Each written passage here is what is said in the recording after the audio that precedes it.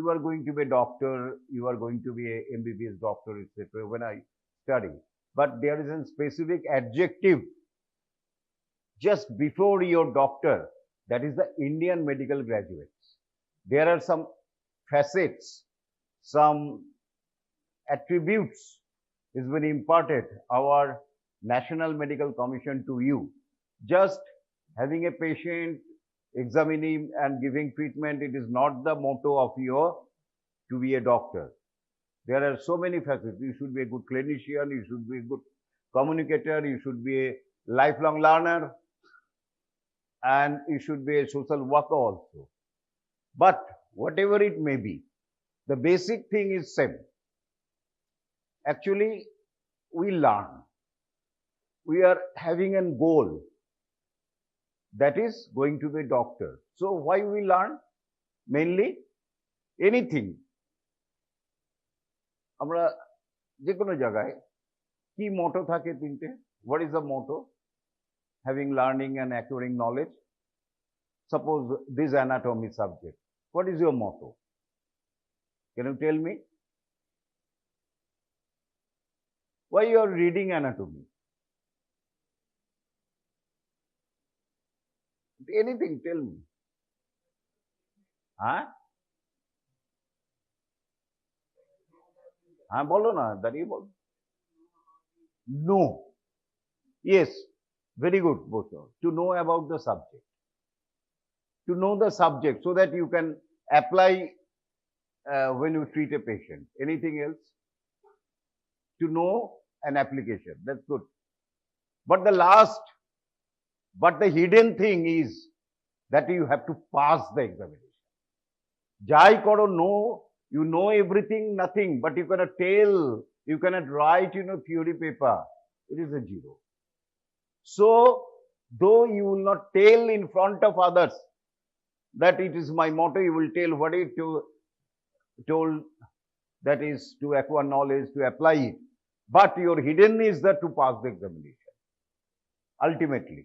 Otherwise, it is a big zero. And now, from this, already you know, the MCA, there is no supplementary examination. You have to wait for 1 year, long year, if you get plucked. Specific to your knowledge. You must be concentrated with your knowledge so that you can get through the examination. Right? So, the most important thing, how to read, what to read, and how to apply it in examination. So, and for that reason, time is very important. You start reading from day to day. Otherwise, you cannot cope up with. You have to take some unfair means in examination. But you can easily, and I am telling you, I am again telling you that anatomy is a very easy subject. Anatomy is a very easy subject. Just you follow my dictum and try to write in English. Those, suppose we are not familiar with English, in anatomy writing, not very much English knowledge is needed. Just it is known as, it is divided by, it goes through, it pass under, it rests on. This simple term is very important, right?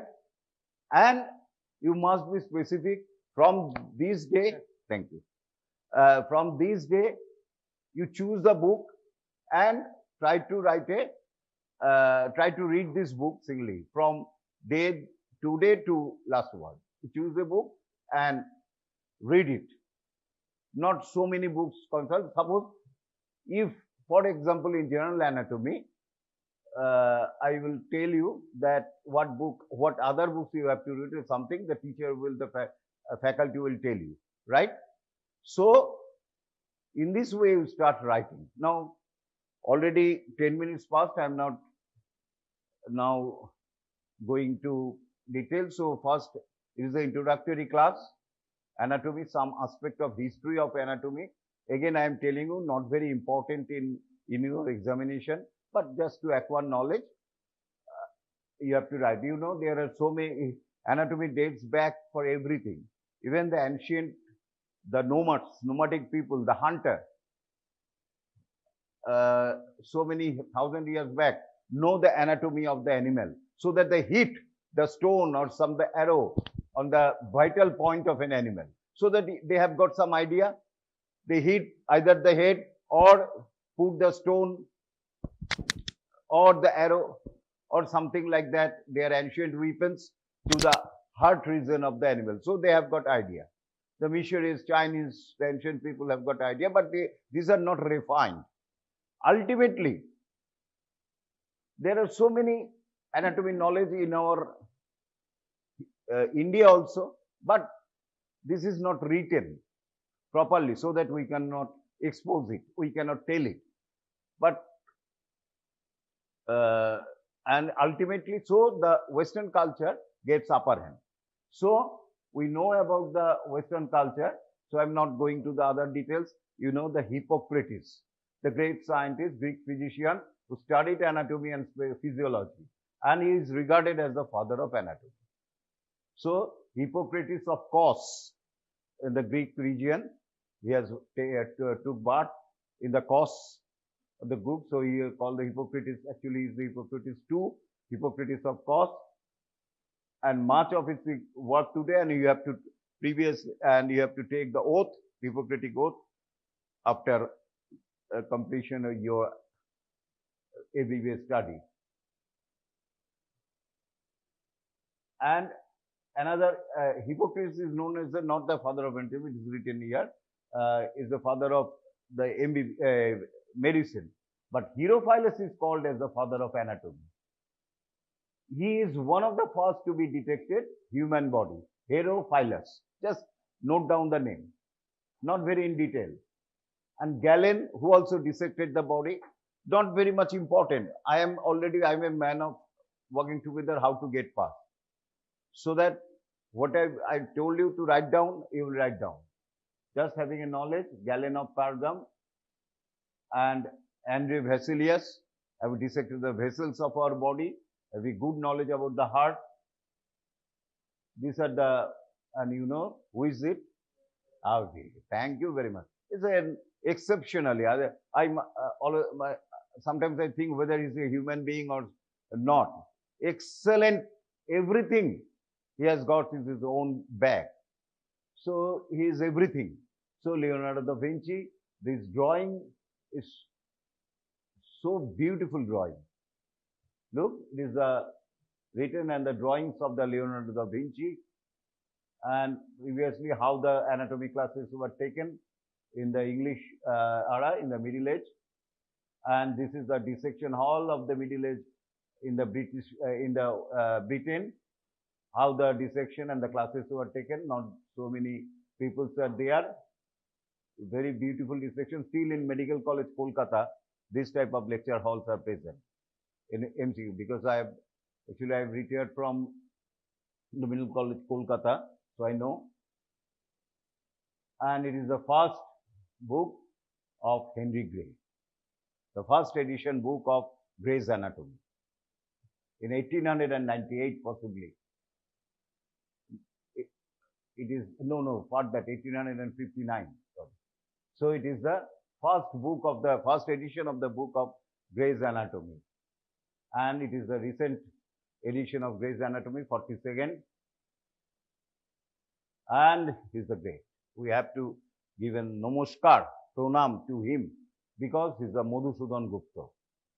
He is the Madhusudan Gupta, pioneer of the Indian dissection. He, in the Medical College, Kolkata, dissected the body, first cadaver. It is not so easy in that period. There are so many superstitions, so many obstruction by an Hindu, by an Indian to dissect the body. He overcome all the dissections, all the hurdles, and first time in India dissected the body in Medical College, Kolkata. He is the Madhusudan Gupta. 28 October 1836, Gupta becomes the first Indian to dissect a core. He was assisted by Rajkrishna De, Umacharan Sheth, and Darakonath Gupta, and Nobin Chandra Mitra, students of all other students of the medical college. And still his birthday was regarded in West Bengal as the day of the anatomy. Now the next question, very important. This is asked in sometimes in the oral examination.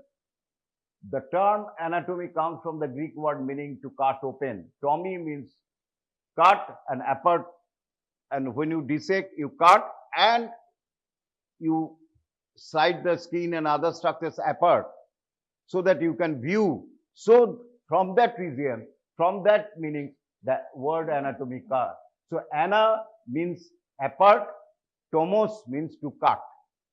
So anything to cut and apart so that you view the internal structure, which is called anatomy. So word coming from the Greek word meaning to cut open or cut apart. So it is coming from ana and tomos. So ana plus tomos means anatomy. What is the origin? Greek. Just 2 lines you remember, write down. But not more than. Don't go headache to reading so many things about the dissection. Now, what are the subdivision? Again, not very asked in the examination, but you have to know. What are the subdivision of our anatomy? That is the gross anatomy. Usually we read, we dissect the body, we taking the bone classes. It is the gross anatomy. Grossly, we know the subject anatomy. So we call it gross anatomy. It is the one aspect of anatomy. There are so many other aspects of anatomy. So anatomy is not a simple thing. To know the body and something, anatomy extension is now beyond far. Next is your histology classes. Microscopic anatomy. We take the tissue from the body, usually from the living body. You process it so that it may be kept without any destruction of the tissues, the cells. Then you stain it and look under the microscope so that you can detail the microscopic structure, the cells and the boundary of the cell, different type of tissues so that you could identify the organ, normal thing. When you know the normal, then you can identify anything abnormal is present in this your microscopical anatomy of that particular organ or not. So then it is a purview of pathology. So anatomy is the normal microscopical anatomy. Pathology is the abnormal microscopic anatomy of the tissues affected by any disease. But without knowing the normal, how do you can know the abnormal? So that very vital. First, if you, suppose you take a tissue by some nursing personnel or some other, and they take the formalin solution and put the tissue on that particular vial, right? And by mistake, he or she written instead of liver, he written spleen. And you know it is a splenic tissue, and you see, but you don't know normal. How do you know? And you think it is a spleen, you will give then a wrong report. That it is an abnormal. Liver is not like that. But actually it was a spleen. Or other way around, actually it was a liver. Sorry. Actually it was a liver. But wrongly, the sister or the technician written it the spleen. You think that it is the spleen, so no, it is not the liver. So you too written the grossly abnormal report. Grossly abnormal, make the normal person a disease. Otherwise, this is a normal person. So that you don't, even in X-ray, you don't not only depend the left L or R, you will be seen in your X-ray, in chest X-ray. L means left side and the R means right side of the X-ray plate. But if you depend on particular of the L and R, sometimes you will be put in a great trouble, because sometimes wrongly instead of L they put the R. So you have to know the side. Don't depend upon the L and R that. So that similarly you have to know the normal anatomy, microscopical anatomy. Then and then you can know the abnormal. So it is the, when you see the microscopical anatomy of a tissue or an organ, we call it microscopical anatomy. Other name of the microscopical anatomy is the histology, because histos means tissue, logis means knowledge. So histology. So gross anatomy, microscopical anatomy or histology, and developmental anatomy, very important for your examination purpose. There is the embryology. How from the zygote we develop. Not only this developmental anatomy stops after the birth of the baby, it may extend further post birth also. Complete development of an tissue, of an person includes the developmental anatomy. So other name of this developmental anatomy is the embryology. We normally call it embryology. It is in your subject. So gross anatomy, histology, embryology. You have to read. Last, specialized branches of anatomy. There are so many specialized branches are there, that will be other way you will write. There are so many nowadays is developed. I am not going into detail. It will take your time. So you have to know the thing. At the last, it is not written. That is another important for your examination, and possibly 15 marks. 4 into 5 are allotted to a subject known as the explain why. Mainly depends upon an applied anatomy or clinical anatomy. Nowadays it is important. Explain why thyroid gland, why moves with deglutition.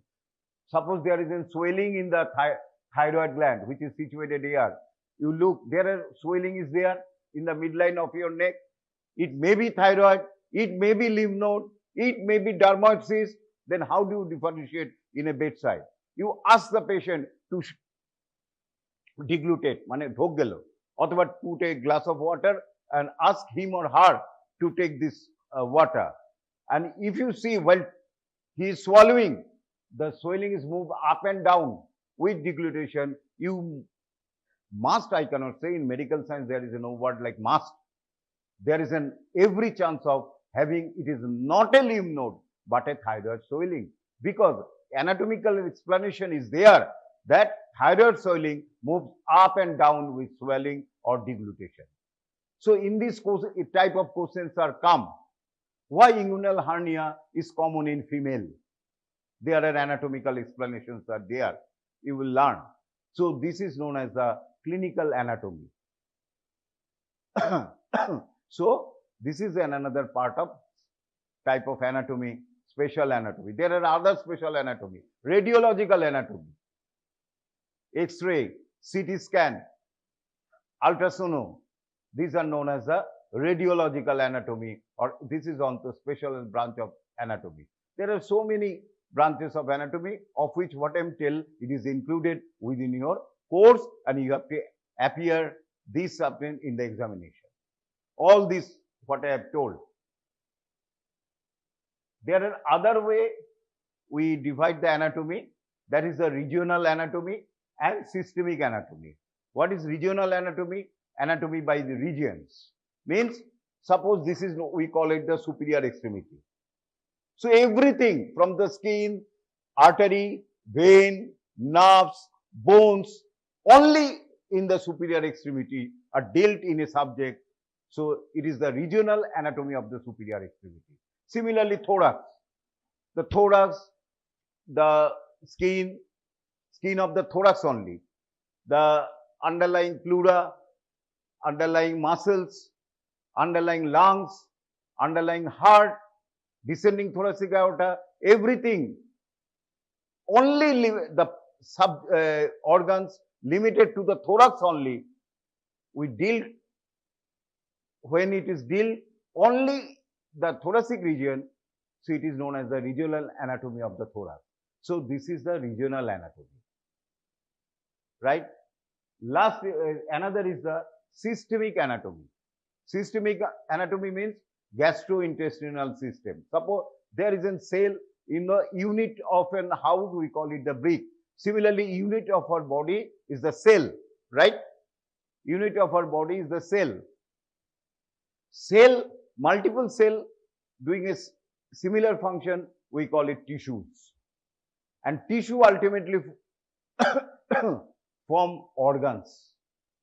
For example, in liver constitutes of number of cells, different types of cells. And what is the difference between cell and tissues?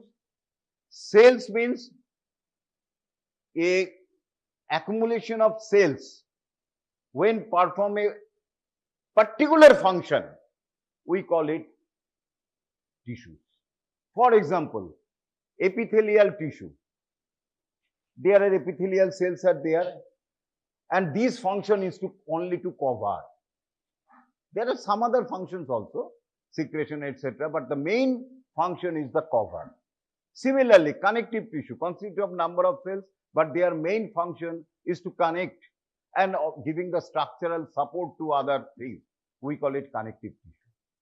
Muscle tissue.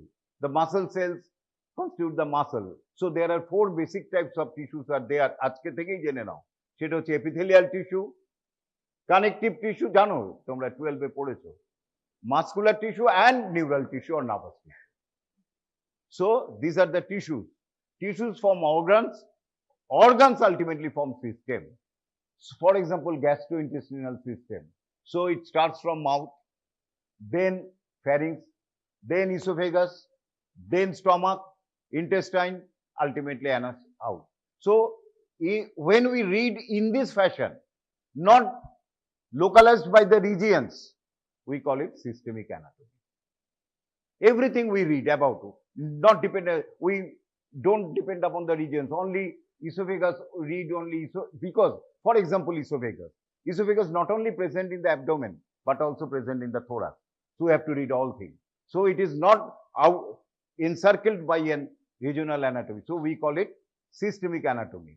Another is it is included in your practical, that is a surface anatomy. You have to draw some surface projection of an artery. You have to draw, and there is an artery is there known as the ulnar artery. By means of a French chalk, you have to draw the ulnar artery there. There is a point. You take a French chalk point, and the examination like point the coracoid process. So you have to put a mark here. So feel it and put.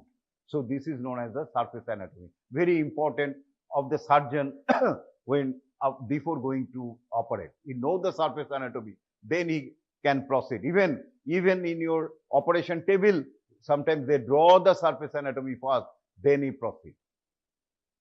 So this is the surface anatomy. There is a cytology, study of the cell, histology, I have already told you. And embryology, I have told you, pathological anatomy, molecular biology, already you know, I am not going into details. Now, that's the most important. This is starts of the vital chapter, not for writing anything, to know it is a knowledge. You have to acquire things, not important in examination, but without knowing you cannot pass the examination. Some anatomical terminology is there. Sometimes it may be difficult to understand, but when time goes, you will be master of everything, right? Within few days, you will be master of this terminology. So human body, first of all, only make it very clear. What is the anatomical position of a human? Make it any position like that.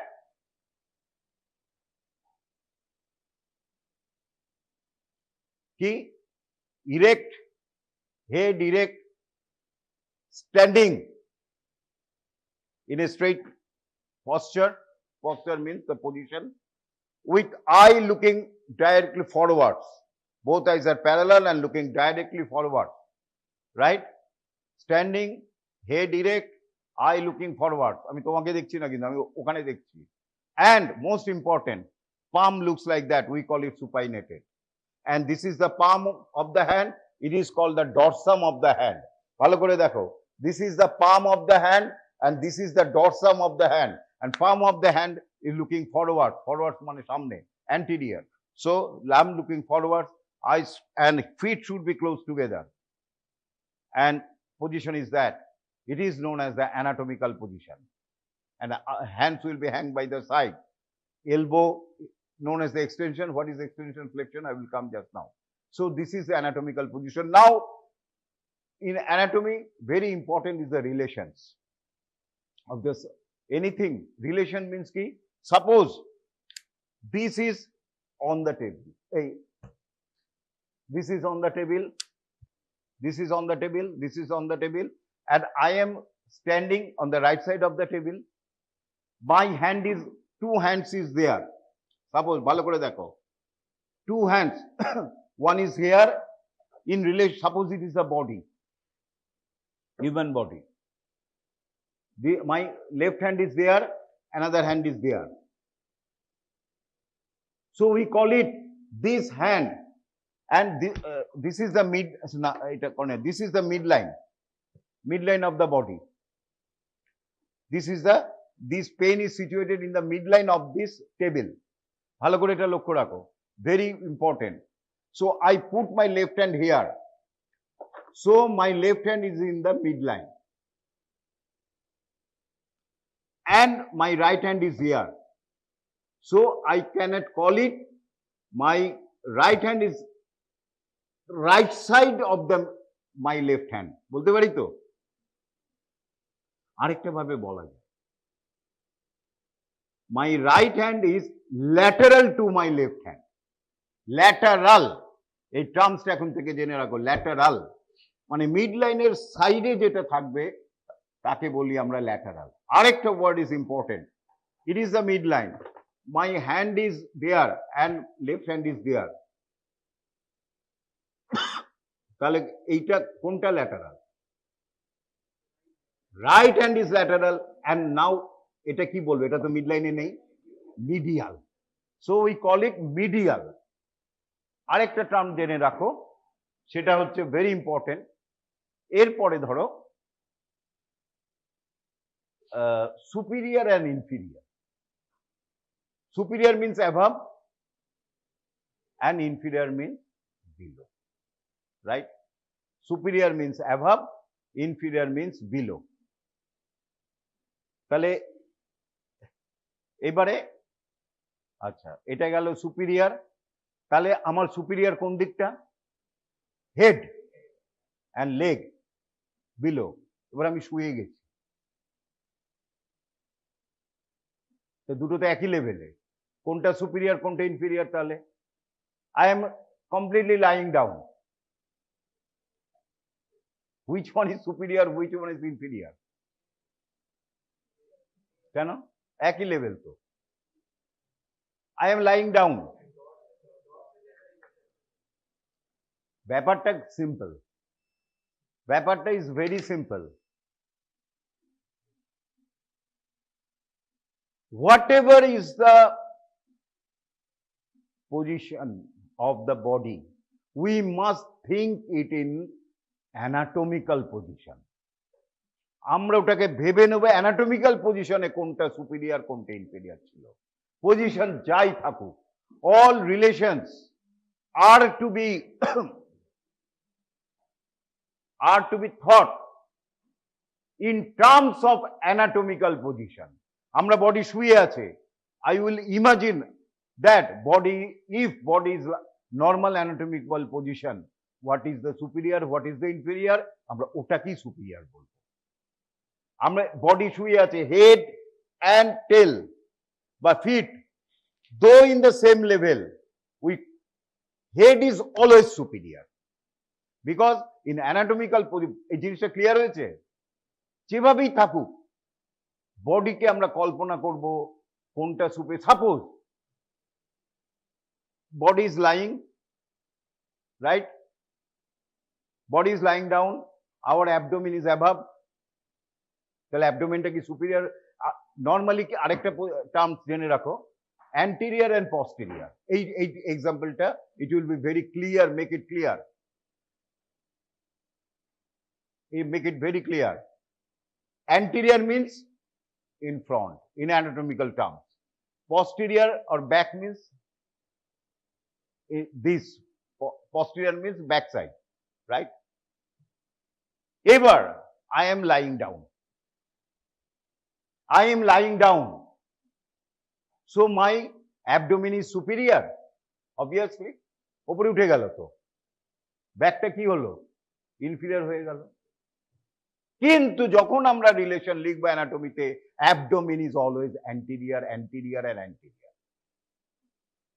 যদি লিখতেই হয় superior, আমাদের লিখতে হবে তখন যে in lying down posture abdomen, anterior abdomen is superior to posterior abdomen. সেরকম আমরা বলি না, আমরা সব সময় অ্যানাটমিক্যাল টার্মসেই বলি। সুতরাং abdomen anterior means always anterior. So আমাদের এখানে একটা রিজিয়ন রয়েছে, ভালো করে এটা বোঝো, নইলে কিন্তু পরে অসুবিধা হবে বুঝতে। এইটাকে বলে inguinal region.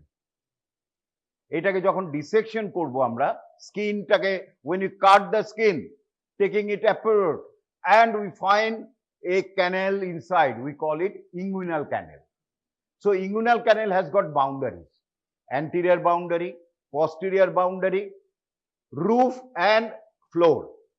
It is a canal like a, so it is, suppose this is, so this is got an anterior boundary, suppose this is the canal, right, through which spermatic cord comes down. This is the canal, and we have to know the boundaries of the canal. So in anatomical term, this is the, look my body, this is the anterior, this is the posterior, this is the superior, this is the inferior. Now patient is lying down. So whether this boundary will be superior? No, it is always anterior, because in anatomical position it is anterior. Clear হয়েছে? এটা ভালো করে এই গন্ডগোলটা ভাবতে পারে, যেটা আমার হয়েছিল। অ্যানাটমিক্যাল পজিশনে দিস রিজন ইজ অ্যান্টেরিয়র, এবার আমি শুয়ে গেলাম, this reason bed superior, so whether the boundary of the inguinal canal will be changed? No. Anterior means always anterior in anatomical position. Clear হয়েছে? এটা ক্লিয়ার? তাহলে এবার একটুখানি রিক্যাপিচুলেট করি, ছবি দেখে তাহলে আরো ক্লিয়ার হয়ে যাবে। So some anatomical directions: superior, inferior, anterior, posterior, dorsal, ventral, proximal, distal, medial and lateral. এইগুলো হচ্ছে অ্যানাটমিক্যাল টার্মস। তোমাকে আজকে হয়তো আগের ক্লাস থেকেই শুরু হয়ে গেছে। অ্যানাটমিক্যাল পজিশন আমি বলে দিয়েছি, standing upright, facing the observer, head level, eyes facing forward, feet flat on the floor, arms at the side and palms and turn forward. বলে দিয়েছে, করব না।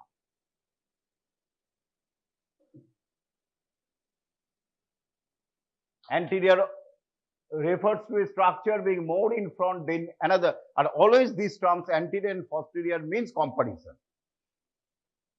This bottle is anterior to the pen. Come on.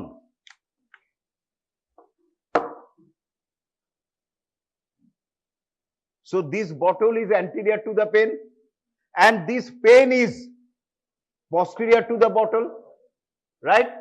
This pen is posterior to the bottle, but this pen is anterior to the duster, and this pen and duster is posterior to the bottle. So it is always a comparison. Eta posterior মানে it's not always posterior. So এইটা clear হবে, কেমন, right? এটা গেল। তার জন্য লিখতে refers to a structure being more in front than any another structure of the body. যেটা বেশি সামনে সেটাই অ্যান্টেরিয়র, যেটা বেশি পেছনে that's posterior. Always a comparison. Medial and lateral. This is the midline. So it is the midline position. Anything, suppose দুটো হলো, so this is the midline, so it is lateral to the midline.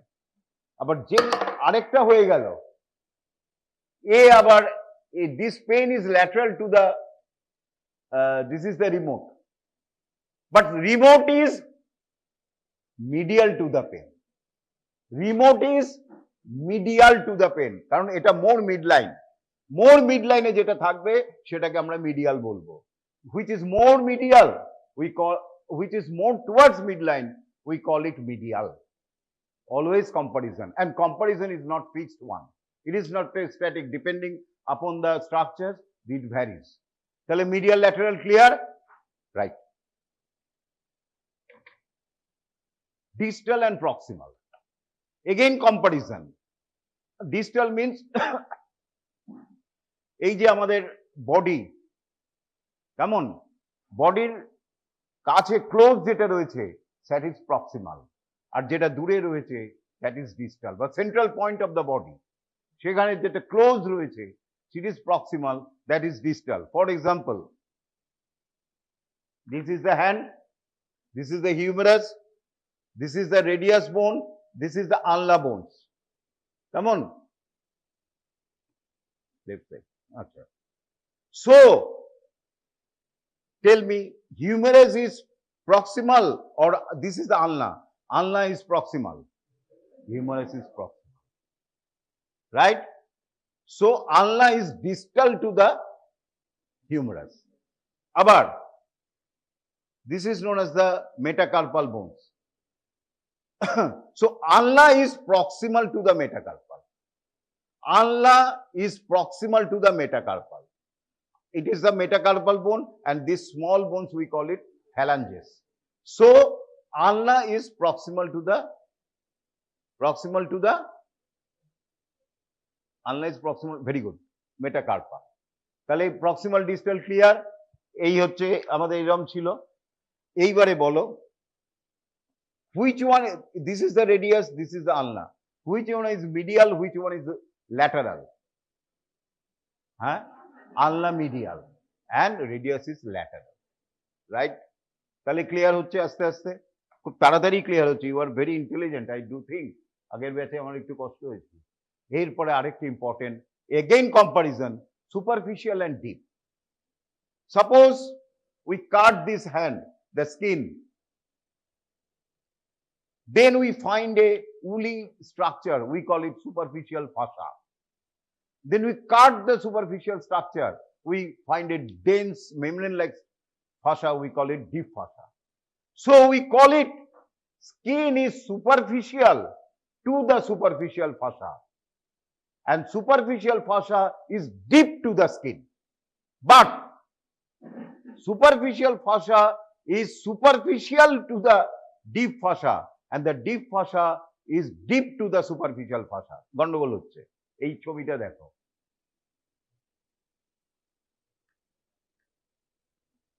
this is the skin, ভালো করে লক্ষ্য করো, this is the skin, হ্যাঁ এটা skin,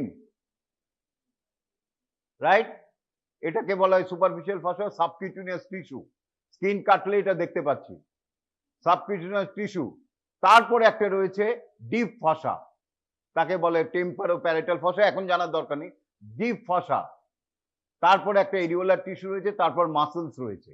এইবার শোনো, স্কিন ইজ, এটা হচ্ছে সাবকিউটেনিয়াস টিস্যু, এটা skin is superficial to the subcutaneous tissue, skin is superficial to the subcutaneous tissue, and subcutaneous tissue is deep to the skin. Subcutaneous tissue is deep to the skin. মনে আছে?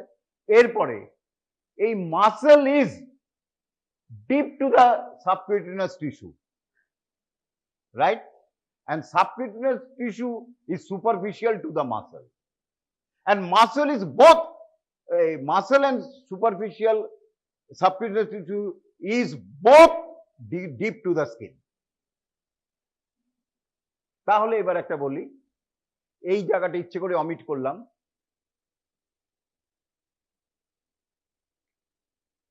এটাকে বলা হচ্ছে loose areolar tissue. So loose areolar tissue is deep to the muscle or not? Loose areolar tissue, whether it is a deep to the muscle? No, it is superficial to the muscle. Our muscle is whether deep loose areolar tissue is superficial to the skin? No, it is deep to the skin, but it is superficial to the muscle. Comparison মনে থাকবে? আচ্ছা, এটা হয়ে যাবে আস্তে আস্তে। এই আইডিয়াগুলি important.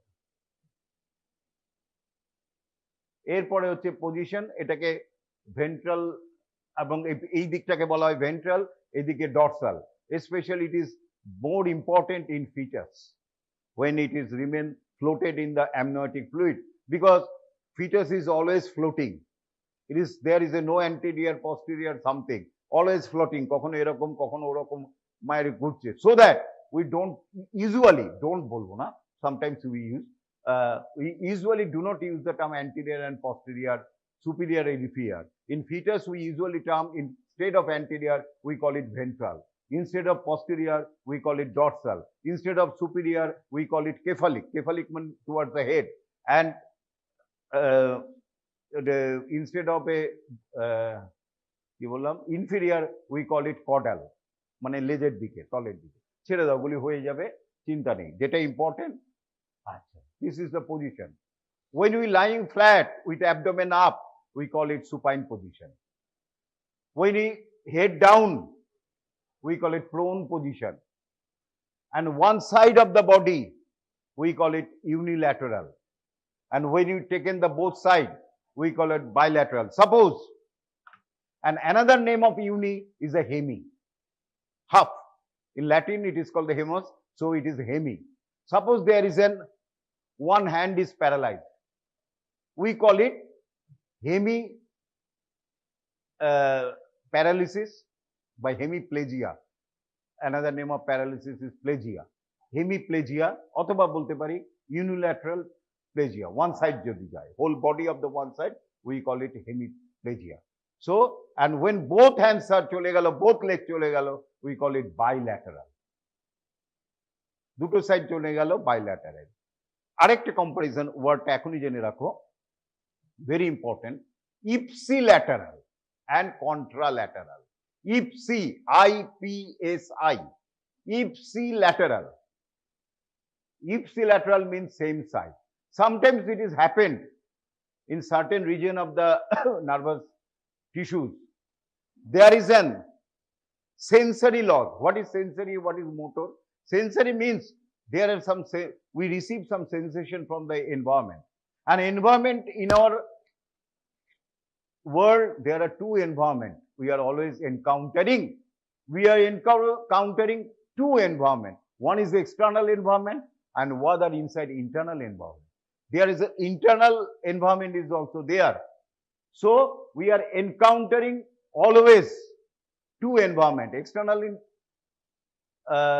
environment and internal environment. Suppose sometimes one give prick, so it is coming from the internal external environment. And sometimes stomach is stressed and there is a pain, stomach pain. We call it encountered from the internal environment, whatever it may be. Usually, there are so many sensory stimulations are there. Pain, touch, temperature. This is the most vital sensory stimulation. Pain, touch, and hot and cold. Besides, there are some other sensory also known as the proprioception. Proprioception means suppose we close an eye, we have got idea, even closing our eye, we can idea that I am standing, my head is such, my leg is erect, not flexed, but not bended. So this idea and is known as the proprioception. মানে স্পেসের মধ্যে যেটা রয়েছে সেই idea, 2 point discrimination, দুটো point যদি আমার চোখ বন্ধ, কেউ টক করে দুটো হাত লাগাচ্ছে, আমি বলতে পারছি দুটো পয়েন্ট লেগেছে। এই যে আইডিয়াগুলি আসছে, পরে শিখবে। জয়েন্ট সেন্সেশন, আমি বন্ধ করেও কোনো সেন্স না হলেও বুঝতে পারছি আমার এই পাটা বেন্ড হয়ে আছে, এই পাটা স্ট্রেট। এইগুলিকে আমরা বলি প্রপ্রায়োসেপশন। দেয়ার আর সো মেনি সেপশন রয়েছে। কেমন, আমি চোখ বন্ধ করে বুঝতে পারছি আমার মাথাটা সোজা রয়েছে, আমি এবার বুঝতে পারছি মাথাটা বেঁকে গেছে, বা আমি উল্টো হয়ে রয়েছি, আমি ঝুলে গেছি, সার্কাসে যেরকম হয় ওরা বুঝতে পারে যে আমার হেড ডাউন, সেইগুলি হচ্ছে প্রপ্রায়োসেপশন আইডিয়া রয়েছে। স্পেসের মধ্যে যে আমরা রয়েছি, that is known as the proprioception. So there are sensory perception. Suppose there is a loss of pain, touch, temperature of this superior extremity. It is called the superior extremity. This is called the inferior extremity. আমরা ওই hand ফ্যান্ড বলি না, আমরা বলি superior extremity and inferior extremity. Suppose there a person come to you and sometime it will come, there is a loss of sensation of the superior extremity and paralysis of the left side. Muscle paralysis হয়ে গেছে, আমরা তখন বলবো এটাকে কন্ট্রালেটারাল effect. কন্ট্রালেটারাল, right সাইডের একরকম, left সাইডের একরকম, সেটাকে বলবো আমরা কন্ট্রালেটারাল। আর যদি সেম সাইডে গেল, এদিকেও গেল এদিকেও গেল, আমরা বলবো ইপসিল্যাটারাল। অনেক সময় এখানে ক্রেনিয়াল নার্ভ যে রয়েছে, ফেসের এই দিকের প্যারালিসিস হয়েছে আর হাতের উল্টো দিকে প্যারালিসিস হয়েছে, then we call it contralateral paralysis. আর যদি সেম সাইডে হয়, ইপসিল্যাটারাল প্যারালিসিস। এই টার্মস গুলি ভেরি ইম্পর্টেন্ট। আচ্ছা,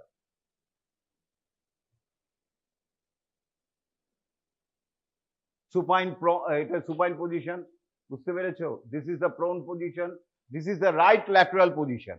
বেডের কাত হয়ে রয়েছে, বেডের কাছে রাইট সাইডটা টাচ করেছে, বেডের রাইট সাইডটা টাচ করেছে, we call it right lateral. যদি লেফট সাইড টাচ করে, left lateral position. This is the most important position in obstetrics and gynecology, and also in surgeons in some operation near the anal. This is the lithotomy position. Lithotomy position, patient lying on the bed with, and this is known as the gluteal region or buttock, on the edge of the lower edge of the table. Hip is 90-degree flex. Flex means bending. Hip is কতটা flakes হবে? 90 degree. knee joint is 50 to 70 degree flex. Come on. And the leg is rest on a leg rest, সেইটাকে আমরা বলি। and thigh is abducted. abducted মানে কি? এই পাশটা সরে যাওয়াকে আসবো আমি, এটাকে বলি abducted, সেইটাকে আমরা বলি লিথোটমি পজিশন। এই পজিশনটার নাম হচ্ছে lithotomy position. Lithotomy position. It is abducted 30 degree.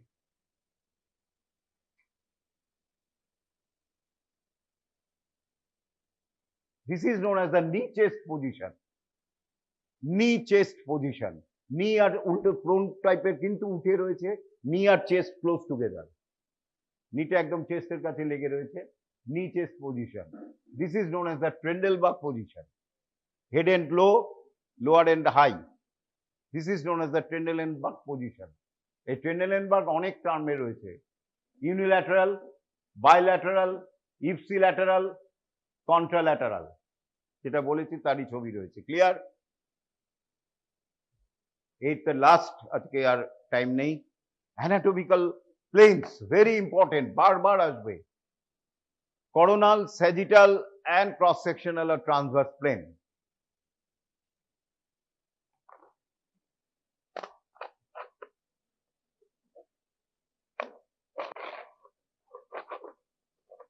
এই যে হেড, এই যে সুচার, সুচার মানে কি? জয়েন্ট। এখানে একটা বোন রয়েছে, এটাকে বলে ফ্রন্টাল বোন, আর দুপাশে দুটো রয়েছে প্যারাইটাল বোন। এই ফ্রন্টাল এন্ড প্যারাইটাল বোনে যোগ রয়েছে, একটা সেলাই করার মতো রয়েছে, তাকে বলে সুচার। এই সুচারটার নাম হচ্ছে স্যাজিটাল সুচার। কি এই sorry coronal suture, I am really sorry.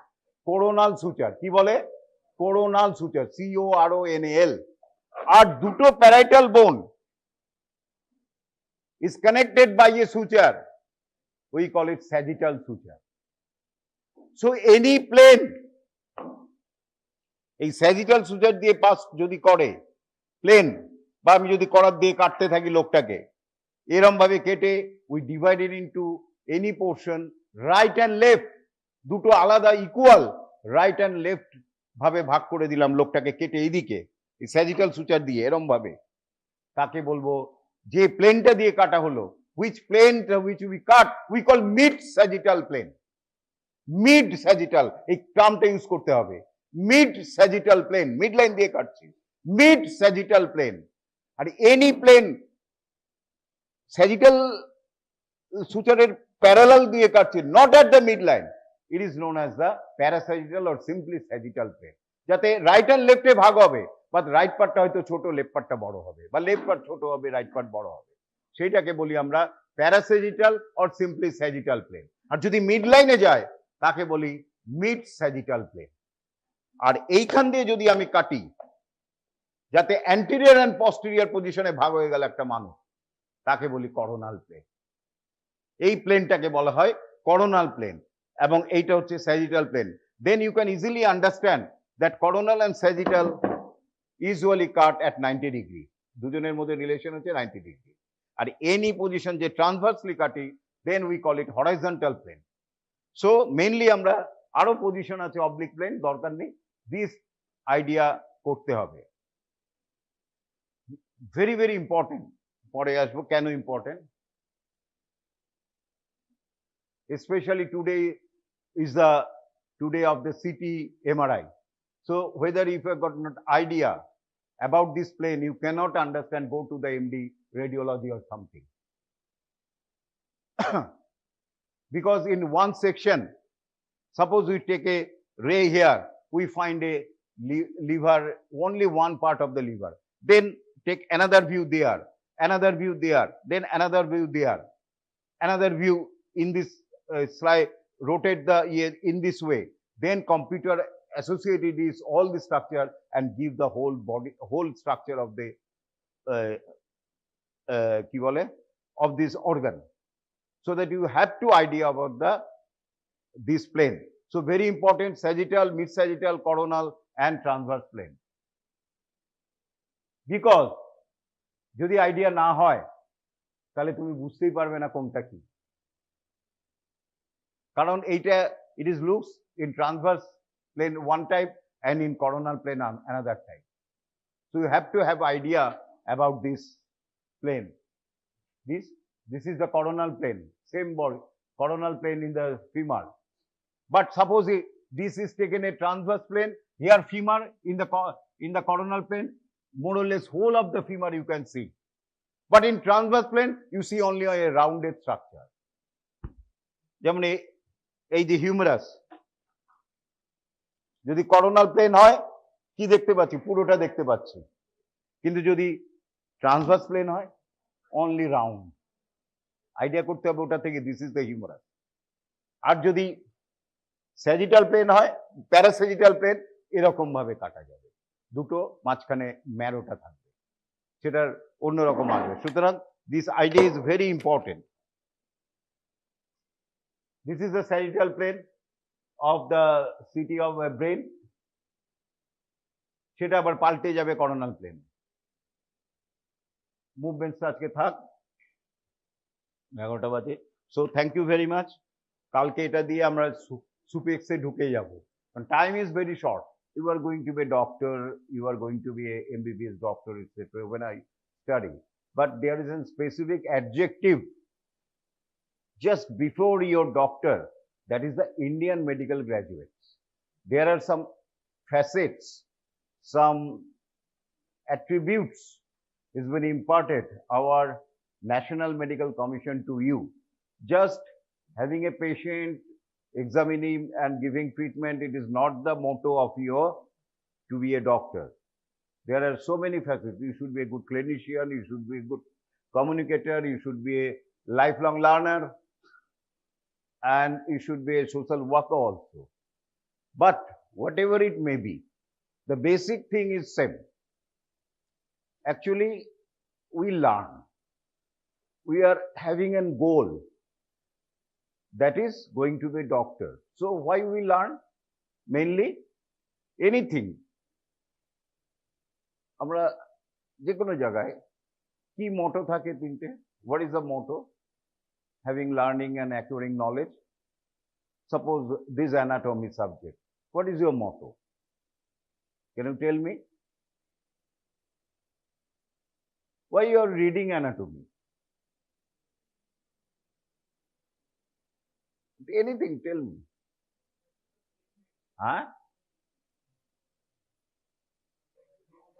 হ্যাঁ বলো না, দাঁড়িয়ে বলো। No. Yes, very good, both of you. To know about the subject. To know the subject so that you can apply when you treat a patient. Anything else? To know an application, that's good. But the hidden thing is that you have to pass the examination. Jai koro, no, you know everything, nothing, but you cannot tell, you cannot write, theory paper. It is a zero. So, though you will not tell in front of others that it is my motto, you will tell what it told, that is to acquire knowledge, to apply it. But your hidden is that to pass the examination, ultimately.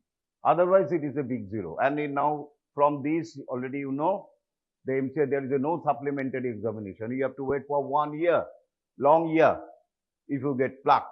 Specific to your knowledge. You must be concentrated with your knowledge so that you can get through the examination. Right? So, the most important thing, how to read, what to read, and how to apply it in examination. So, and for that reason, time is very important. You start reading from day to day. Otherwise, you cannot cope up with. You have to take some unfair means in examination. But you can easily, and I am telling you, I am again telling you that anatomy is a very easy subject. Anatomy is a very easy subject. Just you follow my dictum and try to write in English.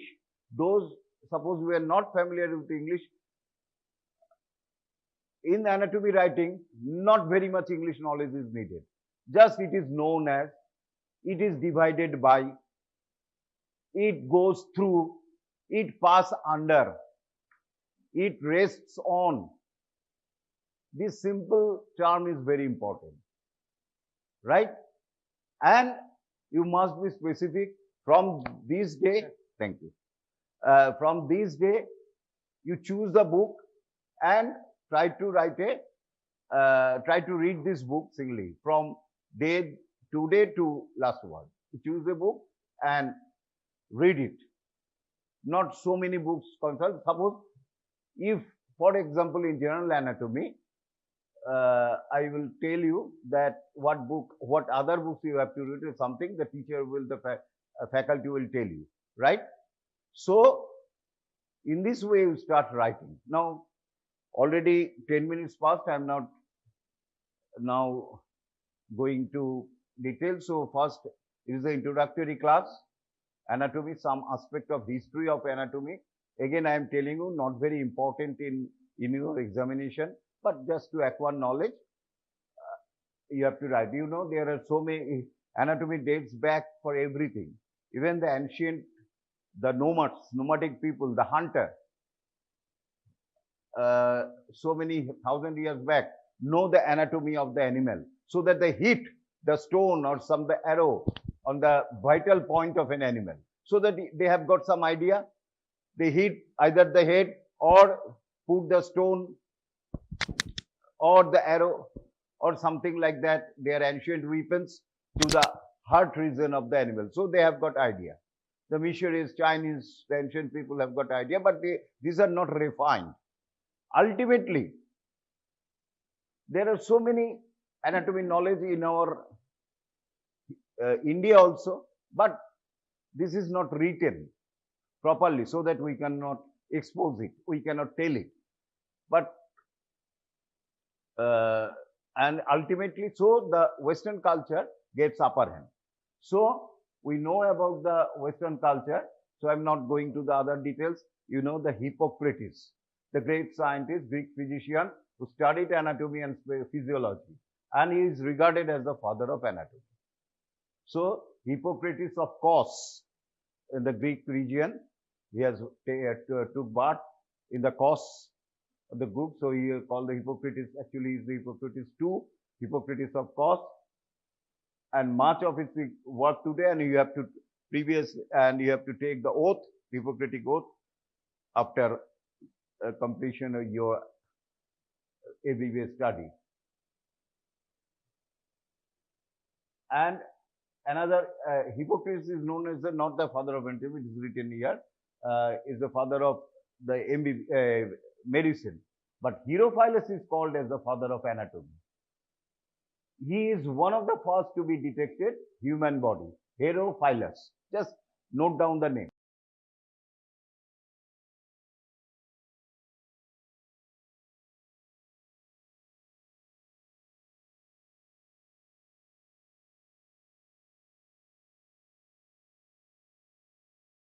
Good morning. আমি Prosenjit Sen, NS polytechnic কলেজের electrical ডিপার্টমেন্টের একজন teacher. তো আমি যে টপিকটা শুরু করেছিলাম মেশিনের মধ্যে ট্রান্সফর্মার, তো আজকে থার্ড ক্লাস। আজকে আমরা এর আগে যে জিনিসগুলো পড়ে এসেছি, ইন্ট্রোডাকশন অফ ট্রান্সফর্মার, মানে ট্রান্সফর্মার নিয়ে কিছু ধারণা তোমাদেরকে দিয়েছি, বা ট্রান্সফর্মার কি করে কাজ করে, ওয়ার্কিং প্রিন্সিপাল নেক্সট পড়েছিলাম, যে কি করে ট্রান্সফর্মারটা কাজ করছে বা কি করে ওয়ার্কিং করছে বা কোন প্রিন্সিপাল মেনে চলছে। আমরা বলেছিলাম যে Faraday's law of electromagnetic induction সূত্র মেনে চলে আমাদের ট্রান্সফর্মার। নেক্সট আমি যেটা বলেছিলাম টাইপ অফ ট্রান্সফর্মার, অনেক রকমের ট্রান্সফর্মার হয়, তার মধ্যে যে টাইপগুলো আমি বলেছিলাম, power transformer, step up transformer, step down transformer, shell type transformer, core type transformer, berry type transformer, এগুলো সবগুলো তোমাদেরকে ধারণা দিয়েছিলাম। আজকে তোমাদের যে পোর্শনটা আমি বলবো সেটা হচ্ছে ফার্স্টে ট্রান্সফরমেশন রেশিও। তো চলো জেনে নিই আজকে ট্রান্সফরমেশন রেশিওটা কি। ইট is the ratio between secondary turn to the primary turn. মানে এর আগে আমি যেটা ছবিকে বুঝিয়েছিলাম, ট্রান্সফর্মারটা, একটা ট্রান্সফর্মার নিলাম,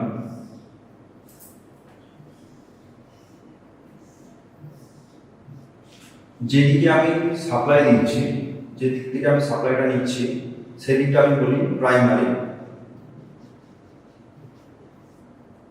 আর যেদিকে আমি লোড দিচ্ছি সেদিকটা আমি কি বলি সেকেন্ডারি। সেদিকটা আমি কি বলি সেকেন্ডারি। তাহলে যেদিকে আমি সাপ্লাইটা দিচ্ছি সেদিকে আমি বলছি প্রাইমারি সেকশন, আর যেদিকে আমি লোড ইউজ করছি সেদিকটা বলছি সেকেন্ডারি সিস্টেম, সেকেন্ডারি সাইড। ওকে, তাহলে আমি কি এখানে বলছি ইট is the ratio between secondary turn to the primary turn. Turn মানে কি, কয়েলের যে পাক সংখ্যাগুলো সেটাকে বলছি আমরা টার্ন। যেমন এখানে কয়েলটাকে যেভাবে আমরা বেজিয়েছি প্রাইমারি সেকশনে, প্রাইমারি কোরের মধ্যে, সেটাকে বলছি প্রাইমারি টার্ন। আর যেটা সেকেন্ডারি পোরশন আমি পাক সংখ্যাটা কয়েলের বলছি সেটাকে বলছি আমি সেকেন্ডারি টার্ন। ওকে, তো প্রাইমারি টার্ন আর সেকেন্ডারি টার্ন ট্রান্সফরমেশন রেশিওকে সবসময় কি দিয়ে ডিনোট করা হয় না, ক্যাপিটাল কে দিয়ে ডিনোট করা হয়। ওকে, তাহলে ট্রান্সফরমেশন রেশিওটা হচ্ছে তোমাদের secondary turn to primary turn. কিন্তু এখানে একটা দেখে রাখবে, আমি এটা বলছি, এরা কে দিয়ে ডিনোট করা হয়। তাহলে কে ইকুয়াল টু আমি বলতে পারি n2 by n1। K equal to আমি কি বলতে পারি n2 বাই n1। যেহেতু আমি বলেছি ট্রান্সফরমেশন রেশিওটা কি, ratio between secondary turn to the primary turn. তাহলে সেকেন্ডারি টার্নকে আমি সবসময় কি দিয়ে ডিনোট করব, n2 দিয়ে। ওকে, এর আগে বলেছিলাম সেকেন্ডারি টার্নকে আমি ডিনোট করছি n2 দিয়ে, প্রাইমারি টার্নকে অর্থাৎ আমি কি করব n1 দিয়ে। তাহলে প্রাইমারি টার্ন কি হলো n1 হলো, এবং সেকেন্ডারি টার্ন হলো কি n2। আরেকটা বলে রাখি, এখানে যে আমি সাপ্লাইটা দিচ্ছি, এখানে যে আমি সাপ্লাইটা দিচ্ছি সেই সাপ্লাইটা কি হচ্ছে V1 সাপ্লাই হচ্ছে। প্রাইমারি সাইডে যে সাপ্লাইটা আমি দিচ্ছি সেটা কি হবে না V1 হবে। ওকে, তাহলে আমি V1 সাপ্লাই দিলাম প্রাইমারি সাইডে, আর এখানে যে লোডটা আমি পাচ্ছি সেটা কি হচ্ছে V2। ওকে, তাহলে V1 আর V2 primary voltage and secondary voltage. এখানে N1 সমান হচ্ছে N1 সমান কি হচ্ছে প্রাইমারি টার্ন। এই টার্মগুলো তোমরা একটু লিখে রেখে দাও, যখন তোমরা পরবর্তীকালে নিউমেরিক্যাল করবে তখন এই জিনিসগুলো, এই ফর্মুলাটা খুব ইম্পর্টেন্ট। এই ফর্মুলাটা তোমাদের খুব কাজে লাগবে যখন নিউমেরিক্যাল করবে। আমি যখন এরপরে যখন আমি নিউমেরিক্যাল করাবো তখন দেখতে পাবে এই ফর্মুলাটা সব কাজে লাগছে। তাহলে n1 যখন তোমার প্রাইমারি টার্ম হচ্ছে, তাহলে n2 টা কি হবে সেকেন্ডারি টার্ম। n2 টা কি হচ্ছে সেকেন্ডারি টার্ম।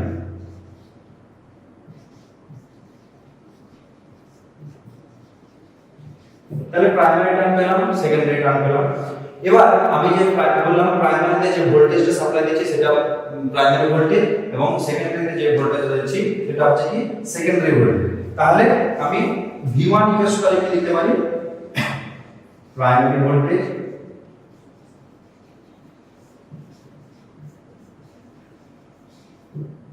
আর V2 টা কি বলছি, V2 টা দেখুন আমি সাব লোড হিসেবে ইউজ করছি, সেটা হচ্ছে সেকেন্ডারি ভোল্টেজ।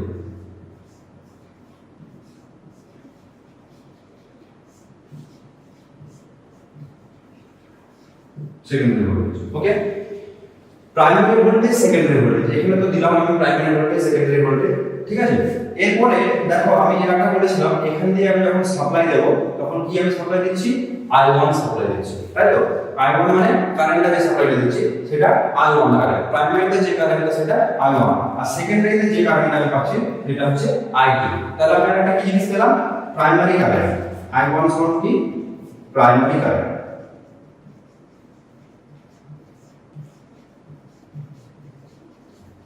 আর I2 টা কি হচ্ছে, সেকেন্ডারি কারেন্ট।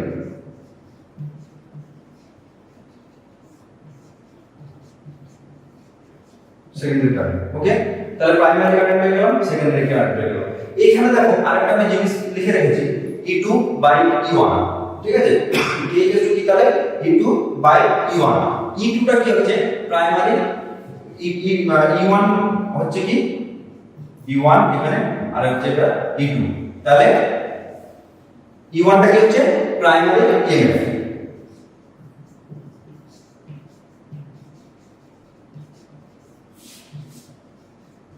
আর E2 টা কি হচ্ছে সেকেন্ডারি EMF।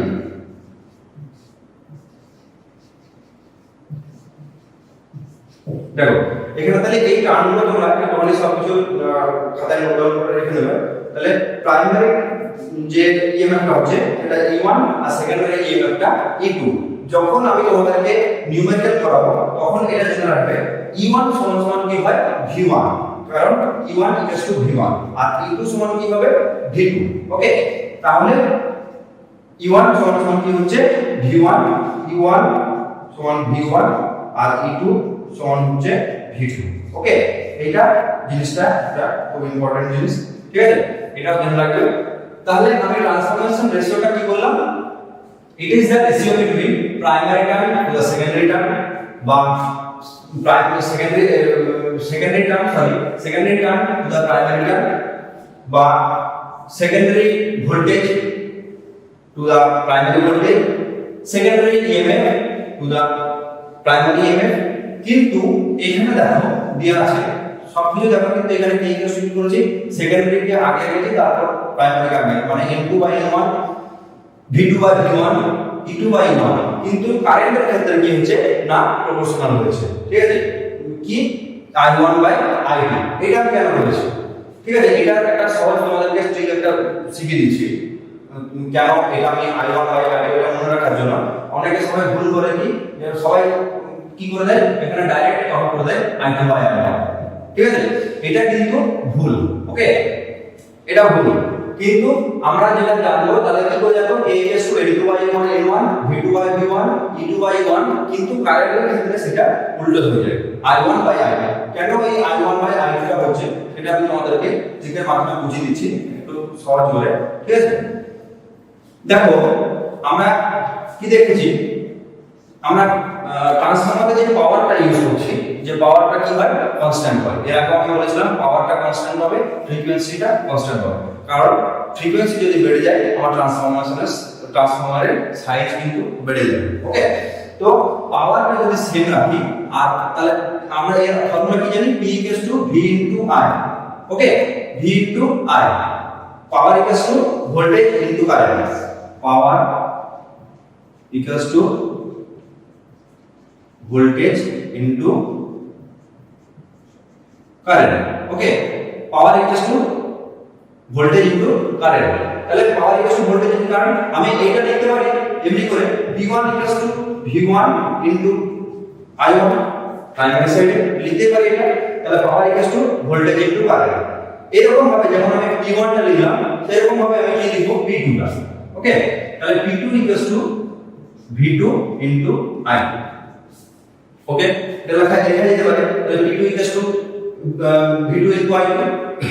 তাহলে আমি দেখো এখানে বলছি কি, এটা V2 = P2 by I1, এটা লেখা যায় V2 = P2 by I1। আমি কি করলাম V1 এর V2 এর ভ্যালুটা বের করলাম, এখানে থেকে কি করব V1 এর ভ্যালুটা বের করব P1 by I1, ওকে।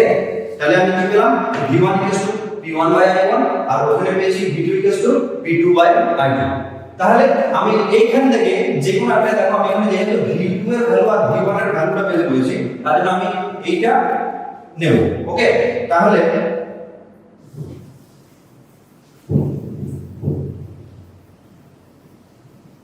দেখো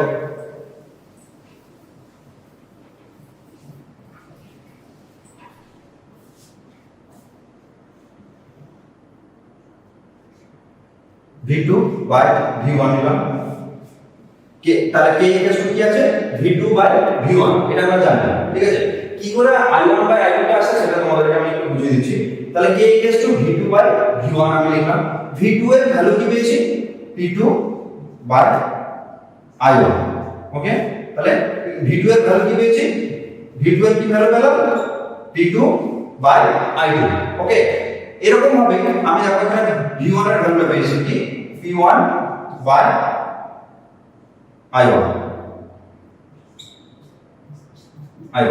ওকে এটা 2 হবে তাহলে V2 এর ভ্যালু আমি কি পেলাম P2 by I2 এরকম ভাবে কি আমি V1 এর ভ্যালু কি পেয়েছি P1 by I1 এইটাই আমি এবারে উল্টে দিচ্ছি এই জিনিসটা আমি উল্টে দিচ্ছি উপরে নিয়ে যাচ্ছি তাহলে P2 by I2 into I1 by P1 এটা উল্টে দিলাম তাহলে P2 by I2 তাহলে P2 by I2 into আমি এটা উল্টে দিলাম কি হলো I1 by P1 আমি কিন্তু বলেছিলাম যখন তোমাদেরকে যখন ট্রান্সফরমার শুরু করে কি বলেছিলাম ট্রান্সফরমার যে পাওয়ারটা হবে সেটা হবে কি কনস্ট্যান্ট ওকে তাহলে পাওয়ার যদি কনস্ট্যান্ট হয় আমি P1 আর P2 টা আমার P1 এর প্রাইমারিতে যে পাওয়ার আছে সেকেন্ডারিতে সেই পাওয়ার হবে তাহলে পাওয়ারটা আমার কনস্ট্যান্ট না তাহলে P1 আর P2 যদি কনস্ট্যান্ট থাকে তাহলে আমি মেনে নিলাম P1 এর ভ্যালু বা P2 এর ভ্যালু P1 বা P2 এর ভ্যালু আমি কি করলাম এটা 1 নিলাম আমি সাপোজ এটা মেনে নিলাম same okay let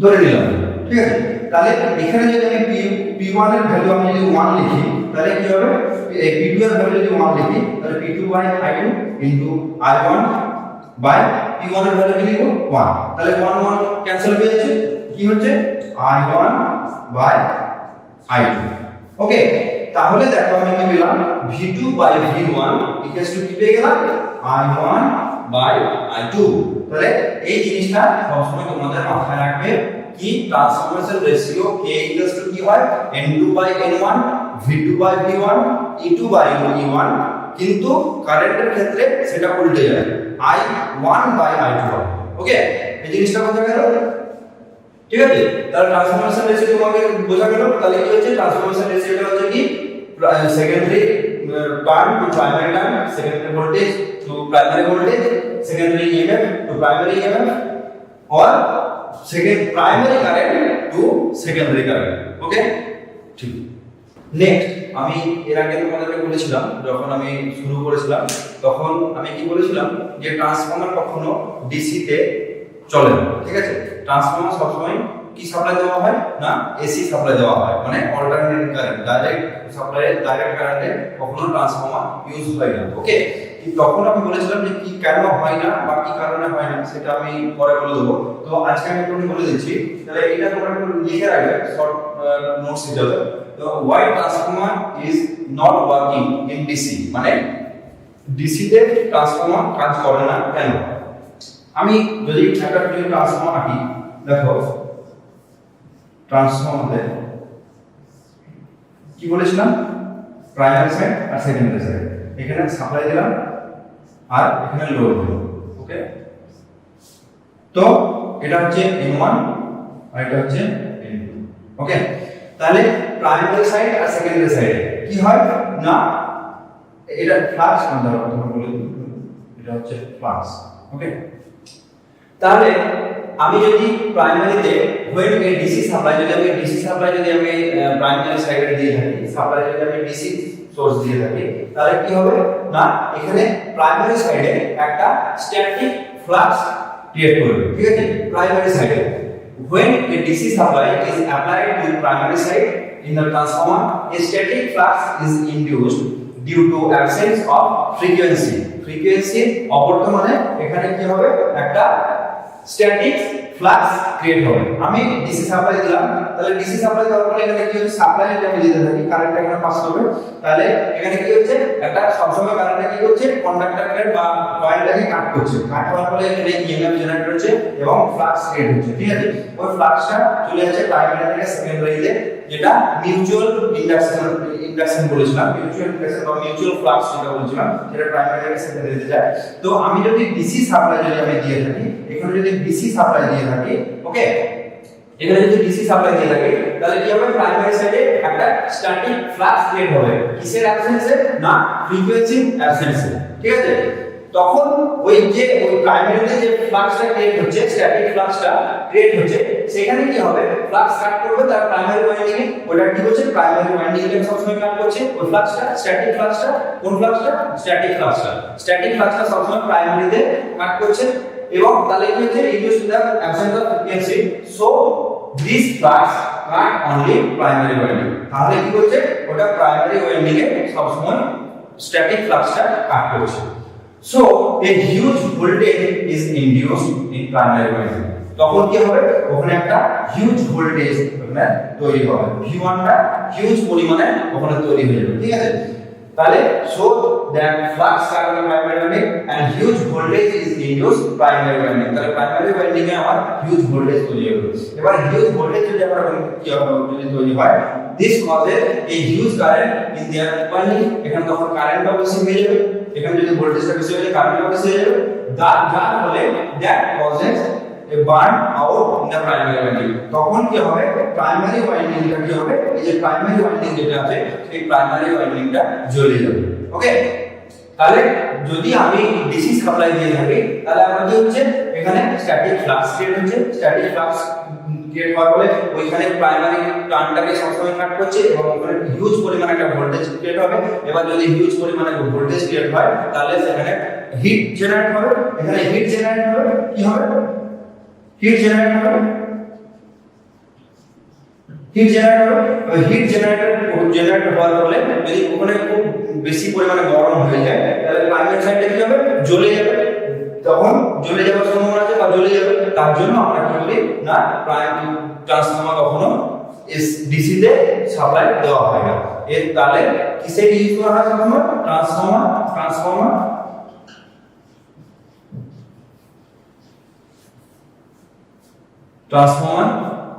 is working on only AC।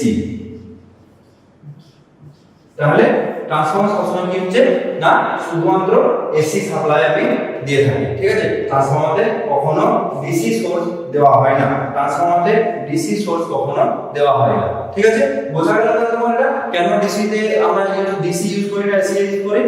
ঠিক আছে, তো আমি তোমাদেরকে দেখালাম ট্রান্সফরমেশন রেশিও, যে ফর্মুলাটা দিয়েছিলাম, K is to N2 by N1, V2 by V1, E2 by E1 equals to I1 by I2, যে ফর্মুলাটা বলেছিলাম, যে নিউমেরিক্যাল আসলে তোমরা সব জানতে পারবে।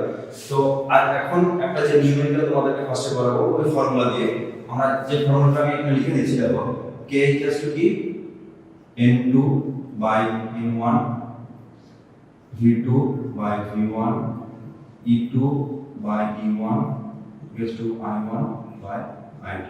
ঠিক আছে, এই ফর্মুলাটা সহজে জানবে। তো এখানে যে নিউমেরিক্যালটা দিয়েছে, কি বলেছে, এ 15 কিলোভোল্ট, এই 15 কিলোভোল্ট সিঙ্গেল ফেজকে যদি আমি এমনি করে লিখি, তাহলে এইভাবে লেখা যায় 1 আর একটা আলফা দিয়ে 5 দিয়ে, তাহলে single phase transformer has a turn ratio of 300/30। Okay, 300 by 30। তাহলে the primary is connected to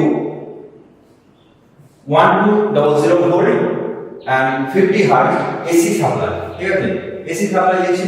তাহলে আমি তারপর কি বলেছে, find the secondary voltage on open circuit and current in both winding on full load neglected loss, মানে লসটাকে যদি neglect করা হয়, তাহলে সেটাতে আমরা বলেছি। তাহলে এখানে আমার কি গিভেন ডেটা দিয়েছে, আমার ফার্স্টে লিখে দেব আমাকে কি কি ডেটা এই প্রবলেমের মধ্যে দিয়েছে। ঠিক আছে, given data ওকে তাহলে given data কি দিয়েছে দেখো এখানে ফার্স্টেই বলে দিয়েছে 15 কিলোভোল্ট তাহলে পাওয়ারটা তার মানে P1 আমার বলে দিয়েছে কি 15 কিলোভোল্ট অ্যাম্পিয়ার ওকে এটাকে কিসে আমরা ট্রান্সফার করতে হবে না ভোল্ট অ্যাম্পিয়ার তাহলে 15 into 10 to the power 3 volt ampere okay transfer করে নিলাম তাহলে P1 ইকুয়াল হয়ে গেল নেক্সট কি বলেছে single phase transformer has turn ratio of 300 or 30 তারপর টার্ন রেশিও কি আমি বলেছিলাম প্রাইমারি টার্ন সেকেন্ডারি টার্ন তাহলে এখানে কি বলেছে primary turn n1 equals to 300 আর n2 equals to 30 ওকে তাহলে n1 বলে দিয়েছে কি 300 n1 আর n2 বলেছে কি 30 ওকে the primary is connected to 1200 volt তাহলে the primary is connected to 1200 volt তার মানে প্রাইমারি সাইডে কি হচ্ছে যে ভোল্টটা দিয়েছি সেটা V1 V1 কি 1200 ভোল্ট 1200 ভোল্ট ওকে ফ্রিকোয়েন্সি কি দিয়েছে F1 ফ্রিকোয়েন্সি 50 হার্জ ফ্রিকোয়েন্সি যেহেতু 50 হার্জই থাকে ঠিক আছে এটা কোনো প্রবলেম নেই তাহলে কি বলছে ফাইন্ড দা সেকেন্ডারি ভোল্টেজ আমাকে কি বের করতে হবে না সেকেন্ডারি ভোল্টেজ V2 টা আমাকে বের করতে হবে তাই তো যেটা আমাদের বলে দিয়েছে find the secondary voltage on open circuit ঠিক আছে and the current in both winding on full load ঠিক আছে তাহলে আমাকে both কারেন্টটা বের করতে হবে তাহলে I1 আমাকে বের করতে হচ্ছে আর I2 টা আমাকে বের করতে হচ্ছে ঠিক আছে তাহলে এই প্রবলেমের মধ্যে কি বের করতে হবে V2 বের করতে হচ্ছে I1 বের করতে হচ্ছে I2 বের করতে হচ্ছে এটা আমি কিভাবে বের করব দেখো তাহলে তো আমি যে ভ্যালুগুলো পেয়েছি সেগুলো কি কি পেয়েছি n2 পেলাম 30 n1 পেলাম 300 v1 পেলাম 1200 ভোল্ট f পেলাম ফ্রিকোয়েন্সি আর আমাকে যেটা বের করতে হচ্ছে v2 i1 i2 ঠিক আছে তাহলে এর আগে আমি বলেছিলাম কি যখন v1 কি হয় e1 ঠিক আছে আর v2 কি হয় e2 ওকে v2 e2 হয় তাহলে আমাকে যখন পেয়েছি v1 1200 ভোল্ট ঠিক আছে সেখানে আমি কি পেয়ে গেলাম e1 পেয়ে গেলাম দেখো এখানে e1 পেয়ে গেছি আর n2 n1 পেয়েছি ঠিক আছে তাহলে আমার জানা আছে কি k কি দেখো k কি জানা আছে n2/n1 v2/v1 e2/e1 তাহলে e1 আর e2 আমি যখন e1 টা জানি e2 টা শুধু জানি না আর n2 আর n1 এর ভ্যালু জানি তাহলে আমি এই দুটো ফর্মুলা ইউজ করি তাহলে কি লিখব n2/n1 e2/e1 ওকে তাহলে এটা কি হলো আমাকে কি বের করতে হবে e2 বের করতে হবে ওকে বা এটা যদি আমি এমনি করে লিখি e2/e1 v n2/n1 ঠিক আছে এখান থেকে আমাকে কি বের করতে হবে e2 টা বের করতে হবে e2 তাহলে e2 কি আমি লিখতে পারি e1 n2/n1 এটা লিখতে পারি তাহলে e2 কি ফর্মুলা e1 n2/n1 তাহলে e1 এর ভ্যালু আমি কি পেয়েছি দেখো v1 এর ভ্যালু যেহেতু 1200 ভোল্ট তাহলে e1 আমি আমরা লিখতে পারি 1200 ভোল্ট ওকে n2 এর ভ্যালু কত 330 আর n1 এর ভ্যালু কত 300 ঠিক আছে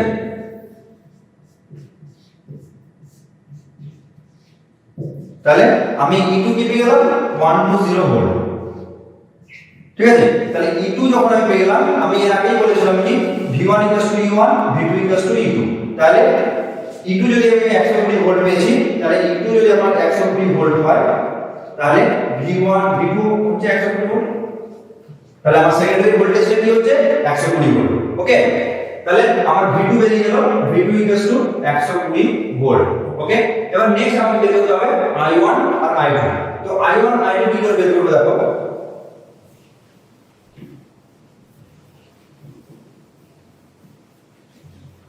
আমি একটা ফর্মুলা জানি ওটা ক্লাস 10 থেকে জানি p v/i আমরা কি জানি p v/i পাওয়ার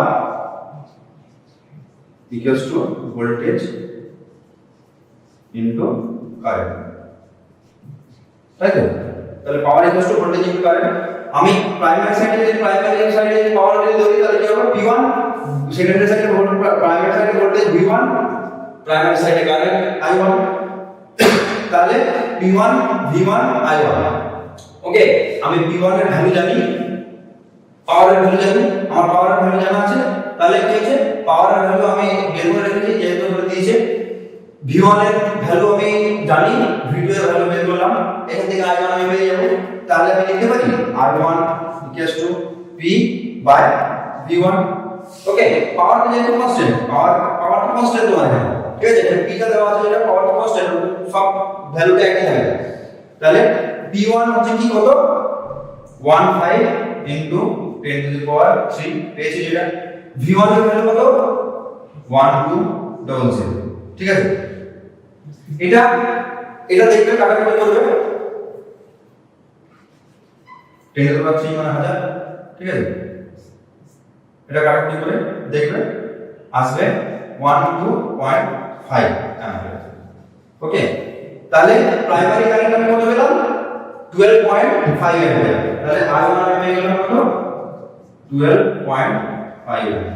ওকে, এটা ক্যালকুলেশন তোমরা করে নেবে। নেক্সট আমি কি হচ্ছে P2 ইকুয়ালস টু আমি লিখতে পারি V2 into I2, secondary power equals to secondary voltage into secondary current, এটাই তো, ঠিক আছে? তাহলে এখান থেকে আমি এটা লিখতে পারি I2 equals to P2 by V2। আমার এটা P1 আর এটা P2, দুটোই তো একই, দুটোই তো সেম, আমার দুটোই তো সেম।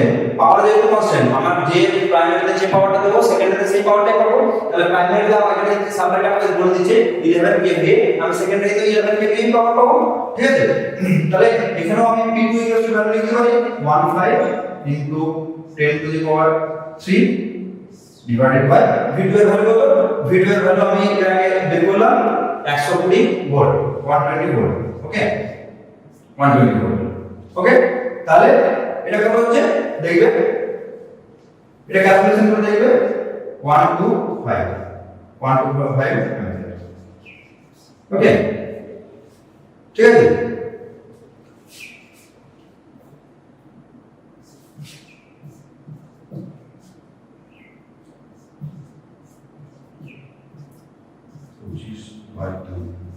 এটা করে দিয়ে দিচ্ছি 12 × 24 হ্যাঁ 10, এটা করে দিয়ে দিলাম, ঠিক আছে? এটা করে দিয়ে দিলাম, এটা এলো, দেখো এটা ছিল 25/2, এটা 12.5 অ্যাম্পিয়ার, এটা করে দিয়ে দিলাম, ঠিক আছে? এইভাবে এটা করা হবে, দেখিয়ে দিই তোমাদেরকে। এটা 10 টু দি পাওয়ার 3 মানে 1000, একটা শূন্য কেটে দিলাম, এটা কাটলাম, এটা বাই 2,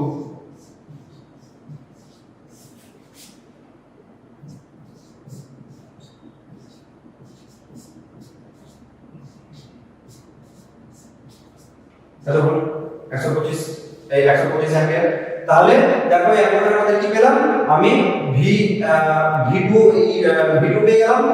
V2 এর ভ্যালু কত হলো 120, I1 এর ভ্যালু হলো কত 12.5 অ্যাম্পিয়ার, আর I2 এর ভ্যালু হলো কত 125 অ্যাম্পিয়ার। ওকে, এইভাবে তোমাদেরকে যে এই ফর্মুলাটা আমি বলে দিয়েছিলাম transformation ratio K =N2/N1, V2/V1, E2/E1, I1/I2, দেখো এই ফর্মুলাটা দিয়ে আমি কিন্তু এই পুরো অঙ্কটা করলাম, ঠিক আছে? এরপরে আরো অনেক রকমের নিউমেরিক্যাল তোমাদের আসে, এরপরে অনেক রকমের নিউমেরিক্যাল আমি শেখাবো বা বলবো, দেখবে সবকিছুতেই এই ফর্মুলাটা ফার্স্টে কাজে লাগবে। যত ফর্মুলা ট্রান্সফরমারের অঙ্ক তার নিউমেরিক্যাল গুলো সব এই ফর্মুলা দিয়ে কাজে লাগছে, ঠিক আছে? তো আজকে আমি তোমাদেরকে যে টপিকটা পড়ালাম আশা করি খুব ভালো লাগবে, তোমরা সব কিছু জানতে পারলে। নিউমেরিক্যাল পড়ালাম, নিউমেরিক্যালটা জানবে, তোমরা প্র্যাকটিস করবে নিজেরা, যে যে বই ফলো করছো সেখান থেকে তোমরা ট্রাই করবে, কিছু প্রবলেম হলে বলবে আমাদেরকে। আজকে এই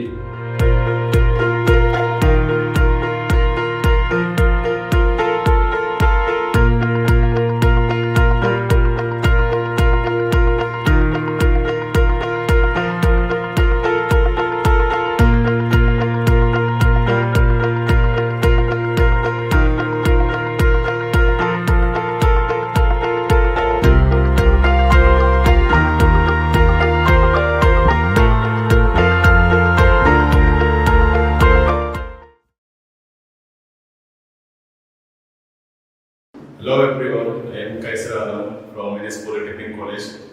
তো আমরা আগের ক্লাসটাতে দেখেছিলাম যে what is stress and what is the definition of stress. তো একটু আমি রিভিশন করে দিই। আগের ক্লাসটাতে আমরা কি কি পড়েছি, যে স্ট্রেস যেটা আমরা এখানে পড়েছিলাম যে sigma is equal to force by area. Actually, internal resisting force per unit area is called stress. তো আমরা এই জিনিসটাকে বলেছিলাম যে internal resisting force by area, এটা হচ্ছে সিগমা মানে stress. Stress is equal two, যদি আমরা এখানে ঠিক করে যদি বলি totally internal resisting force per unit area। আর একটা জিনিস আমি বলেছিলাম এর আগে কোশ্চেনটাতে যে প্রত্যেকটা পয়েন্টের ইন্টারনাল রেজিস্টিং ফোর্স আলাদা হয়, তার জন্য কি হয় প্রত্যেকটা পয়েন্টে আলাদা আলাদা আমাদের স্ট্রেস হয়। Stress is A point function. তো আমরা বলতে পারি যে প্রত্যেকটা পয়েন্টের আলাদা আলাদা স্ট্রেস হয়। আমরা যেটা বলি ফ্রম স্ট্যাটিক ইকুইলিব্রিয়াম, আমরা যদি কথা বলি স্ট্যাটিক ইকুইলিব্রিয়ামের যদি আমরা কথা বলি, তো আমাদের যতগুলো ইন্টারনাল রেজিস্টিং ফোর্স গুলো ছিল, summation of all the internal resisting force is equal to হয়ে গেছিল আমাদের কি external force applied. External applied force, এটা আমরা যদি কথা বলি যে ইন্টারনাল যতগুলো রেজিস্টিং ফোর্স লাগছে ওটা সামেশন করার পর যদি আমার ওটা ইকুয়াল হয়ে যায় অ্যাপ্লাইড ফোর্সে, দেন ইট ইজ কি বলতে পারবো আমরা যে stress is equal to applied force by area. This is the definition. তো আমরা এই টোটাল জিনিসগুলো আমরা দেখে নিয়েছি, স্ট্রেসের ডেফিনিশন দেখে নিয়েছি। আজকে আমরা কি দেখে নিব, স্ট্রেসের এটা হয়ে গেছে ডেফিনিশন। আজকে আমরা স্টার্ট করব স্ট্রেসের ইউনিট কি, ডাইমেনশন কি, এগুলো আমরা দেখে নেব। ওকে, তো চলো আমরা আজকে ইউনিট এন্ড ডাইমেনশন স্ট্রেসের দেখে নিচ্ছি। আমরা যদি এখান থেকে বলি যে স্ট্রেস যেটাকে আমরা সিগমা বলেছিলাম, সিগমা ইজ ইকুয়াল টু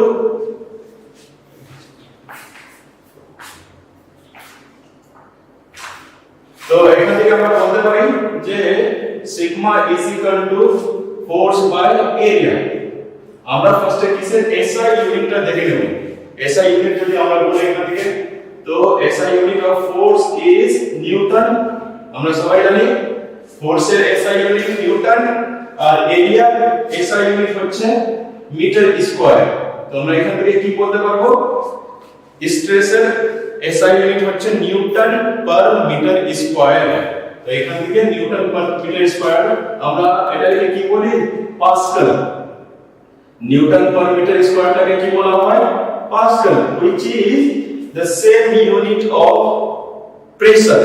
একটা জিনিস আরো বলে রাখি আমি যে প্রেসারের আর স্ট্রেসের দুটোই এসআই ইউনিট হচ্ছে পাস্কাল বা newton per metre square, but the difference is কে আমাদের যদি বলা হয় stress is internal resisting force per unit area, but আমার যদি প্রেসার ডেফিনিশন বলে প্রেসার হচ্ছে কি external applied force is known as আমাদের প্রেসার। আমরা যেটা বাইরে থেকে এক্সটার্নাল নরমাল অ্যাকচুয়ালি হয় এক্সটার্নাল নরমাল, নরমাল মানে হচ্ছে 90 degree to that surface.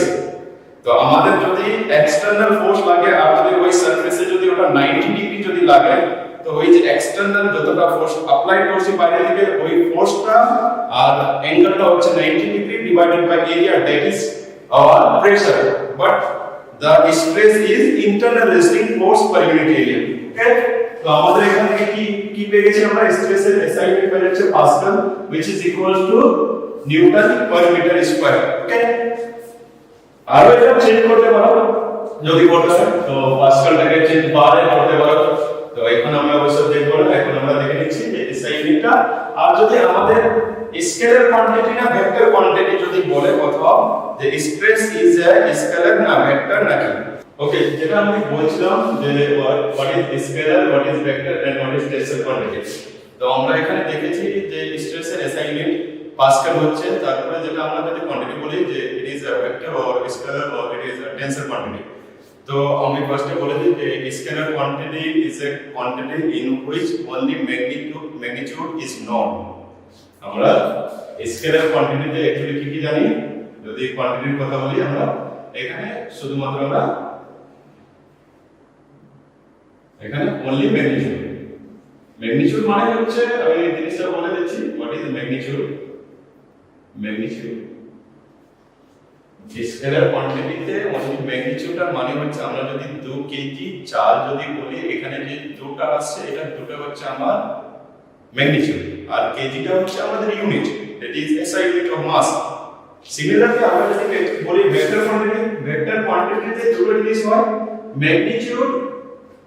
Magnitude plus direction. এটা এক্সাম্পলটা আমি দিচ্ছি, ভালো করে বলবেন।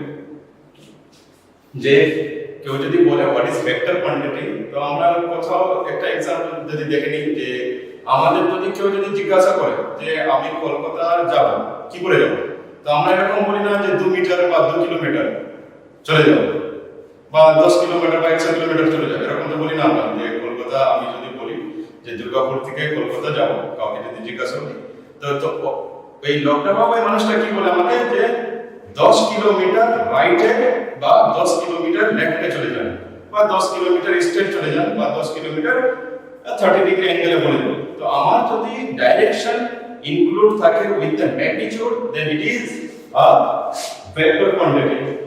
তো এই দুটোতে গেল। লাস্টটা যেটা আছে টেনসর কোয়ান্টিটি। টেনসর কোয়ান্টিটি হচ্ছে যে আমাদের একটা টাইপ অফ ভেক্টরি যেখানে ইনক্লুড হচ্ছে magnitude plus direction plus one plane. প্লেনের যদি কথা বলি, আমি এটা দেখিয়ে দিচ্ছি। This is a 3D picture. আমি যদি বলি এটা কিউবয়েড যদি বলি, then this is length, breadth and height. তো আমাদের এটা 3D পিকচার। আমি যদি বলি x আর y, আমার একটা প্লেন আছে, এটা ফেসটা একটা প্লেন, এটা একটা প্লেন, এটা, তো তিনটা প্লেন আছে, আর অপোজিট তিনটে ছোট প্লেন আছে টোটাল একটা কিউবয়েডে। তো আমার একটা প্লেন হবে, একটা টেনসর কোয়ান্টিটি প্লাস ম্যাগনিটিউড হবে প্লাস ডাইরেকশন হবে।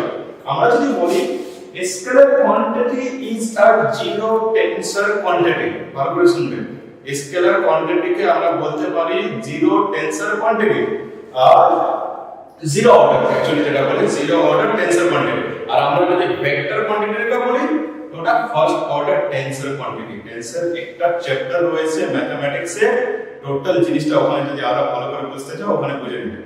আর নরমালি যদি এখানে যদি শিখতে চাও, তাহলে কি মনে রাখবে যে ম্যাগনিটিউড হবে, ডাইরেকশন হবে, আর এটার সাথে প্লেন হবে। তো আমাদের যদি স্ট্রেস বলা হয়, stress is a tensor quantity. আর টেনসর কি হবে, magnitude plus direction plus one plane.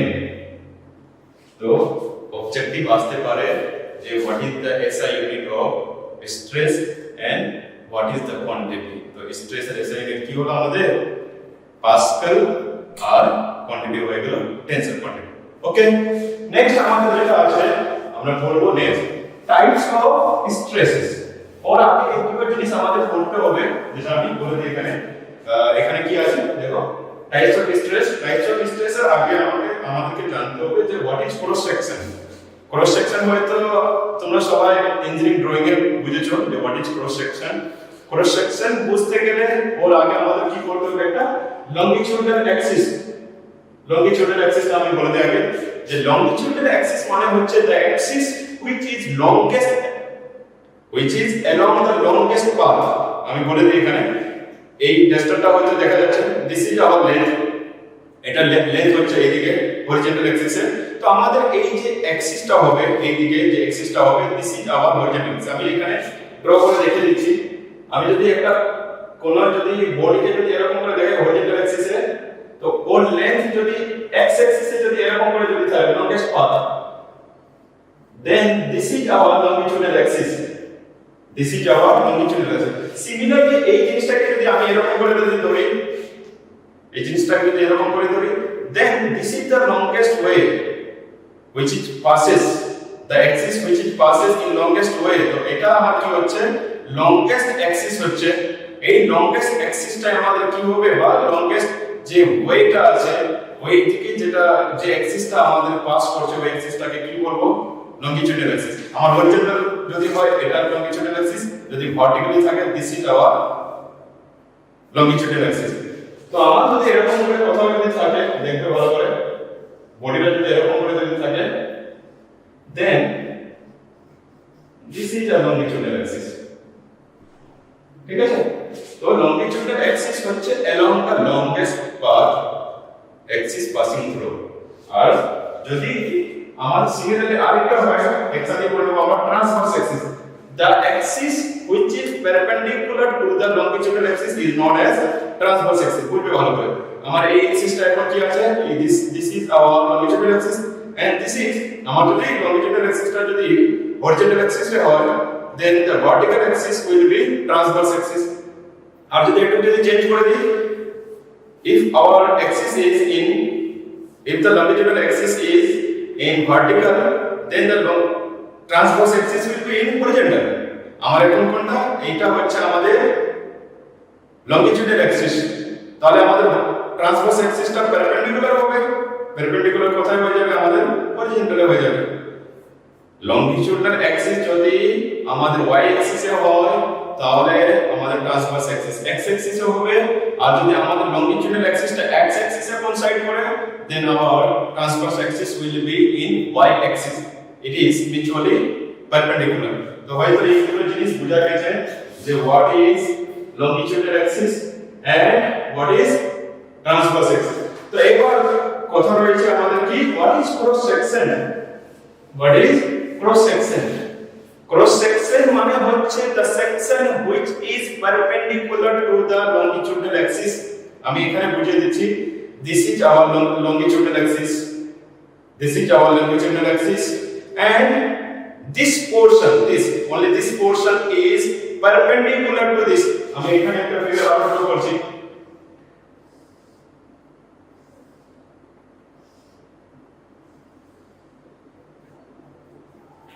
এটা হচ্ছে লঙ্গিটিউডাল অ্যাক্সিস আমাদের আর লঙ্গিটিউডাল অ্যাক্সিসের সাথে যে সারফেসটা আমার কি থাকবে যে সেকশনটা আমাদের কি থাকবে 90 ডিগ্রিতে থাকবে 90 ডিগ্রি কি করে হবে এই অ্যাক্সিসটার সাথে 90 degree this is our 90 degree কোন সারফেসটা আমাদের 90 ডিগ্রি থাকলো this surface is 90 degree to this longitudinal axis so একটা ওরকম সেকশন যেখানে longitudinal অ্যাক্সিসটা আমার 90 ডিগ্রি থাকবে ওই সেকশনটাকে আমরা কি বলবো cross section this is our cross section okay so cross section is a section which is perpendicular to the longitudinal axis এবার আমরা বলতে পারি এটা কি আমাদের longitudinal axis এর perpendicular না এটা আমাদের কোন মতেই আমাদের কি cross section হতে পারে না হ্যাঁ এটা হতে পারে this is our cross section and this is our cross section যদি এরকম করে যদি হতো তাহলে this is our cross section না longitudinal axis is passing through this আর এটা y axis এ আছে তো x axis এর আমাদের কি হয়ে যাবে cross section হয়ে যাবে হয়তো তোমরা বুঝতে পেরেছো ওকে তো আমাদের হয়ে গেল কি এটা cross section longitudinal axis transverse axis এবার আমরা বলেছি longitudinal axis is the axis which is along the longest path and the transverse axis is always perpendicular to this longitudinal axis cross section কি হয়ে যাবে the cross section is the surface area which is perpendicular to the longitudinal axis okay এই জিনিসগুলো মনে রাখলে তাহলে আমরা এই যে টাইপস অফ স্ট্রেস গুলো পড়বো এগুলো ইজি হয়ে যাবে তো এইগুলো আমাদের হয়ে গেছে এখন আমরা পড়বো কি types of stress type of stress এর ফার্স্ট স্ট্রেস হচ্ছে আমাদের কি লঙ্গিটিউডাল স্ট্রেস লঙ্গিটিউডাল স্ট্রেস মানে কি কে বলে দিবে তোমরা যদি শুনছো তাহলে লিখে নিবে the stress which is perpendicular to the cross section of the body is known as longitudinal stress কি বললাম the stress which is perpendicular দেখে নিবে ধরো এখানে একটা ফোর্স লাগছে এইদিকে এখানে একটা ফোর্স লাগছে which is this is our cross section আর এইদিকে যদি ফোর্সটা লাগে এখান থেকে তো which is perpendicular this cross section না তো একটা এরকম ফোর্স যেখানে ক্রস সেকশনের পারপেন্ডিকুলারলি লাগছে ওই পারপেন্ডিকুলারলি ফোর্স লাগানোর জন্য ইন্টারনাল রেজিস্টিং ফোর্স ডেভেলপ করছে আর যেখানে ইন্টারনাল রেজিস্টিং ফোর্স ডেভেলপ হবে ওখানে আমাদের স্ট্রেস কি হবে ডেভেলপ হবে তো the force which is perpendicular to this cross section and the stress developed due to this force is known as longitudinal stress. Okay, তো আমাদের longitudinal stress আবার দু তিন টাইপের হবে, আমি এখানে দেখিয়ে দিচ্ছি যে longitudinal types of longitudinal stress টাও দেখিয়ে দিচ্ছি আমি। longitudinal stress এখানে আমরা মেইনলি দুটো পড়বো, কি একটা হয়ে যাবে আমাদের টেনসাইল স্ট্রেস আর সেকেন্ডটা হয়ে যাবে আমাদের কম্প্রেসিভ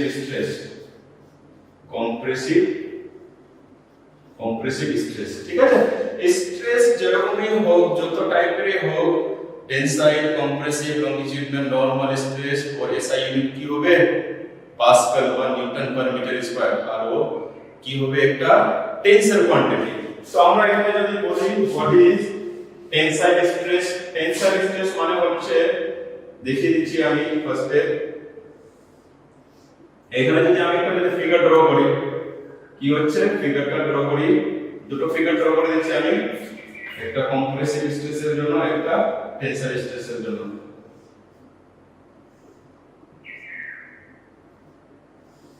এখানে ফোর্স লাগছে F, এখানেও F লাগছে ফোর্স, আর আমাদের এখানেও F লাগছে, which is perpendicular to this surface and this surface is known as এই সারফেসটাকে কি বলা হবে, this is cross section and the cross section এর, আর যদি cross section এর perpendicular force লাগে, ওই ফোর্সটার জন্য যে স্ট্রেসটা তৈরি হবে ওটাকে আমরা longitudinal স্ট্রেস বলি।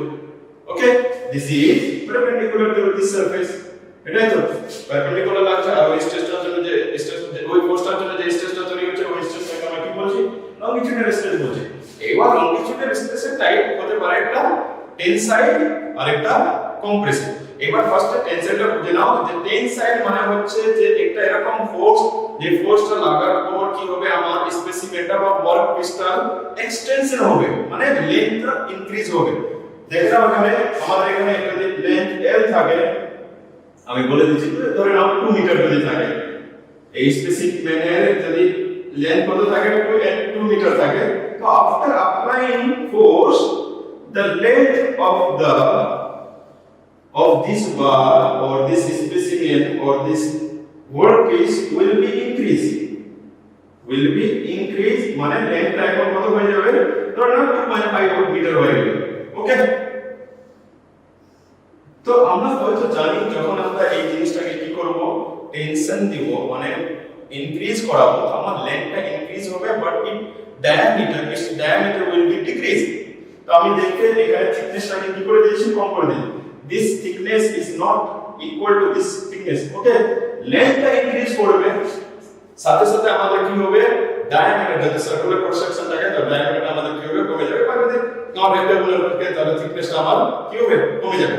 এখানে এই ফোর্সটার জন্য যে স্ট্রেসটা তৈরি হচ্ছে, it is known as tensile stress. তো ডেফিনিশনে কি লিখবে, যে when the force বা when the tension force is applied in a specimen or a specimen, then the stress developed is known as tensile stress। কি বলবে আরেকবার বলছি, when tension force is applied on a specimen, then the stress developed is known as tensile stress। ওকে, এখানে দেখেন আরেকবার similarly এই দেখে নেবে, এই কম্প্রেসিভ স্ট্রেসটাও দেখে নেবে। কম্প্রেসিভ স্ট্রেসটা যদি আমি বলি, টেনসাইল স্ট্রেসের জাস্ট অপোজিট হচ্ছে ঠিক। এখানে দেখো আমাদের কি হচ্ছিল, টেনসাইল স্ট্রেসে এটাতে বাইরের দিকে ফোর্সটা লাগছিল, মানে আমাদের লেন্থটা ইনক্রিজ হচ্ছিল। এখন কি হচ্ছে, আমাদের স্পেসিমেনের লেন্থটা কি হয়ে যাচ্ছে, কমে যাচ্ছে, but it dia is increases. দেখে বুঝতেই পারছো হয়তো যে আমি যদি এই স্পেসিমেনটাকে যদি এরকম করে যদি প্রেস করি, then this length will be decreased and its thickness or breadth will be increases।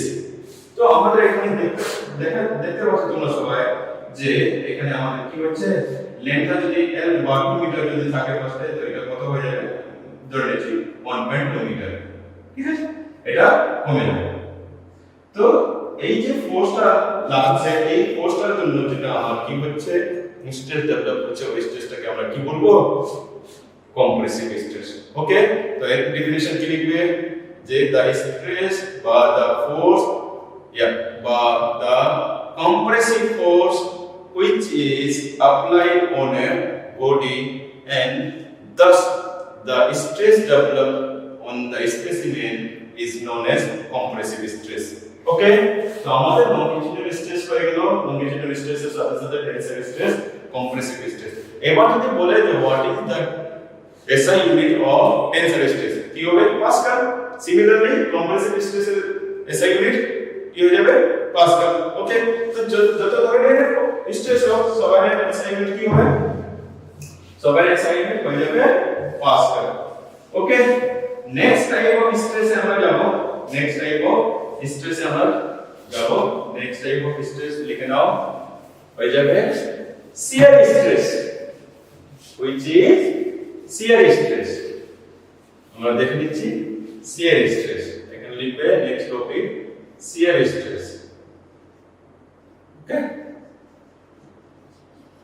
Shear stress এটাকে টাউ দিয়ে সিম্বলাইজ করা হয় কি দিয়ে tau this symbol is known as tau which is known as shear stress এবার বলি যে what is shear stress বা জিনিসটা হয়তো তোমরা একটু লক্ষ্য করেছো যখন আমি ফোর্সটা লাগাচ্ছি তখন কি হচ্ছিল আমার এই যে আমাদের লংজিটিউডাল অ্যাক্সিস along মানে হচ্ছে 0 ডিগ্রি বা প্যারালাল টু দিস অ্যাক্সিস দু তিনটা জিনিস মনে রাখবে along যখন বলবে তো যেদিকে along মানে 0 ডিগ্রি বা প্যারালাল টু দ্যাট অ্যাক্সিস আমি যদি বলি the force acting along longitudinal axis মানে কি longitudinal axis এর প্যারালাল লাগছে ফোর্সটা তো along প্যারালাল লাগছিল ফোর্সটা প্যারালাল লাগছিল তখন কি এটা তো আমার কি ক্রস সেকশন আর ক্রস সেকশনের পারপেন্ডিকুলার যে অ্যাক্সিসটা ছিল আমাদের কি ছিল longitudinal axis আর longitudinal axis এর দিকে যখন ফোর্সটা লাগছিল that was our longitudinal stress but এখন আমাদের কি হবে longitudinal axis এর দিকে না অ্যাক্ট করে ফোর্সটা কোথায় অ্যাক্ট করবে এন্ড দিস সারফেসটা প্যারালাল আমাদের ফোর্সটাকে কোথায় লাগছিল perpendicular to this surface was perpendicular to this surface আমার ফোর্সটা এরকম ভাবে লাগছিল এবার কি হয়ে যাবে আমার ক্রস সেকশনের প্যারালালি ফোর্স লাগবে আমার এই সারফেসটা আমার কি ক্রস সেকশন আর ক্রস সেকশনের যদি ফোর্সটা আমার যদি এরকম করে লাগে প্যারালাল টু দিস সারফেস আমার পারপেন্ডিকুলার যখন ক্রস সেকশনে লাগছিল দ্যাট ওয়াজ আওয়ার লংজিটিউডাল স্ট্রেস আমার যদি ফোর্সটা যদি পারপেন্ডিকুলার টু দিস সারফেস যদি লাগে ক্রস সেকশনের যদি পারপেন্ডিকুলার লাগে তাহলে ওই ফোর্সটার জন্য যে স্ট্রেসটা তৈরি হচ্ছে ওই স্ট্রেসটাকে বলবো আমরা লংজিটিউডাল স্ট্রেস বাট আমার যদি ফোর্সটা ডাইরেকশনটা চেঞ্জ করে যদি ক্রস সেকশনে যদি আমরা কি করে দিই পারপেন্ডিকুলার এর জায়গায় আমরা যদি কি করে দিই প্যারালাল করে দিই then the stress developed is known as shear stress okay তো আমরা এখানে একটা ছবি ধরে নেব দেখে নেব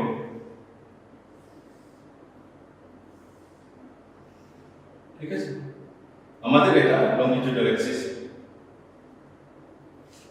এটা আমাদের লংজিটিউডাল অ্যাক্সিস ঠিক আছে তো আমাদের ফোর্সটা আগে কোথায় লাগছিল দিস ইজ পারপেন্ডিকুলার আর ফোর্সটা লাগছিল আমাদের এই দিকে লাগছিল ফোর্সটা এইরকম যদি ফোর্সটা লাগে then it is for this force the stress developed is longitudinal axis but এবার আমরা কি করব এই ফোর্সটাকে এই যে ফোর্সটা আছে এই ফোর্সটা নিব না আমরা ফোর্স নিব কোন দিকে একটু আমি চেঞ্জ করে দিই ফোর্সটা আমাদের নিব একটু চেঞ্জ হবে the force will be parallel to this surface আর আমরা একটা দিকে দেখাবো একটা ডাইরেকশন হবে যেহেতু এটা এই ডাইরেকশনে যদি দিই তাহলে এই ডাইরেকশনটা inserted inside this surface that's why we will do this তো আমাদের ফোর্সটা যদি এটা ফোর্স লাগে ধরে নাও শিয়ার ফোর্স লাগে শিয়ার ফোর্স এফএস যদি বলে দিই আমি তো আমাদের যদি বলে শিয়ার ফোর্স কি ফার্স্ট ডেফিনিশনে তো শিয়ার ফোর্স বলবে the force which is parallel to the cross section বা আমাদের যদি বলে which is perpendicular to the longitudinal transverse axis not longitudinal axis the force which is perpendicular to transverse axis is known as shear force তো এখানে যদি বলে যে what is tau কি বলবে the stress the stress develop when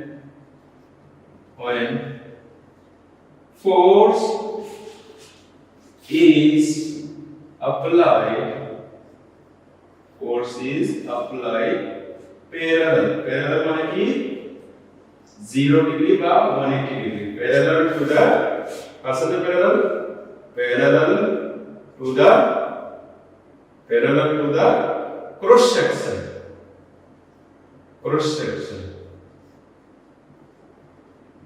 is known as shear stress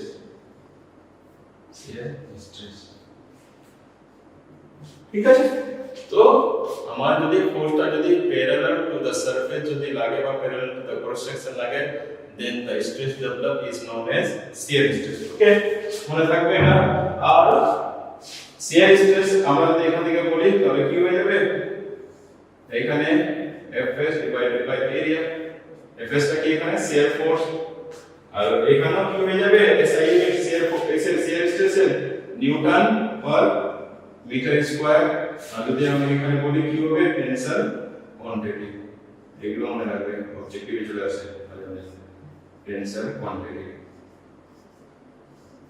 ওকে এইটুকু হয়তো তোমাদের জানা গেছে এরপর আমরা স্ট্রেস সিম্পল আমাদের চ্যাপ্টারটার নাম কি ছিল সিম্পল স্ট্রেস স্ট্রেন তো আমি সেকেন্ড ডেফিনিশনটা একটু তোমাদের দেখিয়ে দিই হোয়াট ইজ স্ট্রেন ঠিক আছে শিয়ার stress types of stress unit and dimensions definitions আমাদের stress এর হয়ে গেছে এবার আমরা দেখে নেব what is stress then what is strain তো আমাদের নেক্সট টপিক হয়ে যাবে strain okay it is symbolized by this which is known as epsilon এটাকে কি বলে দিবে epsilon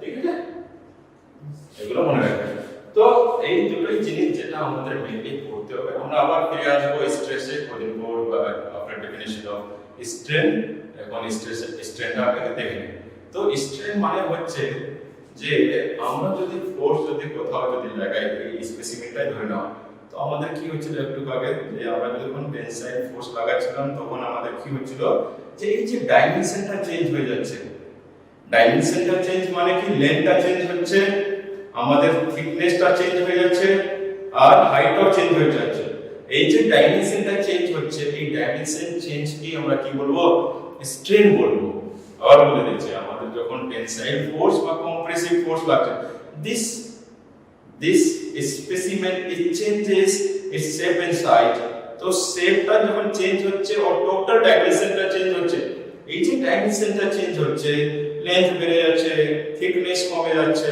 উইডথ কমছে বা আমাদের উইডথ বেড়ে যাচ্ছে লেন্থটা কমে যাচ্ছে তো এই যে চেঞ্জেস হচ্ছে এই চেঞ্জেস গুলোকে আমরা কি বলবো স্ট্রেন বলবো সো আমাদের যদি এখান থেকে যদি স্ট্রেন যদি বলে ডেফিনিশন কি বলবে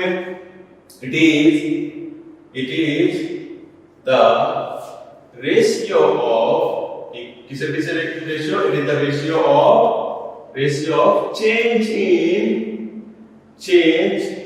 in dimension মনে রাখবে it is the ratio of change in dimension and original dimension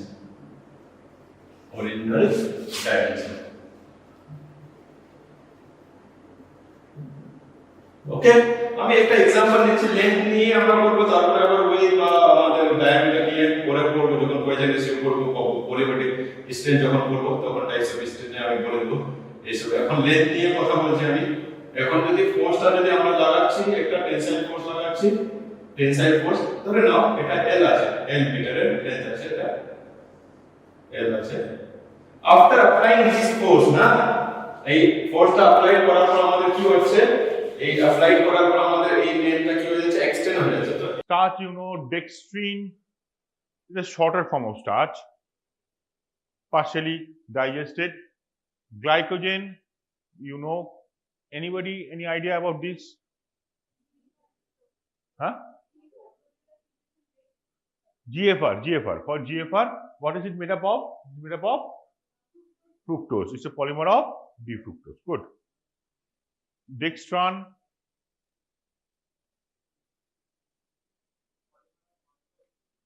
maltose, galactose. It's a dye. Agar, again it's a polymer of galactose. It is found in seaweeds, agar. Agar, did you ever have agar? Yes, in which form? Very good. The jelly kind, jelly-like of things. Custards and those things, so they add. Good, very good. Cellulose. Did you have ever had cellulose? Vegetables full of cellulose, correct? Very good. Difference is glycogen and starch and dextrin, they contain D-glucose, sorry, alpha D-glucose, and cellulose contain beta D-glucose.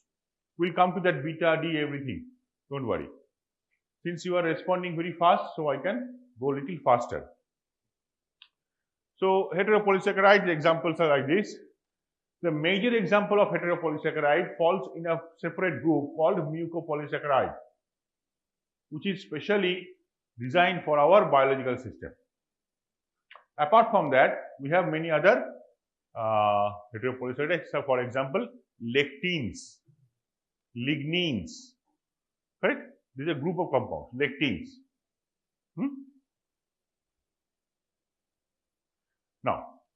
Now the first long question we have finished from this chapter, that is classify carbohydrate.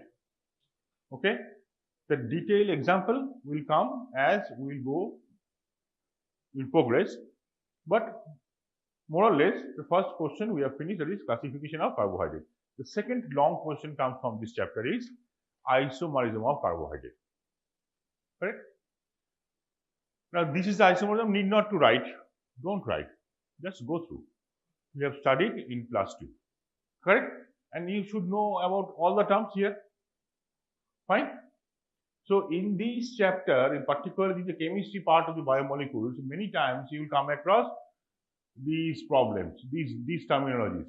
So then you should be able to correlate what I am talking about.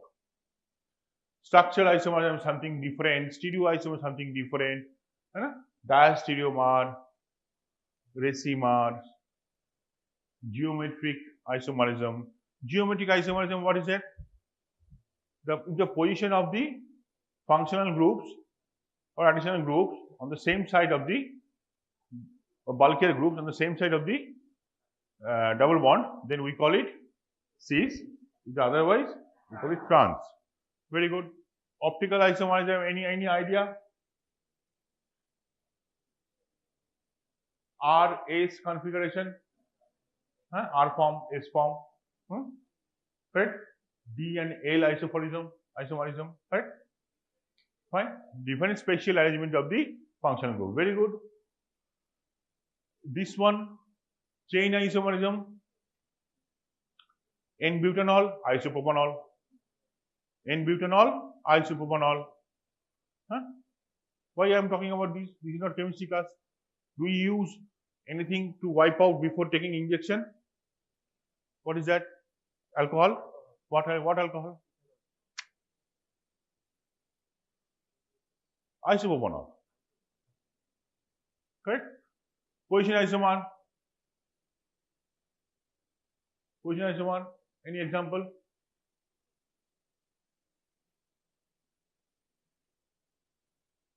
The double bond can change. The functional groups can change. Example, one butan who will go. আমি biomolecules থেকে বলছিলাম, যেমন beta alanine, এটা amino acid, তাই না? Functional গ্রুপটা beta, amino গ্রুপটা beta carbon থাকে, আলফা কার্বন থাকে না, তাই না? কিন্তু অ্যামিনো অ্যাসিড, কিন্তু আলফা অ্যালানিন, এটা হচ্ছে beta alanine. Now regarding isomerism, these 5 forms we must remember. At least you can write as many as possible, but these 5 should be sufficient to get you good marks. If you can explain these terms under the heading of isomerism of carbohydrate. Clear? First one, D and L isobound. Second one, small d or plus, and small l or negative. Third one, anomerism. Fourth one, epimerism. And fifth one, pyranose and furanose forms.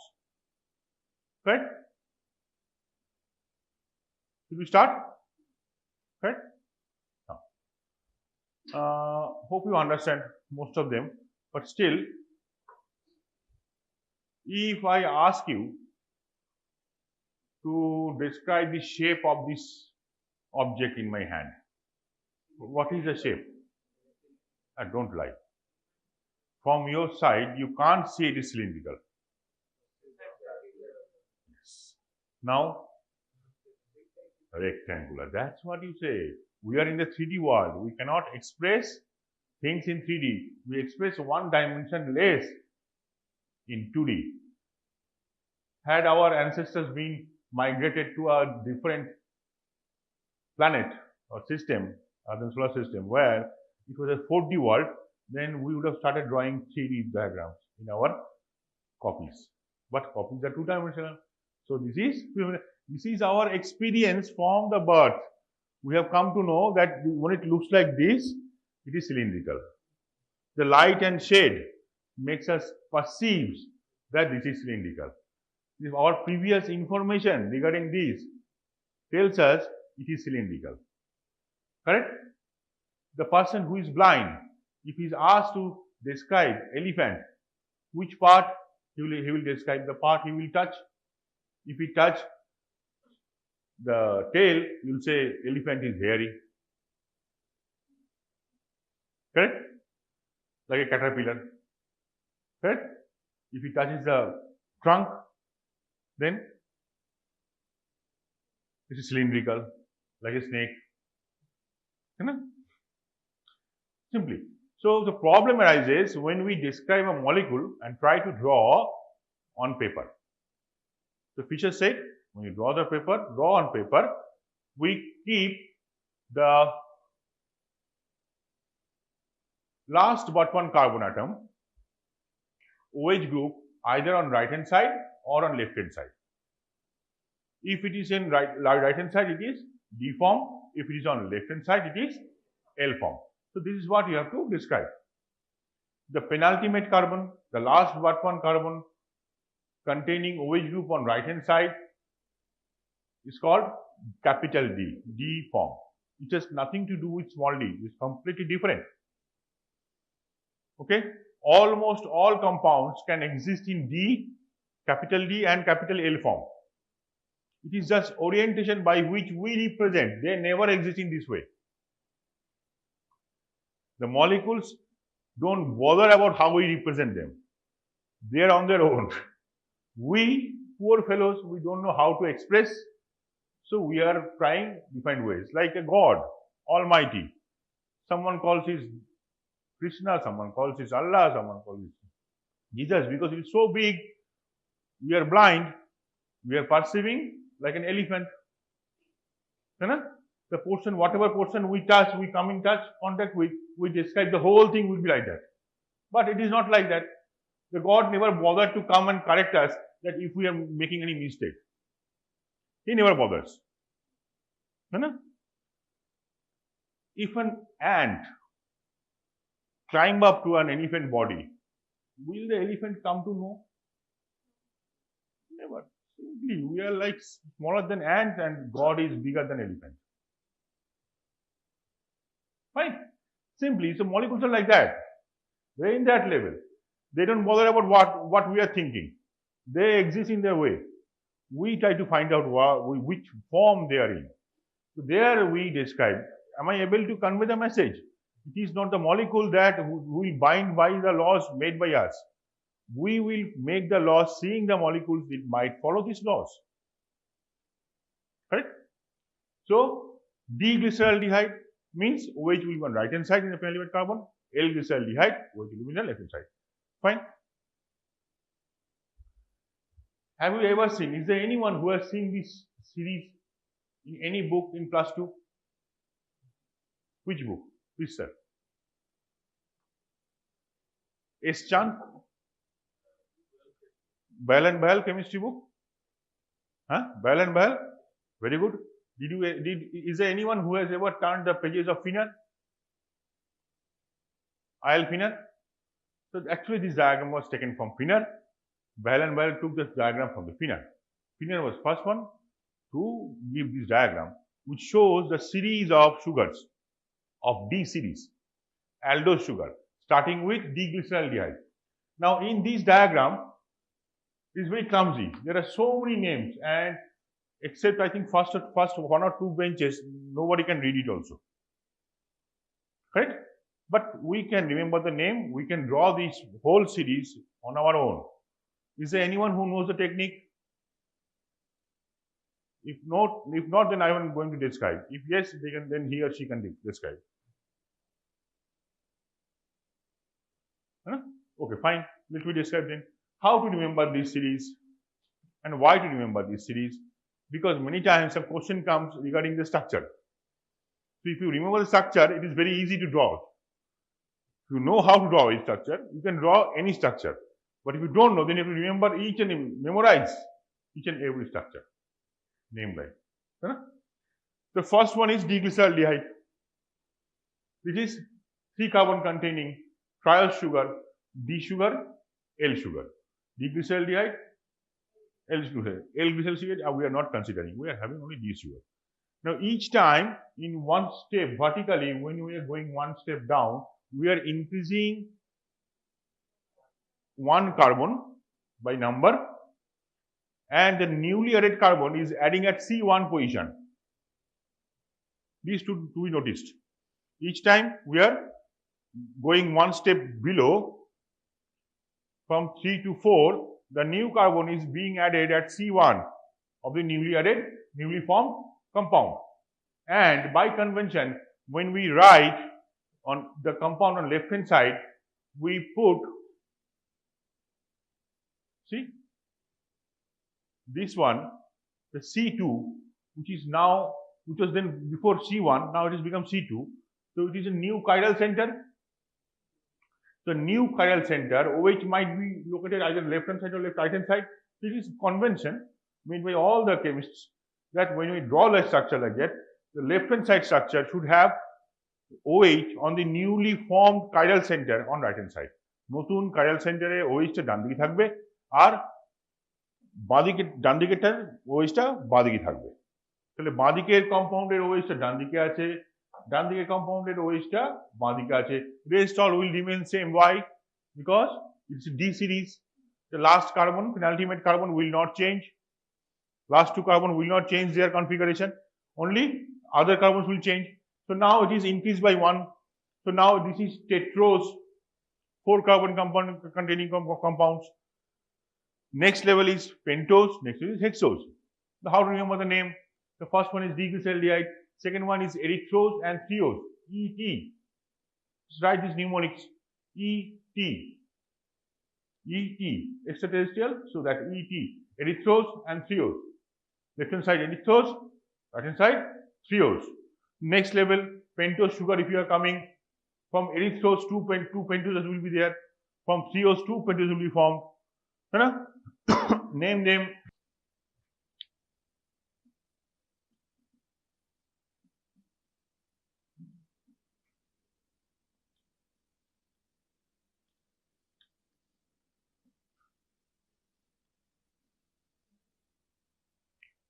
Ring all xylophone loudly. Pentose sugar, ribose, arabinose, xylose, lysose, LYXOSE. Right? Lysose. For pentose sugar, for hexose sugar,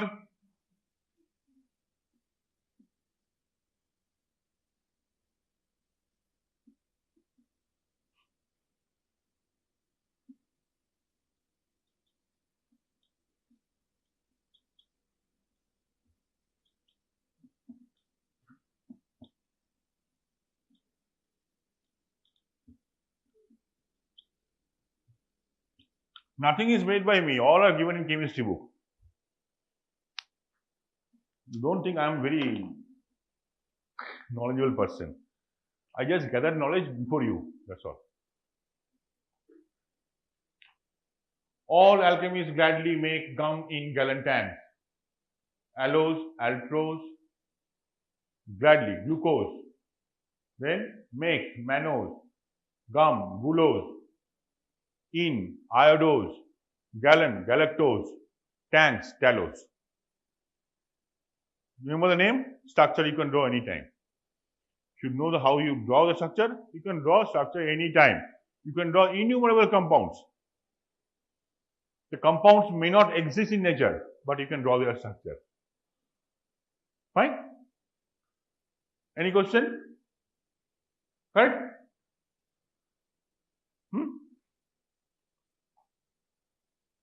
Fine? Similarly, for keto sugar, do we have any series? Yes, we do. For D-ketose, we start with dihydroxyacetone. The first member, dihydroxyacetone, triose, keto triose. Next step, it forms only one form. Other form is not available. Tell me why. In this case, the newly added carbon is at C2, correct? And the next carbon should describe its isoform, right or left. The next one cannot be right left. Why? Because it is D series. So we don't have any corresponding sugar for thiose in keto series. We have only erythrulose. Fine. So that's why naturally the next step it will be less again. Instead of 8, we have only 4, we will have only 2 ribulose and xylulose. This was Cysose, P remains silent. Cysose, fructose, sorbose and tagatose. So here we know where is the fructose, where is glucose in the series. So if we call what we name one aldopentose, arabinose, name one ketopentose, xylulose, name one ketohexose, fructose, sorbose, cysose, tagatose, correct? If they ask you to draw the structure also, you can draw. It may take some time, but you can draw. Correct? You need not to memorize the structure anymore. If you remember the method. Correct? Now, this is assertion, rule. In the present system on Earth, in our body, we find most of the sugars in D form and amino acids in L form. The opposite is possible? Question mark. Yes, possible. Now also it is there. But it is made with an goal to make it resistant against the enzymes produced by us, because our enzymes, they can digest D sugars containing substances, L amino acid containing substances. We cannot digest compounds formed by D amino acid and L sugars. So where possibly could you find these compounds? The compounds containing D amino acids and L sugars. The cell wall of bacteria. They want them to be protected from the enzymes of our body. Our enzymes can digest only compounds formed by L amino acid and D sugars. So they make their outer part of the cell wall with this, so that we cannot digest the outer part of the cell. Right? But inside they utilize the same nutrients what we use. So their metabolism runs on with this. But outside protection is like that. So that's why many bacteria we cannot digest. But there are so many bacteria we digest. How? We have a specialized enzyme called lysozyme. We have a specialized enzyme called lysozyme. Lysozyme can cleave that particular cell membrane, cell wall. Right? Even we have. protection. Correct? They are not invincible. Fine. So there are some important structures. Anyway, we'll come to that structure later. We'll see D and L refers to. Let's go through it. Already I have described. 2N rule and all these things are not required to remember now because you are studying medical biochemistry. Now, anomers. Anomers. Anybody is having any idea about acetal and hemiacetal, ketal and hemiketal? When aldehyde and alcohol combine, they form acetal. When keto and alcohol combine, they form ketal. When these two molecules, functional group, are part of the same molecule, it is called hemiacetal or hemiketal respectively. কি বললাম একই মলিকুলের মধ্যে aldehyde এবং ketone group alcohol group থাকলে তারা যদি combine করে তাকে বলা হয় অ্যাসিটাল একই মলিকুলের মধ্যে কিটো গ্রুপ এবং অ্যালকোহল গ্রুপ থাকলে তারা যদি কম্বাইন করে তাকে বলা হয় কিটাল এবং যদি এই দুটো গ্রুপ একই মলিকুলের মধ্যে থাকে সেম মলিকুলের পার্ট হয় তাহলে তাকে আমরা বলবো hemiacetal or hemiketal respectively Now this is a molecule, example of molecule which has aldehyde group and many alcohol group. So if the C1 aldehyde group combines with C5 alcohol group, then it forms this kind of structure.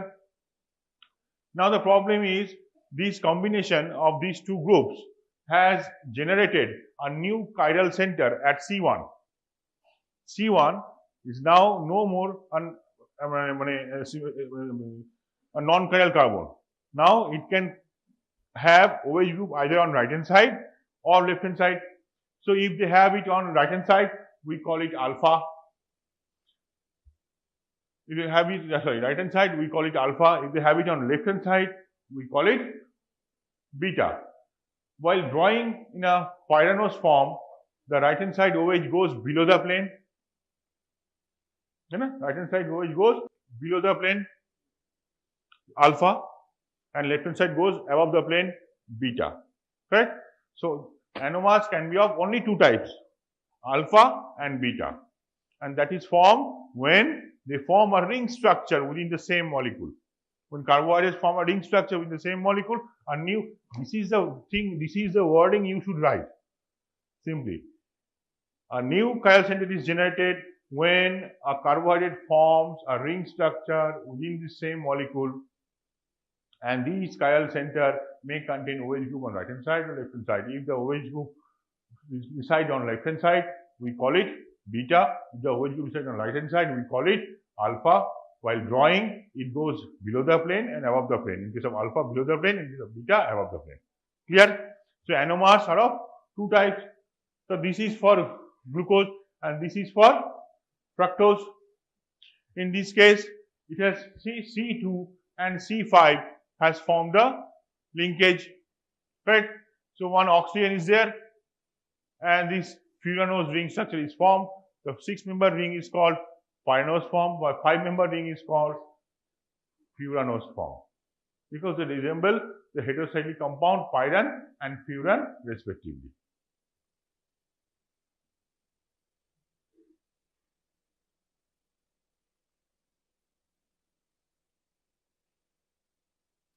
This is something which we do not want to discuss now, not required. We go to next form, epimers.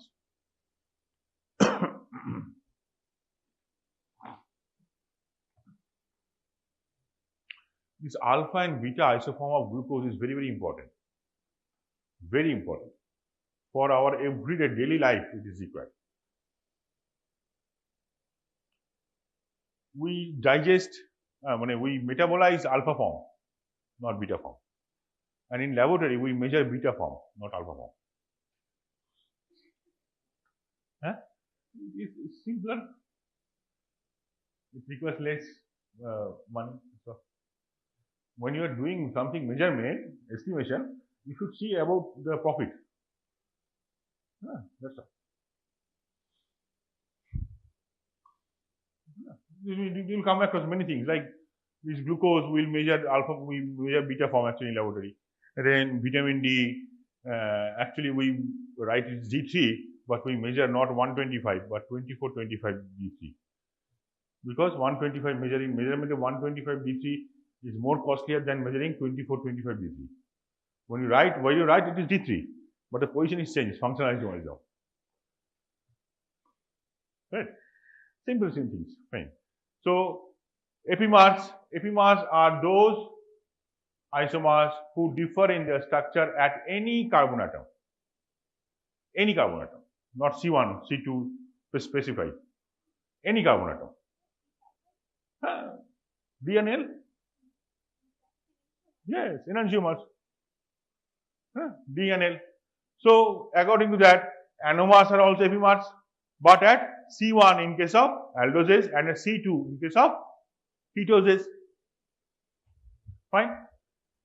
So examples epimers, two beautiful examples are there. Glucose and galactose are epimers at C4, and glucose and mannose are epimers at C2. You want to see the structure? Glucose and galactose. Check out at C4. See, all the structures are same configuration except C4. Check out glucose and mannose at C2. See, try to remember, see and remember. Right? Good. Now, what type of glucose is alpha or beta? Alpha. Good. Very good. And this one, mannose? Alpha. Very good. Brilliant.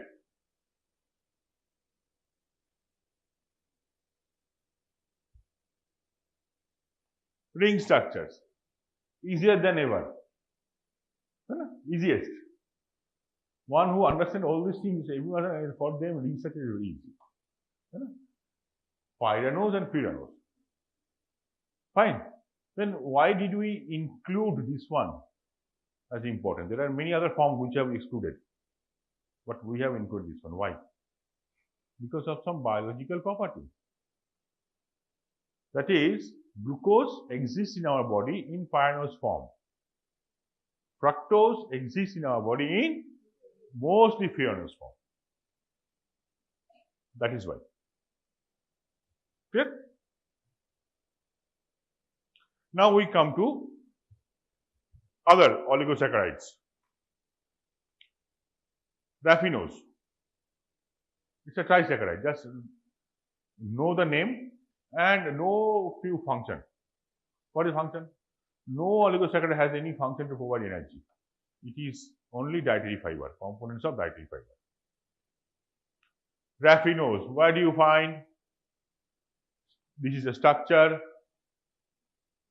of raffinose. What is structure? Very easy. Can you tell me what is this structure? Sucrose. This is glucose and this is fructose. So glucose and fructose combine to form sucrose. To that, at 6th position, if you add one galactose, it becomes raffinose. What is raffinose? It is found in vegetables. See, D-galactose and sucrose. Mostly found in, not found in the digestive tract. Right? Now, next is stachiols. Tetrasaccharide. We find the same again in vegetables. Structure. Add one more galactose to that. Very simple. Add one more galactose to C6 of the existing raffinose. It becomes stachiols. Fine. Next is pentasaccharide, means Roman 5. Roman 5 means with what? V. Starts with V. Verbacose. So verbacose is a pentasaccharide. It is also found in vegetables similar to raffinose and stachiols. Cannot be digested by human, but it has got an extra property. It can be used as an artificial sweetener. Artificial sweeteners are those compounds which give sweet taste but will not give any energy. Structure, just add one more galactose in the same way to stachiols. It will become verbose. So now you know the examples and structure of at least one trisaccharide, tetrasaccharide, pentasaccharide. Beyond that, none of us know, no one will ask. Correct? Once you know the limitation of the teacher, you can make your limitation for studying also. You know? Fine. These are sugar alcohols. Ribose, when oxidized to form, oxidized or reduced, sorry. Reduced, it is formed ribitol. Now, this is gluconic acid and this is glucuronic acid. What is the difference?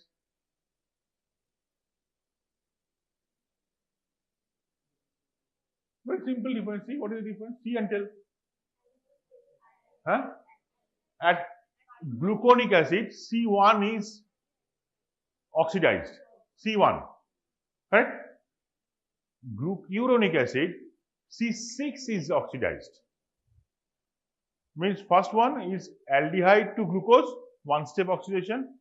Second one, alcohol to glucose, two step oxidation. Now, is it possible that you are going for two step oxidation of C6 and C1 will remain unoxidized? Is it possible? Is it possible? Can you reach number 0 from number 3 without touching number 2? No, not possible. So how do you achieve it? If you add bromine water, mild oxidizing agent, then glucose will be converted to gluconic acid.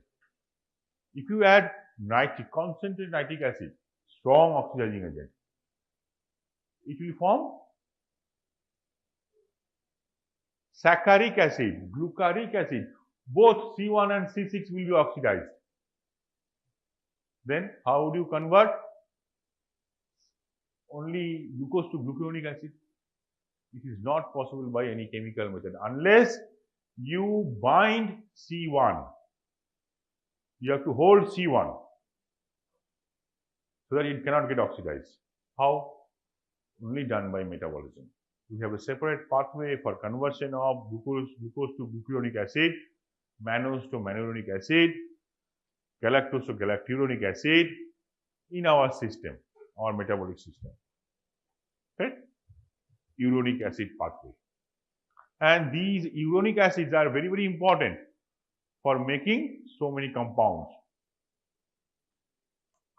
Sometimes the sugars are also derivated to amino sugars.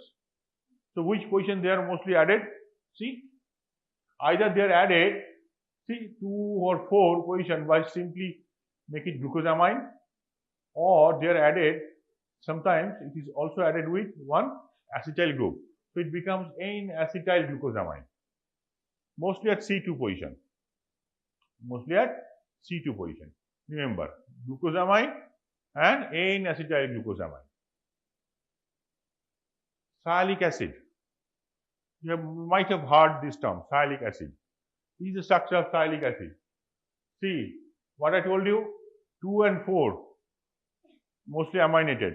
See here the example of 4 position aminated and 1 acetyl group is added. So this is sialic acid, N-acetyl neuraminate.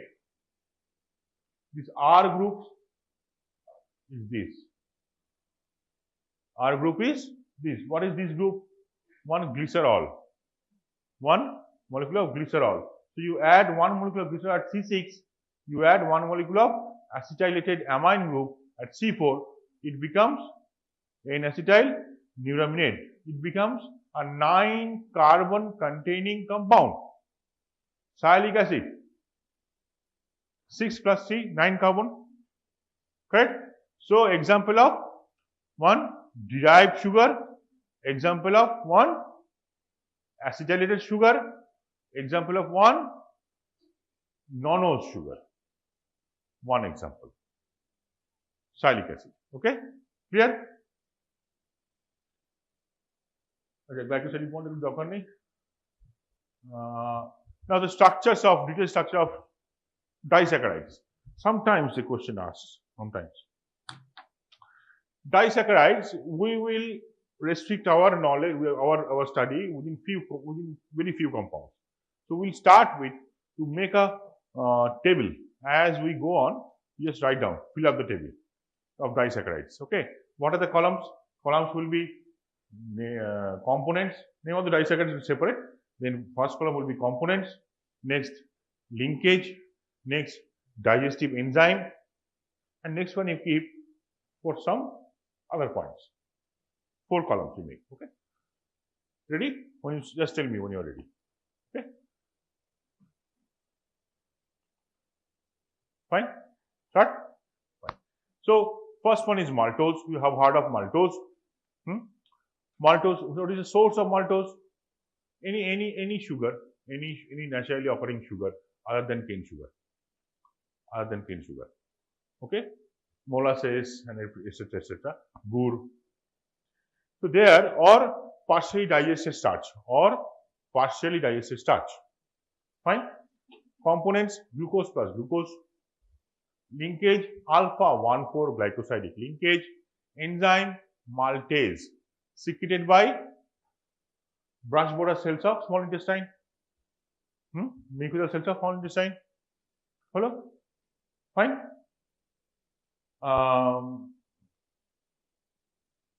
Uses, you write anything, no one ask. Next, isomaltose, made up of glucose and glucose, linkage alpha 1,6, digesting enzyme, isomaltase, so location, secretion source is same, brush border cells of small intestine, and function is not much. These are found in the branch points of undigested product of starch. One is linkage and glycogen.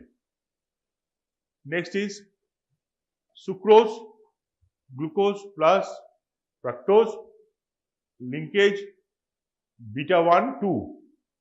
Actually, we should write beta 2 and 1 because fructose remain in beta form and glucose remain in alpha form.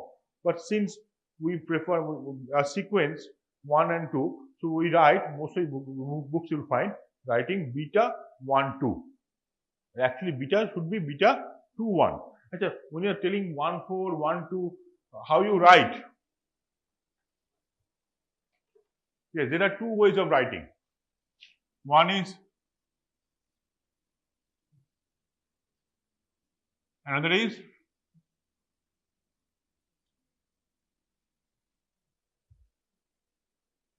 okay, clear? Any of this method you can follow. Okay, sucrose is done. Then enzyme is sucrase. Then lactose, glucose plus galactose, beta 1,4. This is not alpha 1,4. This is beta 1,4. Beta D galactopyranoside, alpha D glucopyranoside. The name. This is called heavy name also. Beta D galactopyranoside, alpha D glucopyranoside. The complete name of the compound. Anyway, so lactose is made up of glucose and galactose joined by beta 1,4 linkage. So here we require beta lactase. Lactase enzyme is different from alpha amylase. Beta lactase. Correct? Next. Now here some clinical correlation is present. Lactose intolerance, a disease called lactose intolerance. Just write lactose intolerance occurs in absence of lactase enzyme. We'll come to that in detail. Lactose intolerance occurs in absence of lactase enzyme. Hey, bullish. Oh, acha.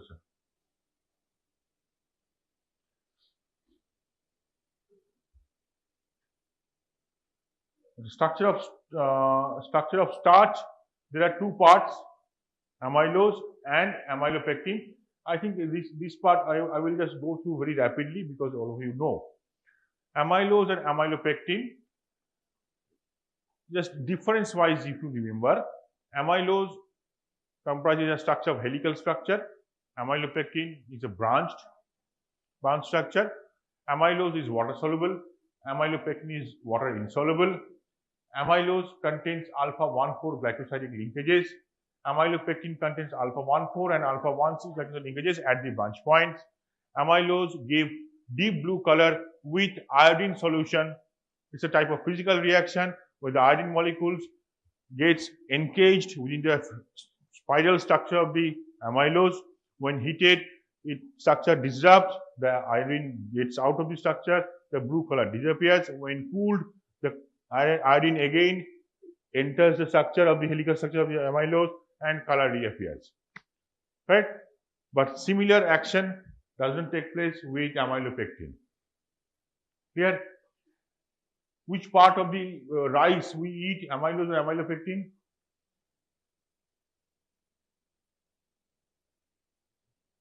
We throw away amylose and we eat only amylopectin in the form of rice bran. Correct? Amylose is 20%, amylopectin is 80%. So which is insoluble after boiling rice that we take, it's amylopectin, and we throw away. Suppose we purchase the rice of amount of 100 rupees, we throw away 20 rupees after boiling and eat 20 rupees, 80 rupees. Right? Anyway, so aging process, when you age the rice, you must have seen the ads, basmati rice aged 2 years, 1 year. Why?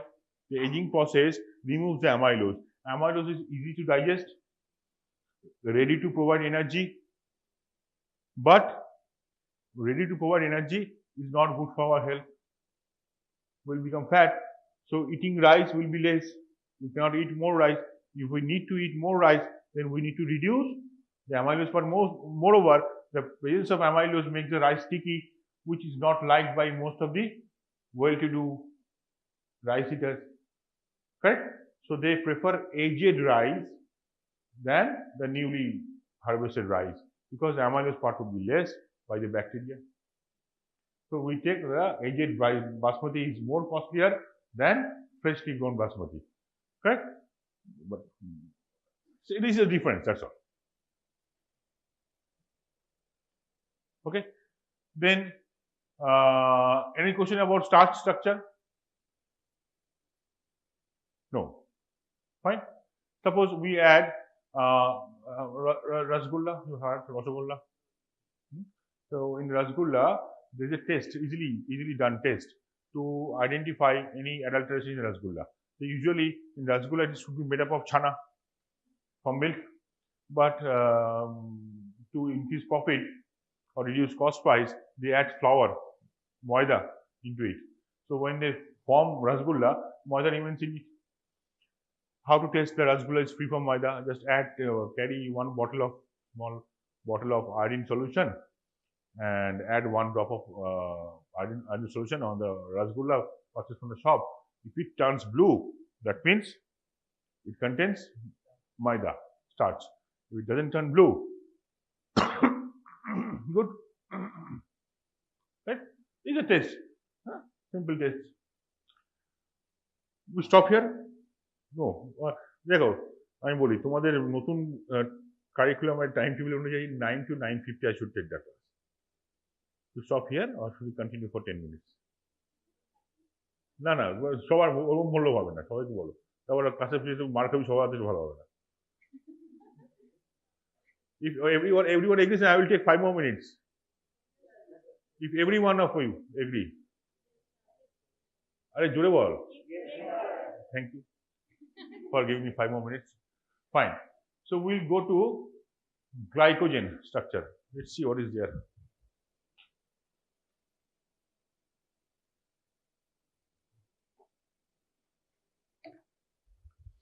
Glycogen structure is unique. It is somewhat like amylopectin, but it is more branched than amylopectin. It is somewhat like amylopectin, but more branched than amylopectin. Ideally, when you view glycogen molecule under microscope after staining, we see like this.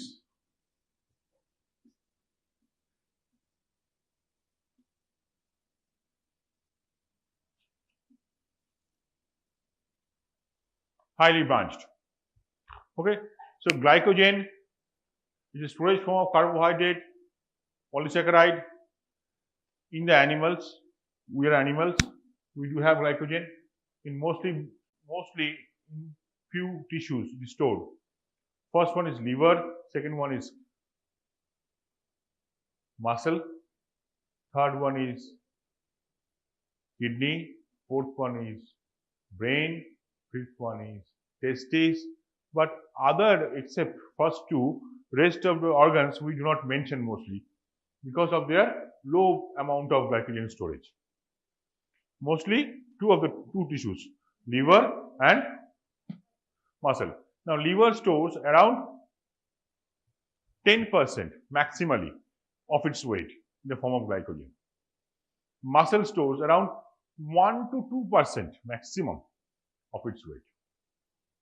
So which tissue contains more glycogen? Liver. Sure? One is muscle.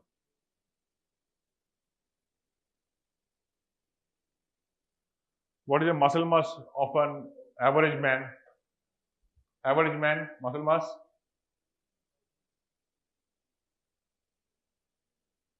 $35 kilo. Half of the, I'm going to 70 kilo, half.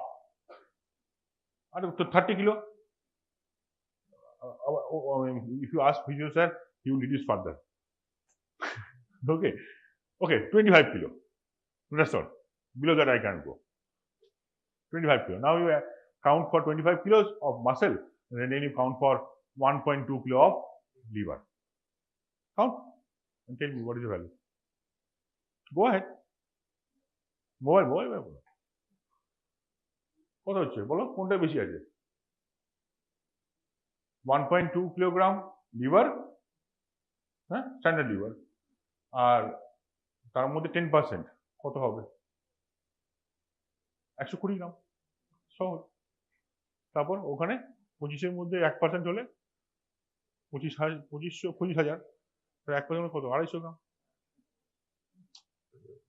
এটা দোকানে একটা অশিক্ষিত সবজি লাভ করে দেবে ওর অবস্থা খুব খারাপ তোদের বাড়ি কোথায়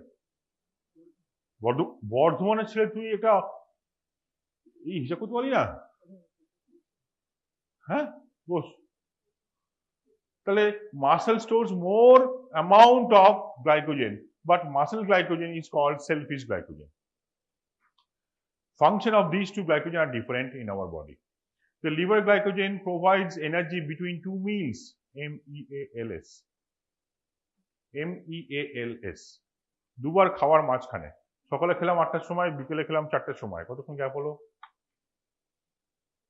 8 ঘন্টা তাই তো up to 4 to 6 hours from the meal the liver glycogen can provide energy beyond that it stops but next 2 hours I am still working something is maintaining our body energy and that is by gluconeogenesis but here for next between two we should have taken food by 1 o'clock right so between two meals usually it maintains the blood glucose level which one the liver glycogen but muscle glycogen fails to do so because of the absence of one particular enzyme glucose 6 phosphatase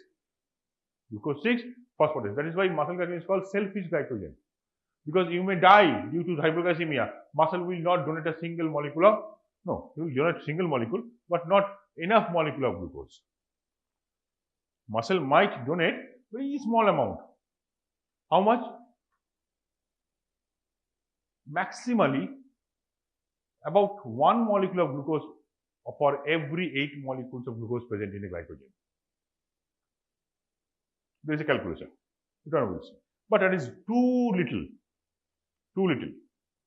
and insufficient it is almost negligible so muscle glycogen is that's why it's called selfish glycogen clear muscle glycogen does not require a specialized protein called glycogenin for its synthesis liver glycogen requires glycogenin for its synthesis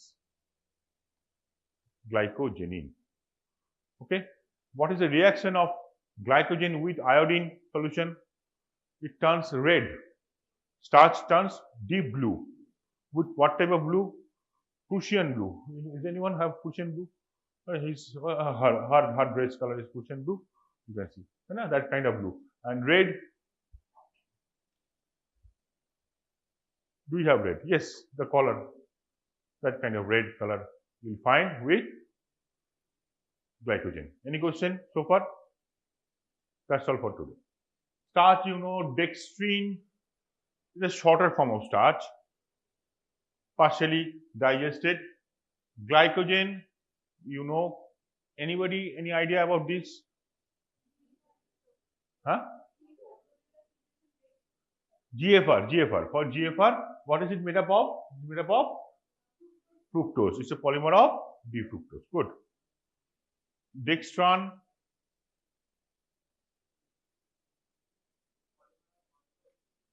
maltose, galactose. It's a dye. Agar, again, it's a polymer of galactose. It is found in seaweeds, agar. Agar, did you ever have agar? Yes, in which form? Very good. The jelly-like of things, custards and those things, so they add. Good, very good. Cellulose. Did you have ever had cellulose? Vegetables full of cellulose, correct? Very good. Difference is glycogen and starch and dextrine, they contain alpha D-glucose, and cellulose contain beta D-glucose. We'll come to that beta D everything. Don't worry. Since you are responding very fast, so I can go a little faster. So heteropolysaccharide examples are like this. The major example of heteropolysaccharide falls in a separate group called mucopolysaccharide, which is specially designed for our biological system. Apart from that, we have many other heteropolysaccharides. So, for example, lectins, lignins, correct? This is a group of compounds, lectins.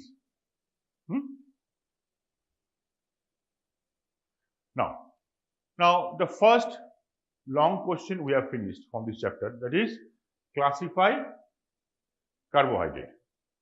Okay, the detailed example will come as we will progress, but more or less the first question we have finished, that is classification of carbohydrate. The second long question comes from this chapter is isomerism of carbohydrate. Correct? Now this is the isomerism, need not to write, don't write, just go through. We have studied in class 2, correct? And you should know about all the terms here. Fine. So in this chapter, in particular in the chemistry part of the biomolecules, many times you will come across these problems, these terminologies. So then you should be able to correlate what I am talking about. Structural isomerism is something different, stereoisomer is something different, diastereomer, racemers, geometric isomerism. Geometric isomerism, what is that? The position of the functional groups or additional groups on the same side of the bulkier groups on the same side of the double bond, then we call it cis. Otherwise, we call it trans. Very good. Optical isomerism, any idea? R, S configuration, R form, S form, correct? D and L isomerism, correct? Fine.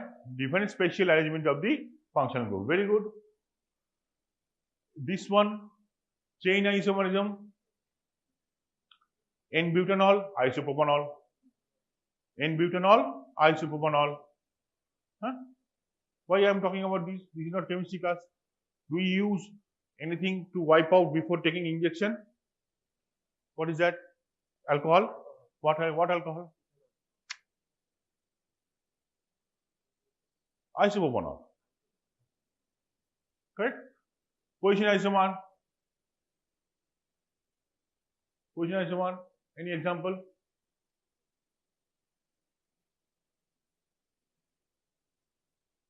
The double bond can change Functional groups can change, है ना? Example one buta ঢুকল গেল আমি biomolecules থেকে বলছিলাম যেমন beta alanine এটা amino acid है ना ফাংশনাল গ্রুপটা বিটা অ্যামাইনো গ্রুপটা বিটা কার্বন থাকে আলফা কার্বন থাকে না তাই না কিন্তু অ্যামিনো অ্যাসিড কিন্তু আলফা অ্যালানিন এটা হচ্ছে beta alanine Now regarding isomerism, these 5 forms we must remember. At least you can write as many as possible, but these 5 should be sufficient to get you good marks. If you can explain these terms under the heading of isomerism of carbohydrate. Clear? First one, D and L isoform. Second one, small d or plus and small l or negative. Third one, anomerism. Fourth one, epimerism. And fifth one, pyranose and furanose forms. Correct? Should we start? Correct? Now, hope you understand most of them, but still, if I ask you to describe the shape of this object in my hand, what is the shape? Don't lie. From your side, you can't see it is cylindrical. Yes. Now, rectangular. That's what you say. We are in the 3D world. We cannot express things in 3D. We express one dimension less in 2D. Had our ancestors been migrated to a different planet or system, other solar system, where it was a 4D world, then we would have started drawing 3D diagrams in our copies. But copies are 2-dimensional. So this is our experience from the birth. We have come to know that when it looks like this, it is cylindrical. The light and shade makes us perceive that this is cylindrical. If our previous information regarding this tells us it is cylindrical. Correct? The person who is blind, if he is asked to describe elephant, which part he will describe? The part he will touch. If he touch the tail, you will say elephant is hairy. Correct? Like a caterpillar. Correct? If he touches the trunk, then it is cylindrical, like a snake. Simply. So the problem arises when we describe a molecule and try to draw on paper. So Fisher said, when you draw on paper, we keep the last but one carbon atom, OH group, either on right hand side or on left hand side. If it is in right hand side, it is D form. If it is on left hand side, it is L form. So this is what you have to describe. The penultimate carbon, the last but one carbon containing OH group on right hand side is called capital D, D form. It has nothing to do with small d. It's completely different. Okay? Almost all compounds can exist in D, capital D and capital L form. It is just orientation by which we represent. They never exist in this way. The molecules don't bother about how we represent them. They are on their own. We, poor fellows, we don't know how to express. So we are trying different ways. Like a God, Almighty. Someone calls his Krishna, someone calls his Allah, someone calls his Jesus. Because it is so big, we are blind, we are perceiving like an elephant. The portion, whatever portion we touch, we come in contact with, we describe the whole thing will be like that. But it is not like that. The God never bothered to come and correct us that if we are making any mistake.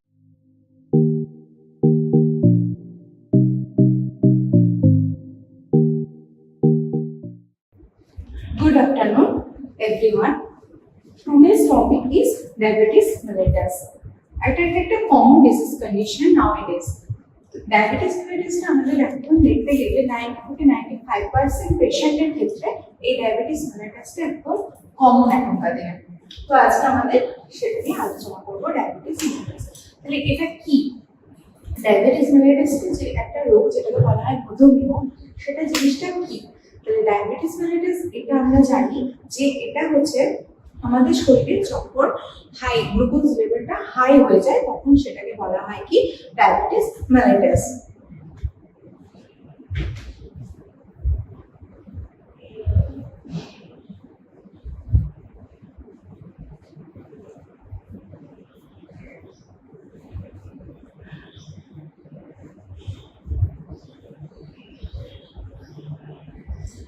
Glucose লেভেলটা যখন normal রেঞ্জের থেকে অতিরিক্ত হয়ে যায় তখন সেটাকে বলা হয় কি ডায়াবেটিস মেলিটাস। এটা একটা গ্রুপ অফ মেটাবলিক ডিজিজ। একটা সিঙ্গেল ডিজিজের জন্য ডায়াবেটিস মেলিটাস হয় না, এটা হচ্ছে একটা হেটেরোজেনিক ডিসঅর্ডার যেখানে আমাদের ব্লাড গ্লুকোজ লেভেলটা হাই হয়ে যায়। তাহলে নর্মাল যে ব্লাড গ্লুকোজ লেভেলটা সেটা 196 মিলিগ্রামের থেকে যদি বেশি হয়ে যায় পার ডেসিলিটার তখন সেটাকে বলা হয় কি আমাদের হাইপার গ্লাইসেমিয়া। তাহলে কি হচ্ছে কত 126 মিলিগ্রাম আমাদের যদি পার ডেসিলিটারে হয়ে যায় তখন সেটাকে বলা হয়। তাহলে ফার্স্টে গ্লুকোজ লেভেলটা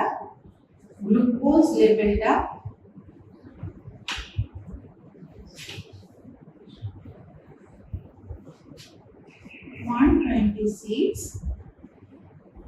পার ডেসিলিটার যখন হয় তখন সেটাকে বলা হয় কি হাইপার গ্লাইসেমিয়া বা ডায়াবেটিস মেলিটাস। তাহলে এই ডায়াবেটিস মেলিটাসের আরো বহু রকমের নেমে ডায়াবেটিস মেলিটাসটা পরিচিত। কি কি নাম হচ্ছে? এটাকে আমরা কমন একটা বলে থাকি মধুমেহ বলা থাকে, এটাকে রিচ ম্যান ডিজিজ বলা হয়ে থাকে, বা এটাকে হচ্ছে সুইট ইউরিন বলা হয়ে থাকে।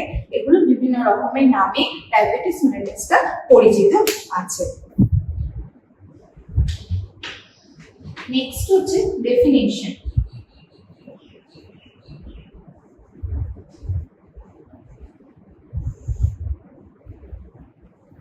ডেফিনিশনটা কি হচ্ছে? কিছুই না, যখন আমার গ্লুকোজ লেভেলটা ব্লাড স্ট্রিমের মধ্যে 126 মিলিগ্রাম পার ডেসিলিটারের থেকে ইনক্রিজ হয়ে যাবে তখন সেটাকে বলা হয় কি ডায়াবেটিস মেলিটাস। গ্লুকোজ লেভেলটা ইনক্রিজ হয়ে যাবে 126 পার ডেসিলিটার তখন সেটাকে আমরা কি বলে থাকবো যে আমাদের হাইপারগ্লাইসেমিয়া বা ডায়াবেটিস মেলিটাস হয়েছে। নেক্সট আসবো আমরা ক্লাসিফিকেশন।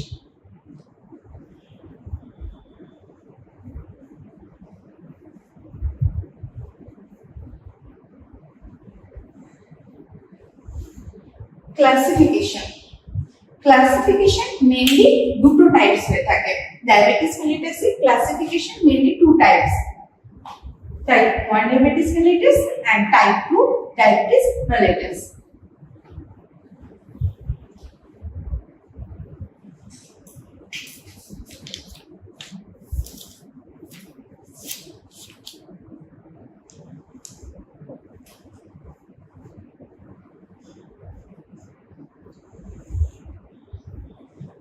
মেইনলি ডিএনএ দুটো ভাগ হয়ে থাকে। ডায়াবেটিস মেলিটাসে মেইনলি টু টাইপস,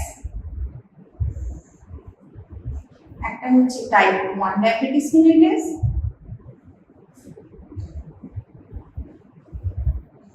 আরেকটা হচ্ছে টাইপ 2 ডায়াবেটিস মেলিটাস। এছাড়াও আরেকটা যে কমন ডায়াবেটিস মেলিটাস থাকে সেটা হচ্ছে gestational diabetes mellitus.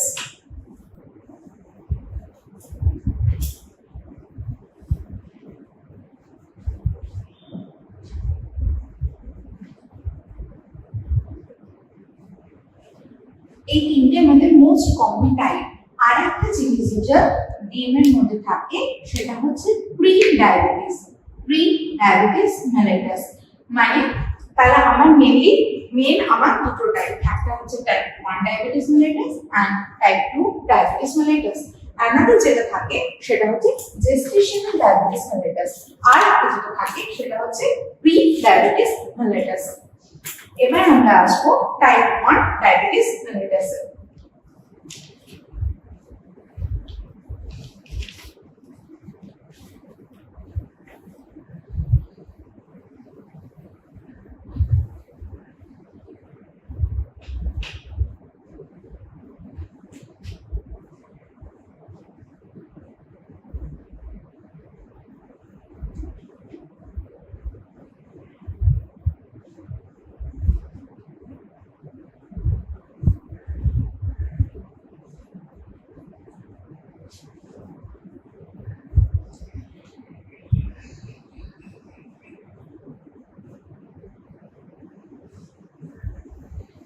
Type 1 diabetes mellitus, সেটাকে বলা হয় কি, মেইনলি এটাকে বলা হয় insulin dependent diabetes mellitus. Insulin dependent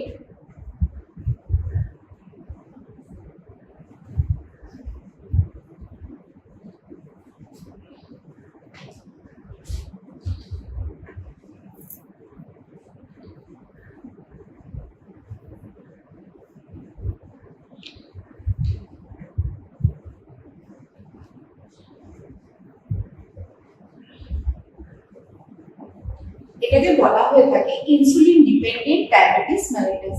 মানে এই ডায়াবেটিস মেলিটাসটা মেইনলি ইনসুলিন ডেফিসিয়েন্ট, ইনসুলিনের সাথে ডিপেন্ডেন্ট করে হয়ে থাকে।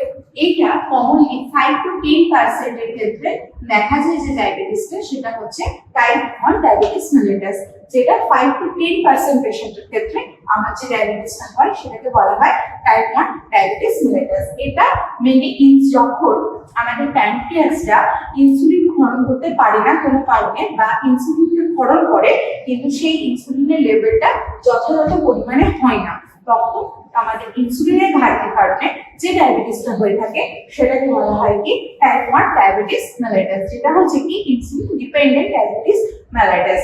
এখানে মেন যেটা হয় প্যানক্রিয়াস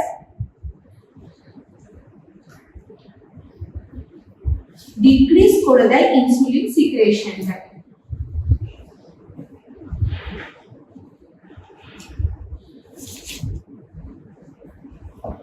সেটা প্যানক্রিয়াসের যে কোনো কারণে হতে পারে, হয় প্যানক্রিয়াসের কোনো টিস্যু ড্যামেজের কারণে হতে পারে, না হলে প্যানক্রিয়াসের যে নরমাল যেটা সেটা সেই যে কার্যক্ষমতাটা হ্রাস পেলে বা কোনো সার্জারি হলে এগুলোর থেকে হতে পারে। তার ফলে কি হয়ে যায়, প্যানক্রিয়াস ইনসুলিন সিক্রেশনটা যখন কমিয়ে দেয় তখন কি হতে শুরু করে, আমাদের গ্লুকোজ লেভেলটা ইনক্রিজ হতে শুরু করে। গ্লুকোজ লেভেলটা যখন ইনক্রিজ হতে শুরু করে প্যানক্রিয়াস ইনসুলিন লেভেলটা প্যানক্রিয়াস যে ইনসুলিনের সিক্রেশনটা সেটা ডিক্রিজ করে দেয়। এর ফলে গ্লুকোজ লেভেলটা আমাদের বাড়তে শুরু করে। এর ফলে মেইনলি দেখা যায় টাইপ 1 ডায়াবেটিস মেলিটাসটা। এটা ইনসুলিন ডিপেন্ডেন্ট ডায়াবেটিস মেলিটাস। সবসময় ইনসুলিনটা প্যানক্রিয়াসের দ্বারা ক্ষরণ হয় না, বা যে পরিমাণে ক্ষরণ হয় সেটা যথেষ্ট পরিমাণে থাকে না। এর ফলে এই জিনিসটা হয় বলে এটাকে বলা হয় insulin dependent diabetes mellitus. Mainly এখানে প্যানক্রিয়াসটা দায়ী থাকে এই ডায়াবেটিস এর কারণে। এটা একটা এর এক্সাক্ট কোন কজ এখনো পর্যন্ত জানা যায়নি, এক্সাক্ট কজটা আননোন।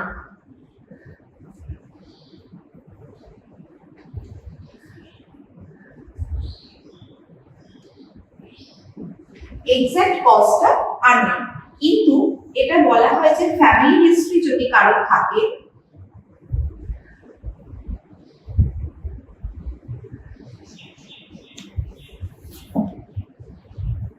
বা কোনো কারণে প্যানক্রিয়াসে যদি কোনো ক্ষত থাকে বা কোনো প্যানক্রিয়াসে কোনো রকম সার্জারি থাকে,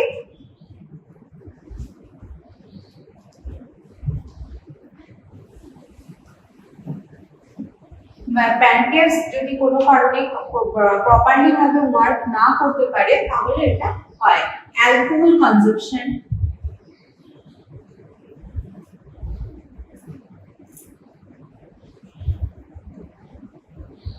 lack of exercise,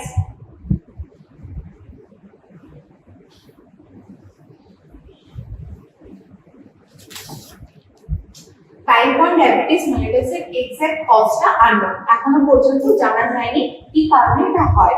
এছাড়া আশা মানে আমরা ইয়ে করতে থাকি যে ফ্যামিলি হিস্ট্রি, কোনো ফ্যামিলি হিস্ট্রি থাকলে এটা হতে পারে। নেক্সট হচ্ছে প্যানক্রিয়াস সার্জারি, যদি প্যানক্রিয়াসে কোনো সার্জারি হয়ে থাকে বা প্যানক্রিয়াসের ইনভলভ হয়ে থাকে বা প্যানক্রিয়াসের সেলে কোনো ড্যামেজ থাকে তাহলে সেটা হওয়ার সম্ভাবনা থাকে, কারণ প্যানক্রিয়াস ইনসুলিন লেভেলটা হরমোনটা কমিয়ে দেয় সেই জন্য। নেক্সট হচ্ছে অতিরিক্ত পরিমাণে যদি অ্যালকোহল কনজাম্পশন করা হয় তাহলে, ল্যাক অফ এক্সারসাইজ, তারপরে আমাদের যে এখনকার দিনের যে আমাদের লাইফস্টাইল, এগুলোর কারণে আমাদের type 2 diabetes mellitus, type 1 diabetes মেলিটাসটা হয়ে থাকে। তো এবার আসবো আমরা ডায়াবেটিস মেলিটাস টাইপ 1 ডায়াবেটিস মেলিটাসের প্যাথোফিজিওলজি। তো আমরা এখানে প্রথমে কি বললাম যে এখানে আমাদের কি হচ্ছে প্যানক্রিয়াসে ইনসুলিনটা ক্ষরণ করতে পারছে, সেই জিনিসটা আসছে। তো এখানে আসছে কি না জেনেটিক প্রিডিসপোজিশন, মানে হচ্ছে কোনো জিনগত কারণে কোনো যদি প্রবলেম হয়ে থাকে সেখান থেকে জেনেটিক প্রিডিসপোজিশন বা এনভায়রনমেন্টাল স্ট্রেস, কারণ এই এক্সাক্ট কজ আমাদের আননোন। তাহলে জেনেটিক প্রিডিসপোজিশন বা এনভায়রনমেন্টাল স্ট্রেস থেকে আমাদের কি হয়ে যাচ্ছে ইমিউন রেসপন্সটা কি হয়ে যাচ্ছে এগেইনস্ট হয়ে যাচ্ছে কার না বিটা সেলের এগেইনস্টে কাজ করছে। ইমিউন রেসপন্সটা এসে বিটা সেলের এগেইনস্টে কাজ করছে। সেখান থেকে যেটা হচ্ছে সেটা হচ্ছে আমাদের কি দেখা যাচ্ছে অটো ইমিউন অ্যাটাক, যেটা আসছে সেটা হচ্ছে অটো ইমিউন অ্যাটাক। এবার এখানে আসে অটো ইমিউন অ্যাটাক জিনিসটা কি। অটো ইমিউন ডিজিজ বা অটো ইমিউন এই কথাটার সাথে আমরা প্রায় শুনে থাকি জিনিসটা। অটো ইমিউন ডিজিজ বা অটো ইমিউন এই জিনিসটা কি। অটো ইমিউন ডিজিজ মানে হলো যখন নিজেরই শরীর ওন সেলকে ডিস্ট্রয় করতে শুরু করে তখন সেটাকে বলা হয় কি অটো ইমিউন ডিজিজ। মানে নিজেকে শত্রু মনে করে সেখান থেকে কাজ করা শরীরের ভেতরে, সেই জিনিসটা হচ্ছে অটো ইমিউন ডিজিজ। নিজের সেলকে নিজেকে শত্রু মনে করে বা অন্য নিজের সেল সেটাকে অ্যাটাক করবে এবং সেটাকে শেষে ধীরে ধীরে ক্ষয় করবে, সেটাই হচ্ছে অটো ইমিউন ডিজিজ বা অটো ইমিউন। এবার এখানে আসি অটো ইমিউন অ্যাটাক হচ্ছে, সেখান থেকে আসে কি টাইপ 1 ডায়াবেটিস মেলিটাস। তাহলে মূল জিনিসটা হচ্ছে কি আমার এখানে জেনেটিক প্রিডিসপোজিশন হচ্ছে, মানে জিনগত কোনো প্রবলেম থেকে বা এনভায়রনমেন্টাল স্ট্রেস। এখনকার বর্তমান যুগে এনভায়রনমেন্টাল স্ট্রেসটা হচ্ছে মেইন স্ট্রেস, সেখান থেকে আমার কি হচ্ছে ইমিউন রেসপন্সটা এগেইনস্ট হয়ে যাচ্ছে কার বিটা সেলের। তাহলে ইমিউন রেসপন্সটা এফেক্ট করছে কি এগেইনস্ট হিসেবে বিটা সেলের। সেখান থেকে যখনই এগেইনস্টটা হচ্ছে সেটাকে আমরা কি বলছি auto immune attack. Auto immune মানে আমি কি বললাম যে অটো ইমিউন মানে নিজের যে সেলটাকে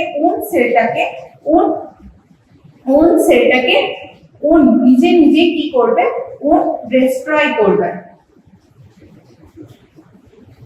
অটো ইমিউন ডিজিজটা সেটা কি হচ্ছে অটো ইমিউন অ্যাটাক হচ্ছে, মানে প্যানক্রিয়াসে তখন কি হচ্ছে প্যানক্রিয়াসের ভেতরে অটো ইমিউন ডিজিজটা বা অটো ইমিউন অ্যাটাক হচ্ছে। সেখান থেকে আমার প্যানক্রিয়াস কি করছে ইনসুলিন যে লেভেলটা সেখান থেকে ইনসুলিনের যে ধরনটা সেটা ডিক্রিজ হচ্ছে, ইনসুলিন সিক্রেশনটা ডিক্রিজ হয়ে যাচ্ছে এবং সেখান থেকে আমার কি হয়ে যাচ্ছে গ্লুকোজ লেভেলটা ইনক্রিজ হচ্ছে,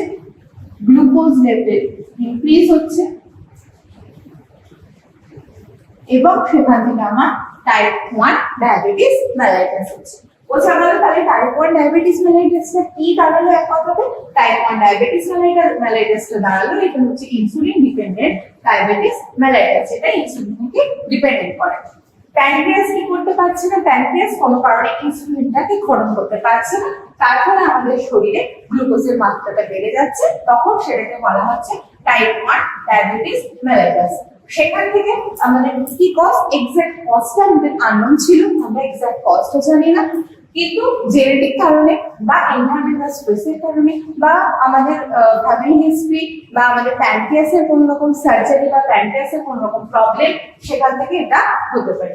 নেক্সট আসছি প্যাথোফিজিওলজিতে। প্যাথোফিজিওলজিতে কি বলছে জেনেটিক প্রিডিসপোজিশন বা এনভায়রনমেন্টাল স্ট্রেস থেকে আমাদের যে ইমিউন রেসপন্সটা এগেইনস্ট হয়ে যাচ্ছে প্যানক্রিয়াসের বিটা সেলের, সেখান থেকে আমাদের অটো ইমিউন অ্যাটাক হচ্ছে এবং সেখান থেকে কি হচ্ছে ইনসুলিন সিক্রেশনটা আমাদের ডিক্রিজ হয়ে যাচ্ছে, সেখান থেকে আমাদের গ্লুকোজ লেভেলটা ইনক্রিজ হয়ে যাচ্ছে এবং সেখান থেকে আমাদের টাইপ 1 ডায়াবেটিস মেলাইটাস হচ্ছে। নেক্সট আসবো type 2 diabetes mellitus. Type 2 diabetes mellitus. তাহলে এই টাইপ 2 ডায়াবেটিস মেলিটাসটা কি দাঁড়ালো? টাইপ 2 ডায়াবেটিস মেলিটাস যেরকম টাইপ 1 টা দাঁড়ালো insulin dependent diabetes mellitus, type 2 টা হচ্ছে insulin non dependent diabetes mellitus. নন insulin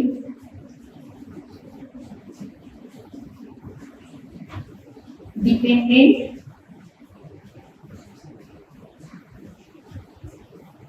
diabetes mellitus।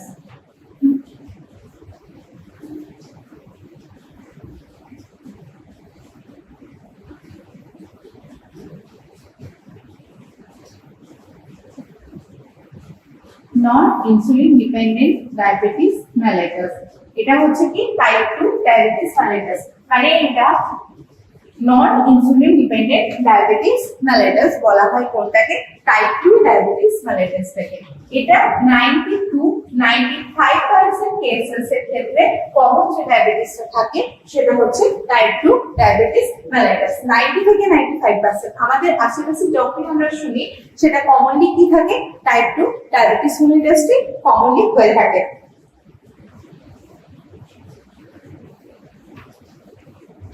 নেক্সট হচ্ছে রিস্ক ফ্যাক্টর।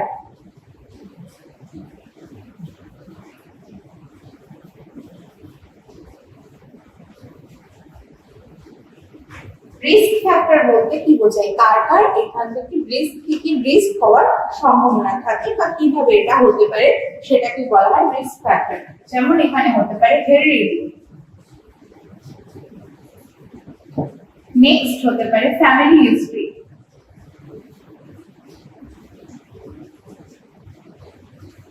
নেক্সট হতে পারে ওবেসিটি, নেক্সট হতে পারে প্রি ডায়াবেটিক,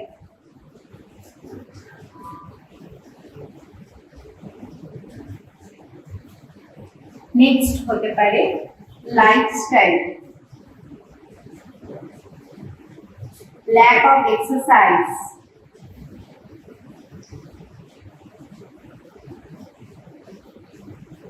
alcohol consumption,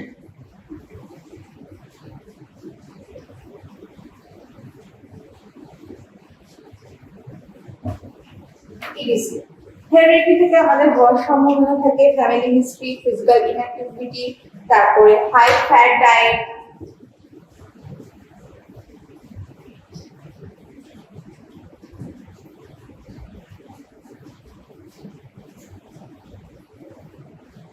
তাহলে কি কি হলো বোঝা গেল?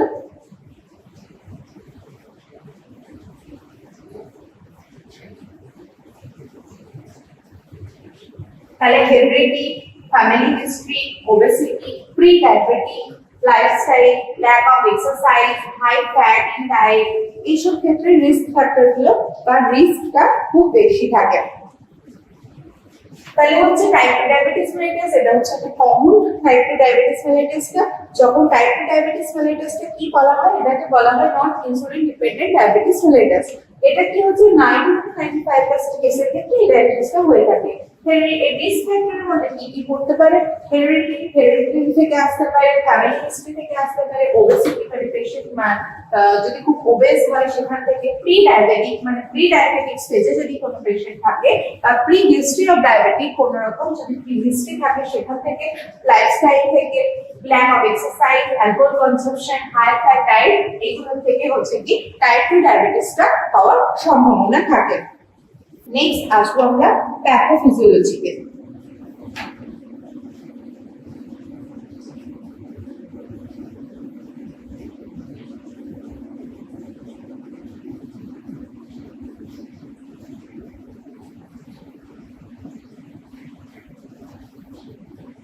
এখানে মেনলি যেটা হয়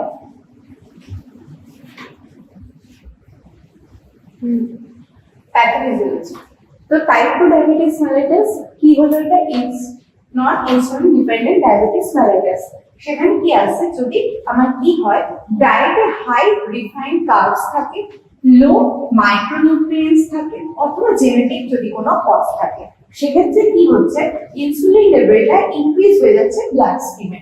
ইনসুলিনের ক্ষরণটা কি হচ্ছে, ইনক্রিজ হয়ে যাচ্ছে ব্লাড স্ট্রিমের মধ্যে। কি কি কারণে হচ্ছে, ডায়েটে যদি আমার হাই ভাবে থাকছে কার্বস, লো থাকছে মাইক্রোনিউট্রিয়েন্টস, অথবা যদি জেনেটিক কোনো কারণ হয় সেখান থেকে আমার ইনসুলিনের লেভেলটা ইনক্রিজ হয়ে যাচ্ছে ব্লাড স্ট্রিমের ভেতরে। কি হচ্ছে, সেলটা কি হচ্ছে, become resistant to the insulin, সেলটা রেজিস্ট্যান্ট হতে শুরু করছে কিসের সাথে, ইনসুলিনের সাথে। ব্লাড গ্লুকোজ আর insulin level both are high, glucose level and insulin level are high.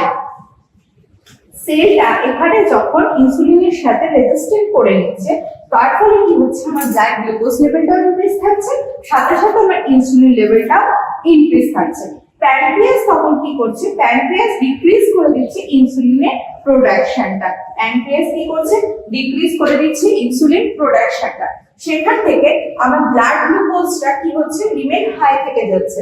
Next হচ্ছে কি, টাইপ 2 ডিএম, তার ফলস্বরূপ আমার টাইপ 2 ডায়াবেটিস মেলিটাস হচ্ছে। এটা কিন্তু insulin non dependent diabetes mellitus, মানে এখানে ইনসুলিনটা কোনোভাবে, ইনসুলিনের কারণে এখানে আমার ডায়াবেটিসটা হচ্ছে না। এটা মেনলি কি কারণে হচ্ছে, যখন আমার ডায়েটের ভেতরে হাই রিফাইন্ড কার্বস থাকছে, মানে অতিরিক্ত পরিমাণে কার্বোহাইড্রেট থাকছে, লো হয়ে যাচ্ছে মাইক্রোনিউট্রিয়েন্টসটা, এবং জেনেটিক কোনো যদি কজ থাকে সেখান থেকে আমার এটা হচ্ছে। কি হচ্ছে, ইনসুলিনের যে লেভেলটা সেটা ইনক্রিজ হয়ে যাচ্ছে ব্লাড স্ট্রিমের ভিতরে।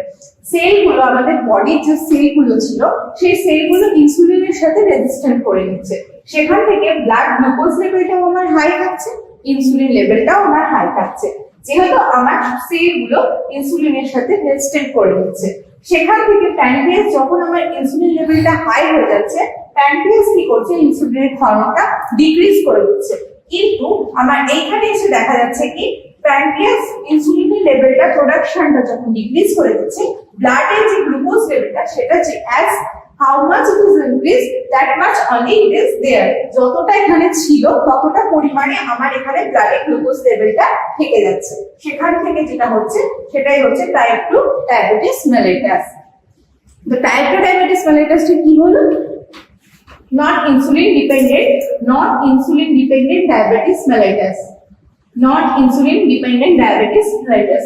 সেটা কি ইনসুলিনের পরে কোনো রকম ডিপেন্ড করে না, এটা জেনেটিক, হেরিডিটি, ওবেসিটি এগুলো থেকে বা ফ্যামিলি হিস্ট্রি এগুলো থেকে হওয়ার সম্ভাবনা থাকে।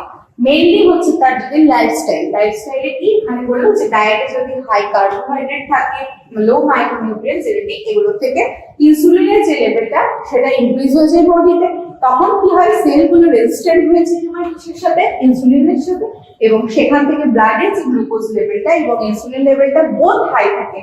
প্যানক্রিয়াস তখন হাই থাকার কারণে, ইনসুলিন লেভেল হাই থাকার কারণে প্যানক্রিয়াস এখানে প্রোডাকশনটা ডিক্রিজ করে দিচ্ছে, কিন্তু স্টিল আমার ব্লাড স্ট্রিমের মধ্যে গ্লুকোজের লেভেলটা সমান থাকছে, এবং তার ফলে যেটা হচ্ছে ডায়াবেটিস, সেটা হচ্ছে টাইপ 2 ডায়াবেটিস মেলিটাস। যেটা খুব কমন, 90 থেকে 95% কেসেস যেটা হচ্ছে কমন আমাদের ডায়াবেটিস, সেটা হচ্ছে টাইপ 2 ডিএম।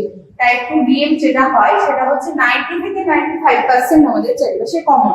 যেখানে আমার টাইপ 1টা আমার কত থেকে কত, 5 to 10% ছিল টাইপ 1টা, 5 to 10% কেসেস হচ্ছে টাইপ 1, টাইপ 2 হচ্ছে 90 থেকে 95% কেসেসের ক্ষেত্রে দেখা যায়। নেক্সট আমরা আসবো জেস্টেশনাল ডায়াবেটিস মেলিটাস।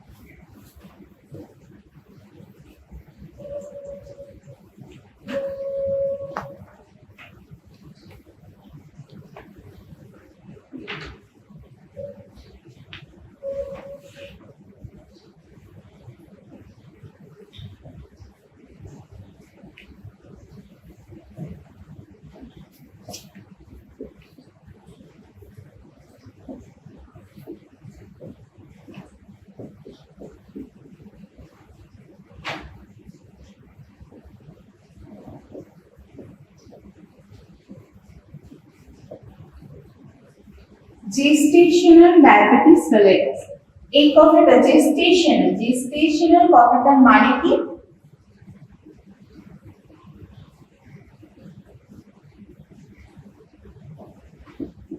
গেস্টেশনাল এই কথাটার মানে হলো বাই প্রেগন্যান্সি বা অ্যাট প্রেগন্যান্সি যে যে জিনিসগুলো আমাদের দেখা যায় সেটাকে কি বলা হয় গেস্টেশনাল প্রেগন্যান্সির সময়তে বা প্রেগন্যান্সি মানে প্রেগন্যান্সি চলাকালীন যে জিনিসগুলো আমাদের হয়ে থাকে সেটাকে বলা হয় গেস্টেশনাল। একদম প্রেগন্যান্সির সময় প্রেগন্যান্সি ডিউরিং প্রেগন্যান্সি যে জিনিসগুলো হয়ে থাকে সেটাকে আমাদের বলা হয় জেস্টেশনাল। মানে প্রেগন্যান্সির সময় আমাদের যে মাদারের ভেতরে যে ডায়াবেটিসটা দেখা যায় ডিউরিং প্রেগন্যান্সি চলাকালীন সময়ে সেইটাকে বলা হয় কি জেস্টেশনাল ডায়াবেটিস মেলিটাস। তাহলে ডিউরিং প্রেগন্যান্সি চলাকালীন বা আফটার ডেলিভারি পর্যন্ত যদি কারো ডায়াবেটিস মেলিটাস থাকে মানে আফটার ডেলিভারি পরে সেটা কিন্তু কমপ্লিটলি ভাবে চলে যায় সেইটাকে বলা হয় কি জেস্টেশনাল ডায়াবেটিস মেলিটাস। মানে প্রেগন্যান্সির টাইমটাতে যে ডায়াবেটিসটা হয় সেটাকে বলা হয় জেস্টেশনাল ডায়াবেটিস মেলিটাস। এর কজ এক্সাক্ট কজটা এর আননোন থাকে। জেস্টেশনাল ডায়াবেটিস মেলিটাস এর এক্সাক্ট কজটা আননোন।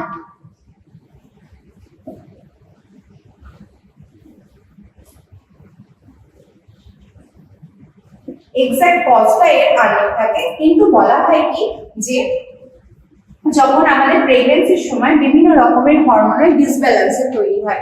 হরমোনাল ডিসব্যালেন্স মানে কোনো হরমোন ইনক্রিজ হয় কখনো কোনো হরমোন ডিক্রিজ হয় সেই কারণে মেইনলি এই ডিউরিং প্রেগন্যান্সিতে আমাদের ডায়াবেটিস মেলিটাসটা দেখা যায়। মেইন কারণ হচ্ছে হরমোনাল ডিসব্যালেন্স।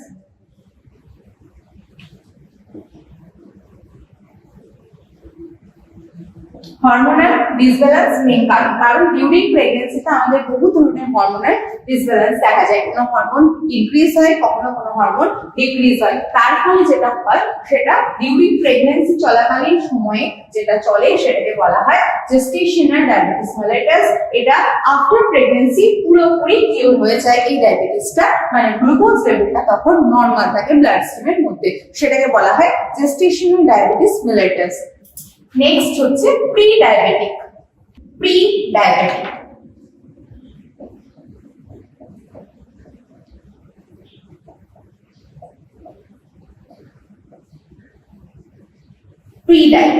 তাহলে প্রি ডায়াবেটিক এটা কি হচ্ছে? প্রি ডায়াবেটিক মানে এটা একটা নিউ টার্ম আমাদের মেডিকেলের জন্য। এটা একটা মোস্টলি নিউ টার্ম হচ্ছে প্রি ডায়াবেটিকটা। প্রি ডায়াবেটিকের মানে হলো যে 120 থেকে 140 এর মধ্যে যখন আমাদের ডায়াবেটিসের লেভেলটা থাকে তখন সেটাকে কি বলা হয় প্রি ডায়াবেটিক বলা হয়।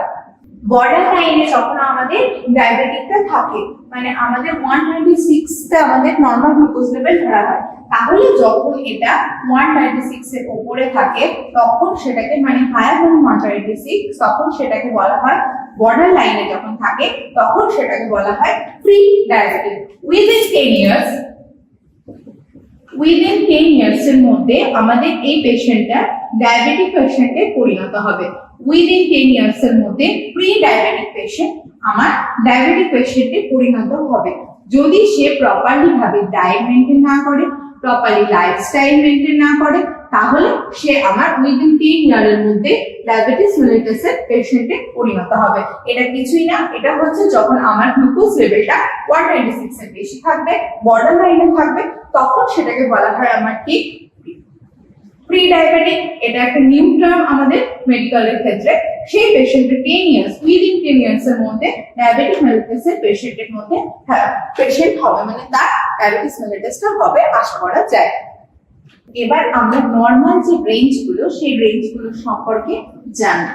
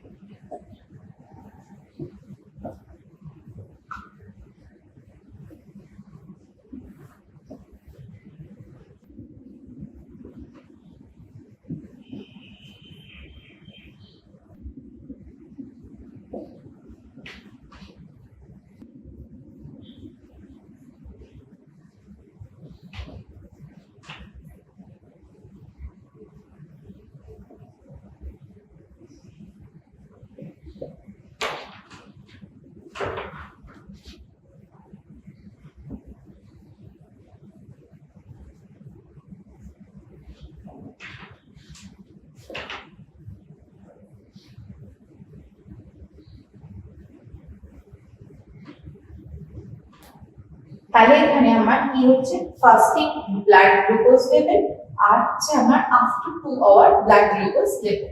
ফাস্টিং এ আমার ব্লাড গ্লুকোজ লেভেল হচ্ছে কি 110 mg/dl, 110 mg/dl এর মধ্যে এটা হচ্ছে আমার কি নরমাল যে ভ্যালুটা সেটা থাকছে আমার ফাস্টিং এর ক্ষেত্রে 110 mg/dl। এভারেজে আমার মানে 110 এর থেকে বেশি, সেটা হচ্ছে ফাস্টিং এর ব্লাড গ্লুকোজ লেভেলটা নরমাল ভ্যালু হচ্ছে 110 এর বেশি।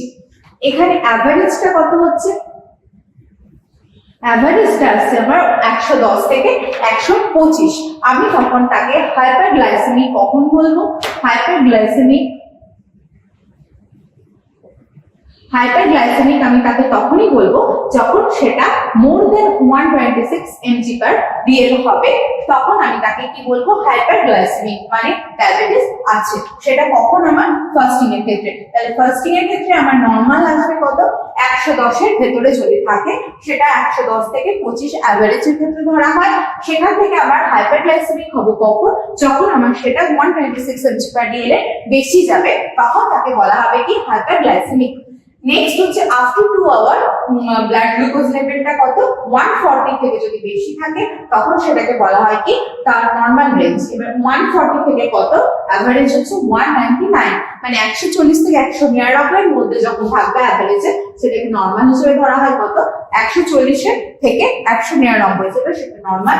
এখানে 200 যখনই বেশি হয়ে যাবে তখন তাকে আমরা কি বলবো? হাইপারগ্লাইসেমিক বা হাইপোগ্লাইসেমিয়া। এবার হচ্ছে জিনিসটা 110 এর নিচে যখন থাকবে তখন তাকে কি বলবো? হাইপোগ্লাইসেমিক। আর এখানে যখন বিফোর আফটার 2 আওয়ার, যখন খাওয়ার পরে, খাওয়ার 2 ঘন্টা পরে যখন আমরা টেস্ট করব, তখন যদি 140 mg/dl এর থেকে কম থাকে তখন তাকে কি বলবো আমরা? হাইপোগ্লাইসেমিয়া। তাহলে নরমাল রেঞ্জ গুলো বুঝে গেল। ফাস্টিং অবস্থায় যখন আমরা ব্লাড গ্লুকোজ লেভেল নেব তখন 110 থেকে বেশি হতে হবে। কত অ্যাভারেজ? অ্যাভারেজে হতে হবে 110 থেকে 125 এর মধ্যে অ্যাভারেজ হতে হবে। তখন আমি কখন তাকে হাইপারগ্লাইসেমিক বলবো? যখন 126 এর থেকে বেশি হবে তখন আমি তাকে হাইপারগ্লাইসেমিক বলবো। 2 ঘন্টা পর, আবার 2 ঘন্টা পর যখন আমি আবার তার টেস্ট করব তখন সেটা 140 থেকে বেশি হতে হবে। কত? 140 থেকে অ্যাভারেজে 199 হতে হবে এবং তার টোটাল কত থাকবে? 200 mg/dl।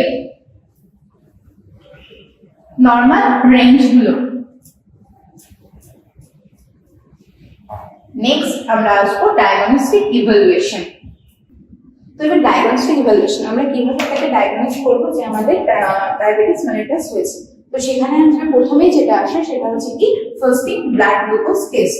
Fasting blood glucose test মানে হচ্ছে কি? আমাকে এটার একটা নিয়ম আছে। তাহলে আমি তারপরে কি হচ্ছে? র্যান্ডম ব্লাড গ্লুকোজ টেস্ট, তারপরে আছে oral glucose tolerance test, urine test, আর একটা হচ্ছে ল্যাবরেটরি, বিভিন্ন রকমের ল্যাবরেটরি টেস্টের মাধ্যমে। তো ফার্স্টে আছে fasting blood glucose test. Fasting blood glucose টেস্টটা মানে হলো 8 to 12 আওয়ার, 8 to 12 আওয়ার মানে গ্যাপ থাকতে হবে, যে কোনো খাবারের থেকে 8 থেকে 12 ঘন্টা আমার গ্যাপ থাকতে হবে। পুরো ফাস্টিং অবস্থায় আমি যে গ্লুকোজ টেস্টটা করবো সেটা হচ্ছে ফাস্টিং গ্লুকোজ টেস্ট। কত ঘন্টা? 8 থেকে 12 ঘন্টা। মানে তাকে যদি আমি রাত্রিবেলায় কোনো রকম ডিনার দিলাম, ডিনার দেওয়ার 8 থেকে 12 ঘন্টা আমাকে এখানে নিউট্রিশন গ্যাপটা দিতে হবে। তারপরে আমি তার ফাস্টিং এ যে ব্লাড টেস্টটা নেবো, ব্লাড গ্লুকোজ টেস্টটা, সেটা হচ্ছে ফাস্টিং ব্লাড গ্লুকোজ টেস্ট। এখানে ফাস্টিং ব্লাড গ্লুকোজ টেস্টের আর একটা ধাপ হচ্ছে কি? 8 থেকে 12 ঘন্টা পুরো ফাস্টিং অবস্থায় থেকে তাকে হচ্ছে আমার ব্লাডটা দিতে হবে। যদি সে রাত্রিবেলা ডিনার নেয় তার পুরো 12 ঘন্টা পরে তার ব্লাড ড্র করা হবে এবং এই ব্লাড ড্র করার ঠিক 2 ঘন্টা বাদে সে 2 ঘন্টা বাদে সে কোনো একটা খাবার খাবে এবং খাবার খাওয়ার 2 ঘন্টা বাদে এগেন তার আবার ব্লাড টেস্ট করা হবে। সেইটাকে বলা হয় ফাস্টিং ব্লাড গ্লুকোজ টেস্ট।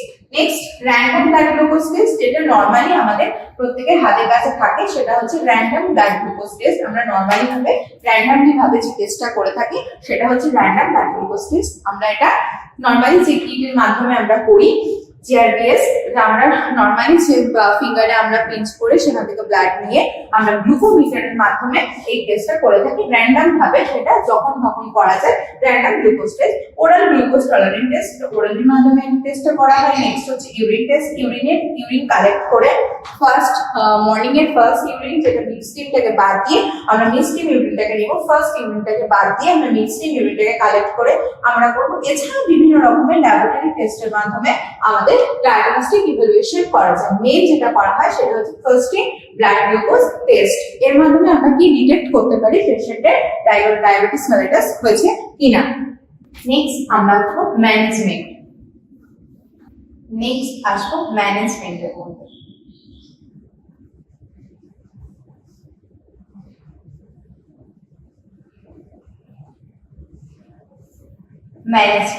ম্যানেজমেন্টের মধ্যে প্রথমে যেটা থাকে কি, একটা হচ্ছে মেডিকেল ম্যানেজমেন্ট বা ফার্মাকোলজিক্যাল ম্যানেজমেন্ট, একটা হয় ফার্মাকোলজিক্যাল ম্যানেজমেন্ট, একটা হয় নার্সিং ম্যানেজমেন্ট। তো ম্যানেজমেন্টে যেটা আমরা প্রথমে করবো সেটা হচ্ছে ফার্মাকোলজিক্যাল ম্যানেজমেন্ট।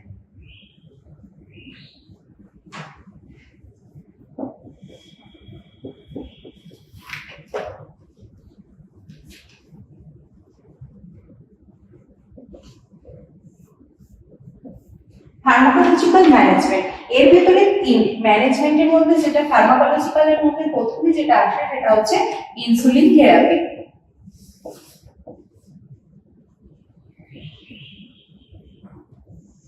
ইনসুলিন থেরাপির মধ্যে তিনটে ভাগ, একটা হচ্ছে র্যাপিড ইনসুলিন থেরাপি, একটা হচ্ছে লং অ্যাক্টিং ইনসুলিন থেরাপি, একটা শর্ট অ্যাক্টিং ইনসুলিন থেরাপি।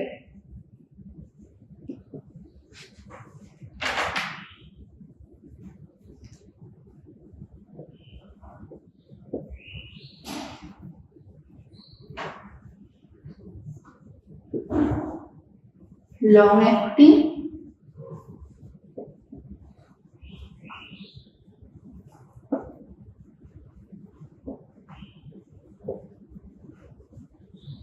আর একটা হচ্ছে শর্ট অ্যাক্টিং ইনসুলিন থেরাপি।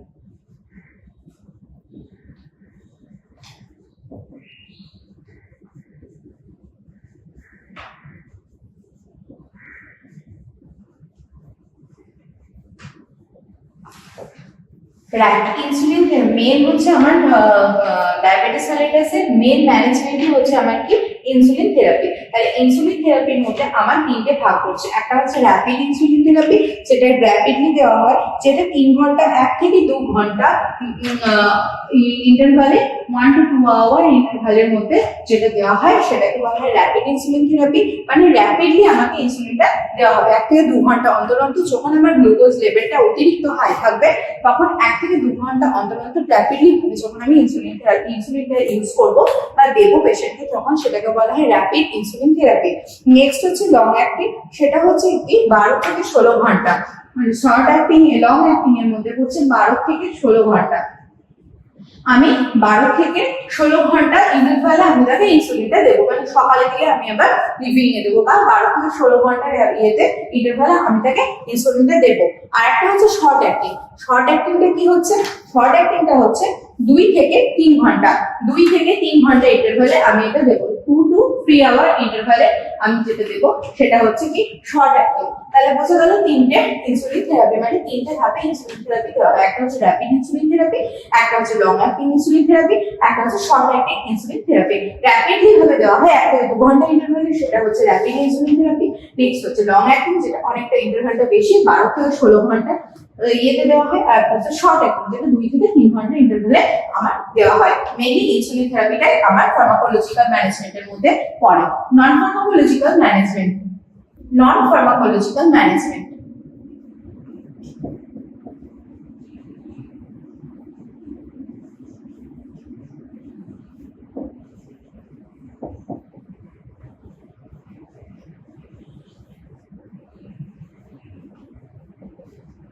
নন ফার্মাকোলজিক্যাল ম্যানেজমেন্টের মধ্যে আসছে প্রথমে যেটা আসে এক্সারসাইজ,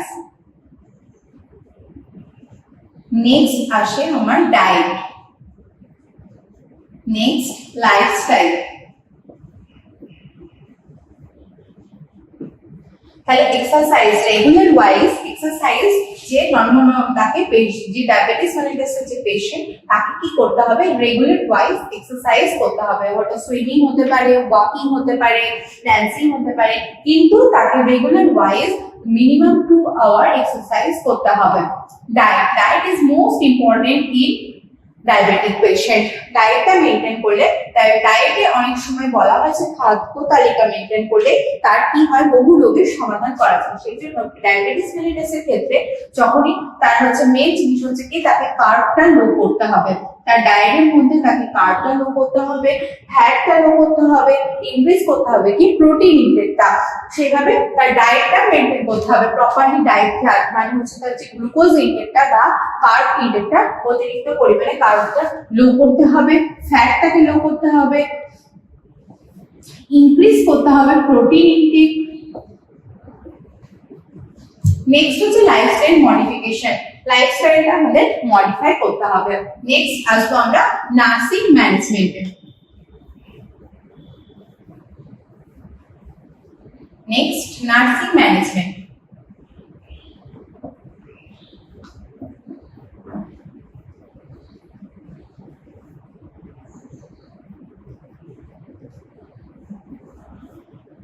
নার্সিং ম্যানেজমেন্টে আমাদের মনে রাখতে হবে একটা জিনিস কি, ডায়াবেটিস মানে তার কি হওয়ার সম্ভাবনা থাকে, ডায়াবেটিস মানে যে কোনো রকমের ক্ষত থেকে উড থেকে সেটা কি হতে পারে, আমাদের একটা ভয়ানক জায়গায় চলে যেতে পারে। তাই সেখানে আমাদের এখানে ডায়াবেটিস পেশেন্টের ক্ষেত্রে ডায়াবেটিক ফুডটা একটা কমন ডিজিজ দেখা গিয়ে থাকে আমাদের লোকালিটির মধ্যে। তো ডায়াবেটিক পেশেন্টের জন্য সবসময় তাকে মনে করাতে হবে কি, তার যে ফুড তাকে অলওয়েজ কভার করে রাখতে হবে, কভার দ্য ফুড।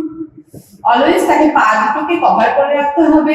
কোন সার্ভ ইনস্ট্রুমেন্ট ইউজ করতে গেলে তাকে বারবার ভাবতে হবে, সার্ভ ইনস্ট্রুমেন্ট ইউজ করার আগে তাকে ভাবতে হবে, এবং সার্ভ ইনস্ট্রুমেন্ট যদি কেটে যায় তাহলে তাকে দেখতে হবে যাতে সেখান থেকে আমাদের খুনটা যাতে স্প্রেড আউট না হয়। তারপরে আমাদের বিভিন্ন রকমের ডায়েট মেনটেন করতে হবে, এক্সারসাইজ সম্পর্কে আমাদেরকে নার্সিং ম্যানেজমেন্টে বলতে হবে, এবং মেডিকেশনের ব্যাপারে আমাদের পেশেন্টকে জানাতে হবে, ইনসুলিনের পরিমাণ তাকে জানাতে হবে।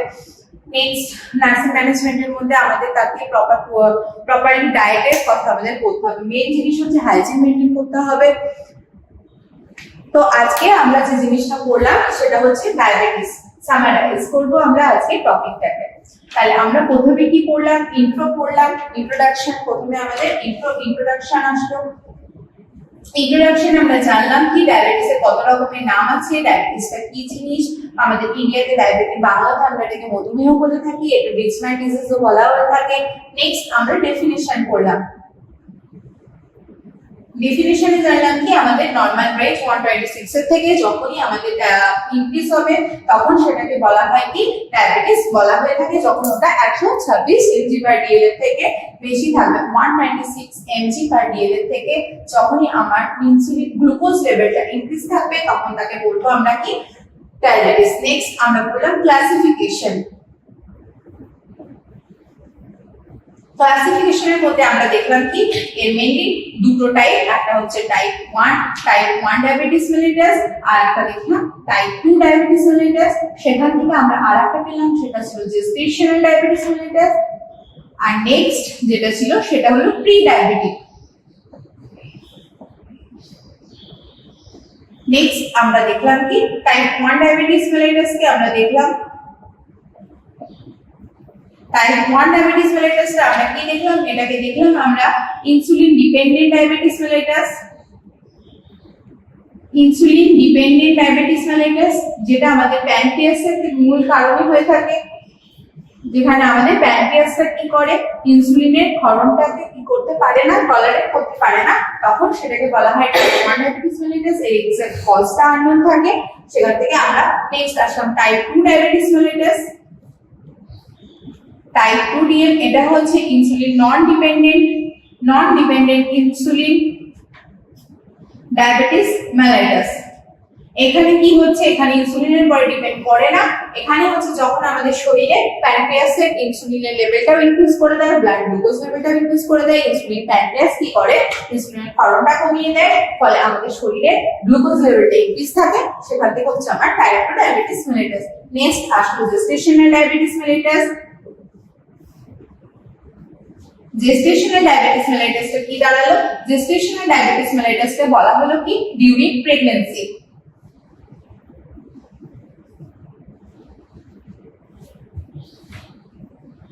ডিউরিং প্রেগন্যান্সি সময় যে ডায়াবেটিসটা হয় সেটা জেস্টেশনাল ডায়াবেটিস মেলাইটাস। নেক্সট আসলো প্রি ডায়াবেটিক।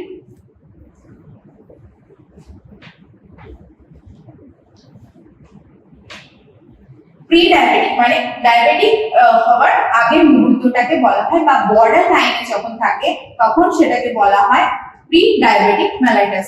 তারপরে আসলো কি হয়ে গেল, তারপরে আসলো আমাদের ডায়াগনস্টিক ইভালুয়েশন।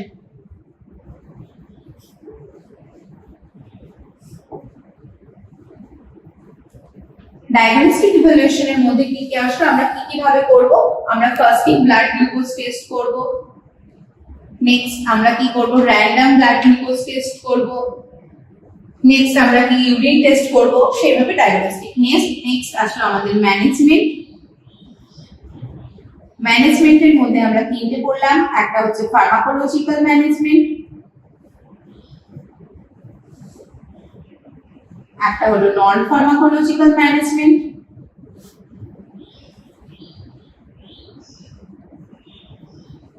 নেক্সট হলো nursing management.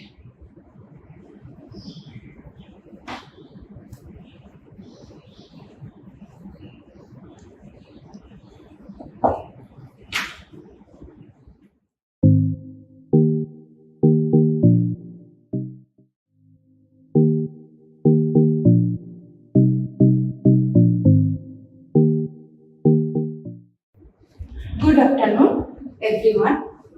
Today's topic is diabetes mellitus. এটা একটা common disease condition nowadays. Diabetes মেলাইটাসটা আমাদের এখন দেখতে গেলে 90 থেকে 95% পেশেন্টের ক্ষেত্রে এই ডায়াবেটিস মেলাইটাসটা একদম কমন এখনকার দিনে। তো আজকে আমাদের সেটা নিয়ে আলোচনা করবো ডায়াবেটিস মেলাইটাস। তাহলে এটা কি? ডায়াবেটিস মেলাইটাস যে একটা রোগ যেটাকে বলা হয় মধুমেহ, সেটা জিনিসটা কি? তাহলে ডায়াবেটিস মেলাইটাস এটা আমরা জানি যে এটা হচ্ছে আমাদের শরীরে যখন হাই গ্লুকোজ লেভেলটা হাই হয়ে যায় তখন সেটাকে বলা হয় কি ডায়াবেটিস মেলাইটাস।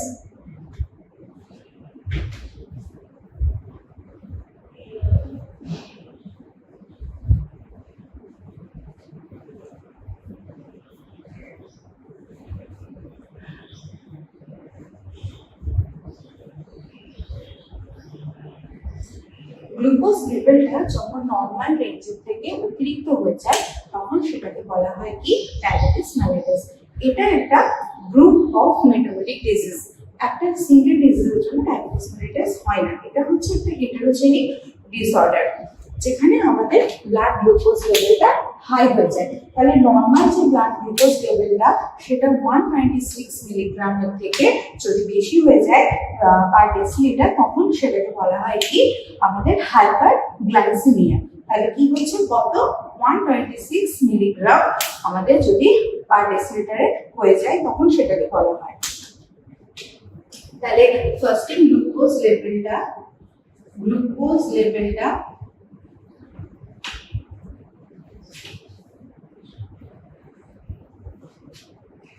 126 পার ডেসিলিটার যখন হয় তখন সেটাকে বলা হয় কি হাইপার গ্লাইসেমিয়া বা ডায়াবেটিস মেলাইটাস। তাহলে এই ডায়াবেটিস মেলাইটাসের আরো বহু রকমের নেমে ডায়াবেটিস মেলাইটাসটা পরিচিত। কি কি নাম হচ্ছে? এটাকে আমরা কমন একটা বলে থাকি মধুমেহ বলা থাকে, এটাকে রিচ ম্যান ডিজিজ বলা হয়ে থাকে, বা এটাকে হচ্ছে সুইট ইউরিন বলা হয়ে থাকে। এগুলো বিভিন্ন রকমের নামে ডায়াবেটিস মেলাইটাসটা পরিচিত আছে।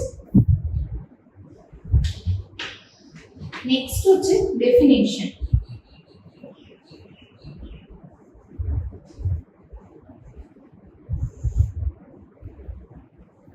ডেফিনিশনটা কি হচ্ছে? কিছুই না, যখন আমার গ্লুকোজ লেভেলটা ব্লাড স্ট্রিমের মধ্যে 126 মিলিগ্রাম পার ডেসিলিটারের থেকে ইনক্রিজ হয়ে যাবে তখন সেটাকে বলা হয় কি ডায়াবেটিস মেলাইটাস। গ্লুকোজ লেভেলটা ইনক্রিজ হয়ে যাবে 126 পার ডেসিলিটার তখন সেটাকে আমরা কি বলে থাকবো যে আমাদের হাইপারগ্লাইসেমিয়া বা ডায়াবেটিস মেলিটাস হয়েছে। নেক্সট আসবো আমরা ক্লাসিফিকেশন।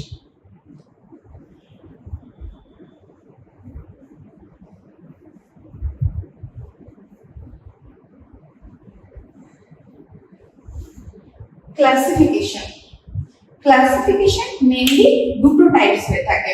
ডায়াবেটিস মেলিটাসে classification mainly two types, type 1 diabetes mellitus and type 2 diabetes mellitus.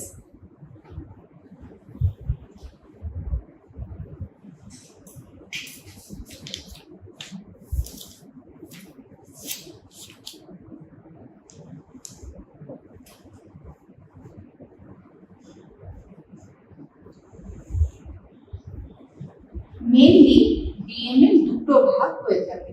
Diabetes মেলিটাসে মেইনলি টু টাইপস, একটা হচ্ছে টাইপ 1 ডায়াবেটিস মেলিটাস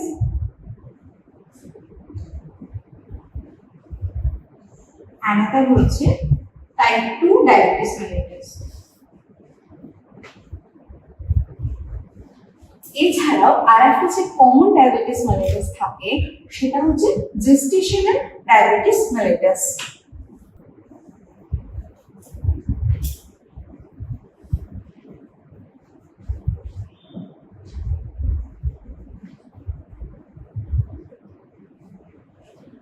এই তিনটে আমাদের মোস্ট কমন টাইপ। আর একটা জিনিস যেটা ডিএনএ এর মধ্যে থাকে সেটা হচ্ছে প্রি ডায়াবেটিস মেলিটাস। মানে তাহলে আমার মেন আমার দুটো টাইপ, একটা হচ্ছে type 1 diabetes mellitus and type 2 diabetes mellitus. আরেকটা যেটা থাকে সেটা হচ্ছে জেস্টেশনাল ডায়াবেটিস মেলিটাস, আর একটা যেটা থাকে সেটা হচ্ছে pre diabetes mellitus.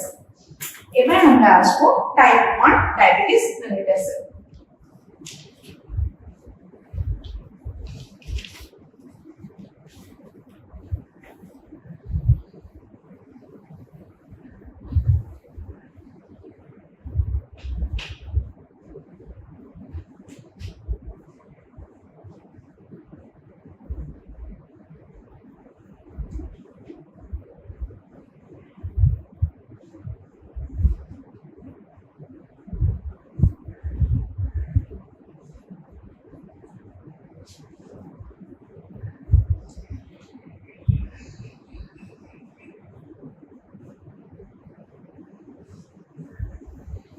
Type 1 diabetes mellitus, যেটাকে বলা হয় কি মেইনলি এটাকে বলা হয় insulin dependent diabetes mellitus. Insulin dependent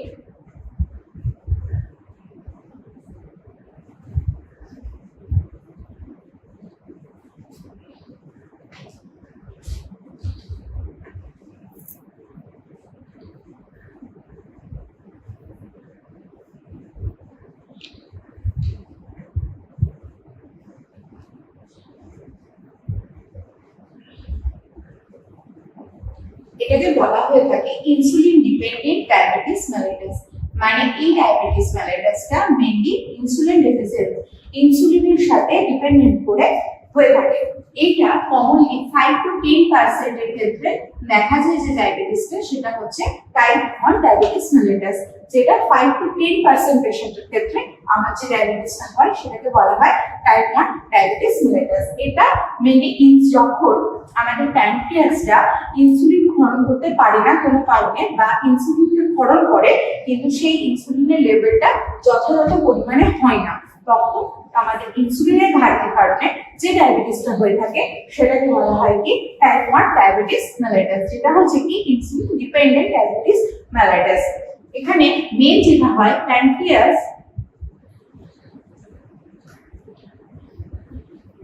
decrease করে দেয় ইনসুলিন সিক্রেশনটা।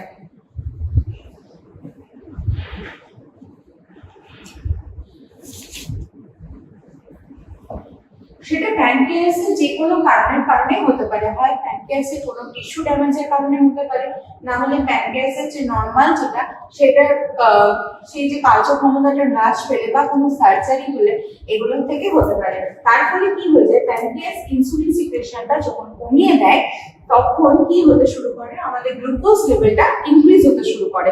গ্লুকোজ লেভেলটা যখন ইনক্রিজ হতে শুরু করে, প্যানক্রিয়াস ইনসুলিন লেভেলটা প্যানক্রিয়াস যে ইনসুলিনের সিক্রেশনটা সেটা ডিক্রিজ করে দেয়। এর ফলে গ্লুকোজ লেভেলটা আমাদের বাড়তে শুরু করে। এর ফলে মেনলি দেখা যায় টাইপ 1 ডায়াবেটিস মেলাইটাসটা। এটা ইনসুলিন ডিপেন্ডেন্ট ডায়াবেটিস মেলাইটাস। সবসময় ইনসুলিনটা প্যানক্রিয়াসের দ্বারা ক্ষরণ হয় না, বা যে পরিমাণে ক্ষরণ হয় সেটা যথেষ্ট পরিমাণে থাকে না। এর ফলে এই জিনিসটা হয় বলে এটাকে বলা হয় insulin dependent diabetes mellitus. Mainly এখানে প্যানক্রিয়াসটা দায়ী থাকে এই ডায়াবেটিস এর কারণে। এটা একটা এর এক্সাক্ট কোন কজ এখনো পর্যন্ত জানা যায়নি, এক্সাক্ট কজটা আননোন।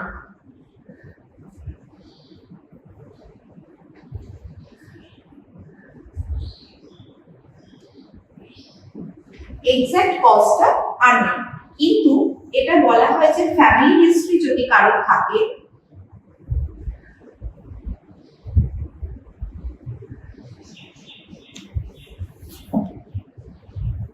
বা কোনো কারণে প্যানক্রিয়াসে যদি কোনো ক্ষত থাকে, বা কোনো প্যানক্রিয়াসে কোনো রকম সার্জারি থাকে,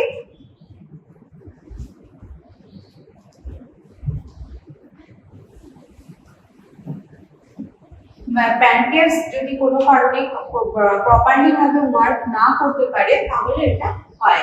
অ্যালকোহল কনজাম্পশন,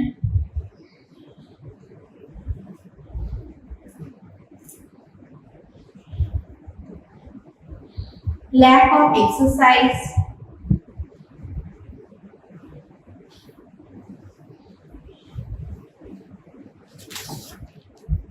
টাইপ 1 ডায়াবেটিস মেলাইটাসের এক্সাক্ট কজটা আননোন, এখনো পর্যন্ত জানা যায়নি কি কারণে এটা হয়। এছাড়া আমরা ভাবিয়ে করতে থাকি যে ফ্যামিলি হিস্ট্রি, কোনো ফ্যামিলি হিস্ট্রি থাকলে এটা হতে পারে। নেক্সট হচ্ছে প্যানক্রিয়াস সার্জারি, যদি প্যানক্রিয়াসে কোনো সার্জারি হয়ে থাকে, বা প্যানক্রিয়াসের ইনভলভ হয়ে থাকে, বা প্যানক্রিয়াসের সেলে কোনো ড্যামেজ থাকে, তাহলে সেটা হওয়ার সম্ভাবনা থাকে, কারণ প্যানক্রিয়াস ইনসুলিন লেভেলটা ক্ষরণটা কমিয়ে দেয় সেই জন্য।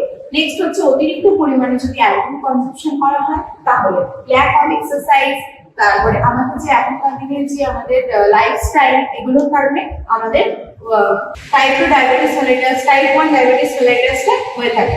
তো এবার আসবো আমরা ডায়াবেটিস মেলাইটাস, টাইপ 1 ডায়াবেটিস মেলাইটাসের প্যাথোফিজিওলজি। তো আমরা এখানে প্রথমে কি বললাম যে এখানে আমাদের কি হচ্ছে, প্যানক্রিয়াসে ইনসুলিনটা ক্ষরণ করতে পারছে, সেই জিনিসটা আসছে। তো এখানে আসছে কি না, জেনেটিক প্রিডিসপোজিশন, মানে হচ্ছে কোনো জিনগত কারণে কোনো যদি প্রবলেম হয়ে থাকে, সেখান থেকে জেনেটিক প্রিডিসপোজিশন বা এনভায়রনমেন্টাল স্ট্রেস, কারণ এই এক্সাক্ট কজ আমাদের আননোন। তাহলে জেনেটিক প্রিডিসপোজিশন বা এনভায়রনমেন্টাল স্ট্রেস থেকে আমাদের কি হয়ে যাচ্ছে, ইমিউন রেসপন্সটা কি হয়ে যাচ্ছে, এগেইনস্ট হয়ে যাচ্ছে কার না, বিটা সেলের এগেইনস্টে কাজ করছে। ইমিউন রেসপন্সটা এসে বিটা সেলের এগেইনস্টে কাজ করছে। সেখান থেকে যেটা হচ্ছে সেটা হচ্ছে আমাদের কি দেখা যাচ্ছে, অটো ইমিউন অ্যাটাক। যেটা আসছে সেটা হচ্ছে অটো ইমিউন অ্যাটাক। এবার এখানে আসে অটো ইমিউন অ্যাটাক জিনিসটা কি। অটো ইমিউন ডিজিজ বা অটো ইমিউন, এই কথাটার সাথে আমরা প্রায় শুনে থাকি জিনিসটা। অটো ইমিউন ডিজিজ বা অটো ইমিউন, এই জিনিসটা কি? অটো ইমিউন ডিজিজ মানে হলো যখন নিজের শরীর ওন সেলকে ডিস্ট্রয় করতে শুরু করে, তখন সেটাকে বলা হয় কি, অটো ইমিউন ডিজিজ। মানে নিজেকে শত্রু মনে করে সেখান থেকে কাজ করা শরীরের ভেতরে, সেই জিনিসটা হচ্ছে অটো ইমিউন ডিজিজ। নিজের সেলকে নিজেকে শত্রু মনে করে বা অন্য নিজের সেল সেটাকে অ্যাটাক করবে এবং সেটাকে শেষে ধীরে ধীরে ক্ষয় করবে, সেটাই হচ্ছে অটো ইমিউন ডিজিজ বা অটো ইমিউন। এবার এখানে আসি, অটো ইমিউন অ্যাটাক হচ্ছে, সেখান থেকে আসে কি, টাইপ 1 ডায়াবেটিস মেলাইটাস। তাহলে মূল জিনিসটা হচ্ছে কি, আমার এখানে জেনেটিক প্রিডিসপোজিশন হচ্ছে, মানে জিনগত কোনো প্রবলেম থেকে বা এনভায়রনমেন্টাল স্ট্রেস। এখনকার বর্তমান যুগে এনভায়রনমেন্টাল স্ট্রেসটা হচ্ছে মেইন স্ট্রেস। সেখান থেকে আমার কি হচ্ছে, ইমিউন রেসপন্সটা এগেইনস্ট হয়ে যাচ্ছে কার, বিটা সেলের। তাহলে ইমিউন রেসপন্সটা এফেক্ট করছে কি, এগেইনস্ট হিসেবে বিটা সেলের। সেখান থেকে যখনই এগেইনস্টটা হচ্ছে, সেটাকে আমরা কি বলছি, auto immune attack. Auto immune মানে আমি কি বললাম যে অটো ইমিউন মানে নিজের যে সেলটাকে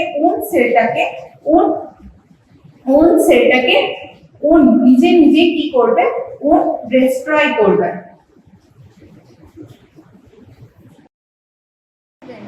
তাহলে আজকে আমরা যে টপিকের ব্যাপারে আলোচনা করব সেটা হচ্ছে আন্ডারগ্রাউন্ড কেবল। ঠিক আছে, তো আমাদের পাওয়ার জেনারেশন যখন হয় তো সেটা ডিস্ট্রিবিউট করা হয় আমাদের দুটো মাধ্যমে, সেটা হচ্ছে একটা আন্ডারগ্রাউন্ড আর একটা ওভারহেড লাইনের মাধ্যমে। ঠিক আছে, তো আমরা এখন করব আন্ডারগ্রাউন্ড কেবল। তো আন্ডারগ্রাউন্ড কেবল কি হচ্ছে, যেটা আমরা আন্ডারগ্রাউন্ডে ব্যবহার করি, মানে যেটা আমরা মাটির তলে ব্যবহার করি। ঠিক আছে, তো এখানে এবার আমরা দেখব যে ওভারহেড লাইন আর আন্ডারগ্রাউন্ড কেবল এই দুটোর মধ্যে পার্থক্য কী, মানে আন্ডারগ্রাউন্ড কেবল যদি আমরা ব্যবহার করে থাকি তাহলে সেটার অ্যাডভান্টেজেস বা লাভ কী হতে পারে। ঠিক আছে, তো আন্ডারগ্রাউন্ড কেবলের অ্যাডভান্টেজ এইটাই হচ্ছে, প্রথমেই হচ্ছে যে কি এটা যে আমাদের ড্যামেজের হাত থেকে রক্ষা করে। ড্যামেজের হাত থেকে রক্ষা করে মানে কি, যখন আমরা ওভারহেড লাইনে যখন আমরা পাওয়ার ডিস্ট্রিবিউট করি তখন কি হয়, সেটা প্রাকৃতিক দুর্যোগের ক্ষেত্রে কি হয়, সেটার ক্ষেত্রে আমাদের শর্ট সার্কিট বা এরকম কিছু কারণে কিন্তু আমাদের কেবল ফল্ট হতে পারে। কিন্তু আন্ডারগ্রাউন্ড কেবল যেহেতু আমাদের মাটির তলায় ব্যবহার করা হয় তাহলে তখন কি সেটাতে যদি কোনো প্রাকৃতিক দুর্যোগ হয় তাহলে সেটা ড্যামেজের চান্স কিন্তু খুব কম থাকে। ঠিক আছে, এটা হলো। তারপর নেক্সট পয়েন্ট হচ্ছে আমাদের কি, যে আন্ডারগ্রাউন্ড কেবলের আমাদের মেনটেন্যান্স খরচ কিন্তু খুব কম, যেহেতু এখানে আমাদের ফল্ট কম হয়। ঠিক আছে, তারপর কি আন্ডারগ্রাউন্ড কেবল হচ্ছে কি, যে কোনো ম্যানমেড এখানে কোনো ক্ষতি করতে পারবে না, কোনো মানুষ যদি এটা চায় তো এটাতে ক্ষতি করতে পারবে না। আর একটা কি হচ্ছে যে এইখানে হচ্ছে ভোল্টেজ রেগুলেশন এখানে খুব বেটার, কারণ হচ্ছে কি যে আন্ডারগ্রাউন্ড কেবলের ক্ষেত্রে আমাদের লস কিন্তু খুব কম হয়। ঠিক আছে, এবার নেক্সট টপিক হচ্ছে যে আমাদের disadvantages of underground cable. Disadvantages এক নম্বর কী হতে পারে দেখবে, যে যেহেতু এটার আমাদের মেনটেন্যান্স খরচ কিন্তু খুব কম, তার জন্য কি যে এটার ইনিশিয়াল কস্ট কিন্তু আমাদের খুব হাই, মানে অ্যাট এ টাইম আমরা যদি এটাকে কিনতে যাই তাহলে কিন্তু এটাকে আমাদেরকে অনেক বেশি পরিমাণ টাকা দিয়ে কিনতে হবে। নেক্সট পয়েন্ট হচ্ছে কি, যে এখানে এই কেবলে আমাদের যেসব জয়েন্টগুলো করা হয় সেসব জয়েন্টগুলো হচ্ছে কি, সেই জয়েন্টগুলো হচ্ছে খুব কস্টলি, কারণ হচ্ছে কি এখানে আমাদের ড্যামেজের চান্সেস খুব কম। ঠিক আছে, এরপরে আসছি আমরা কনস্ট্রাকশন অফ আন্ডারগ্রাউন্ড কেবল। তাহলে আমাদের আন্ডারগ্রাউন্ড কেবলে কিন্তু 6টা লেয়ারিং থাকে। ঠিক আছে, তো আমরা দেখে নেব তাহলে আমাদের কনস্ট্রাকশন অফ আন্ডারগ্রাউন্ড কেবল কী কী থাকতে পারে।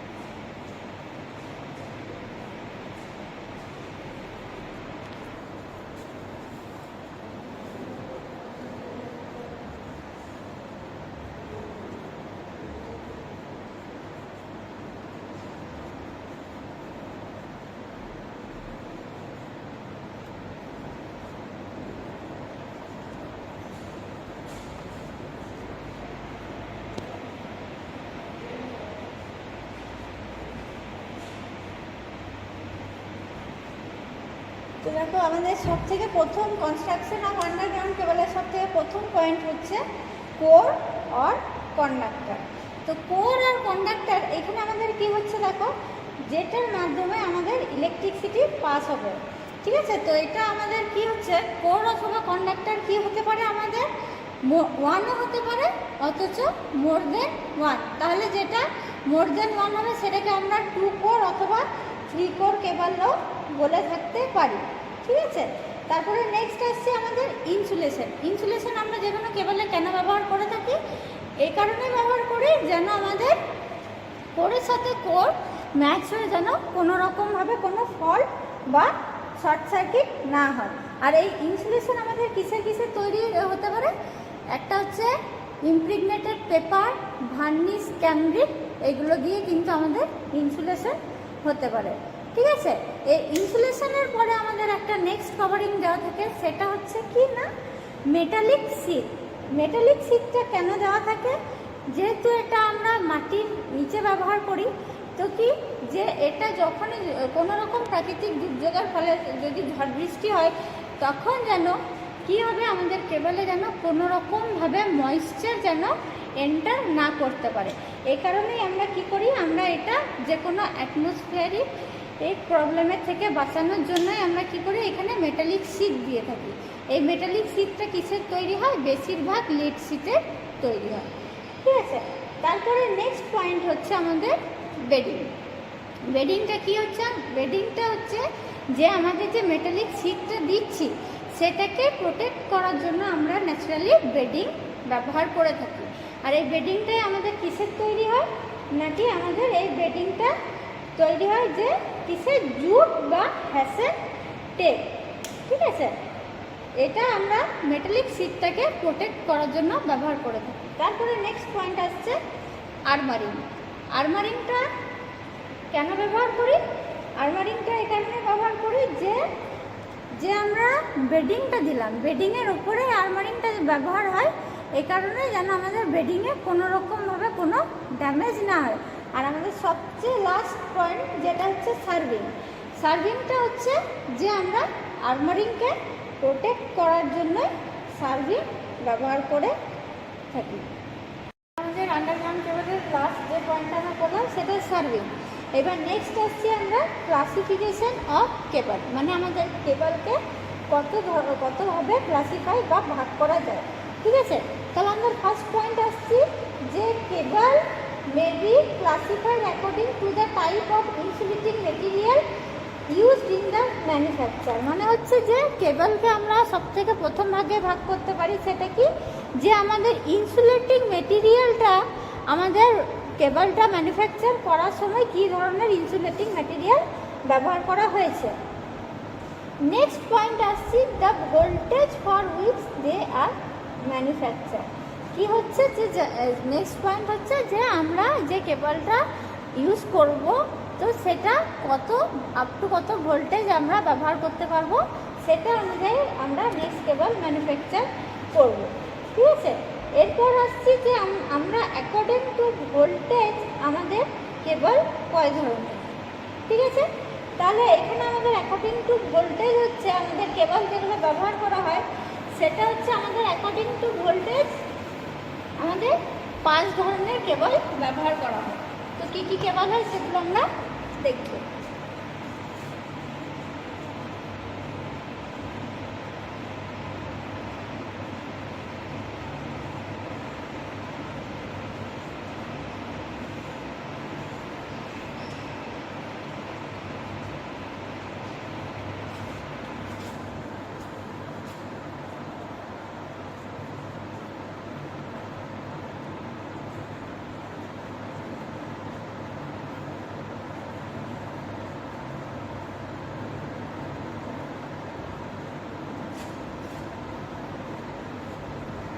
পজ করলে তো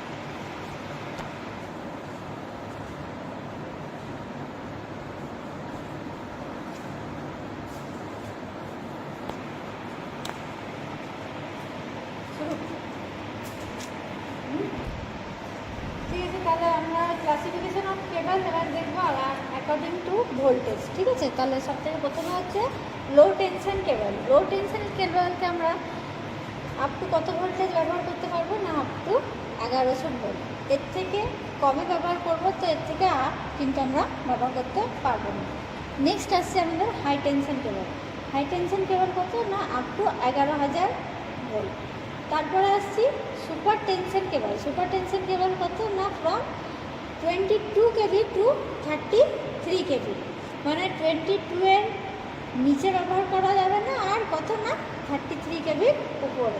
তারপর আসছি এক্সট্রা হাই টেনশন মানে ইএইচটি কেবল। ইএইচটি কেবল কত না ফ্রম 33 কেভি টু 66 কেভি। তারপরে এক্সট্রা সুপার ভোল্টেজ কেবল। এক্সট্রা সুপার ভোল্টেজ মানে বিয়ন্ড 132 কেভি, মানে 132 কেভির উপরে আমরা ব্যবহার করতে পারবো। এইবার আসছি আমরা classification of cable according to core, মানে কোর বা কন্ডাক্টর এর ওপর ভিত্তি করে আমাদের কেবল কত ধরনের হতে পারে। তাহলে সব থেকে প্রথম 1 নম্বর আসছে সিঙ্গেল কোর কেবল, তারপর আসছে 2 কোর কেবল, তারপর 3 কোর কেবল, তারপরে 4 কোর কেবল। ঠিক আছে, তাহলে আমরা এবার দেখে নেব এখানে যে 3 কোর কেবল আমাদের কীভাবে ব্যবহার করি আর এর কয় ধরনের হয়। তাহলে 3 কোর কেবল কিন্তু আমরা 3 ফেজ লাইনের ক্ষেত্রে ব্যবহার করে থাকি।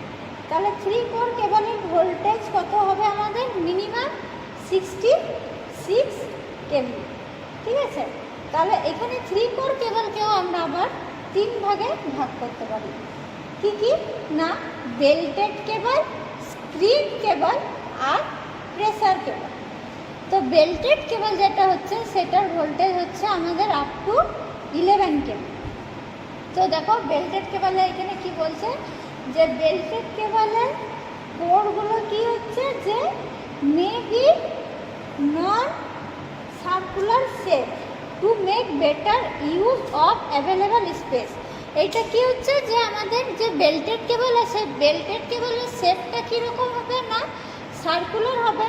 কেন হবে যে মেক বেটার ইউজ, এটার ইউজ যে আমরা করব সেখানে কিন্তু আমরা এটা বেশি জায়গা নেবে না, এর স্পেসটা কিন্তু খুব অ্যাভেলেবেল থাকবে। আর কি হচ্ছে যে এটা the belt is covered with lead sheet to protect the cable against ingress of moisture and mechanical injury. এই বেল্টেড কেবল কি হচ্ছে যে আমাদের এটা কভার করা থাকে কি দিয়ে লেড শিট। লেড শিট মানে কি যেটা আমরা পড়েছিলাম আরমারি। আরমারি এইখানে হচ্ছে কি লেড শিট দিয়ে মেটালিক শিট আমাদের যেটা দেওয়া থাকবে সেই মেটালিক শিটটা আমরা এই কারণে এখানে দিয়ে রাখবো কি যে আমাদের প্রোটেক্ট করবে এগেনস্ট কি ময়েশ্চার আর যে কোনো মেকানিক্যাল ইঞ্জুরির হাত থেকে আমাদের রক্ষা করবে। ঠিক আছে, আর কি the lead sheet is covered with 1 or more layers of armouring with an outer serving. Belted কভারকে কী করা হচ্ছে যে আমাদের মেটালিক শিট দেওয়ার পর তারপরে কি করব ওটার উপরে বেডিংয়ের পরে আর্মারিং দেবো। আর্মারিং দেওয়ার পর সেখানে কি করব যে একটা অথবা দুটো লেয়ারে আমরা সেখানে কি করব আউটার সার্ভিং দিয়ে আমরা বেল্টেড কেবলকে কভার করে রাখবো। ঠিক আছে, নেক্সট আসছি আমরা স্ক্রিন কেবল। স্ক্রিন কেবল কি হচ্ছে দেখো, স্ক্রিন কেবল হচ্ছে যে এটার ভোল্টেজ হচ্ছে আমাদের up to 33 kV, but in particular case there use may be extended to operating voltage up to 66 kV. আমরা প্রথমেই জানলাম যে আমরা 3 core cable up to 66 kV অবধি ব্যবহার করতে পারি। ঠিক আছে, তো এখানে স্ক্রিন কেবলের ভোল্টেজ বলছে আমাদের কত না 33 কেভি। তো 33 কেভির ক্ষেত্রে কি হচ্ছে এটা যে কোনো মানে অন্য ক্ষেত্রে যদি কোনো আমাদের অপারেটিং ভোল্টেজ এক্সিড করে তাহলে এখানে একে আমরা আপ টু 66 কেভি অবধিও ব্যবহার করে থাকতে পারি। তারপর হচ্ছে আমাদের এই স্ক্রিন কেবলের দুটো ভাগ আছে। কি কি না প্রথম হচ্ছে এইচ টাইপ কেবল আর একটা হচ্ছে এসএল টাইপ কেবল। ঠিক আছে, তাহলে এইচ টাইপ কেবল কি হচ্ছে দেখো, এইচ টাইপ কেবলের নামকরণটা করা হচ্ছে যে কোনো একজনের নাম অনুযায়ী, ওনার নাম হচ্ছে এইচ হট স্টাডার, এনার নাম অনুযায়ী কিন্তু আমাদের এইচ টাইপ কেবলটার নামকরণ করা হয়েছে। ঠিক আছে, এই কেবলের ইনসুলেশন কি থাকবে, একটা মেটালিক শিট থাকবে যেটা কনসিস্ট করবে কি যে পারফোরেটেড অ্যালুমিনিয়াম ফয়েল। ঠিক আছে, মেটালিক শিটটা কনসিস্টিং কি থাকবে না পারফোরেটেড অ্যালুমিনিয়াম ফয়েল। তারপর কি হচ্ছে দেখো যে এটা কন্ডাক্টিং একটা বেল্ট থাকবে, সেই বেল্টটা কি নাম থাকবে, copper wooden fabric tape.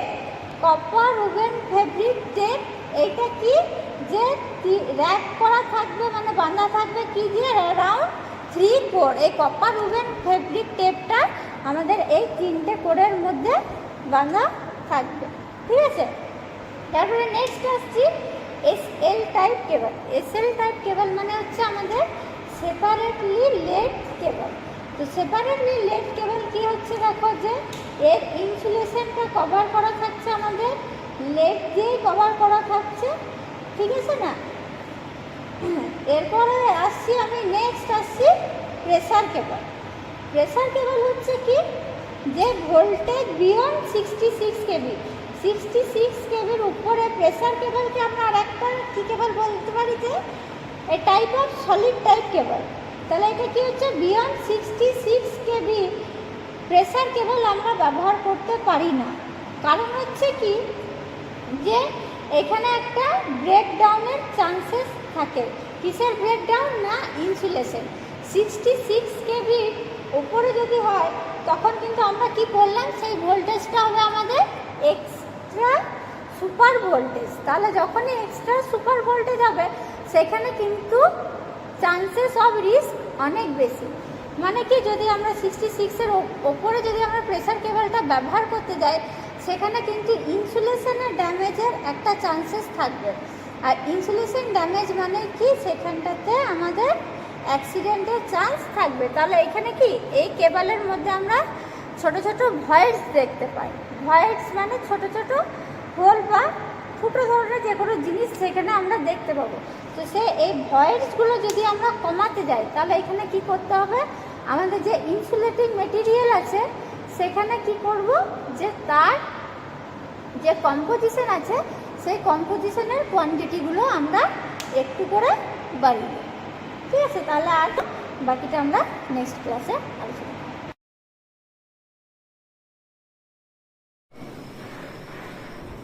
Hello my dear student, এখন আমি তোমাদের সাথে যেটা পড়াবো, যে টপিকটা আজকে আলোচনা করবো সেটা তোমরা বোর্ডে দেখতেই পাচ্ছ যে ট্রান্সফর্মার। যে ট্রান্সফর্মার এখানে দেখো অনেকগুলো সার্কিট ডায়াগ্রাম আছে।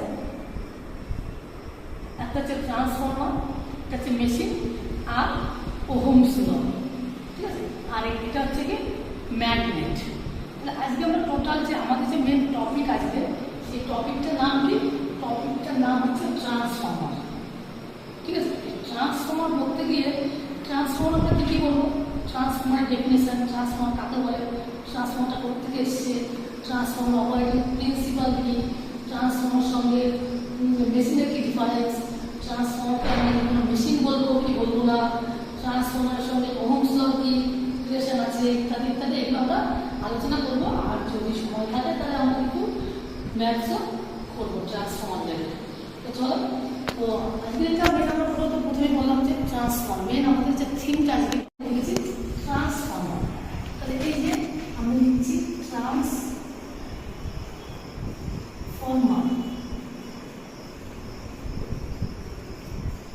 ট্রান্সফর্মার কথার অর্থ কিছু ট্রান্সফর্মার কি হয়, ট্রান্সফর্মার। তো এই দেখো ট্রান্সফর্মারের সার্কিট ডায়াগ্রাম আছে। ট্রান্সফর্মার যে ডায়াগ্রাম বলতে পারি বা সার্কিট ডায়াগ্রাম বলতে পারি, বা ট্রান্সফর্মারের যে আমরা ছবিটা আমরা এঁকেছি। তাহলে দেখো এখানে কি কি আছে, ট্রান্সফর্মার কি আছে, এখানে দেখো V1 আছে, কি V1, I1, E1, E2, N1, N2, I2, V2, V1 এগুলো কি আছে আমরা কিছুই জানি না, কিন্তু আমরা জানি না কি এটা খায় না মাথায় দিয়ে আমরা কিছুই জানি না, এগুলো সম্পর্কে আমরা কোনো কিছু জানি না। তাহলে V1টা কি,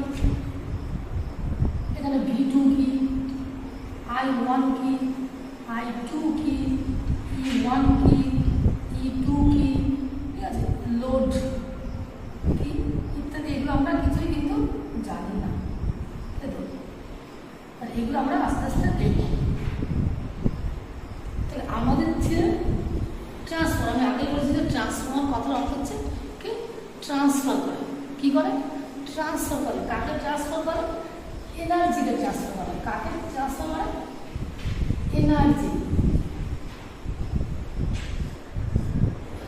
এনার্জি বা পাওয়ারকে, ঠিক আছে। পাওয়ার আমরা জানি কি জিনিস, পাওয়ার পাওয়ার কি জিনিস, voltage into current into cos phi, যদি এটা হয় আমাদের AC single phase, AC single phase power হয়। আর যদি ডিসি হয় তাহলে power V into I, cos phi হবে না, তাহলে এটা হচ্ছে আমাদের ডিসির পাওয়ার। তাহলে আমরা বললাম কি, তাহলে ট্রান্সফার হচ্ছে ট্রান্সফার করে, কাকে ট্রান্সফার করছে পাওয়ারকে ট্রান্সফার করছে, কোথা থেকে কোথায় করছে একটা সাইড থেকে আর একটা সাইড। কোন সাইড এখানে, এইখানে দেখো আমরা সাপ্লাই ভোল্টেজ এটা তো কোনো নেই, এটা নেই, ঠিক আছে, এটা নেই, তাহলে কি এই যেখানে আমাদের কি হচ্ছে নেই, মানে এখানে আমরা কানেক্ট করলাম, এখানে আমরা V1 সাপ্লাই দিলাম, মানে যেটা আমাদের 240 ভোল্ট বা 11 কেভি 1000 ভোল্ট যেটা আমরা কানেক্ট করছি, তাহলে এই থেকে আমরা হচ্ছে V1 বা প্রাইমারি সাইড, কি বলছি প্রাইমারি সাইড। তাহলে প্রাইমারি সাইড আমরা কাজ করবো, প্রাইমারি সাইড হচ্ছে সেই সাইড যেখানে হচ্ছে সাপ্লাইটা কানেক্ট করবো, ঠিক আছে। তো ট্রান্সফারে দেখো দুটো মেন সাইড থাকতে, একটা বলছি প্রাইমারি সাইড, একটা বলছি সেকেন্ডারি সাইড, এটা বলছি সেকেন্ডারি সাইড। ট্রান্সফার দুটো সাইড হলো, একটা হচ্ছে প্রাইমারি, একটা হচ্ছে সেকেন্ডারি। তো এর মধ্যে কিছু আছে, কিছু আমাদের যাচ্ছে এর মধ্যে, ওই প্রাইমারি সাইড থেকে সেকেন্ডারি সাইডে কিছু একটা যায়, কি জিনিস চাই, এটা হচ্ছে যেটা আমরা হচ্ছে কি পাওয়ার আর এনার্জি বলতে পারি, সেই পাওয়ারটা যাচ্ছে এই সাইড থেকে এই সাইডে, এই থেকে হচ্ছে আমরা ট্রান্সফার। এটা কিন্তু আমাদের ডেফিনেশনটা ঠিকঠাক হলো না, অল্প একটু ডেফিনেশন হলো, মানে পুরো ক্লিয়ারলি ডেফিনেশন হলো না। ট্রান্সফার হচ্ছে ট্রান্সফার করে, কাকে ট্রান্সফার করে পাওয়ারকে ট্রান্সফার করে, not voltage, not voltage current, right কি পাওয়ার। তাহলে পাওয়ারকে ট্রান্সফার করছে কোথা থেকে কোথায়, প্রাইমারি সাইড থেকে সেকেন্ডারি সাইডে।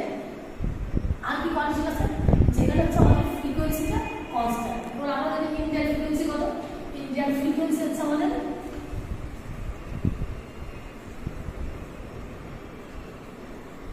50 হার্টজ, এটা হচ্ছে 50 হার্টজ ইন্ডিয়ান ফ্রিকোয়েন্সি। তাহলে প্রাইমারি সাইড কাকে বলবো, যার সাথে আমরা সাপ্লাইটা কানেক্ট করছি তাকে হচ্ছে প্রাইমারি সাইড বা পিএসও বলতে পারি, আর যার সাথে আমরা লোডটা কানেক্ট করছি তাকে বলি সেকেন্ডারি সাইড বা এসি।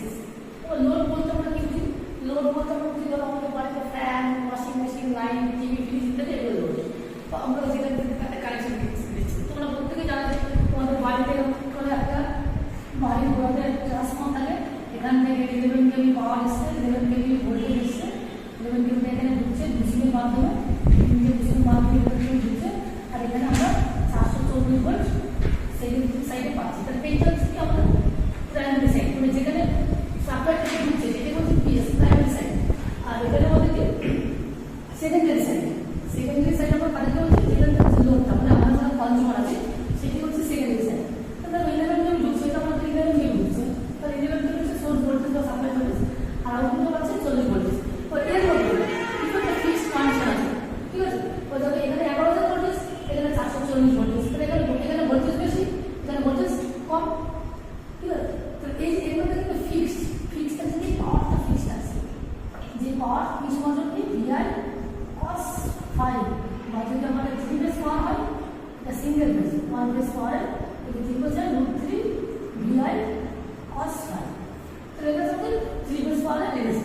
তো এইটা কিন্তু আমাদের ফিক্সড থাকে, মানে এখানে যদি আমাদের এবার যদি আমাদের প্রাইমারি সাইডে যদি আমাদের 500 ওয়াট পাওয়ার থাকে, যেহেতু পাওয়ার ইউনিট হচ্ছে ওয়াট বা কিলোওয়াট বা মেগাওয়াট বা গিগাওয়াট, তারপরে এই পাশে আমাদের কি হবে 500 ওয়াট থাকবে, 500 ওয়াট থাকবে, কোনো ফিক্সড চেঞ্জ হবে না, মানে 500 থাকবে। যদি 1000 থেকে 1000 থেকে চেঞ্জ চেঞ্জ হবে না, ঠিক আছে? সেই জন্য বলছে যে ট্রান্সফর্মার হচ্ছে কি স্ট্যাটিক ডিভাইস। তাহলে যদি আমরা ট্রান্সফর্মারের ডেফিনেশন বলছি তাহলে আমরা কি বলবো, যদি আমরা ট্রান্সফর্মার ডেফিনেশন বলি তাহলে আমরা বলেটা বুঝিয়ে দিচ্ছি যে ট্রান্সফর্মার হতে গেলে আমাদের কি কি কন্ডিশন থাকবে। কন্ডিশন অফ ট্রান্সফর্মার, কন্ডিশন এক নম্বর হচ্ছে কি পাওয়ার ফিক্স থাকতে হবে, পাওয়ার ফিক্সড। তাহলে পাওয়ারটা চেঞ্জ করলে হবে না, চেঞ্জ করলে হবে না, চেঞ্জ হবেই না, ঠিক আছে? তাহলে ট্রান্সফরমেশন কাজ করবে না। দুই নম্বর হচ্ছে কি ফ্রিকোয়েন্সি। এবারে পাওয়ারটা কত হতে পারে, পাওয়ারটা আমাদের সেই ভোল্টেজের কারেন্টের উপর ডিপেন্ড করছে, ঠিক আছে? তো 500 ওয়াট হতে পারে, 1000 ওয়াট হতে পারে, 2000 ওয়াট হতে পারে, 500 মেগাওয়াট হতে পারে, ইত্যাদি হতে পারে, ঠিক আছে? যাই হোক, কিন্তু ফ্রিকোয়েন্সি আমরা জানি frequency frequency 50 Hz. That means Indian frequency 50 Hz or cycle per second. যাকে আমরা সি পার এস দিয়ে ডেফিনেশন করি। ফ্রিকোয়েন্সি লিমিট দেয় কত, ডোমেস্টিক বলো আর ইন্ডাস্ট্রিয়াল বলো আর কমার্শিয়াল বলো, যে কোনো লাইনে ফ্রিকোয়েন্সি কত হবে, ঠিক আছে? সেই ফ্রিকোয়েন্সিটা হচ্ছে কত আমাদের 50 Hz। এটা কিন্তু কনস্ট্যান্ট, দুটোই সরি কনস্ট্যান্ট আছে। একটা হচ্ছে পাওয়ার কনস্ট্যান্ট বা পাওয়ার ফিক্সড, আর একটা হচ্ছে ফ্রিকোয়েন্সি ফিক্সড আর ফ্রিকোয়েন্সি কনস্ট্যান্ট। এগুলো কিন্তু আনচেঞ্জেবল, নট চেঞ্জেবল, চেঞ্জ হবে না। তাহলে এখানে যদি প্রাইমারি সাইড যদি 50 Hz ফ্রিকোয়েন্সি দেয়, এপাশে 50 Hz ফ্রিকোয়েন্সি, এপাশে যদি 500 ওয়াট ফ্রিকোয়েন্সি দেয়, এখানে যদি 500 ওয়াট সরি 500 ওয়াট পাবে, এপাশে 500 ওয়াট, এগুলো চেঞ্জ হবে। তাহলে এবার কি কি চেঞ্জ হবে? এবার এখানে ধরো, এখানে দেখো 11 কিলো আমাদের সাপ্লাই হচ্ছে, প্রাইমারি সাইডে ভোল্টেজ হচ্ছে 11 কিলো। এটা আমি যেটা বললাম যে 11 কিলো আমাদের প্রাইমারি সাইডে ভোল্টেজ হয় 11 কিলো, এখানে 740 ভোল্ট। তাহলে দেখো ভোল্টেজ কিন্তু বাড়ছে, প্রাইমারি সাইডে ভোল্টেজ কিন্তু বেড়েছে, সেকেন্ডারি সাইডে ভোল্টেজ কমছে। তাহলে কি নম্বর হবে, voltage increase or voltage decrease, মানে ভোল্টেজ বাড়বে অথবা ভোল্টেজ কমবে। আর 4 নম্বর হলো current increase or current decrease. তাহলে কি তোমার ভোল্টেজ বাড়তে পারে আর ভোল্টেজ কমতে পারে, অথবা কারেন্ট বাড়তে পারে অথবা কারেন্ট কমতে পারে। তাহলে ট্রান্সফরমারটা আমরা টোটাল প্যাকেজ নিয়ে যদি আমি ট্রান্সফরমার ডেফিনেশন করি তাহলে কি বলতে পারি যে ট্রান্সফরমার হচ্ছে একটা স্ট্যাটিক ডিভাইস। স্ট্যাটিক ডিভাইস কেন স্ট্যাটিক ডিভাইস সেটা বলে আসছি। তাহলে দেখো যার পাওয়ার হচ্ছে কনস্ট্যান্ট থাকবে, ফ্রিকোয়েন্সি কনস্ট্যান্ট থাকবে, ভোল্টেজটা বাড়বে অথবা কমবে, বা কারেন্ট বাড়বে অথবা কারেন্ট কমবে, তাকেই আমরা বলবো কি ট্রান্সফরমার। ট্রান্সফরমার হতে গেলে আমাদের পিওরলি একটা টোটাল প্যাকেজ যেটা ডেফিনেশন বলি, তাহলে কি বলবো ট্রান্সফরমার হচ্ছে ট্রান্সফার করে, কাকে ট্রান্সফার করে, পাওয়ারকে ট্রান্সফার করে, কোথা থেকে কোথায় করে, প্রাইমারি সাইড থেকে সেকেন্ডারি সাইডে করে, যার ফ্রিকোয়েন্সি কনস্ট্যান্ট বা ভোল্টেজকে বাড়াবে বা ভোল্টেজকে কমাবে, আবার কারেন্টকে বাড়াবে বা কারেন্টকে কমাবে। তাহলে আশা করি বুঝতে পেরেছি যে ট্রান্সফরমার প্রথমে বলেছে যে ট্রান্সফরমার একটা স্ট্যাটিক ডিভাইস। এবার ট্রান্সফরমার বলার কোন প্রিন্সিপালে কাজ করে, দেখো ট্রান্সফরমার যে অপারেটিং প্রিন্সিপাল সেটা হচ্ছে Faraday's law of electromagnetic induction. Faraday's law of electromagnetic mutual induction. দেখো যেটা আমরা বলছি সেটা হচ্ছে ট্রান্সফরমার, আমরা বললাম যে ট্রান্সফরমার কনস্ট্রাকশনে কি আছে মেন ডিটেইলস আছে না, মানে দুটো সাইড আছে, একটা হচ্ছে প্রাইমারি সাইড, একটা হচ্ছে সেকেন্ডারি সাইড, আর কিছু যে তারের মধ্যে প্যাটার্ন মোশন আছে এগুলো আমরা হচ্ছে নামটা পাক সংখ্যা। তো প্রাইমারি সাইডে কিছু পাক সংখ্যা পেয়েছি আর সেকেন্ডারি সাইডে কিছু পাক সংখ্যা পেয়েছি। এইবার আমরা এই ট্রান্সফরমার হচ্ছে ম্যাটেরিয়ালটা তৈরি হচ্ছে আমাদেরকে সিলিকন স্টিল দ্বারা, ঠিক আছে, সলিড সিলিকন স্টিল আমরা বলতে পারি। আর এগুলো সবটা হচ্ছে ম্যাগনেটিক তৈরি, কিসের তৈরি, ম্যাগনেটিক জিনিস আমাদের ম্যাগনেটিক দুটো বলতে হবে, পোলার তৈরি থাকবে, এর থেকে এসে থেকে আমাদের লাইনস অফ ফোর্স বা লাইনস অফ ট্রান্সফার আসবে। টোটাল এই ম্যাগনেটিক ট্রান্সফার আমাদের সলিড কাস্ট স্টিল বা হাই কার্বন সিলিকন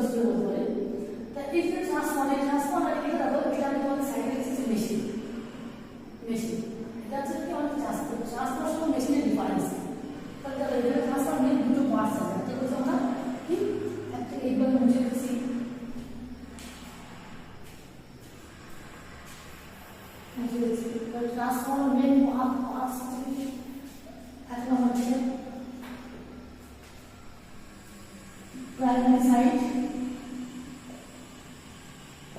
সাইড, দুই নম্বর হচ্ছে সেকেন্ডারি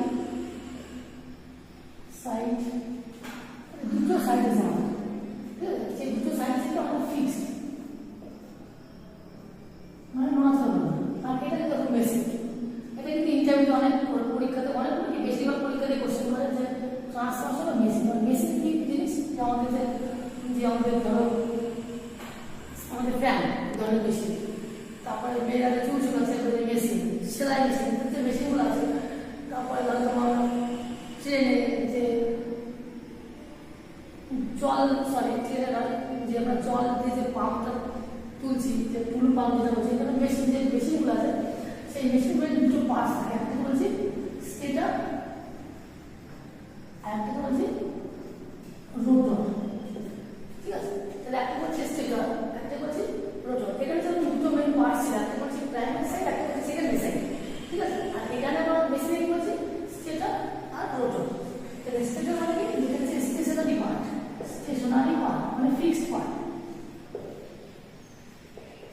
আর রোটর মানে রোটেটিং পার্ট, এটা মুভ করে ঘুরবে। ফ্যান আমাদের যেখানে একটা ফিক্স থাকে আর এটা ঘোরে, একটা ফিক্সড আর একটা মুভিং পার্টস। কিন্তু ট্রান্সফরমার কিন্তু দুটো কোনো পার্টসই ঘোরে না, ফিক্স থাকে, দুটো একটা ফিক্স থাকে, ঠিক আছে? একটা এটা যদি প্রাইমারি সাইড হয়, এই ডানা থেকে আমাদের প্রাইমারি সাইড, আর আমাদের সেকেন্ডারি সাইড। তাহলে এই ডানা থেকে বাঁধা থেকে কি থাকছে? ভোল্টেজ বা কারেন্ট বাড়ছে আর পাওয়ারটা ফিক্স নেই। এটা বলছে ট্রান্সফরমার। কারণ এর মধ্যে কোনো মেশিন কোনো রোটেটিং পার্টস নেই, এর মধ্যে ঘোরা মতো জিনিস। এই জন্য ট্রান্সফরমারের যে লসটা আছে, transformer loss is very less, মানে 1% লেস দ্যান 1% লস হয় কি আমার সন্দেহ আছে, মানে 1% লস হয় ট্রান্সফরমার। কিন্তু মেশিনের মধ্যে কি মেশিন বলতে কি মেশিন আমরা যে DC machine, AC machine, induction machine, DC মেশিনগুলো আছে।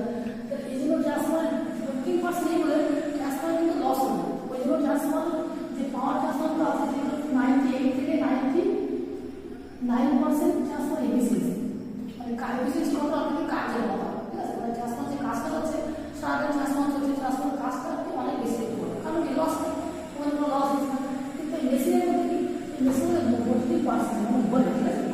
ঘূর্ণায়মান লস হয়, ঘূর্ণায়মান লসের জন্য কিছু কার্যক্রম হচ্ছে, তুমি যদি পড়াশোনা করছো, তোমাদের আগে যদি ঘুম না হয় তাহলে কি হবে? তোমার সারাদিন টায়ার থাকবে, ঠিক সেরকম করে ট্রান্সফরমার ওরকম কি লস হয়। তো এই লসটা হলো একটা মেশিনের একটা রকম লস হয়। যেমন ডিসি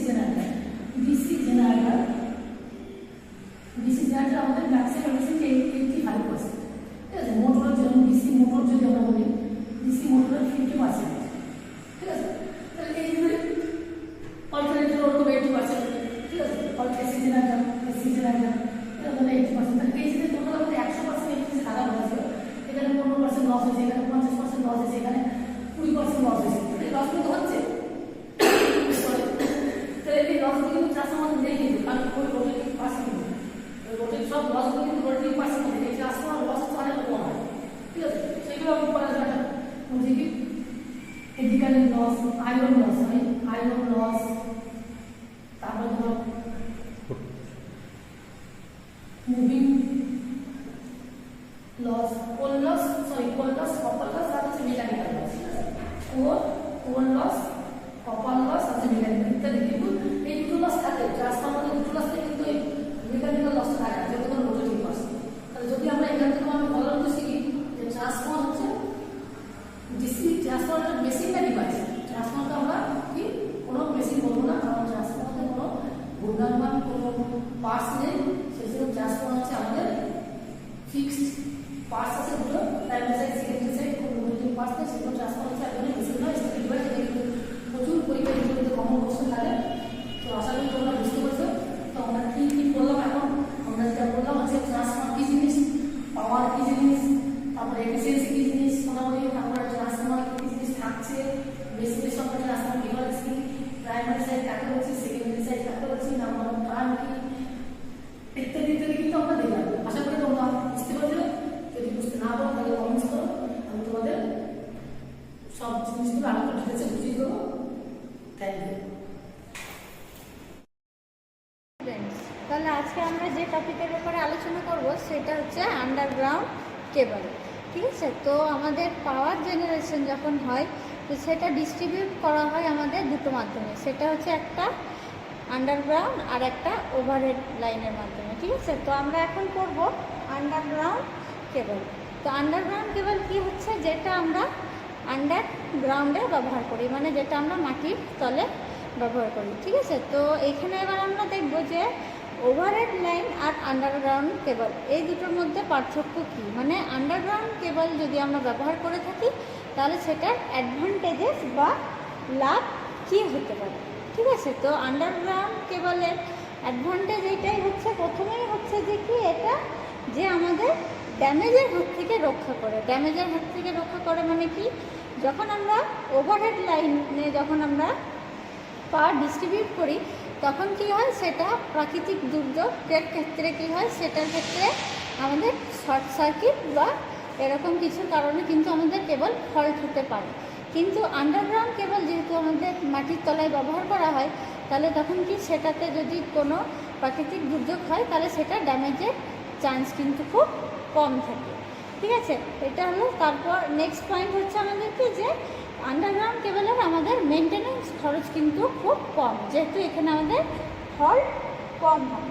ঠিক আছে, তারপর কি আন্ডারগ্রাউন্ড কেবল হচ্ছে কি, যে কোনো ম্যানমেড এখানে কোনো ক্ষতি করতে পারবে না, কোনো মানুষ যদি এটা চায় তো এটাতে ক্ষতি করতে পারবে না। আর একটা কি হচ্ছে যে এইখানে হচ্ছে ভোল্টেজ রেগুলেশন এখানে খুব বেটার, কারণ হচ্ছে কি যে আন্ডারগ্রাউন্ড কেবলের ক্ষেত্রে আমাদের লস কিন্তু খুব কম হয়। ঠিক আছে, এবার নেক্সট টপিক হচ্ছে যে আমাদের disadvantages of underground cable. Disadvantages এক নম্বর কী হতে পারে দেখবে, যে যেহেতু এটার আমাদের মেনটেন্যান্স খরচ কিন্তু খুব কম, তার জন্য কি যে এটার ইনিশিয়াল কস্ট কিন্তু আমাদের খুব হাই, মানে অ্যাট এ টাইম আমরা যদি এটাকে কিনতে যাই তাহলে কিন্তু এটাকে আমাদেরকে অনেক বেশি পরিমাণ টাকা দিয়ে কিনতে হবে। নেক্সট পয়েন্ট হচ্ছে কি, যে এখানে এই কেবলে আমাদের যেসব জয়েন্টগুলো করা হয় সেসব জয়েন্টগুলো হচ্ছে কি, সেই জয়েন্টগুলো হচ্ছে খুব কস্টলি, কারণ হচ্ছে কি এখানে আমাদের ড্যামেজের চান্সেস খুব কম। ঠিক আছে, এরপরে আসছি আমরা কনস্ট্রাকশন অফ আন্ডারগ্রাউন্ড কেবল। তাহলে আমাদের আন্ডারগ্রাউন্ড কেবলে কিন্তু 6টা লেয়ারিং থাকে। ঠিক আছে, তো আমরা দেখে নেব তাহলে আমাদের কনস্ট্রাকশন অফ আন্ডারগ্রাউন্ড কেবল কী কী থাকতে পারে।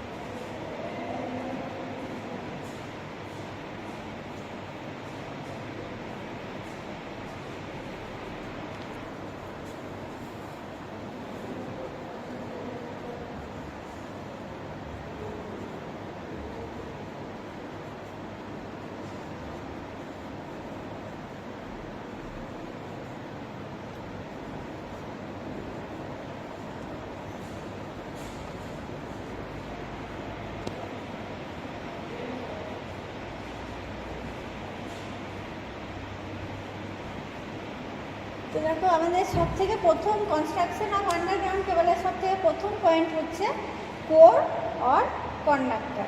তো কোর আর কন্ডাক্টর এখানে আমাদের কি হচ্ছে দেখো, যেটার মাধ্যমে আমাদের ইলেকট্রিসিটি পাস হবে। ঠিক আছে, তো এটা আমাদের কি হচ্ছে, কোর অথবা কন্ডাক্টর কি হতে পারে, আমাদের ওয়ানও হতে পারে অথচ মোর দেন ওয়ান। তাহলে যেটা মোর দেন ওয়ান হবে সেটাকে আমরা 2 কোর অথবা 3 কোর কেবলও বলে থাকতে পারি। ঠিক আছে, তারপরে নেক্সট আসছে আমাদের ইনসুলেশন। ইনসুলেশন আমরা যে কোনো কেবলে কেন ব্যবহার করে থাকি, এই কারণে ব্যবহার করি যেন আমাদের কোরের সাথে কোর ম্যাচ হয়ে যেন কোনো রকমভাবে কোনো ফল্ট বা শর্ট সার্কিট না হয়। আর এই ইনসুলেশন আমাদের কিসের কিসের তৈরি হতে পারে, একটা হচ্ছে ইমপ্রেগনেটেড পেপার, ভার্নিশ, ক্যামব্রিক এগুলো দিয়ে কিন্তু আমাদের ইনসুলেশন হতে পারে। ঠিক আছে, এই ইনসুলেশনের পরে আমাদের একটা নেক্সট কভারিং দেওয়া থাকে, সেটা হচ্ছে কি না মেটালিক সিট। মেটালিক সিটটা কেন দেওয়া থাকে? যেহেতু এটা আমরা মাটির নিচে ব্যবহার করি, তো কি যে এটা যখনই কোনো রকম প্রাকৃতিক দুর্যোগের ফলে যদি ঝড় বৃষ্টি হয়, তখন যেন কি হবে আমাদের কেবলে যেন কোনো রকমভাবে ময়েশ্চার যেন এন্টার না করতে পারে। এই কারণেই আমরা কি করি, আমরা এটা যে কোনো অ্যাটমসফিয়ারিক এই প্রবলেমের থেকে বাঁচানোর জন্যই আমরা কি করি, এখানে মেটালিক সিট দিয়ে থাকি। এই মেটালিক সিটটা কিসের তৈরি হয়? বেশিরভাগ লিড সিটের তৈরি হয়। ঠিক আছে, তারপরে নেক্সট পয়েন্ট হচ্ছে আমাদের বেডিং। বেডিংটা কি হচ্ছে? বেডিংটা হচ্ছে যে আমাদের যে মেটালিক সিটটা দিচ্ছি সেটাকে প্রোটেক্ট করার জন্য আমরা ন্যাচারালি বেডিং ব্যবহার করে থাকি। আর এই বেডিংটাই আমাদের কিসের তৈরি হয়? নাকি আমাদের এই বেডিংটা তৈরি হয় যে কিসের? জুট বা হ্যাসের টেপ। ঠিক আছে, এটা আমরা মেটালিক সিটটাকে প্রোটেক্ট করার জন্য ব্যবহার করে থাকি। তারপরে নেক্সট পয়েন্ট আসছে আর্মারিং। আর্মারিংটা কেন ব্যবহার করি? আর্মারিংটা এই কারণে ব্যবহার করি যে আমরা বেডিংটা দিলাম, বেডিংয়ের ওপরে আর্মারিংটা ব্যবহার হয় এই কারণে যেন আমাদের বেডিংয়ে কোনো রকমভাবে কোনো ড্যামেজ না হয়। আর আমাদের সবচেয়ে লাস্ট পয়েন্ট যেটা হচ্ছে সার্ভিং। সার্ভিংটা হচ্ছে যে আমরা আর্মারিংকে প্রোটেক্ট করার জন্য সার্ভিং ব্যবহার করে থাকি। আমাদের আন্ডারগ্রাউন্ড কেবলের লাস্ট যে পয়েন্টটা আমরা করলাম সেটা সার্ভিং। এবার নেক্সট আসছি আমরা ক্লাসিফিকেশন অফ কেবল, মানে আমাদের কেবলকে কতভাবে ক্লাসিফাই বা ভাগ করা যায়। ঠিক আছে, তাহলে আমরা ফার্স্ট পয়েন্ট আসছি যে cable may be classified according to the type of insulating material used in the manufacture. মানে হচ্ছে যে কেবলকে আমরা সবথেকে প্রথম ভাগে ভাগ করতে পারি, সেটা কি যে আমাদের ইনসুলেটিং মেটেরিয়ালটা আমাদের কেবলটা ম্যানুফ্যাকচার করার সময় কী ধরনের ইনসুলেটিং ম্যাটেরিয়াল ব্যবহার করা হয়েছে। নেক্সট পয়েন্ট আসছি the voltage for which they are manufacture.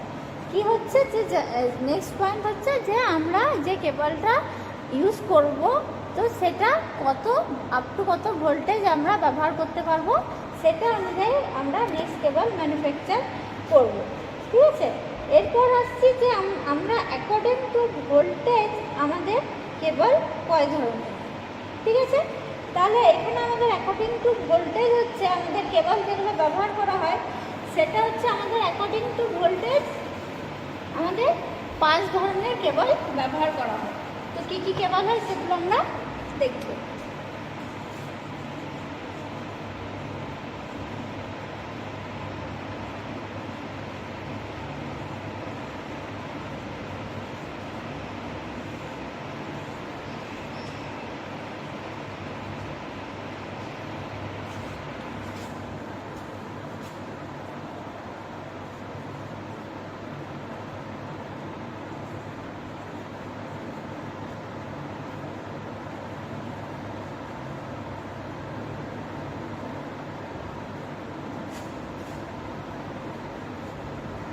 Pause করলে তো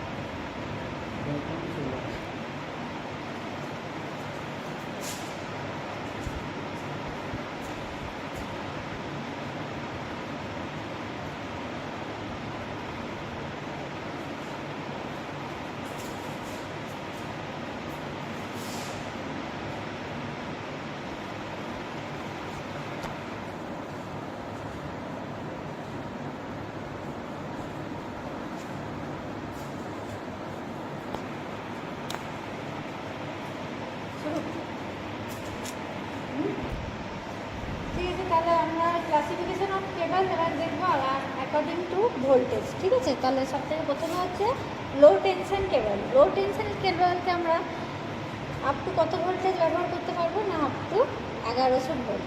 এর থেকে কবে ব্যবহার করবো, তো এর থেকে আপ কিন্তু আমরা ব্যবহার করতে পারবো না। নেক্সট আসছে আমাদের হাই টেনশন কেবল। হাই টেনশন কেবল কত না, আপ টু 11,000 ভোল্ট। তারপরে আসছি সুপার টেনশন কেবল। সুপার টেনশন কেবল কত না, ফ্রম 22 কেভি টু 33 কেভি, মানে 22 এর নিচে ব্যবহার করা যাবে না, আর কত না 33 কেভির উপরে। তারপর আসছি এক্সট্রা হাই টেনশন মানে ইএইচটি কেবল। ইএইচটি কেবল কত না, ফ্রম 33 কেভি টু 66 কেভি। তারপরে এক্সট্রা সুপার ভোল্টেজ কেবল। এক্সট্রা সুপার ভোল্টেজ মানে বিয়ন্ড 132 কেভি, মানে 132 কেভির উপরে আমরা ব্যবহার করতে পারবো। এইবার আসছি আমরা classification of cable according to core, মানে কোর বা কন্ডাক্টর এর ওপর ভিত্তি করে আমাদের কেবল কত ধরনের হতে পারে। তাহলে সব থেকে প্রথম 1 নম্বর আসছে সিঙ্গেল কোর কেবল, তারপর আসছে 2 কোর কেবল, তারপর 3 কোর কেবল, তারপরে 4 কোর কেবল। ঠিক আছে, তাহলে আমরা এবার দেখে নেব এখানে যে 3 কোর কেবল আমাদের কীভাবে ব্যবহার করি আর এর কয় ধরনের। তাহলে 3 কোর কেবল কিন্তু আমরা 3 ফেজ লাইনের ক্ষেত্রে ব্যবহার করে থাকি। তাহলে 3 কোর কেবলের ভোল্টেজ কত হবে আমাদের, মিনিমাম 66 কেভি। ঠিক আছে, তাহলে এখানে 3 কোর কেবলকেও আমরা আবার 3 ভাগে ভাগ করতে পারি। কি কি না, বেল্টেড কেবল, স্ক্রিন কেবল আর প্রেসার কেবল। তো বেল্টেড কেবল যেটা হচ্ছে সেটার ভোল্টেজ হচ্ছে আমাদের আপ টু 11 কেভি। তো দেখো বেল্টেড কেবলে এখানে কি বলছে, যে বেল্টেড কেবলের কোরগুলো কি হচ্ছে, যে may be non circular shape to make better use of available space. এইটা কি হচ্ছে, যে আমাদের যে বেল্টেড কেবল আছে, বেল্টেড কেবলের শেপটা কীরকম হবে না, সার্কুলার হবে। কেন হবে, যে মেক বেটার ইউজ, এটার ইউজ যে আমরা করব সেখানে কিন্তু আমরা এটা বেশি জায়গা নেবে না, এর স্পেসটা কিন্তু খুব অ্যাভেলেবেল থাকবে। আর কি হচ্ছে, যে এটা the belt is covered with lead sheet to protect the cable against ingress of moisture and mechanical injury. এই বেল্টেড কেবল কি হচ্ছে, যে আমাদের এটা কভার করা থাকে কি দিয়ে, লেড শিট। লেড শিট মানে কি, যেটা আমরা করেছিলাম আরমারি। আরমারি এইখানে হচ্ছে কি লেড শিট দিয়ে মেটালিক শিট আমাদের যেটা দেওয়া থাকবে, সেই মেটালিক শিটটা আমরা এই কারণে এখানে দিয়ে রাখবো কি, যে আমাদের প্রোটেক্ট করবে এগেনস্ট কি, ময়েশ্চার আর যে কোনো মেকানিক্যাল ইঞ্জুরির হাত থেকে আমাদের রক্ষা করবে। ঠিক আছে, আর কি, the lead sheet is covered with 1 or more layers of armouring with an outer serving. Belted কভারকে কী করা হচ্ছে, যে আমাদের মেটালিক শিট দেওয়ার পর তারপরে কি করব, ওটার উপরে বেডিংয়ের পরে আর্মারিং দেবো। আর্মারিং দেওয়ার পর সেখানে কি করব, যে একটা অথবা 2টো লেয়ারে আমরা সেখানে কি করব, আউটার সার্ভিং দিয়ে আমরা বেল্টেড কেবলকে কভার করে রাখবো। ঠিক আছে, নেক্সট আসছি আমরা স্ক্রিন কেবল। স্ক্রিন কেবল কি হচ্ছে, দেখো স্ক্রিন কেবল হচ্ছে যে এটার ভোল্টেজ হচ্ছে আমাদের up to 33 kV, but in particular case their use may be extended to operating voltage up to 66 kV. আমরা প্রথমেই জানলাম যে আমরা 3 core cable up to 66 kV অবধি ব্যবহার করতে পারি। ঠিক আছে, তো এখানে স্ক্রিন কেবলের ভোল্টেজ বলছে আমাদের কত না, 33 kV। তো 33 kVর ক্ষেত্রে কি হচ্ছে, এটা যে কোনো মানে অন্য ক্ষেত্রে যদি কোনো আমাদের অপারেটিং ভোল্টেজ এক্সিড করে, তাহলে এখানে একে আমরা আপ টু 66 কেভি অবধিও ব্যবহার করে থাকতে পারি। তারপর হচ্ছে আমাদের এই স্ক্রিন কেবলের 2টো ভাগ আছে। কি কি না, প্রথম হচ্ছে এইচ টাইপ কেবল আর একটা হচ্ছে এসএল টাইপ কেবল। ঠিক আছে, তাহলে এইচ টাইপ কেবল কি হচ্ছে, দেখো এইচ টাইপ কেবলের নামকরণটা করা হচ্ছে যে কোনো একজনের নাম অনুযায়ী, ওনার নাম হচ্ছে এইচ হট স্টাডার, এনার নাম অনুযায়ী কিন্তু আমাদের এইচ টাইপ কেবলটার নামকরণ করা হয়েছে। ঠিক আছে, এই কেবলের ইনসুলেশন কি থাকবে, একটা মেটালিক শিট থাকবে যেটা কনসিস্ট করবে কি যে পারফোরেটেড অ্যালুমিনিয়াম ফয়েল। ঠিক আছে, মেটালিক শিটটা কনসিস্টিং কি থাকবে না পারফোরেটেড অ্যালুমিনিয়াম ফয়েল। তারপর কি হচ্ছে দেখো যে এটা কন্ডাক্টিং একটা বেল্ট থাকবে, সেই বেল্টটা কি নাম থাকবে, copper woven fabric tape. Copper woven fabric tape এটা কি যে র্যাপ করা থাকবে মানে বাঁধা থাকবে কি দিয়ে অ্যারাউন্ড 3 কোর। এই কপার উভেন ফেব্রিক টেপটা আমাদের এই 3টে কোরের মধ্যে বাঁধা থাকবে। ঠিক আছে, তারপরে নেক্সট আসছি এসএল টাইপ কেবল। এসএল টাইপ কেবল মানে হচ্ছে আমাদের সেপারেটলি লেড কেবল।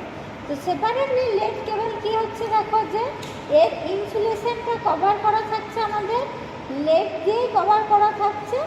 ঠিক আছে না, এরপরে আসছি আমি নেক্সট আসছি প্রেসার কেবল। প্রেসার কেবল হচ্ছে কি যে ভোল্টেজ বিয়ন্ড 66 কেভি, 66 কেভির উপরে প্রেসার কেবলকে আমরা আর একটা কী কেবল বলতে পারি যে এ টাইপ অফ সলিড টাইপ কেবল।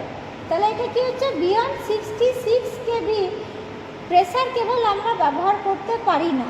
কারণ হচ্ছে কি যে এখানে একটা ব্রেকডাউনের চান্সেস থাকে। কিসের ব্রেকডাউন না ইনসুলেশন।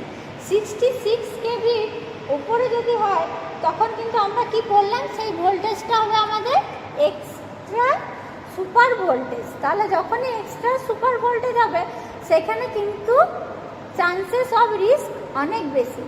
মানে কি যদি আমরা 66-এর ওপরে যদি আমরা প্রেসার কেবলটা ব্যবহার করতে যাই সেখানে কিন্তু ইনসুলেশনের ড্যামেজের একটা চান্সেস থাকবে। আর ইনসুলেশন ড্যামেজ মানে কি সেখানটাতে আমাদের অ্যাক্সিডেন্টের চান্স থাকবে। তাহলে এখানে কি এই কেবলের মধ্যে আমরা ছোট ছোট ভয়েডস দেখতে পাই। ভয়েডস মানে ছোট ছোট হোল বা ফুটো ধরনের যে কোনো জিনিস সেখানে আমরা দেখতে পাবো। তো এই ভয়েডসগুলো যদি আমরা কমাতে যাই তাহলে এখানে কি করতে হবে, আমাদের যে ইনসুলেটিং মেটেরিয়াল আছে সেখানে কি করব যে তার যে কম্পোজিশন আছে সেই কম্পোজিশনের কোয়ান্টিটিগুলো আমরা একটু করে বাড়িয়ে।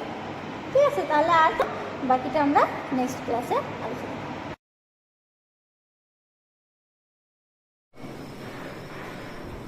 হ্যালো মাই ডিয়ার স্টুডেন্ট, এখন আমি তোমাদের সাথে যেটা পড়াবো, যে টপিকটা আজকে আলোচনা করব সেটা তোমরা বোর্ডে দেখতেই পাচ্ছ যে ট্রান্সফর্মার। যে ট্রান্সফর্মার এখানে দেখো অনেকগুলো সার্কিট ডায়াগ্রাম আছে। একটা হচ্ছে ট্রান্সফর্মার, একটা হচ্ছে মেশিন আর ওহমস ল। ঠিক আছে, আর এটা হচ্ছে কি ম্যাগনেট। তাহলে আজকে আমরা টোটাল যে আমাদের যে মেন টপিক আজকে সেই টপিকটার নাম কি, টপিকটার নাম হচ্ছে ট্রান্সফর্মার।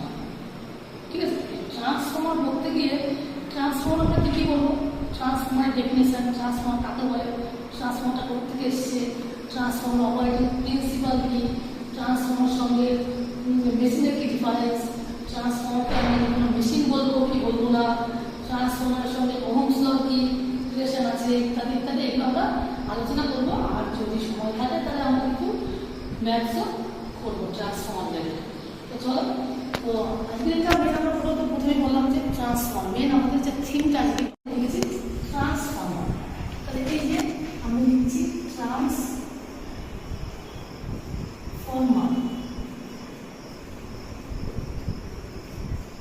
ট্রান্সফর্মার কথার অর্থ কিছু ট্রান্সফর্মার কি হয়, ট্রান্সফর্মার। তো এই দেখো ট্রান্সফর্মারের সার্কিট ডায়াগ্রাম আছে। ট্রান্সফর্মার যে যেভাবে ডায়াগ্রাম বলতে পারি বা সার্কিট ডায়াগ্রাম বলতে পারি বা ট্রান্সফর্মারের যে আমরা ছবিটা আমরা এঁকেছি। তাহলে দেখো এখানটায় কী কী আছে, ট্রান্সফর্মার কী আছে, এখানে দেখো V1 আছে, V1, I1, E1, E2, N1, N2, I2, V2 load. এগুলো কী আছে আমরা কিছুই জানি না, কিছুই কিন্তু আমরা জানি না। আচ্ছা কী এটা খায় না মাথায় দিয়ে আমরা কিন্তু কিছুই জানি না, এগুলো সম্পর্কে আমরা কোনো কিছু জানি না। তাহলে V1টা কি, V2 কি, I1 কি, I2 কি, E1 কি, E2 কি, ঠিক আছে, লোড কি ইত্যাদি, এগুলো আমরা কিছুই কিন্তু জানি না, তাই তো? আর এগুলো আমরা আস্তে আস্তে দেখব। তাহলে আমাদের যে ট্রান্সফার, আমি আগেই বলছি যে ট্রান্সফর্মার কথার অর্থ হচ্ছে কি ট্রান্সফার করে, কি করে ট্রান্সফার করে, কাকে ট্রান্সফার করে, এনার্জিকে ট্রান্সফার করে, কাকে ট্রান্সফার করে, এনার্জি, এনার্জি বা পাওয়ারকে, ঠিক আছে। এবার পাওয়ার আমরা জানি কি জিনিস, পাওয়ার, পাওয়ার কি জিনিস, voltage into current into cos phi, যদি এটা হয় আমাদের AC single phase, AC single phase power হয়। আর যদি ডিসি হয় তাহলে power V into I, cos phi হবে না। তাহলে এটা হচ্ছে আমাদের ডিসির পাওয়ার। তাহলে আমরা বললাম কি, তাহলে ট্রান্সফার হচ্ছে, ট্রান্সফার করে, কাকে ট্রান্সফার করছে, পাওয়ারকে ট্রান্সফার করছে। কোথা থেকে কোথায় করছে, একটা সাইড থেকে আর একটা সাইড। কোন সাইড? এখানে, এইখানে দেখো আমরা সাপ্লাই ভোল্টেজ, এটা তো কোনো নেই, এটা নেই, এটা নেই। তাহলে কি এই জায়গাটা আমাদের কি হচ্ছে, নেই, মানে এখানে আমরা কানেক্ট করলাম, এখানে আমরা V1 সাপ্লাই দিলাম, মানে যেটা আমাদের 240 ভোল্ট বা 11 কেভি 1000 ভোল্ট, যেটা আমরা কানেক্ট করছি। তাহলে এই থেকে আমরা হচ্ছে V1 বা প্রাইমারি সাইড, কি বলছি, প্রাইমারি সাইড। তাহলে প্রাইমারি সাইড আমরা কাজ করবো, প্রাইমারি সাইড হচ্ছে সেই সাইড যেখানে হচ্ছে সাপ্লাইটা কানেক্ট করবো, ঠিক আছে। ট্রান্সফারে দেখো দুটো মেন সাইড থাকছে, একটা বলছি প্রাইমারি সাইড, একটা বলছি সেকেন্ডারি সাইড। এটা বলছি সেকেন্ডারি সাইড। ট্রান্সফার দুটো সাইড হলো, একটা হচ্ছে প্রাইমারি, একটা হচ্ছে সেকেন্ডারি। তো এর মধ্যে কিছু আছে, কিছু আমাদের যাচ্ছে মধ্যে, ওই প্রাইমারি সাইড থেকে সেকেন্ডারি সাইডে কিছু একটা যায়, কি জিনিস চাই, এটা হচ্ছে যেটা আমরা হচ্ছে কি পাওয়ার আর এনার্জি বলতে পারি। সেই পাওয়ারটা যাচ্ছে এই সাইড থেকে এই সাইডে, এই থেকে হচ্ছে আমাদের ট্রান্সফার। এটা কিন্তু আমাদের ডেফিনেশনটা ঠিকঠাক হলো না, অল্প একটু ডেফিনেশন হলো, মানে পুরো ক্লিয়ারলি ডেফিনেশন হলো না। ট্রান্সফার হচ্ছে ট্রান্সফার করে, কাকে ট্রান্সফার করে, পাওয়ারকে ট্রান্সফার করে, not voltage, not voltage, current, right, কি পাওয়ার। তাহলে পাওয়ারকে ট্রান্সফার করছে কোথা থেকে কোথায়, প্রাইমারি সাইড থেকে সেকেন্ডারি সাইডে। আর কি কন্ডিশন আছে, যেখানে হচ্ছে আমাদের ফ্রিকোয়েন্সিটা কনস্ট্যান্ট। এবার আমরা জানি ইন্ডিয়ান ফ্রিকোয়েন্সি কত, ইন্ডিয়ান ফ্রিকোয়েন্সি হচ্ছে আমাদের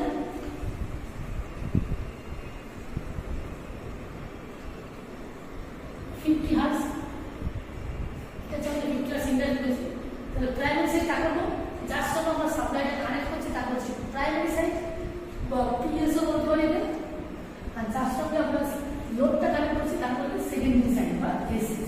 এবার লোড বলতে আমরা কি বুঝি, লোড বলতে আমরা বুঝি ধরো আমাদের বাড়িতে fan, washing machine, light, TV, fridge ইত্যাদি এগুলো লোড, বা আমরা যেটা কানেকশন দিচ্ছি। তোমরা প্রত্যেকে জানো যে তোমাদের বাড়িতে কোনো একটা বাড়ির ঘরে ট্রান্সফর্মার থাকে, এখান থেকে 11 কেভি পাওয়ার এসছে, 11 কেভি ভোল্টেজ এসছে, 11 কেভি এখানে ঢুকছে ডিসির মাধ্যমে, ডিসির মাধ্যমে ঢুকছে, আর এখানে আমরা 440 ভোল্ট সেকেন্ডারি সাইডে পাচ্ছি। তাহলে এইটা হচ্ছে কি আমাদের প্রাইমারি সাইড, মানে যেখানে সাপ্লাইটা ঢুকছে সেটা হচ্ছে পিএস প্রাইমারি সাইড। আর এখানে আমাদের কি সেকেন্ডারি সাইড, সেকেন্ডারি সাইড আমরা কানেক্ট করছি, যেখানে হচ্ছে লোডটা, মানে আমাদের যারা কনজিউমার আছে সেটি হচ্ছে সেকেন্ডারি সাইড। তাহলে 11 কেভি ঢুকছে, এটা আমাদের 11 কেভি ঢুকছে, তাহলে 11 কেভি হচ্ছে সোর্স ভোল্টেজ বা সাপ্লাই ভোল্টেজ, আর আউটপুটটা পাচ্ছে 40 ভোল্টেজ। তো এর মধ্যে কিছু একটা ফিক্সড কন্ডিশন আছে, ঠিক আছে। ওই ধরো এখানে 11,000 ভোল্টেজ, এখানে 440 ভোল্টেজ, তাহলে এখানে ভোল্টেজ বেশি, এখানে ভোল্টেজ কম, ঠিক আছে। তো এই যে এর মধ্যে কিন্তু ফিক্সড আছে, যে পাওয়ারটা ফিক্সড আছে, যে পাওয়ার। গুড মর্নিং স্টুডেন্টস, আমি সুস্মিতা পাল, শান্তিনিকেতন বিএড কলেজের অ্যাসিস্ট্যান্ট প্রফেসর। তো আজকে হচ্ছে বিএড সেমিস্টার 2 এর ক্লাস। তো এই ক্লাসটা হচ্ছে কোর্স 8A যেখানে আমরা দেখব ইউনিট 1। তো ইউনিট 1-এ আমরা তোমরা যদি আগের ক্লাসটা মানে অ্যাটেন্ড করেছো তাহলে পরে দেখবে যে আমরা নলেজের যে ফার্স্ট ইউনিট সেটা আমরা দেখছিলাম, নলেজ অ্যান্ড কারিকুলাম যে ইউনিটটার যে ফার্স্ট ইউনিট যেটা হচ্ছে এপিস্টেমোলজি। তো এপিস্টেমোলজি সম্পর্কে আমরা জেনেছি এবং তার সাথে সাথে নলেজ এবং স্কিলটা কি, তাদের মধ্যে রিলেশন কি সেটা দেখেছি এবং তাদের মধ্যে পার্থক্য কি সেটা আমরা দেখছিলাম। তো তার মধ্যে কতগুলো পার্থক্য আমরা ডিসকাস করেছি এবং আজকে বাকি যে পার্থক্যগুলো আছে সেগুলো দেখব এবং তারপরে টিচিং এবং ট্রেনিং সম্পর্কেও জানবো। তো দেখো নলেজ এবং স্কিল সম্পর্কে তো তোমরা নিশ্চয়ই জানো, আগের ক্লাসে আমরা ডিসকাস করেছি। তো নলেজটা কি? নলেজ মানে হচ্ছে যেটা জ্ঞান, যেটা কোনো কিছু ইনফরমেশন অর্জন করাকে বোঝায় এবং সেইটাকে যখন আমরা কোনো বাস্তব ক্ষেত্রে কোনো প্র্যাকটিক্যালি যখন সেটাকে ইউজ করছি সেটাকে বলা হয় স্কিল। মানে স্কিলের বেস হচ্ছে নলেজটা, কিন্তু নলেজের বেস কিন্তু স্কিল নয়। মানে স্কিলফুল হওয়ার জন্য সেই বিষয়টা সম্পর্কে ইনফরমেশন থাকাটাও কিন্তু জরুরি। তো এটাই হচ্ছে নলেজ এবং স্কিলের মধ্যে একটা রিলেশন। তো আমরা লাস্ট যে ডিফারেন্সটা দেখব সেটা হচ্ছে শুধুমাত্র নলেজকে আমরা গেইন করতে পারি বাই অবজারভেশন, অর্থাৎ নলেজকে বা জ্ঞানকে আমরা শুধুমাত্র কোনো কিছু অবজার্ভ করে, কোনো কিছু দেখে শুনে পড়ে আমরা অর্জন করতে পারি। তুমি একটা বইকে পড়ছো বা কোনো কিছু দেখছো, সেটা দেখে তুমি সেখান থেকে একটা ইনফরমেশন নিচ্ছ বা নলেজ গেইন করতে পারছো। কিন্তু স্কিলের যে বিষয়, স্কিলটা হচ্ছে ট্রায়াল অ্যান্ড এররের বিষয়। মানে তুমি ভুল করবে এবং ট্রায়াল অ্যান্ড এরর, ভুল করছো এবং তারপরে তুমি শিখছো, ঠিক আছে? বারবার যখন এটা একটা প্র্যাকটিসের বিষয়, তুমি বারবার কোনো বিষয়কে শিখছো, মানে বারবার তুমি যখন কোনো বিষয় সম্পর্কে প্র্যাকটিস করছো এবং সেখান থেকে তোমার ভুল হচ্ছে, থর্নডাইক যেটা বলেছেন ট্রায়াল অ্যান্ড এররের কথা, তো বারবার ট্রাই করছো, এরর হচ্ছে, তো এইভাবে যখন তুমি শিখছো তখন তুমি আরও বেশি স্কিলফুল হচ্ছো। মানে নলেজ যেটা গেইন করলে সেটাকে যখন তুমি বারবার ট্রাই করছো, এরর হচ্ছে, তারপরে যে তুমি সেই বিষয়ে যখন দক্ষ হচ্ছ তো সেটাকে বলা হচ্ছে স্কিল। তাহলে এটা হচ্ছে কোনো বিষয়কে অ্যাপ্লাই করা রিলেটেড। তারপরে এটা হচ্ছে ইনট্যাঞ্জেবল, নলেজটা হচ্ছে ইনট্যাঞ্জেবল। ইনট্যাঞ্জেবল মানে কি? মানে হচ্ছে এটাকে টাচ করা বা সেইভাবে আমরা স্পর্শ করতে পারি না, এটা অনেকটা অ্যাবস্ট্রাক্ট বিষয়। তুমি ধরো কোনো বিষয় সম্পর্কে ইনফরমেশন নিচ্ছ, ধরো তুমি ইনফরমেশন নিচ্ছ যে কোনো কিছু কিভাবে রান্না করতে হয়, তো সেইটা তুমি একটা বই থেকে পড়লে বা কোথাও থেকে তুমি শুনলে, তো এটাকে তুমি তো টাচ করতে পারছো না, এটা একটা অ্যাবস্ট্রাক্ট জাস্ট নলেজ লেভেলের বিষয়। কিন্তু স্কিলটা হচ্ছে ট্যাঞ্জেবল। ট্যাঞ্জেবল মানে ট্যাঞ্জেবল, অর্থাৎ তুমি ধরো কোনো একটা রেসিপি ধরো রান্না করা শিখলে, ঠিক আছে? তো সেটাকে তুমি যখন প্র্যাকটিক্যালি রান্না করছো, ধরো মানে ভাত কিভাবে রান্না করতে হয় সেটা সম্পর্কে তুমি জানলে, তো এটাকে তো তুমি টাচ করতে পারছো না। বাট ট্যাঞ্জেবলের ক্ষেত্রে কি হচ্ছে, তুমি সেই মেটেরিয়ালগুলোকে জোগাড় করে তুমি যখন প্র্যাকটিক্যালি যখন ওই মানে ভাতটাকে রান্না করছো, তো সেটা তুমি সেগুলোকে টাচ করতে পারছো, ফিল করতে পারছো, সেই জন্য স্কিলের যে বিষয়গুলো সেগুলো হচ্ছে ট্যাঞ্জেবল। নেক্সট হচ্ছে নলেজকে নলেজ কিভাবে প্রবলেম এবং কনফ্লিক্টসকে সলভ করা যায় সেটা সম্পর্কে বলে। বিভিন্ন কনফ্লিক্টস বা প্রবলেম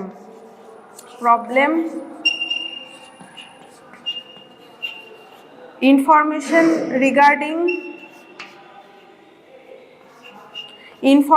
রিগার্ডিং প্রবলেম সলভিং, মানে একটা প্রবলেম বা কোনো একটা ধরো কনফ্লিক্ট হলো, তো সেটাকে তুমি কিভাবে সলভ করবে সেইটা সম্পর্কে নলেজ, যে মানে সেটা সম্পর্কে আমরা ইনফরমেশন নিই, যে একটা প্রবলেমকে আমি কিভাবে সলভ করব সেটা সম্পর্কে জাস্ট একটা ইনফরমেশন নিলাম, কোথায়?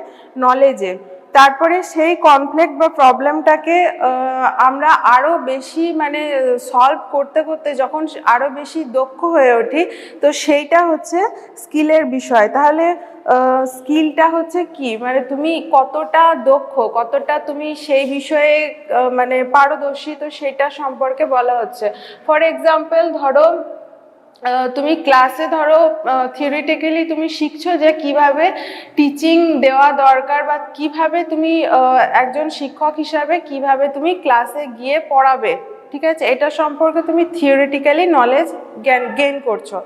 তো এটা কি হয়ে গেল, এটা হচ্ছে একটা প্রবলেম সলভিং এর বিষয়। মানে ধরো ক্লাসে কেউ ডিস্টার্ব করছে, তো কিভাবে তুমি স্টুডেন্টদের হ্যান্ডেল করবে, তারপরে পুরো ক্লাসটাকে কিভাবে তুমি ইনভলভ রাখবে তো টিচিং লার্নিং প্রসেসের মধ্যে, এই যে জিনিসগুলো জানছো, বিভিন্ন প্রবলেমকে কিভাবে সলভ করবে সেটা জানছো।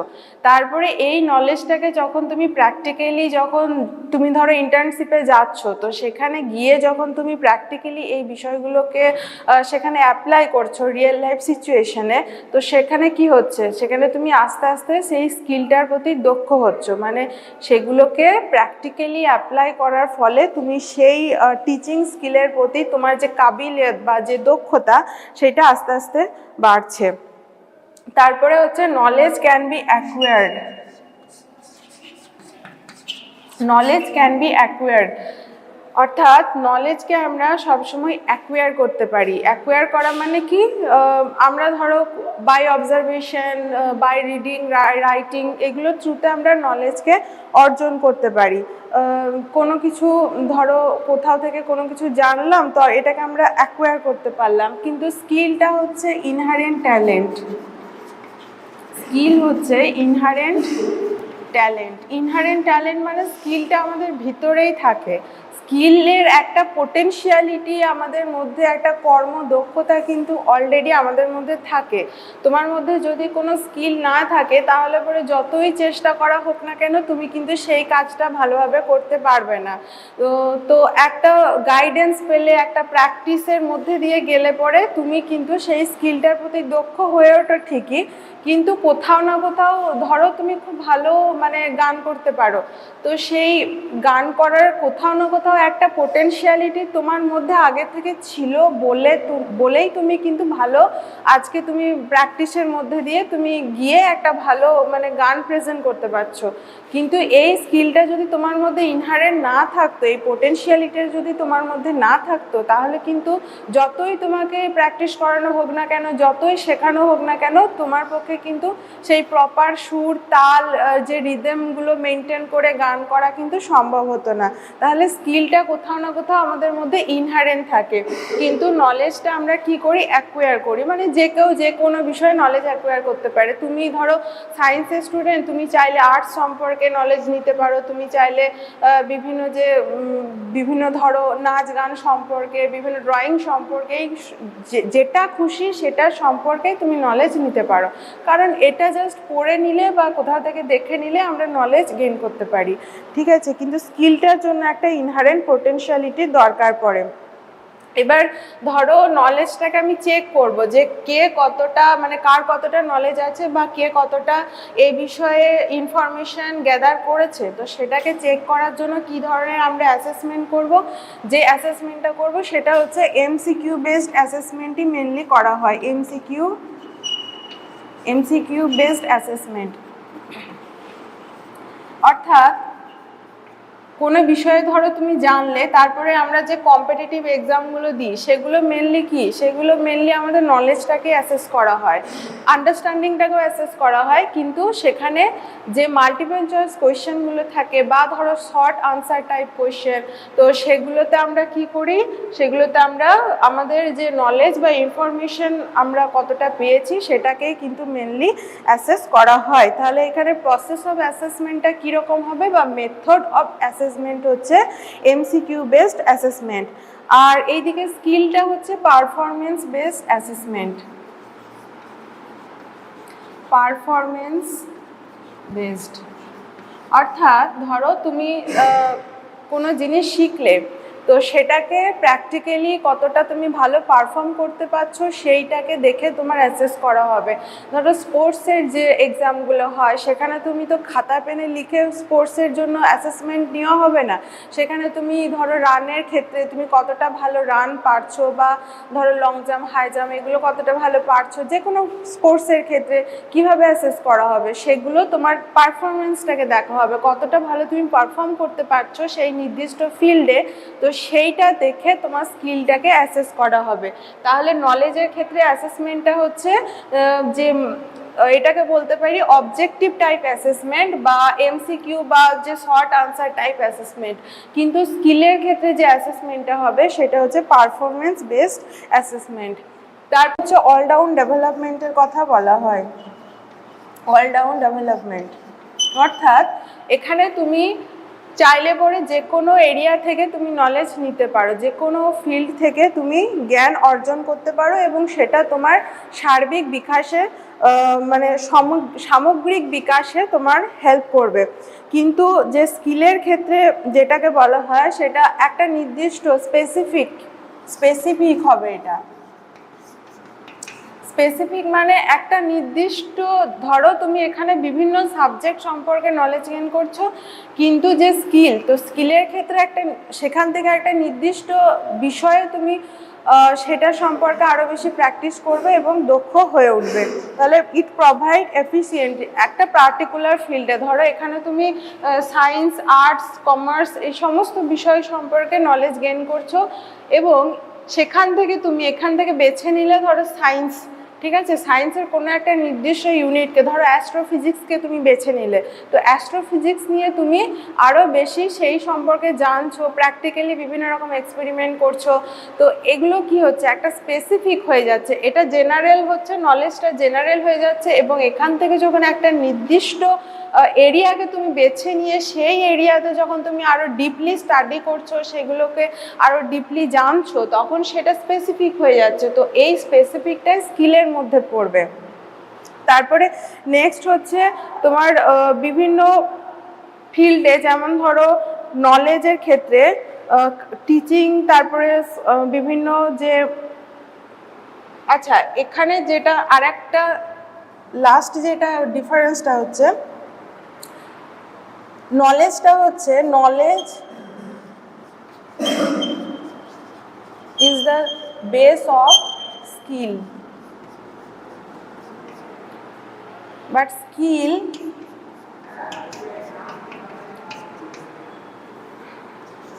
is not the base of knowledge. তো নলেজটা হচ্ছে স্কিলের বেস, মানে স্কিলফুল হওয়ার জন্য, কোনো কিছু সম্পর্কে দক্ষতা অর্জন করার জন্য সেই বিষয়ে তাকে জানা দরকার, মানে নলেজটা গেইন করা দরকার। তো সেই জন্য বলা হচ্ছে যে নলেজটা হচ্ছে স্কিলের বেস বা ভিত্তি, ঠিক আছে, কিন্তু স্কিলটা কিন্তু নলেজের বেস বা ভিত্তি নয়। মানে নলেজ তুমি গেইন করতেই পারো, তুমি কোনো বিষয়ে তথ্য সংগ্রহ করতেই পারো, জানতেই পারো, কিন্তু তার মানে এই নয় যে সেই বিষয়ে তোমাকে খুব স্কিলফুল হতে হবে, ঠিক আছে, স্কিলফুল না হলেও তুমি কিন্তু সেই বিষয়ে ইনফরমেশন নিতেই পারো। তো এই হচ্ছে কিছু ইম্পর্টেন্ট পার্থক্য এবং এদের রিলেশনটা আমরা দেখলাম। তো নেক্সট আমরা যেটা দেখব সেটা হচ্ছে টিচিং এবং ট্রেনিং, এদের মধ্যে রিলেশনটা কি এবং এদের মধ্যে পার্থক্য কি।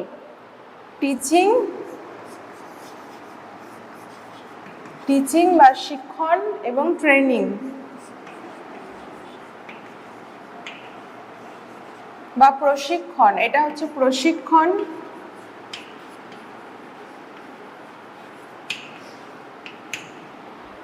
আর টিচিংটা হচ্ছে শিক্ষণ, ঠিক আছে।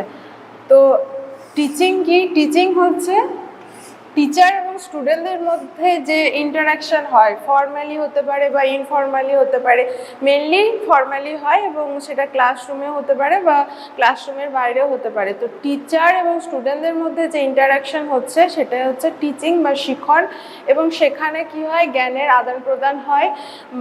টিচার ধরো স্টুডেন্টদের যে নলেজের যে অবজেক্টিভগুলো থাকে সেইগুলোকে অ্যাচিভ করতে, সেই উদ্দেশ্যগুলোকে অর্জন করার জন্য শিক্ষার্থীকে সাহায্য করছেন কে? টিচার। এবং শিক্ষার্থীর সামগ্রিক বিকাশে গাইড করছেন বা ফ্রেন্ড ফিলোসফার গাইড হিসাবে কে থাকছেন? টিচার।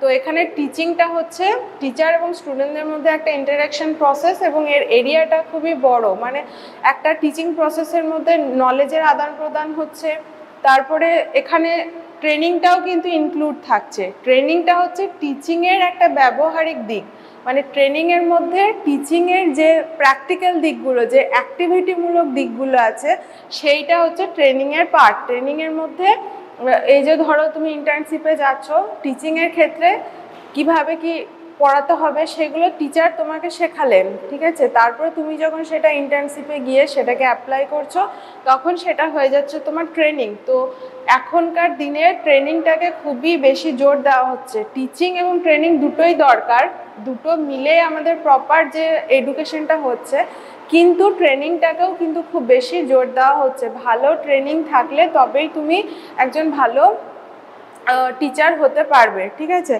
তো এবার এই টিচিং এবং ট্রেনিংয়ের মধ্যে ডিফারেন্সগুলো দেখব। টিচিং হচ্ছে থিওরিটিক্যাল, টিচিং হচ্ছে থিওরিটিক্যাল বা তাত্ত্বিক বলতে পারো, আর ট্রেনিংটা হচ্ছে প্র্যাকটিক্যাল। ট্রেনিংটা হচ্ছে প্র্যাকটিক্যাল বা অনেকটা ব্যবহারিক বলতে পারো। টিচিংয়ের মধ্যে কি করা হয়, বিভিন্ন রকম ইনফরমেশন, যে ধরো টিচার কি করছেন, বিভিন্ন ধরো একটা পড়াচ্ছেন একটা সাবজেক্টে, সেখানে বিভিন্ন তথ্যগুলোকে দিচ্ছে। তো এটা তোমরা অনেকটা যে নলেজ এবং স্কিল সম্পর্কে জানলে সেটার সাথে অনেকটা রিলেট করতে পারো। নলেজটাকে তোমরা টিচিংয়ের সাথে রিলেট করতে পারো এবং যে স্কিলটা বললাম সেটা তোমরা ট্রেনিংয়ের সাথে রিলেট করতে পারো। তো টিচিংয়ে বিভিন্ন বিষয়গুলোকে টিচার যখন ইনফরমেশনকে দিচ্ছেন, লেকচার মেথডে হতে পারে বা যে কোনো মেথডে, মেনলি তুমি কিছু ইনফরমেশন নিচ্ছ, তাহলে এটা হয়ে যাচ্ছে থিওরিটিক্যাল। আর ওইটাকে যখন তুমি প্র্যাকটিক্যালি কোনো জায়গায় অ্যাপ্লাই করছো, রিয়েল লাইফ সিচুয়েশনে অ্যাপ্লাই করছো, কোনো প্রবলেম সলভ করছো, তো সেটা হয়ে যাচ্ছে কি? ট্রেনিং, ঠিক আছে? তারপরে টিচিং আমাদের কি করে? ইট প্রোভাইড নিউ নলেজ বা নতুন যে বিহেভিয়ার, নতুন আচরণ গঠনে সাহায্য করে।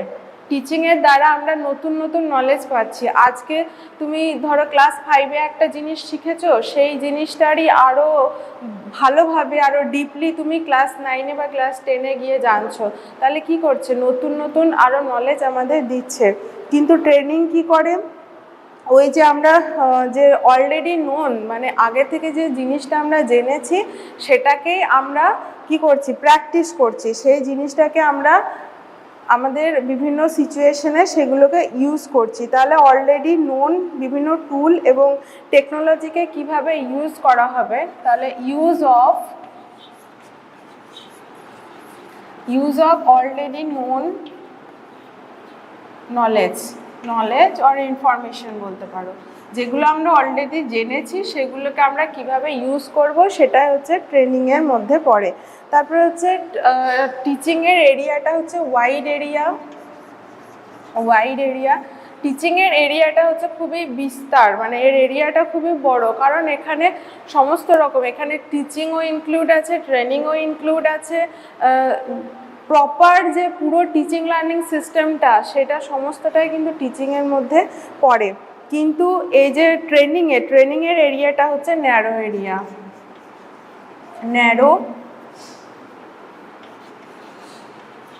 এরিয়া, অর্থাৎ এখানে তোমার একটা নির্দিষ্ট বিষয়ে ট্রেনিং দেওয়া হবে। তুমি ইন্টার্নশিপে গেলে বা ধরো যখন মাইক্রো টিচিং তুমি করো, কি করো? একটা নির্দিষ্ট স্কিলের উপর তুমি ধরো কোয়েশ্চেনিং স্কিলের উপর তুমি কি করছো? প্র্যাকটিস করছো, যে স্টুডেন্টদের কিভাবে কোয়েশ্চেনিং করবে, তাদের কাছ থেকে কিভাবে ফিডব্যাক নেবে, বা পুরো ক্লাসটাকে কিভাবে তুমি ইনভলভ রাখবে। তাহলে কি হলো? একটা নির্দিষ্ট এরিয়াতে তুমি সেই বিষয়টা সম্পর্কে দক্ষতা অর্জন করছো। সেই জন্যই এর এরিয়াটা অনেকটা ন্যারো হয়ে যাচ্ছে, অনেকটা ছোট হয়ে যাচ্ছে। কিন্তু টিচিংয়ের এরিয়াটা হচ্ছে অনেকটা বড়, অনেকটা ব্রড এরিয়া। তারপরে হচ্ছে teaching based on education. Teaching based on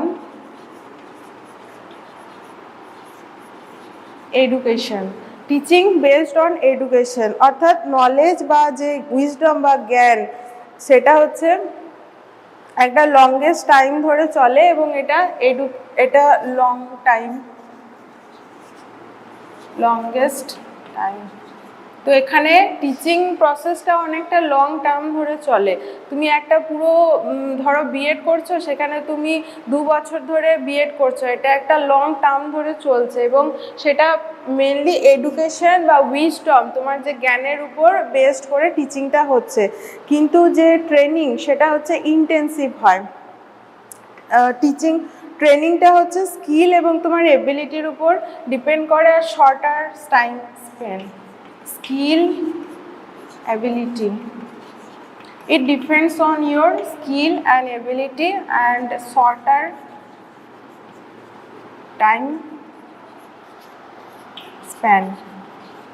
অর্থাৎ এটা কি হচ্ছে, একটা শর্ট টাইম ধরে চলছে এবং সেটা তোমার স্কিল, টিচিংটা ডিপেন্ড করছে এডুকেশন এবং নলেজের উপর, বা ট্রেনিংটা ডিপেন্ড করছে তোমার স্কিল এবং এবিলিটির উপর। তুমি কতটা স্কিলফুল, তোমার কতটা এবিলিটি আছে সেইটার উপর ডিপেন্ড করছে যে তোমার ট্রেনিংটা ডিপেন্ড করছে। মানে ট্রেনিং তখনই তোমার মানে ভালো হলে পরে তোমার স্কিলটাও ভালো হবে, আর এবিলিটি থাকলে পরে তবে তুমি সেই বিষয়ে আরও ভালো ট্রেনিং মানে পারবে, ঠিক আছে। এবং এইটা হচ্ছে শর্টার টাইম স্প্যান, এর টাইম স্প্যানটা শর্ট। তুমি ধরো 2 মাসের জন্য বা 1 মাসের জন্য যে ইন্টার্নশিপে যাচ্ছ, ট্রেনিংয়ের জন্য যাচ্ছ, ট্রেনিং মেনলি 2 মাস 3 মাস বা 5 মাসের হতে পারে, তাহলে টাইম স্প্যানটা খুব শর্ট। কিন্তু টিচিংটার টাইম স্প্যানটা হচ্ছে অনেকটা বড়, অনেক দিন পর্যন্ত এই টিচিং প্রসেসটা চলে।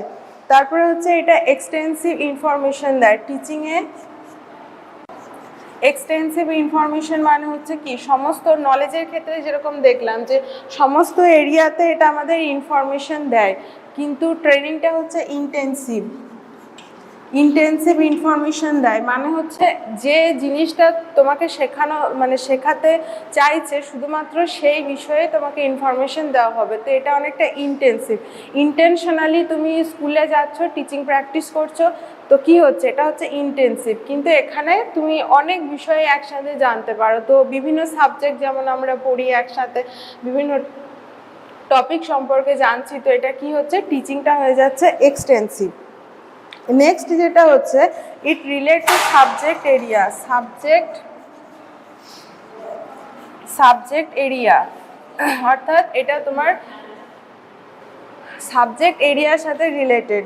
সাবজেক্ট এরিয়া মানে হচ্ছে সাবজেক্ট বা যে বক্তা বা ব্যক্তি, সে চাইলে কিন্তু সমস্ত এরিয়াতে মানে নলেজ গেইন করতে পারে। তো it's relate to subject area and it is functional area.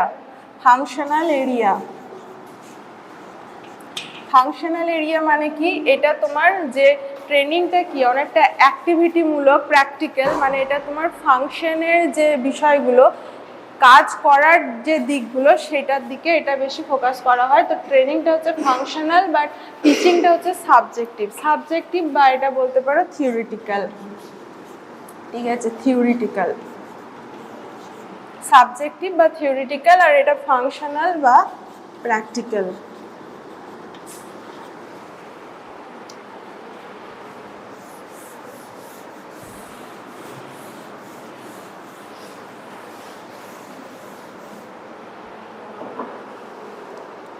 Next হচ্ছে সাধারণত ক্লাসরুম টিচিং লার্নিং হয়। টিচিং লার্নিংটা সাধারণত যে ফর্মাল টিচিং লার্নিং যেটা হয় সেটা হচ্ছে ক্লাসরুম,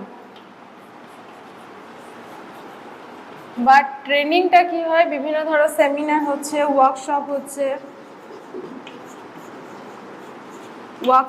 সেমিনার, ঠিক আছে। এই যে বিভিন্ন ওয়ার্কশপের ক্ষেত্রে, সেমিনারের ক্ষেত্রে যে আমরা বিভিন্ন স্কিলকে যখন শিখছি, ওয়ার্কশপে গিয়ে তুমি ধরো বিভিন্ন স্কিল শিখছো, তারপরে ধরো তুমি মানে ক্লাসরুমে তো ট্রেনিংটা হয়, কিন্তু ক্লাসরুমের বাইরেও আমরা বিভিন্ন জায়গায় এই ট্রেনিংটা করে থাকি, ঠিক আছে। সেই জন্য ট্রেনিংটা হচ্ছে মেনলি অনেকটা মানে ফর্মালও বলতে পারো, আবার ওয়ার্কশপ, সেমিনার, কনফারেন্সে গিয়েও শিখি, এবং ইনফর্মালিও কিন্তু আমরা ট্রেনিংগুলো প্র্যাকটিস করে থাকি। তো ট্রেনিংটা হচ্ছে ফর্মাল প্লাস ইনফর্মাল দুটোই। এবং এখানে টিচার তোমাদের বলছে যে নিড মানে কেন একটা বিষয়ে নলেজ দরকার, তুমি বিএড কেন করবে সেই সম্পর্কে টিচার তোমাকে বলছে যে এই বিষয়ে তোমার নলেজ মানে নেওয়া বা ইনফরমেশন নেওয়া দরকার, তাহলে এখানে নিডটা বা এর প্রয়োজনীয়তাটা টিচার তোমাকে বলছেন, ঠিক আছে। কিন্তু ট্রেনিংয়ের ক্ষেত্রে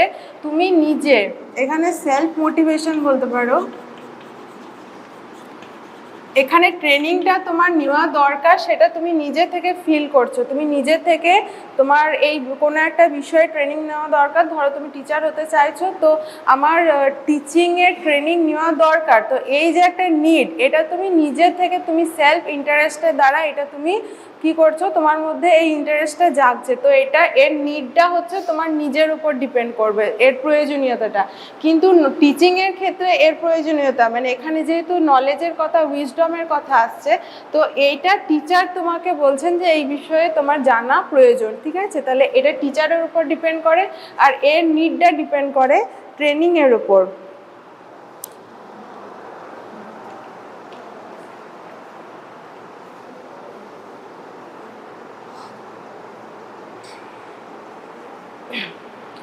নেক্সট দেখো, টিচিং হ্যাবিট ফরমেশনে হেল্প করে। হ্যাবিট ফরমেশনে হেল্প করে। টিচিংয়ের দ্বারা আমরা যে জানি যে চেঞ্জেস অফ বিহেভিয়ার, মানে আমাদের আচরণ বা বিহেভিয়ারের চেঞ্জে হেল্প করে কি করছে কে, টিচিং। টিচিং আমাদের বিভিন্ন আচরণের পরিবর্তনে সাহায্য করে বা হ্যাবিট ফরমেশন বা নতুন নতুন হ্যাবিট ফরমেশনে হেল্প করছে। এবং ট্রেনিংয়ের দ্বারা আমরা সেই হ্যাবিটকে আরও ভালোভাবে কিভাবে মানে আরও ভালো নারিশ করা বা সেই হ্যাবিটটাকে, সেই অভ্যাসটাকে আরও সুন্দর করে তুলতে হেল্প করে ট্রেনিং। অর্থাৎ তুমি এখানে কোনো বিষয় জানছো, সেইটাকে যখন তুমি আরও প্র্যাকটিস করছো, আরও প্র্যাকটিক্যালি সেটাকে অ্যাপ্লাই করছো, তো কি হচ্ছে, তোমার সেই যে আচরণ বা সেই যে হ্যাবিটটা সেটা আরও ভালো হচ্ছে, আরও সেটা মানে আরও সুগঠিত হচ্ছে বলতে পারি, ঠিক আছে। তাহলে এটা তোমাদের হ্যাবিটকে আরও সুগঠিত করে। টিচিং আমাদের যে ইনফরমেশন প্রোভাইড করে এবং বিভিন্ন বিষয়ে ইনফরমেশন এবং নলেজ প্রোভাইড করে। কিন্তু ট্রেনিং কি করে, সেই ইনফরমেশন এবং নলেজের সেটাকে আমরা কিভাবে প্র্যাকটিক্যালি অ্যাপ্লাই করব সেই বিষয়টা সম্পর্কে বলা হয়। মানে এটা এই যে নলেজ বা ইনফরমেশন এটাকে আরও ফেসিলিটেট করে, এটাকে কি করে আরও ফেসিলিটেট করে। তো এই হচ্ছে মোটামুটি টিচিং এবং ট্রেনিংয়ের মধ্যে পার্থক্য। এবার এই টিচিং এবং ট্রেনিং কিন্তু দুটোই আমাদের দরকার। তো এখন ট্রেনিংটাকে বেশি জোর দেওয়া হচ্ছে। ট্রেনিং যদি তুমি ভালোভাবে করো তাহলে তোমার যে স্কিল সেটার প্রতি আরও কনফিডেন্স বাড়বে, তোমার আরও জব অপরচুনিটিস বাড়বে, তুমি আরও মানে ভালোভাবে তোমার কাজটাকে করতে পারবে। সেই জন্য টিচিং এবং ট্রেনিং আমাদের দুটোই কিন্তু সমানভাবে দরকার। তো আজকের ক্লাসটা আমরা এখানে শেষ করছি। নেক্সট ক্লাসে আমরা নলেজ এবং ইনফরমেশন, তারপরে রিজন এবং যে বিলিভ সেগুলোর মধ্যে কি রিলেশন, পার্থক্য, এই বিষয়গুলো নিয়ে ডিসকাস করব। Thank you. Good morning students, আমি সুস্মিতা পাল, শান্তিনিকেতন বিএড কলেজের অ্যাসিস্ট্যান্ট প্রফেসর। তো আজকে হচ্ছে বিএড সেমিস্টার 2 এর ক্লাস। তো এই ক্লাসটা হচ্ছে কোর্স 8A, যেখানে আমরা দেখব ইউনিট 1। তো ইউনিট 1-এ আমরা তোমরা যদি আগের ক্লাসটা মানে অ্যাটেন্ড করেছো তাহলে পরে দেখবে যে আমরা নলেজের যে ফার্স্ট ইউনিট সেটা আমরা দেখছিলাম, নলেজ অ্যান্ড কারিকুলাম যে ইউনিটটার যে ফার্স্ট ইউনিট, যেটা হচ্ছে এপিস্টেমোলজি। তো এপিস্টেমোলজি সম্পর্কে আমরা জেনেছি এবং তার সাথে সাথে নলেজ এবং স্কিলটা কি, তাদের মধ্যে রিলেশন কি সেটা দেখেছি এবং তাদের মধ্যে পার্থক্য কি সেটা আমরা দেখছিলাম। তো তার মধ্যে কতগুলো পার্থক্য আমরা ডিসকাস করেছি এবং আজকে বাকি যে পার্থক্যগুলো আছে সেগুলো দেখব এবং তারপরে টিচিং এবং ট্রেনিং সম্পর্কেও জানব। তো দেখো, নলেজ এবং স্কিল সম্পর্কে তো তোমরা নিশ্চয়ই জানো, আগের ক্লাসে আমরা ডিসকাস করেছি। তো নলেজটা কি, নলেজ মানে হচ্ছে যেটা জ্ঞান, যেটা কোনো কিছু ইনফরমেশন অর্জন করাকে বোঝায় এবং সেইটাকে যখন আমরা কোনো বাস্তব ক্ষেত্রে কোনো প্র্যাকটিক্যালি যখন সেটাকে ইউজ করছি সেটাকে বলা হয় স্কিল। মানে স্কিলের বেস হচ্ছে নলেজটা, কিন্তু নলেজের বেস কিন্তু স্কিল নয়। মানে স্কিলফুল হওয়ার জন্য সেইটা সম্পর্কে, সেই বিষয়টা সম্পর্কে ইনফরমেশন থাকাটাও কিন্তু জরুরি। তো এটাই হচ্ছে নলেজ এবং স্কিলের মধ্যে একটা রিলেশন। তো আমরা লাস্ট যে ডিফারেন্সটা দেখব সেটা হচ্ছে শুধুমাত্র নলেজকে আমরা গেইন করতে পারি বাই অবজারভেশন, অর্থাৎ নলেজকে বা জ্ঞানকে আমরা শুধুমাত্র কোনো কিছু অবজার্ভ করে, কোনো কিছু দেখে শুনে পড়ে আমরা অর্জন করতে পারি। তুমি একটা বইকে পড়ছো বা কোনো কিছু দেখছো, সেটা দেখে তুমি সেখান থেকে একটা ইনফরমেশন নিচ্ছ বা নলেজ গেইন করতে পারছো। কিন্তু স্কিলের যে বিষয়, স্কিলটা হচ্ছে ট্রায়াল অ্যান্ড এররের বিষয়, মানে তুমি ভুল করবে এবং ট্রায়াল অ্যান্ড এরর, ভুল করছো এবং তারপরে তুমি শিখছো, ঠিক আছে। বারবার যখন, এটা একটা প্র্যাকটিসের বিষয়, তুমি বারবার কোনো বিষয়কে শিখছো, মানে বারবার তুমি যখন কোনো বিষয় সম্পর্কে প্র্যাকটিস করছো এবং সেখান থেকে তোমার ভুল হচ্ছে, থর্নডাইক যেটা বলেছেন ট্রায়াল অ্যান্ড এররের কথা, তো বারবার ট্রাই করছো, এরর হচ্ছে, তো এইভাবে যখন তুমি শিখছো তখন তুমি আরও বেশি স্কিলফুল হচ্ছো। মানে নলেজ যেটা গেইন করলে সেটাকে যখন তুমি বারবার ট্রাই করছো, এরর হচ্ছে, তারপরে যে তুমি সেই বিষয়ে যখন দক্ষ হচ্ছ, তো সেটাকে বলা হচ্ছে স্কিল। তাহলে এটা হচ্ছে কোনো বিষয়কে অ্যাপ্লাই করা রিলেটেড। তারপরে এটা হচ্ছে ইনট্যাঞ্জেবল, নলেজটা হচ্ছে ইনট্যাঞ্জেবল। ইনট্যাঞ্জেবল মানে কি? মানে হচ্ছে এটাকে টাচ করা বা সেইভাবে আমরা স্পর্শ করতে পারি না, এটা অনেকটা অ্যাবস্ট্রাক্ট বিষয়। তুমি ধরো কোনো বিষয় সম্পর্কে ইনফরমেশন নিচ্ছ, ধরো তুমি ইনফরমেশন নিচ্ছ যে কোনো কিছু কিভাবে রান্না করতে হয়, তো সেইটা তুমি একটা বই থেকে পড়লে বা কোথাও থেকে তুমি শুনলে, তো এটাকে তুমি তো টাচ করতে পারছো না, এটা একটা অ্যাবস্ট্রাক্ট জাস্ট নলেজ লেভেলের বিষয়। কিন্তু স্কিলটা হচ্ছে ট্যাঞ্জেবল। ট্যাঞ্জেবল মানে ট্যাঞ্জেবল, অর্থাৎ তুমি ধরো কোনো একটা রেসিপি ধরো রান্না করা শিখলে, ঠিক আছে, তো সেটাকে তুমি যখন প্র্যাকটিক্যালি রান্না করছো, ধরো মানে ভাত কিভাবে রান্না করতে হয় সেটা সম্পর্কে তুমি জানলে, তো এটাকে তো তুমি টাচ করতে পারছো না। বাট ট্যাঞ্জেবলের ক্ষেত্রে কি হচ্ছে, তুমি সেই মেটেরিয়ালগুলোকে জোগাড় করে তুমি যখন প্র্যাকটিক্যালি যখন ওই মানে ভাতটাকে রান্না করছো, তো সেটা তুমি সেগুলোকে টাচ করতে পারছো, ফিল করতে পারছো, সেই জন্য স্কিলের যে বিষয়গুলো সেগুলো হচ্ছে ট্যাঞ্জেবল। নেক্সট হচ্ছে নলেজকে বিভিন্ন নলেজ কিভাবে প্রবলেম এবং কনফ্লিক্টসকে সলভ করা যায় সেটা সম্পর্কে বলে। বিভিন্ন কনফ্লিক্টস বা প্রবলেম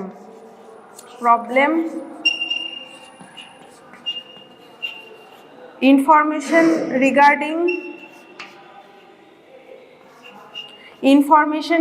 প্রবলেম সলভিং, মানে একটা প্রবলেম বা কোনো একটা ধরো কনফ্লিক্ট হলো, তো সেটাকে তুমি কিভাবে সলভ করবে সেইটা সম্পর্কে নলেজ, যে মানে সেটা সম্পর্কে আমরা ইনফরমেশন নিই, যে একটা প্রবলেমকে আমি কিভাবে সলভ করব সেটা সম্পর্কে জাস্ট একটা ইনফরমেশন নিলাম, কোথায়?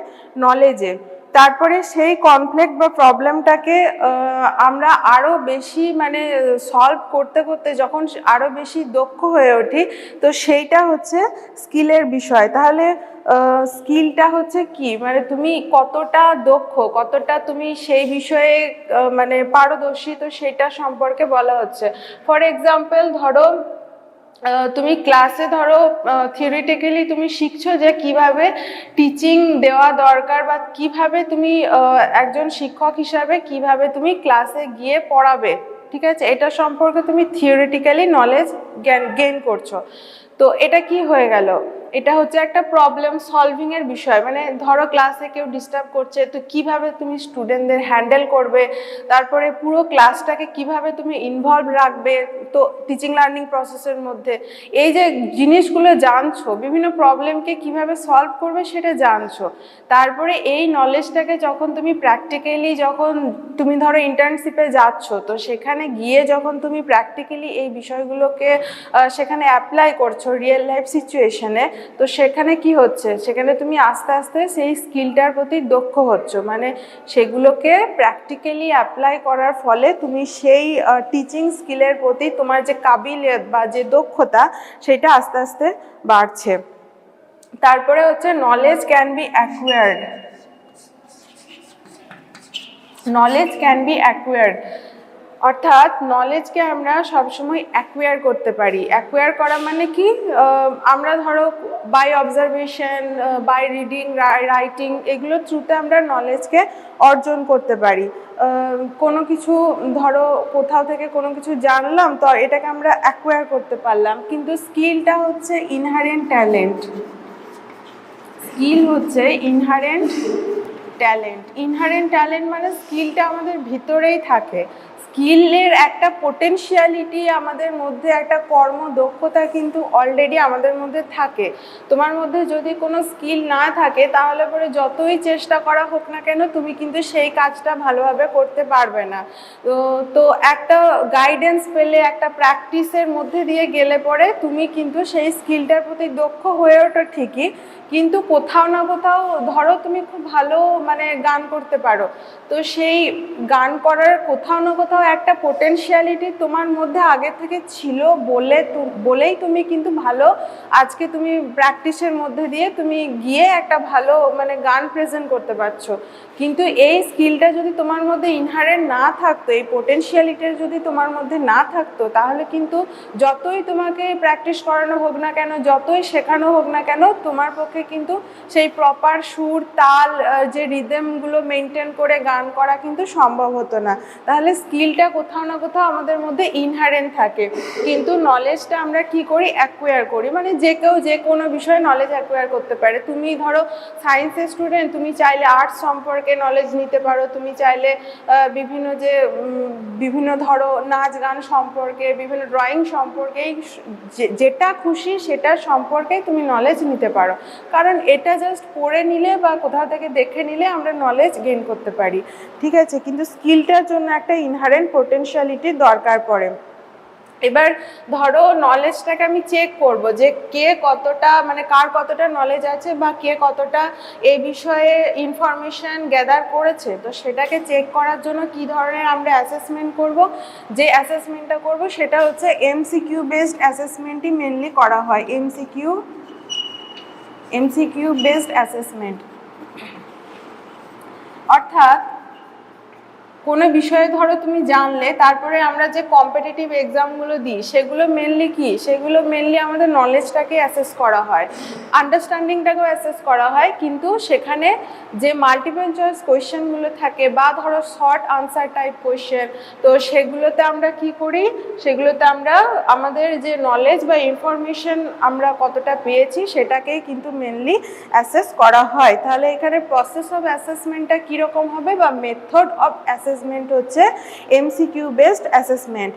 আর এইদিকে স্কিলটা হচ্ছে পারফরমেন্স বেসড অ্যাসেসমেন্ট।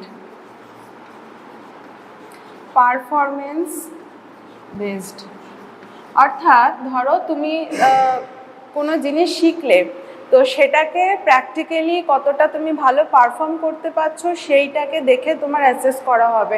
ধরো স্পোর্টসের যে এক্সামগুলো হয় সেখানে তুমি তো খাতা পেনে লিখে স্পোর্টসের জন্য অ্যাসেসমেন্ট নেওয়া হবে না।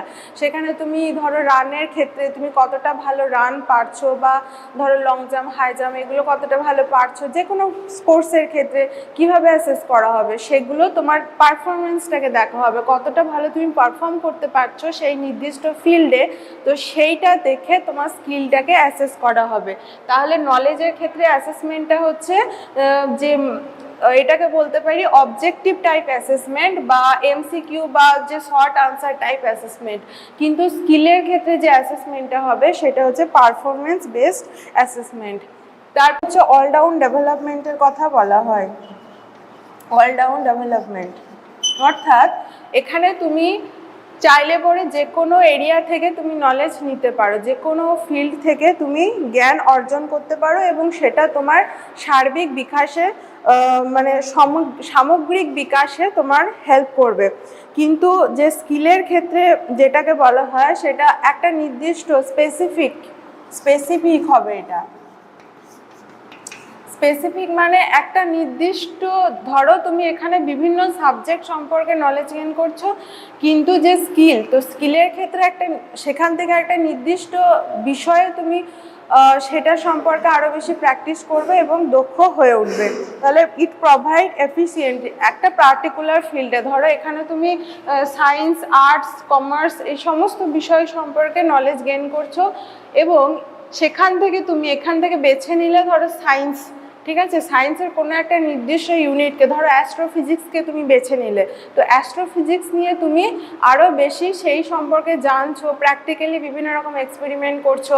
তো এগুলো কি হচ্ছে, একটা স্পেসিফিক হয়ে যাচ্ছে, এটা জেনারেল হচ্ছে, নলেজটা জেনারেল হয়ে যাচ্ছে এবং এখান থেকে যখন একটা নির্দিষ্ট এরিয়াকে তুমি বেছে নিয়ে সেই এরিয়াতে যখন তুমি আরও ডিপলি স্টাডি করছো, সেগুলোকে আরও ডিপলি জানছো, তখন সেটা স্পেসিফিক হয়ে যাচ্ছে। তো এই স্পেসিফিকটাই স্কিলের মধ্যে পড়বে। তারপরে নেক্সট হচ্ছে তোমার বিভিন্ন ফিল্ডে, যেমন ধরো নলেজের ক্ষেত্রে টিচিং, তারপরে বিভিন্ন যে, আচ্ছা এখানে যেটা আর একটা লাস্ট যেটা ডিফারেন্সটা হচ্ছে, নলেজটা হচ্ছে, knowledge is the base of skill, but skill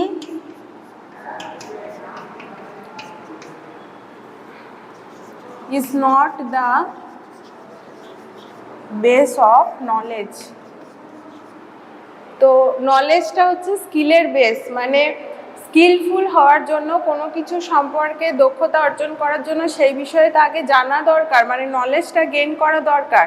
তো সেই জন্য বলা হচ্ছে যে নলেজটা হচ্ছে স্কিলের বেস বা ভিত্তি, ঠিক আছে, কিন্তু স্কিলটা কিন্তু নলেজের বেস বা ভিত্তি নয়। মানে নলেজ তুমি গেইন করতেই পারো, তুমি কোনো বিষয়ে তথ্য সংগ্রহ করতেই পারো, জানতেই পারো, কিন্তু তার মানে এই নয় যে সেই বিষয়ে তোমাকে খুব স্কিলফুল হতে হবে, ঠিক আছে, স্কিলফুল না হলেও তুমি কিন্তু সেই বিষয়ে ইনফরমেশন নিতেই পারো।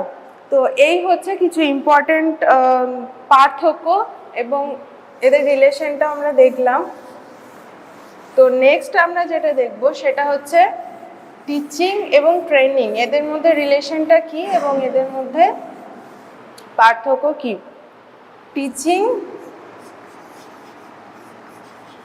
টিচিং বা শিক্ষণ এবং ট্রেনিং বা প্রশিক্ষণ, এটা হচ্ছে প্রশিক্ষণ,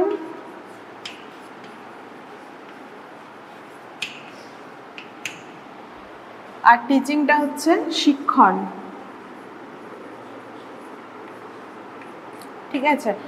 তো টিচিং কি, টিচিং হচ্ছে টিচার এবং স্টুডেন্টদের মধ্যে যে ইন্টারাকশন হয়, ফর্মালি হতে পারে বা ইনফর্মালি হতে পারে, মেনলি ফর্মালি হয় এবং সেটা ক্লাসরুমে হতে পারে বা ক্লাসরুমের বাইরেও হতে পারে। তো টিচার এবং স্টুডেন্টদের মধ্যে যে ইন্টারাকশন হচ্ছে সেটা হচ্ছে টিচিং বা শিক্ষণ, এবং সেখানে কি হয়, জ্ঞানের আদান প্রদান হয়।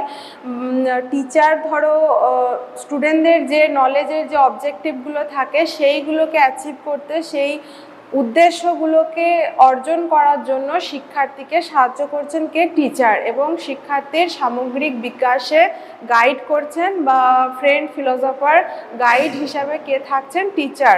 তো এখানে টিচিংটা হচ্ছে টিচার এবং স্টুডেন্টদের মধ্যে একটা ইন্টারাকশন প্রসেস এবং এর এরিয়াটা খুবই বড়, মানে একটা টিচিং প্রসেসের মধ্যে নলেজের আদান প্রদান হচ্ছে, তারপরে এখানে ট্রেনিংটাও কিন্তু ইনক্লুড থাকছে। ট্রেনিংটা হচ্ছে টিচিংয়ের একটা ব্যবহারিক দিক, মানে ট্রেনিংয়ের মধ্যে টিচিংয়ের যে প্র্যাকটিক্যাল দিকগুলো, যে অ্যাক্টিভিটিমূলক দিকগুলো আছে, সেইটা হচ্ছে ট্রেনিংয়ের পার্ট। ট্রেনিংয়ের মধ্যে এই যে ধরো তুমি ইন্টার্নশিপে যাচ্ছ, টিচিংয়ের ক্ষেত্রে কিভাবে কি পড়াতে হবে সেগুলো টিচার তোমাকে শেখালেন, ঠিক আছে, তারপরে তুমি যখন সেটা ইন্টার্নশিপে গিয়ে সেটাকে অ্যাপ্লাই করছো তখন সেটা হয়ে যাচ্ছে তোমার ট্রেনিং। তো এখনকার দিনে ট্রেনিংটাকে খুবই বেশি জোর দেওয়া হচ্ছে। টিচিং এবং ট্রেনিং দুটোই দরকার, দুটো মিলে আমাদের প্রপার যে এডুকেশনটা হচ্ছে, কিন্তু ট্রেনিংটাকেও কিন্তু খুব বেশি জোর দেওয়া হচ্ছে। ভালো ট্রেনিং থাকলে তবেই তুমি একজন ভালো টিচার হতে পারবে, ঠিক আছে।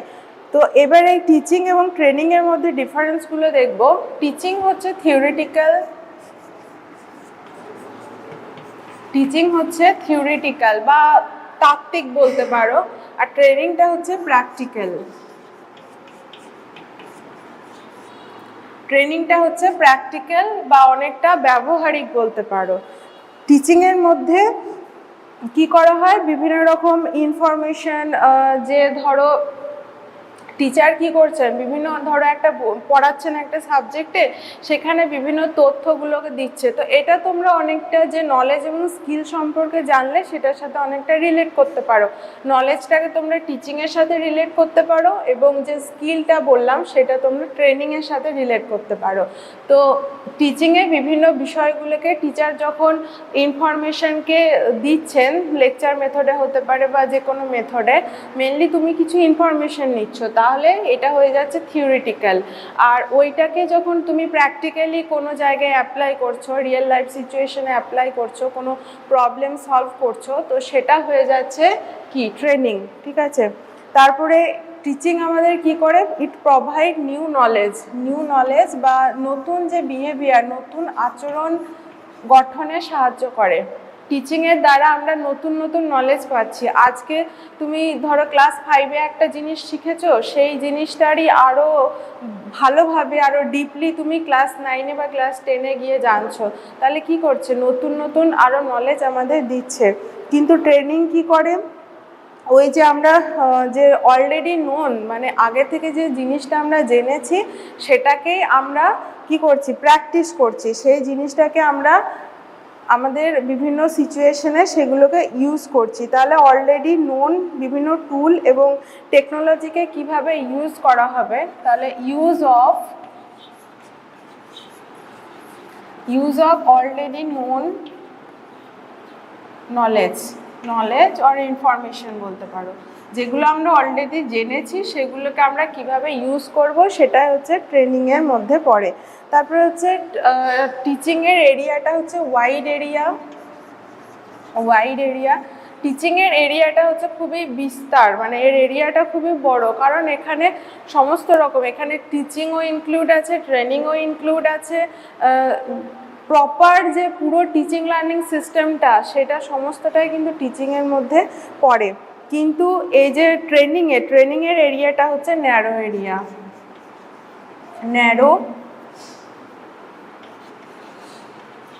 এরিয়া, অর্থাৎ এখানে তোমার একটা নির্দিষ্ট বিষয়ে ট্রেনিং দেওয়া হবে। তুমি ইন্টার্নশিপে গেলে বা ধরো যখন মাইক্রো টিচিং তুমি করো, কি করো, একটা নির্দিষ্ট স্কিলের উপর তুমি ধরো কোয়েশ্চেনিং স্কিলের উপর তুমি কি করছো, প্র্যাকটিস করছো, যে স্টুডেন্টদের কিভাবে কোয়েশ্চেনিং করবে, তাদের কাছ থেকে কিভাবে ফিডব্যাক নেবে, বা পুরো ক্লাসটাকে কিভাবে তুমি ইনভলভ রাখবে। তাহলে কি হলো, একটা নির্দিষ্ট এরিয়াতে তুমি সেই বিষয়টা সম্পর্কে দক্ষতা অর্জন করছো, সেই জন্যই এর এরিয়াটা অনেকটা ন্যারো হয়ে যাচ্ছে, অনেকটা ছোট হয়ে যাচ্ছে। কিন্তু টিচিংয়ের এরিয়াটা হচ্ছে অনেকটা বড়, অনেকটা ব্রড এরিয়া। তারপরে হচ্ছে teaching based on education. Teaching based on education, teaching based on education, অর্থাৎ নলেজ বা যে উইজডম বা জ্ঞান, সেটা হচ্ছে একটা লংগেস্ট টাইম ধরে চলে এবং এটা লংগেস্ট টাইম। তো এখানে টিচিং প্রসেসটা অনেকটা লং টার্ম ধরে চলে। তুমি একটা পুরো ধরো বিএড করছো, সেখানে তুমি 2 বছর ধরে বিএড করছো, এটা একটা লং টার্ম ধরে চলছে এবং সেটা মেনলি এডুকেশন বা উইজডম, তোমার যে জ্ঞানের উপর বেসড করে টিচিংটা হচ্ছে। কিন্তু যে ট্রেনিং সেটা হচ্ছে ইন্টেন্সিভ হয়। ট্রেনিংটা হচ্ছে স্কিল এবং তোমার এবিলিটির উপর ডিপেন্ড করে, আর shorter time span. Skill, ability. It depends on your skill and ability and shorter time span.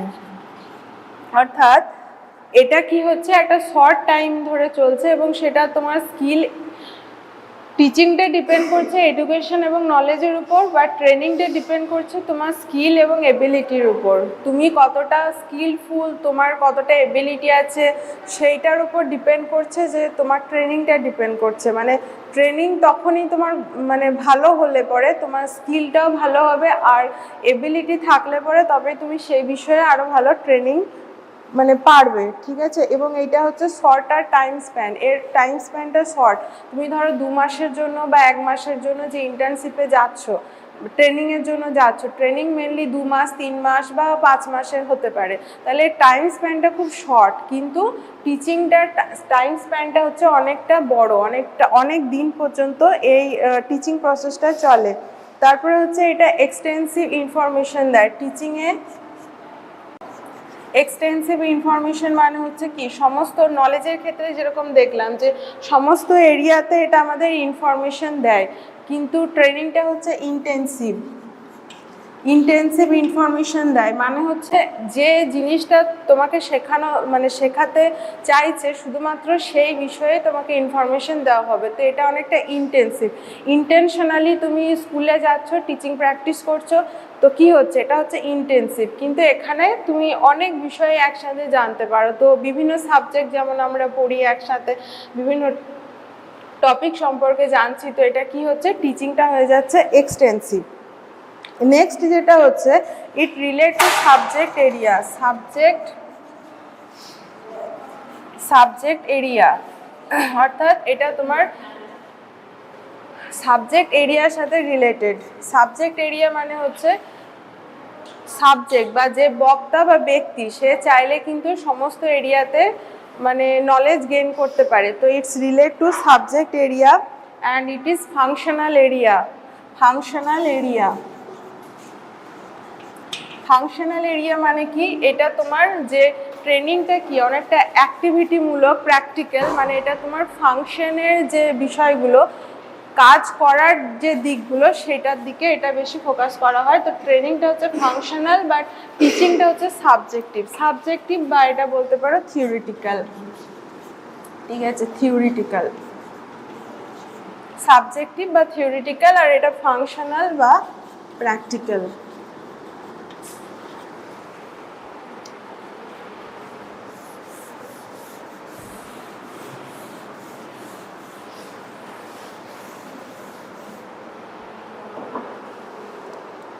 Next হচ্ছে সাধারণত ক্লাসরুম টিচিং লার্নিং হয়। টিচিং লার্নিংটা সাধারণত যে ফর্মাল টিচিং লার্নিং যেটা হয় সেটা হচ্ছে ক্লাসরুম, বাট ট্রেনিংটা কি হয়, বিভিন্ন ধরো সেমিনার হচ্ছে, ওয়ার্কশপ সেমিনার, ঠিক আছে। এই যে বিভিন্ন ওয়ার্কশপের ক্ষেত্রে, সেমিনারের ক্ষেত্রে যে আমরা বিভিন্ন স্কিলকে যখন শিখছি, ওয়ার্কশপে গিয়ে তুমি ধরো বিভিন্ন স্কিল শিখছো, তারপরে ধরো তুমি মানে ক্লাসরুমে তো ট্রেনিংটা হয়, কিন্তু ক্লাসরুমের বাইরেও আমরা বিভিন্ন জায়গায় এই ট্রেনিংটা করে থাকি, ঠিক আছে। সেই জন্য ট্রেনিংটা হচ্ছে মেনলি অনেকটা মানে ফর্মালও বলতে পারো, আবার ওয়ার্কশপ সেমিনার কনফারেন্সে গিয়েও শিখি, এবং ইনফর্মালিও কিন্তু আমরা ট্রেনিংগুলো প্র্যাকটিস করে থাকি। তো ট্রেনিংটা হচ্ছে ফর্মাল প্লাস ইনফর্মাল দুটোই। এবং এখানে টিচার তোমাদের বলছে যে নিড মানে কেন একটা বিষয়ে নলেজ দরকার, তুমি বিএড কেন করবে, সেই সম্পর্কে টিচার তোমাকে বলছে যে এই বিষয়ে তোমার নলেজ মানে নেওয়া বা ইনফরমেশন নেওয়া দরকার। তাহলে এখানে নিডটা বা এর প্রয়োজনীয়তাটা টিচার তোমাকে বলছেন, ঠিক আছে। কিন্তু ট্রেনিংয়ের ক্ষেত্রে তুমি নিজে, এখানে সেলফ মোটিভেশন বলতে পারো, এখানে ট্রেনিংটা তোমার নেওয়া দরকার, সেটা তুমি নিজে থেকে ফিল করছো, তুমি নিজে থেকে তোমার এই কোনো একটা বিষয়ে ট্রেনিং নেওয়া দরকার। ধরো তুমি টিচার হতে চাইছো, তো আমার টিচিংয়ের ট্রেনিং নেওয়া দরকার, তো এই যে একটা নিড, এটা তুমি নিজে থেকে, তুমি সেলফ ইন্টারেস্টের দ্বারা এটা তুমি কি করছো, তোমার মধ্যে এই ইন্টারেস্টটা জাগছে। তো এটা এর নিডটা হচ্ছে তোমার নিজের উপর ডিপেন্ড করবে, এর প্রয়োজনীয়তাটা। কিন্তু টিচিংয়ের ক্ষেত্রে এর প্রয়োজনীয়তা মানে এখানে যেহেতু নলেজের কথা, উইজডমের কথা আসছে, তো এইটা টিচার তোমাকে বলছেন যে এই বিষয়ে তোমার জানা প্রয়োজন, ঠিক আছে। তাহলে এটা টিচারের উপর ডিপেন্ড করে, আর এর নিডটা ডিপেন্ড করে ট্রেনিংয়ের উপর।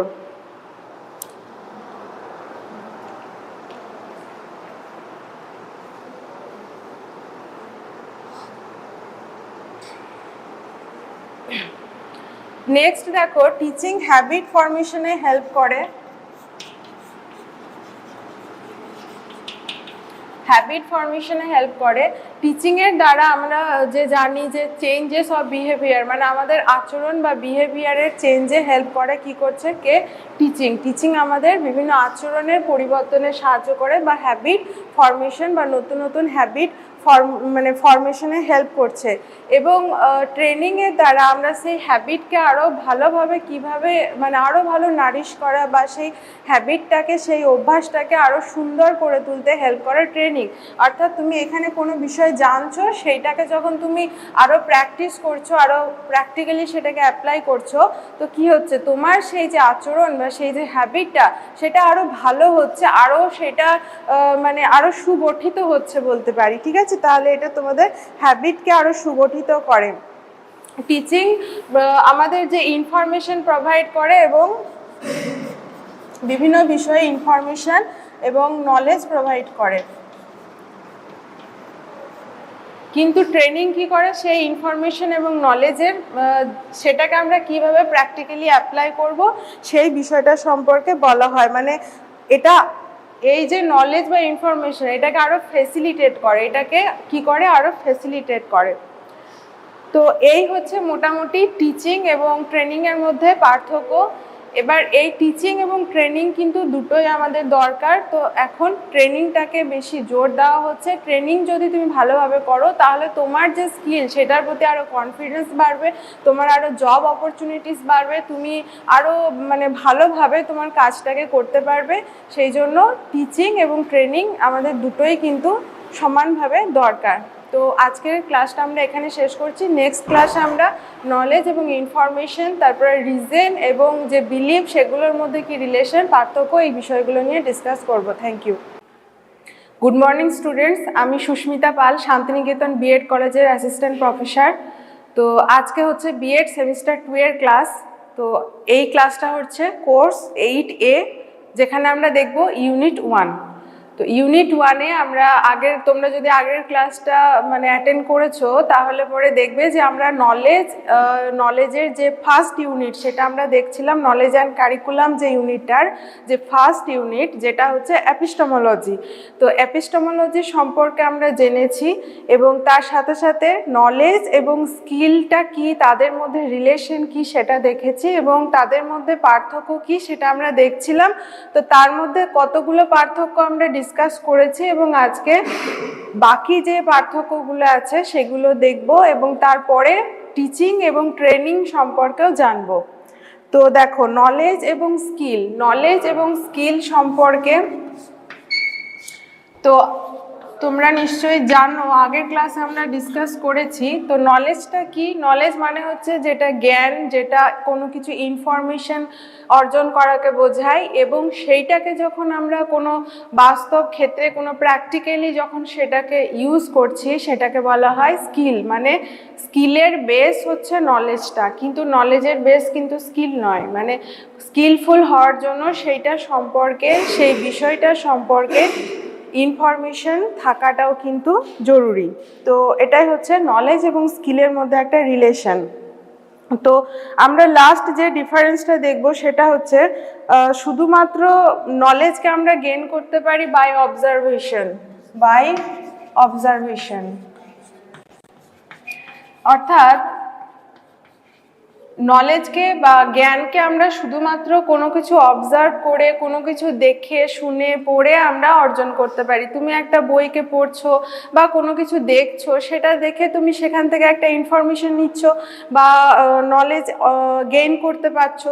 কিন্তু স্কিলের যে বিষয়, স্কিলটা হচ্ছে ট্রায়াল অ্যান্ড এররের বিষয়। মানে তুমি ভুল করবে এবং ট্রায়াল অ্যান্ড এরর, ভুল করছো এবং তারপরে তুমি শিখছো। ঠিক আছে, বারবার যখন এটা একটা প্র্যাকটিসের বিষয়, তুমি বারবার কোনো বিষয়কে শিখছো, মানে বারবার তুমি যখন কোনো বিষয় সম্পর্কে প্র্যাকটিস করছো এবং সেখান থেকে তোমার ভুল হচ্ছে, থর্নডাইক যেটা বলেছেন ট্রায়াল অ্যান্ড এররের কথা, তো বারবার ট্রাই করছো, এরর হচ্ছে। তো এইভাবে যখন তুমি শিখছো তখন তুমি আরও বেশি স্কিলফুল হচ্ছো। মানে নলেজ যেটা গেইন করলে সেটাকে যখন তুমি বারবার ট্রাই করছো, এরর হচ্ছে, তারপরে যে তুমি সেই বিষয়ে যখন দক্ষ হচ্ছ, তো সেটাকে বলা হচ্ছে স্কিল। তাহলে এটা হচ্ছে কোনো বিষয়কে অ্যাপ্লাই করা রিলেটেড। তারপরে এটা হচ্ছে ইনট্যাঞ্জেবল, নলেজটা হচ্ছে ইনট্যাঞ্জেবল। ইনট্যাঞ্জেবল মানে কি? মানে হচ্ছে এটাকে টাচ করা বা সেইভাবে আমরা স্পর্শ করতে পারি না, এটা অনেকটা অ্যাবস্ট্রাক্ট বিষয়। তুমি ধরো কোনো বিষয় সম্পর্কে ইনফরমেশন নিচ্ছ, ধরো তুমি ইনফরমেশন নিচ্ছ যে কোনো কিছু কিভাবে রান্না করতে হয়, তো সেইটা তুমি একটা বই থেকে পড়লে বা কোথাও থেকে তুমি শুনলে, তো এটাকে তুমি তো টাচ করতে পারছো না, এটা একটা অ্যাবস্ট্রাক্ট জাস্ট নলেজ লেভেলের বিষয়।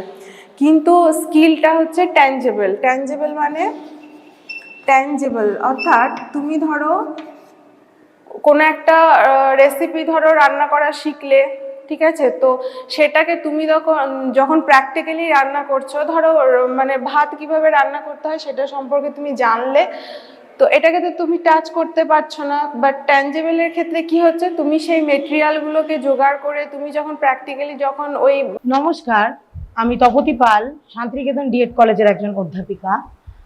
আমি আজ ডিএড এর ফার্স্ট সেমের ইভিএস এর একটি টপিক পড়াচ্ছি, যেটা হচ্ছে বোর্ডে আমি অলরেডি লিখে দিয়েছি, যেটা হচ্ছে অক্সিজেন চক্র বা অক্সিজেন সাইকেল। আচ্ছা, অক্সিজেন চক্র কি? অক্সিজেন চক্র কথাটা হচ্ছে আমাদের জীবজগতে বেঁচে থাকার জন্য আমাদের সবারই কিন্তু অক্সিজেনের প্রয়োজন হয়, হয়তো। এইবার সেই অক্সিজেনটা কিন্তু একটা সার্কুলার প্রসেসের মধ্যে দিয়ে কিন্তু চলে। যে অক্সিজেনটা আমাদের বায়ুমণ্ডলে ছড়িয়ে আছে, সেই অক্সিজেনের কিছুটা পোর্শন আমরা গ্রহণ করি, জীবজগৎ গ্রহণ করে, কিছুটা পোর্শন বিভিন্ন রকম পরিবেশের বিভিন্ন রকম কাজে লাগে। এইটি একটি সার্কুলার প্রসেসের মাধ্যমে কিন্তু আমাদের এই অক্সিজেনটা প্রবাহিত হয়, ঠিক আছে। সেই জন্যই এটাকে বলা হয় অক্সিজেন চক্র, ঠিক আছে। এইবার আমরা জানবো এই যে বাতাসে আমাদের যে অক্সিজেন আছে, এই বাতাসে অক্সিজেনের কতটা পরিমাণে অক্সিজেন আছে সেটা আমাদের জানা দরকার।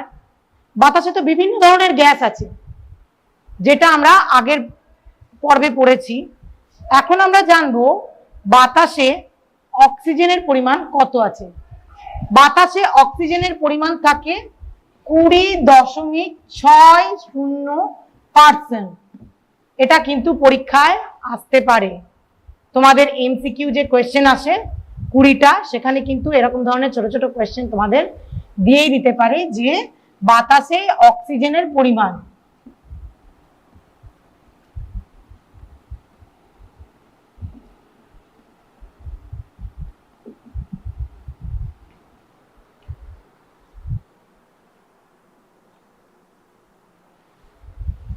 এই বাতাসে যে এই অক্সিজেনের পরিমাণ যে এই 20.60% আছে, এইটাই কিন্তু আমাদের বাতাসে সার্কুলার হয়, ঠিক আছে। এই 20.60% যে অক্সিজেন, এটাই কিন্তু বাতাসে সার্কুলার হয়। এই যে এই পরিমাণ অক্সিজেনটাকে বলা হয় আমাদের অক্সিজেন চক্র বা অক্সিজেন সাইকেল। বোঝাতে পেরেছি কথাটা? ঠিক আছে। এইবার এই অক্সিজেন চক্রটা আমাদের দুটি পদ্ধতিতে হয়। দুটি পদ্ধতিতে আমি লিখে দিচ্ছি, পদ্ধতি দুটোর নাম আমি তোমাদের লিখে দিচ্ছি এখানে।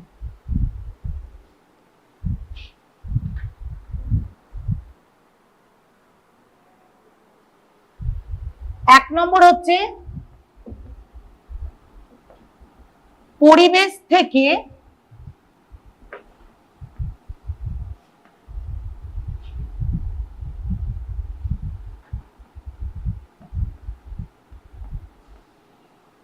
অক্সিজেন অপসারণ।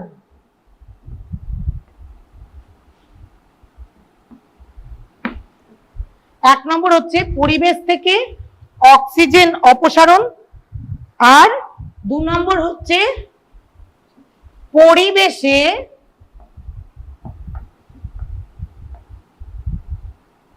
অক্সিজেন যোগ।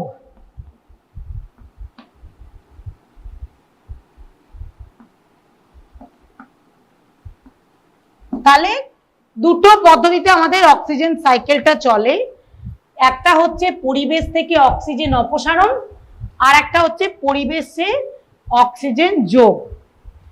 এইবার এই দুটো লিখেছো তো, এইবার আমি দ্বিতীয়টা নিয়ে ওই প্রথমটা নিয়ে একটু আলোচনা করছি। দ্বিতীয়টা আমি মুছে দিলাম। এইবার পরিবেশ থেকে অক্সিজেন কিভাবে আমরা অপসারণ করি, সেটা অপসারণ মানে বেরিয়ে যাওয়া, আর যোগ মানে হচ্ছে আসা বা অ্যাড হওয়া। এবার অপসারণটা হচ্ছে কিভাবে?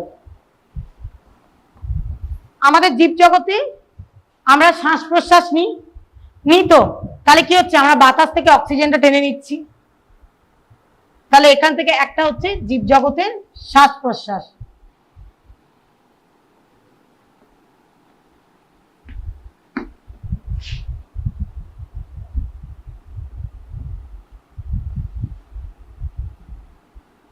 ঠিক আছে। 2 নম্বর হচ্ছে বিভিন্ন রকম জ্বালানির কাজে কিন্তু আমাদের অক্সিজেন দরকার পড়ে। যখন আমাদের আগুন জ্বলে তখন কিন্তু আমাদের অন্যান্য গ্যাসের সাথেও কিন্তু আমাদের অক্সিজেনের প্রয়োজন হয়। তাহলে কি হচ্ছে, বাতাস থেকে আমরা অক্সিজেনটা টেনে নিচ্ছি।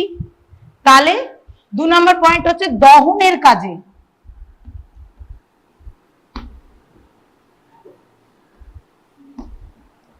দু নম্বর হচ্ছে দহনের কাজে। আরেকটা হচ্ছে আমাদের চারপাশে যে আগ্নেয়গিরিগুলো আছে, আগ্নেয়গিরিগুলো থেকে যখন অগ্নুৎপাত হয় তখনও কিন্তু আমাদের অক্সিজেনের প্রয়োজন হয়। ঠিক আছে। তাহলে আমাদের আরেকটা পয়েন্ট হচ্ছে আগ্নেয়গিরির অগ্নুৎপাতের সময়।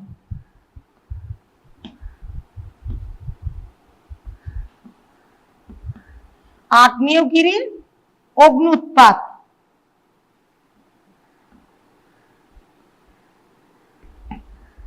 ঠিক আছে, আগ্নেয়গিরির অগ্নুৎপাতের সময়।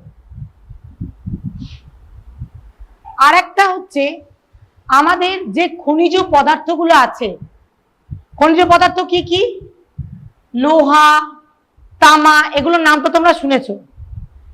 এইগুলো যখন আমরা লোহা কি হয়, আমরা যখন লোহাকে কি এমনি সাধারণভাবে পিটিয়ে তাকে কি আমরা কোনো জিনিস বানাতে পারবো? পারবো না। কোনো জিনিস বানাতে গেলে আমাদেরকে কি করতে হয়? লোহাকে গলাতে হয়।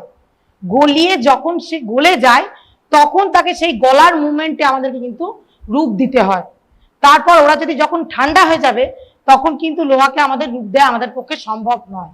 তাহলে কোনো রকম লোহা বা তামাকে গলিয়ে আমাদের কিন্তু রূপ দিতে হয়। তাহলে সেই লোহা তামা গলানোর সময়ও কিন্তু আমাদের অক্সিজেনের প্রয়োজন হয়।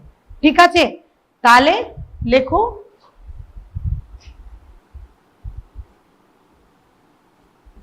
খনিজ দ্রব্য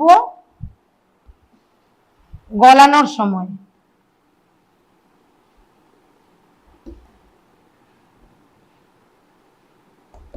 তাহলে কি কি কাজে লাগছে আমাদের? আমাদের দেখো, পরিবেশে অক্সিজেন অপসারণ হচ্ছে কি কি কাজে? জীবজগতের শ্বাস প্রশ্বাসের সময়, দহনের কাজে, আগ্নেয়গিরির অগ্নুৎপাতের সময় এবং খনিজ দ্রব্য গলানোর সময় আমাদের পরিবেশে অক্সিজেনের অপসারণ হয়। এইবার আমরা, এটা তো গেল অপসারণের, এইবার আমরা দ্বিতীয় পয়েন্টে আসব।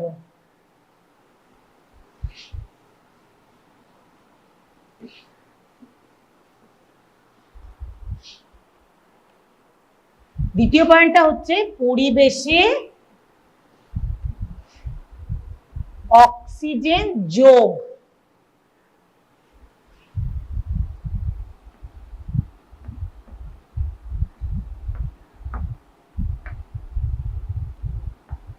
আর একটা জিনিস তোমাদের আমি বলতে ভুলে গেলাম, যেটা হচ্ছে আমাদের বায়ুস্তরে একটা স্তর আছে ওজোনোস্ফিয়ার বা ওজোন স্তর, নাম নিশ্চয় শুনেছ। সেখানে এক ধরনের রশ্মি আছে যেটা হচ্ছে অতি বেগুনি রশ্মি, নাম শুনেছ? সেই অতি বেগুনি রশ্মিতে যাতে জমা মানে কি বলবো, ছিদ্র না সৃষ্টি হয়, সেই জন্য কিন্তু আমাদের অক্সিজেনের একান্ত প্রয়োজন হয়। ঠিক আছে, অতিবেগুনি রশ্মিটাকে জমাট বেঁধে থাকার জন্য আমাদের কিন্তু অক্সিজেন গ্যাসের প্রয়োজন হয়। সেই জন্য অতিবেগুনি রশ্মিও কিন্তু আমাদের এই বায়ু স্তর থেকে অক্সিজেন টানে। ঠিক আছে, তাহলে এটাও কিন্তু তোমরা লিখে রাখো যে অতিবেগুনি রশ্মির স্তরটাকে জমাটবদ্ধ রাখার জন্য আমাদের অক্সিজেনের প্রয়োজন হয়।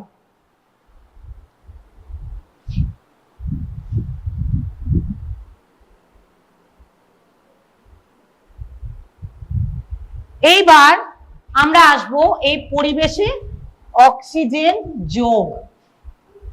পরিবেশে অক্সিজেন, এবার তো আমরা পরিবেশ থেকে অক্সিজেন আমরা নিলাম বায়ু থেকে, এবার আমাকে তো 20.60 যে পার্সেন্টেজ আছে, সেই 20.60% থেকে আমরা যে 20.60%ই টেনে নিলাম, এইবার আমাকে তো, তবে তো আমাদের এই সার্কুলেশনটা তো ঠিকঠাক হবে, সাইক্লিংটা ঠিকঠাক হবে।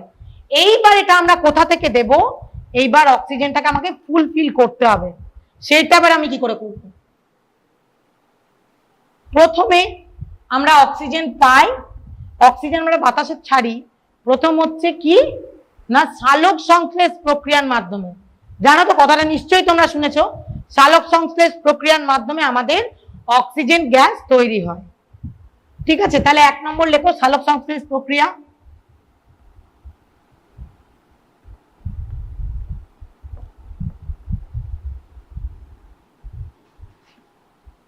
এখান থেকে কিন্তু অক্সিজেন গ্যাস আমরা বাতাসে ছাড়ি।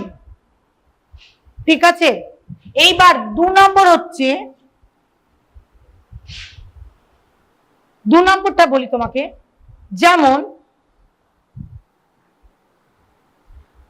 বিদ্যুৎ স্ফুরণের ফলে এক ধরনের গ্যাসের উৎপাদন হয়। বিদ্যুৎ স্ফুরণটা কি সবাই তো বলতে পারো, বিদ্যুৎ স্ফুরণ কি?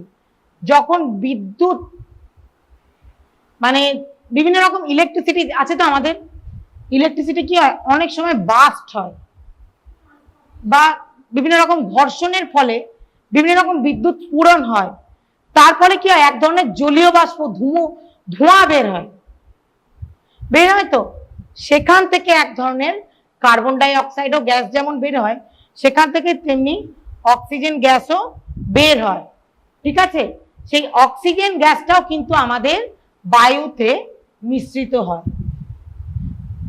ঠিক আছে, তাহলে একটা হচ্ছে বিদ্যুৎ স্ফুরণের ফলে, লেখো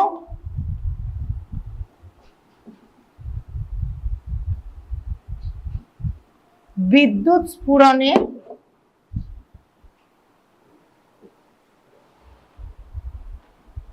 ফলে, বিদ্যুৎ স্ফুরণের ফলে যে বাষ্প নির্গত হয় সেখান থেকে আমাদের অক্সিজেন গ্যাস নির্গত হয়।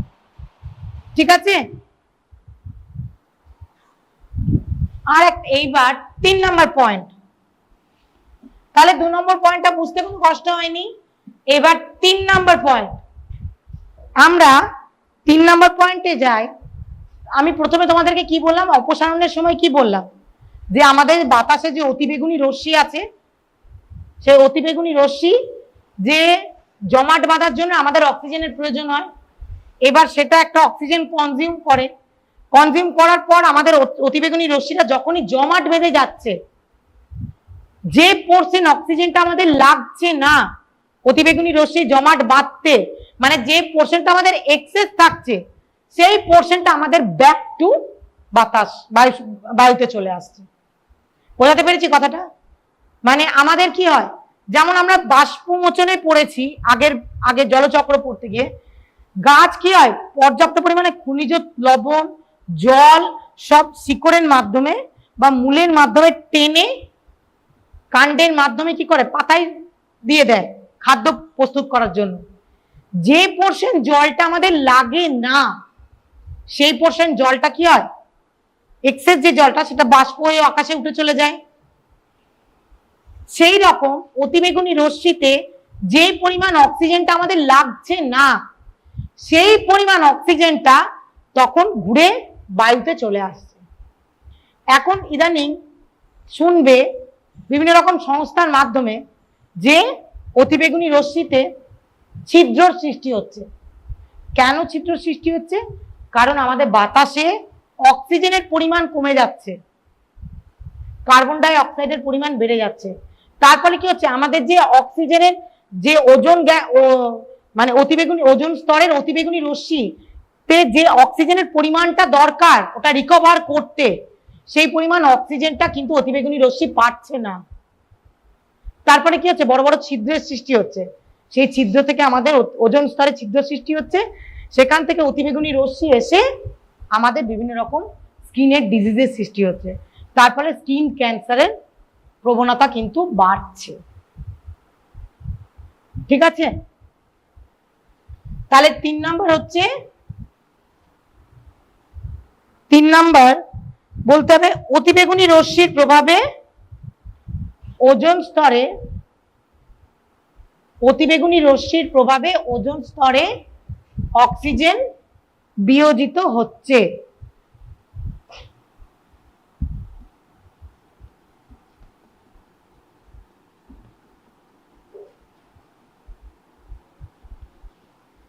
অতিবেগুনি রশ্মির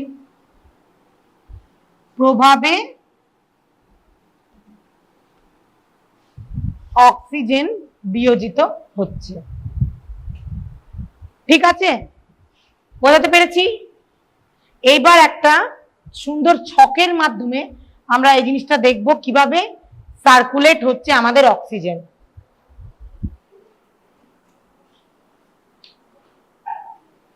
ছকটা তোমরাও খাতায় করো। যদি অক্সিজেন স্তর বা অক্সিজেন সাইকেল বা অক্সিজেন চক্র তোমাদের পরীক্ষায় আসে, তাহলে কিন্তু তোমাদেরকে এই ছবিটা কিন্তু তোমাদের দিতেই হবে।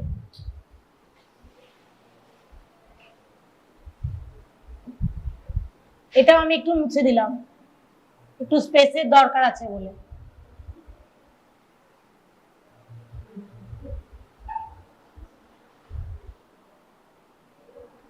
এইবার এখানে আমি লিখলাম বায়ুমণ্ডল, তোমরা খাতার মধ্যেখানে লেখো বায়ুমণ্ডল, যেটা ব্র্যাকেটে দাও অক্সিজেন স্তর।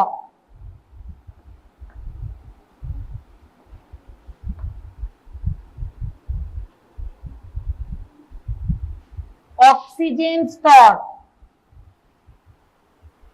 বাতাসে কত পরিমাণে থাকে আগে বলেছি, 20.60%। এই পোরশনটা কিভাবে সার্কুলেট হচ্ছে এটা আমি ছকের মাধ্যমে দেখাবো। তাহলে এই যে এই জিনিসটা, এইটা কিভাবে বিয়োজন হচ্ছে সেটা আগে দেখাই। এটা কি হচ্ছে,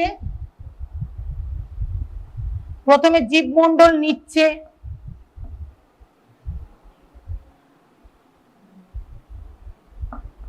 প্রথমে জীবমণ্ডলের কাছে যাচ্ছে, তারপর কি হচ্ছে, দহনের কাজে লাগছে,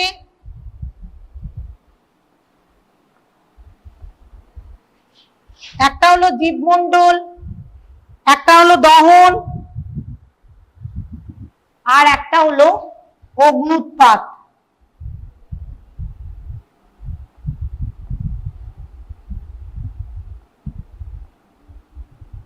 অগ্নুৎপাত, ঠিক আছে, এটা তো গেল বিয়োজনের দিক।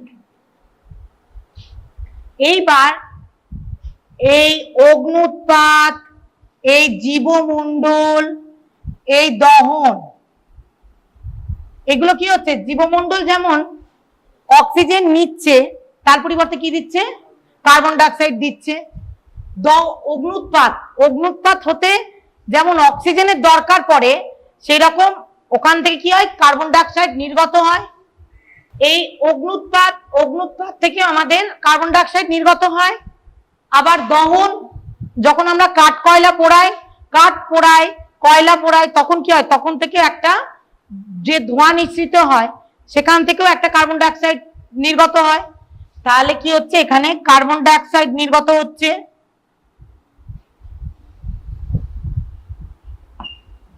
কার্বন ডাই অক্সাইড নির্গত হচ্ছে, কার্বন ডাই অক্সাইড আসছে। এইবার এই কার্বন ডাই অক্সাইড থেকে কি হচ্ছে, কার্বন ডাই অক্সাইড থেকে কি হয়, সালোক সংশ্লেষ প্রক্রিয়ায় আমাদের কার্বন ডাই অক্সাইড কাজে লাগে। তাহলে এটা হচ্ছে সালোক সংশ্লেষ প্রক্রিয়া হচ্ছে।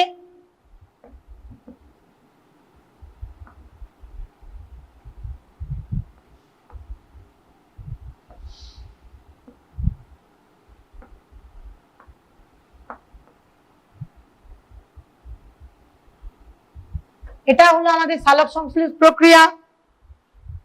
এই সালোক সংশ্লেষ প্রক্রিয়া, জায়গাটা একটু ছোট হয়ে গেল বুঝলেন, এই সালোক সংশ্লেষ প্রক্রিয়াতে আবার অক্সিজেন বের হচ্ছে, বের হয়ে বায়ুমণ্ডলে চলে যাচ্ছে।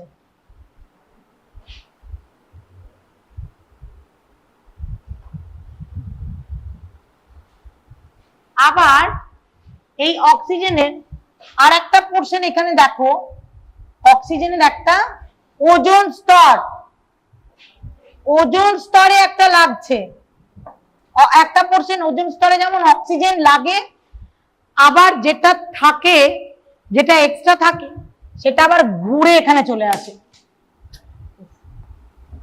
সেটা আবার ঘুরে এখানে চলে আসে। আমাদের অক্সিজেন টানছে ওজোন স্তর, অতিবেগুনি রশ্মির যে জমাট বাঁধানোর জন্য। এবার যে পোর্শনটা লাগছে না সেটা আবার ঘুরে আমাদের অক্সিজেন স্তরে চলে আসছে। আর একটা হচ্ছে যেটা আর একটা পোর্শন আসছে,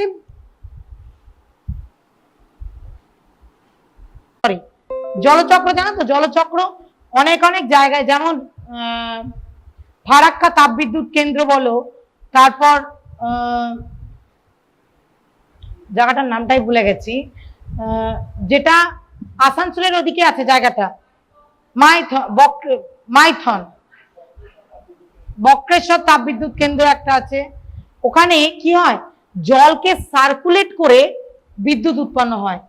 তার ফলে কি হয়, যখন আমি জলকে সার্কুলেট করি তার ফলে বিদ্যুৎটাও উৎপাদন হয়, এবং ওই সার্কুলেশনের ফলে জলকে ঘুরিয়েও জল থেকে যে পরিমাণে অক্সিজেন থাকে সেটাও কিন্তু আবার নির্গত হয়, সেটাও কিন্তু বাতাসে গিয়ে অক্সিজেনের সঙ্গে মিশে যায়। ঠিক আছে, তাহলে এই সার্কুলেশনটা বুঝতে পেরেছো প্রত্যেকে? বোঝা গেছে? এইবার তাহলে আমি এটা মুছছি।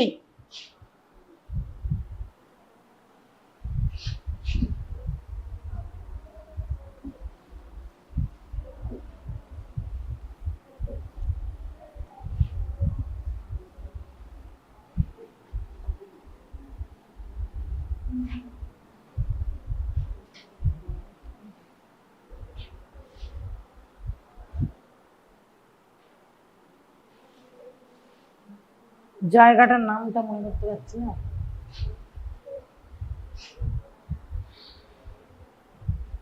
এবার লিখবো অক্সিজেন চক্রের গুরুত্ব, অক্সিজেন চক্রের গুরুত্ব।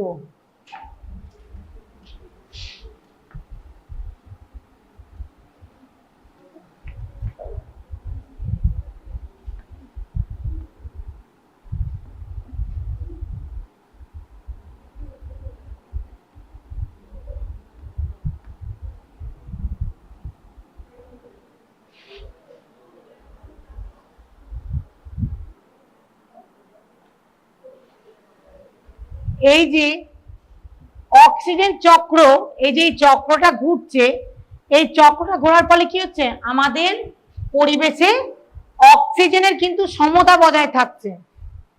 ঠিক আছে, অক্সিজেনের সমতা বজায় থাকছে। যেমন ধরো আমাদের শরীরে কোনো খাবার যখন আমরা খাই তখন কি হয়, সেটা তো ডাইজেস্টের দরকার পড়ে, তাই তো, জারণ প্রক্রিয়ার দরকার পড়ে। সেইটা কি হয় আমাদের কিন্তু, সেটা আমাদের শরীরে কিন্তু অক্সিজেন কিন্তু সেটা অনেকটা পরিমাণে সাহায্য করে সেটা ডাইজেস্ট করতে। ঠিক আছে, এইবার তার ফলে কি হয়, যে ডাইজেস্ট করে এবং আমাদের শরীর থেকে ডাইজেস্ট করে যে এক্সট্রা পরিমাণে যে বায়ুটা থাকে, যে অক্সিজেন পরিমাণটা থাকে, সেটাও কিন্তু আমাদের শরীর থেকে বেরিয়ে যেতে সাহায্য করে কিন্তু এই অক্সিজেন। আমরা যে খাবারই খাই সেই খাবারের সঙ্গে কিন্তু আমাদের শরীরের ভেতরে কিন্তু বায়ু চলে যায়। সেই বায়ুটা আমাদের শরীরে যদি থেকে যায় না, আমাদের শরীরের কিন্তু বিভিন্ন রকম খারাপ পরিস্থিতির সৃষ্টি হয়। সেই বায়ুটা নির্গত করতেও কিন্তু অক্সিজেন সহায়তা করে। এবং আমাদের যে বাতাসে যে পরিমাণে যে অক্সিজেন, কার্বন ডাইঅক্সাইড, আমাদের বাতাসে অক্সিজেন আছে, কার্বন ডাইঅক্সাইড আছে, নাইট্রোজেন গ্যাস আছে, হিলিয়াম আছে, এরকম বিভিন্ন ধরনের গ্যাস আছে। প্রত্যেকটা অক্সিজেন যেহেতু 20.60% আছে, এইটা নিজের সমতা বজায় রেখেছে বলে কিন্তু CO2 মানে কার্বন ডাইঅক্সাইডও কিন্তু নিজের সমতাটা বজায় রেখেছে। সেই জন্য কিন্তু নাইট্রোজেন গ্যাসও কিন্তু সেই পরিমাণে সমতা বজায় রেখেছে। একটা গ্যাস যদি ডিসব্যালেন্স হয়ে যায়, আমাদের বাতাসে যে 100% বায়ুর পরিমাণ আছে প্রত্যেকটা কিন্তু ডিসব্যালেন্স হয়ে যাবে। প্রত্যেকটা বায়ুর পরিমাণ কিন্তু প্রত্যেকটা বায়ুর পরিমাণের সঙ্গে কিন্তু ওতপ্রোতভাবে জড়িত। একটা ডিসব্যালেন্স হলেই কিন্তু আর একটা ডিসব্যালেন্স হয়ে যাবে। সেজন্য বাতাসে অক্সিজেনের গুরুত্ব কিন্তু, অক্সিজেন চক্রের গুরুত্ব কিন্তু একান্ত প্রয়োজন। একদিকে যেমন আমরা নিয়ে নিচ্ছি, অন্যদিকে সেটা ফিল আপ করার ব্যবস্থা কিন্তু আমাদেরকেই করতে হবে। এবং ফিল আপ করতে গেলে মোস্ট ইম্পর্টেন্ট পার্ট হচ্ছে আমাদের গাছ। মোস্ট ইম্পর্টেন্ট পার্ট হচ্ছে আমাদের গাছ। কাজে যেখানে গাছ যত কেটে ফেলবে সেখানে কিন্তু অক্সিজেনের অভাব কিন্তু তত বেশি হবে। ঠিক আছে, তাহলে আজকের ক্লাস এতদূর পর্যন্ত। নেক্সট দিন আবার নেক্সট চ্যাপ্টার তোমাদের পড়াবো। নমস্কার, আমি তপতি পাল, শান্তিনিকেতন ডিএড কলেজের একজন অধ্যাপিকা।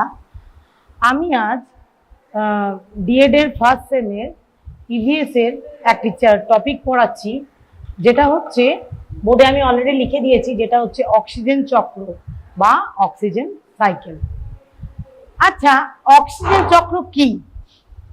অক্সিজেন চক্র কথাটা হচ্ছে আমাদের জীবজগতে বেঁচে থাকার জন্য আমাদের সবারই কিন্তু অক্সিজেনের প্রয়োজন হয়, হয়তো।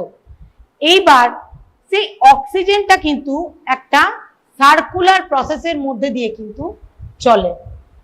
যে অক্সিজেনটা আমাদের বায়ুমণ্ডলে ছড়িয়ে আছে, সেই অক্সিজেনের কিছুটা পোরশন আমরা গ্রহণ করি, জীবজগৎ গ্রহণ করে, কিছুটা পোরশন বিভিন্ন রকম পরিবেশের বিভিন্ন রকম কাজে লাগে।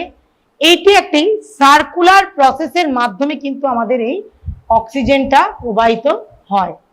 ঠিক আছে, সেই জন্যই এটাকে বলা হয় অক্সিজেন চক্র। ঠিক আছে, এইবার আমরা জানবো এই যে বাতাসে আমাদের যে অক্সিজেন আছে, এই বাতাসে অক্সিজেনের কতটা পরিমাণে অক্সিজেন আছে সেটা আমাদের জানা দরকার। বাতাসে তো বিভিন্ন ধরনের গ্যাস আছে, যেটা আমরা আগের পর্বে পড়েছি।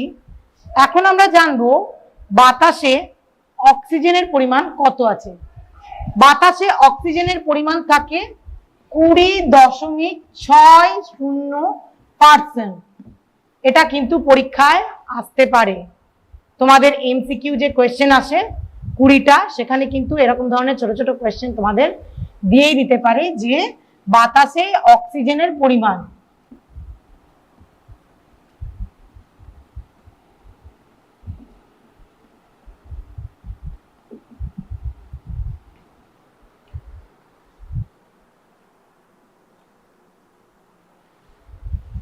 এই বাতাসে যে এই অক্সিজেনের পরিমাণ যে এই 20.60 60% আছে,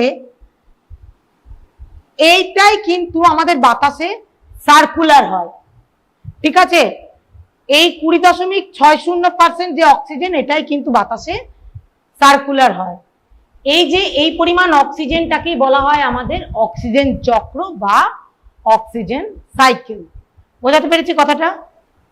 ঠিক আছে, এইবার এই অক্সিজেন চক্রটা আমাদের দুটি পদ্ধতিতে হয়। দুটি পদ্ধতিতে আমি লিখে দিচ্ছি, পদ্ধতি দুটোর নাম আমি তোমাদের লিখে দিচ্ছি এখানে।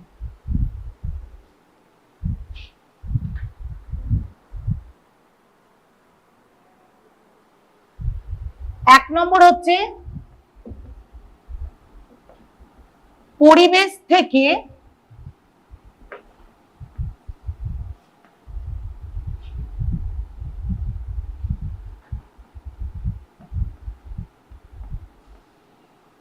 অক্সিজেন অপসারণ।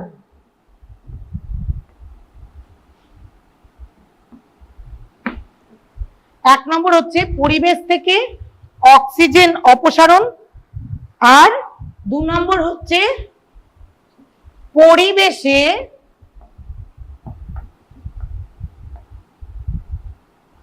অক্সিজেন যোগ।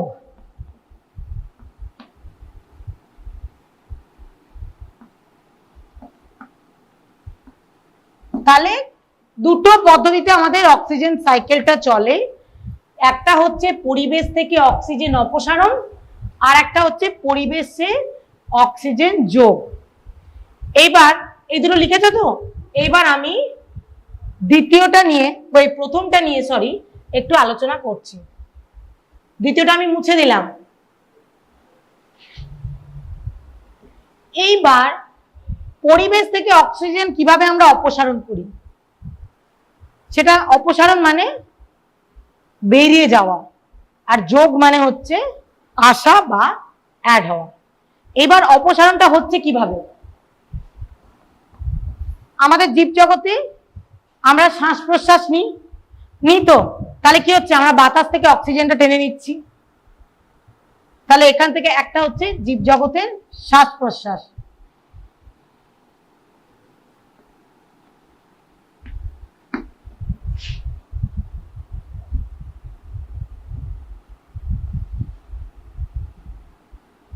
ঠিক আছে, 2 নম্বর হচ্ছে বিভিন্ন রকম জ্বালানির কাজে কিন্তু আমাদের অক্সিজেন দরকার পড়ে।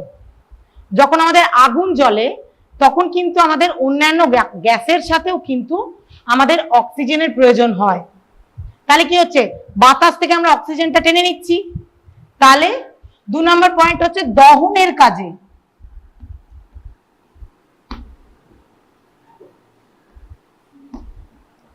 দু নম্বর হচ্ছে দহনের কাজে। আরেকটা হচ্ছে আমাদের চারপাশে যে আগ্নেয়গিরিগুলো আছে, আগ্নেয়গিরিগুলো থেকে যখন অগ্নুৎপাত হয় তখনও কিন্তু আমাদের অক্সিজেনের প্রয়োজন হয়। ঠিক আছে, তাহলে আমাদের আরেকটা পয়েন্ট হচ্ছে আগ্নেয়গিরির অগ্নুৎপাতের সময়।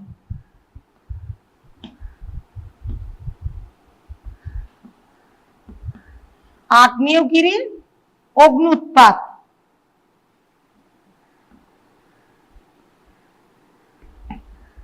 ঠিক আছে, আগ্নেয়গিরির অগ্নুৎপাতের সময়।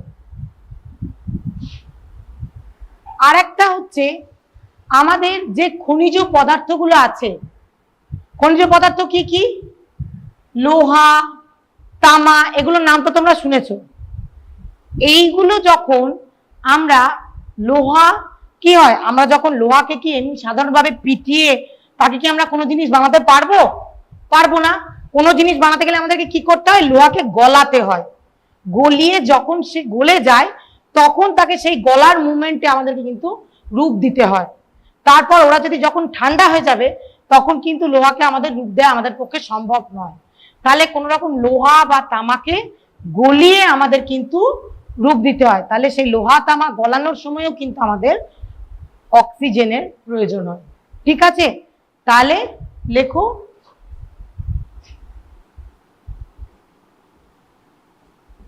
খনিজ দ্রব্য গলানোর সময়।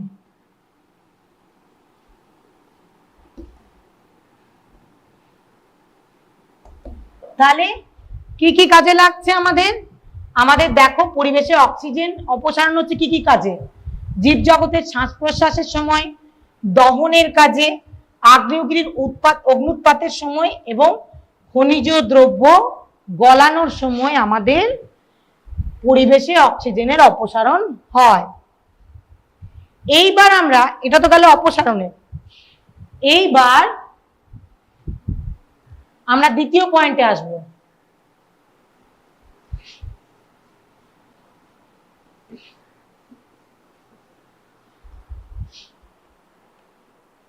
দ্বিতীয় পয়েন্টটা হচ্ছে পরিবেশে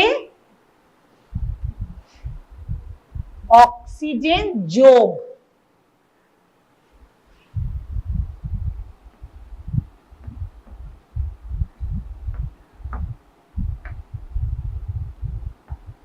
আর একটা জিনিস তোমাদের আমি বলতে ভুলে গেলাম, যেটা হচ্ছে আমাদের বায়ুস্তরে একটা স্তর আছে ওজোনোস্ফিয়ার বা ওজোন স্তর, নাম নিশ্চয়ই শুনেছ। সেখানে এক ধরনের রশ্মি আছে যেটা হচ্ছে অতি বেগুনি রশ্মি, নাম শুনেছ? সেই অতি বেগুনি রশ্মিতে যাতে জমা মানে কি বলবো ছিদ্র না সৃষ্টি হয়, সেই জন্য কিন্তু আমাদের অক্সিজেনের একান্ত প্রয়োজন হয়। ঠিক আছে, অতি বেগুনি রশ্মিটাকে জমাট বেঁধে থাকার জন্য আমাদের কিন্তু অক্সিজেন গ্যাসের প্রয়োজন হয়। সেই জন্য অতি বেগুনি রশ্মিও কিন্তু আমাদের এই বায়ু স্তর থেকে অক্সিজেন টানে। ঠিক আছে, তাহলে এটাও কিন্তু তোমরা লিখে রাখো যে অতি বেগুনি রশ্মি স্তরটাকে জমাটবদ্ধ রাখার জন্য আমাদের অক্সিজেনের প্রয়োজন হয়।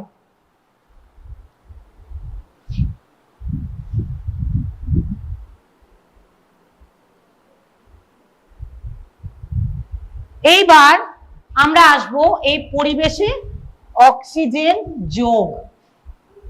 পরিবেশে অক্সিজেন, এবার তো আমরা পরিবেশ থেকে অক্সিজেন আমরা নিলাম বায়ু থেকে, এবার আমাকে তো 20.60 যে পার্সেন্টেজ আছে, সেই 20.60% থেকে আমরা যে 20.60%ই টেনে নিলাম, এইবার আমাকে তো, তবে তো আমাদের এই সার্কুলেশনটা তো ঠিকঠাক হবে, সাইক্লিংটা ঠিকঠাক হবে। এইবার এটা আমরা কোথা থেকে দেব? এইবার অক্সিজেনটাকে আমাকে ফুলফিল করতে হবে। সেটা আবার আমি কি করে করব? প্রথমে আমরা অক্সিজেন পাই, অক্সিজেন আমরা বাতাসে ছাড়ি, প্রথম হচ্ছে কি না সালোক সংশ্লেষ প্রক্রিয়ার মাধ্যমে। জানো তো কথাটা নিশ্চয়ই তোমরা শুনেছো, সালোক সংশ্লেষ প্রক্রিয়ার মাধ্যমে আমাদের অক্সিজেন গ্যাস তৈরি হয়। ঠিক আছে, তাহলে 1 নম্বর লেখো সালোক সংশ্লেষ প্রক্রিয়া।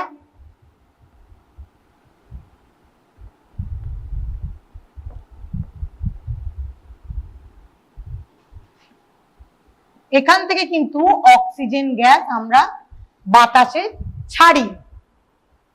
ঠিক আছে, এইবার 2 নম্বর হচ্ছে,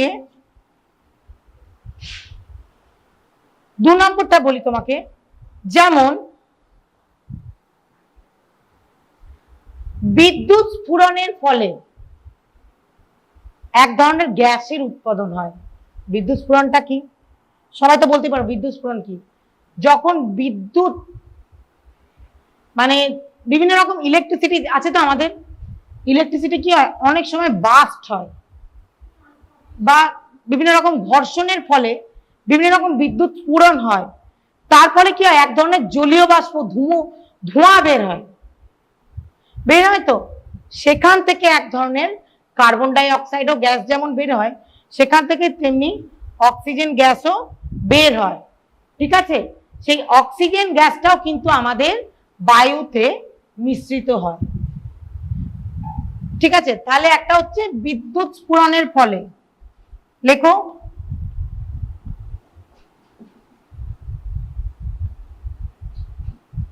বিদ্যুৎ স্ফুরণের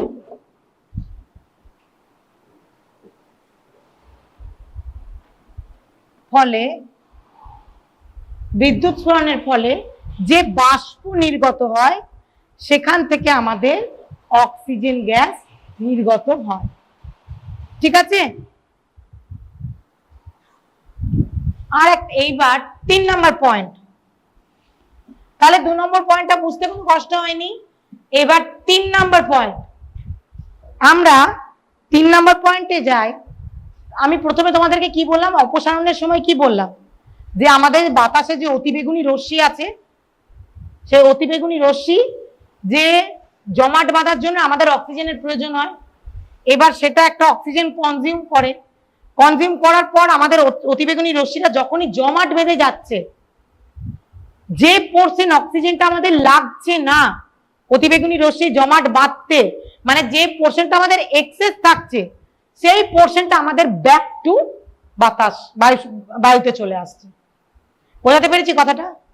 মানে আমাদের কি হয়, যেমন আমরা বাষ্পমোচনে পড়েছি আগের জলচক্র পড়তে গিয়ে, গাছ কি হয়, পর্যাপ্ত পরিমাণে খনিজ লবণ, জল সব শিকড়ের মাধ্যমে বা মূলের মাধ্যমে টেনে কাণ্ডের মাধ্যমে কি করে, পাতায় দিয়ে দেয় খাদ্য প্রস্তুত করার জন্য।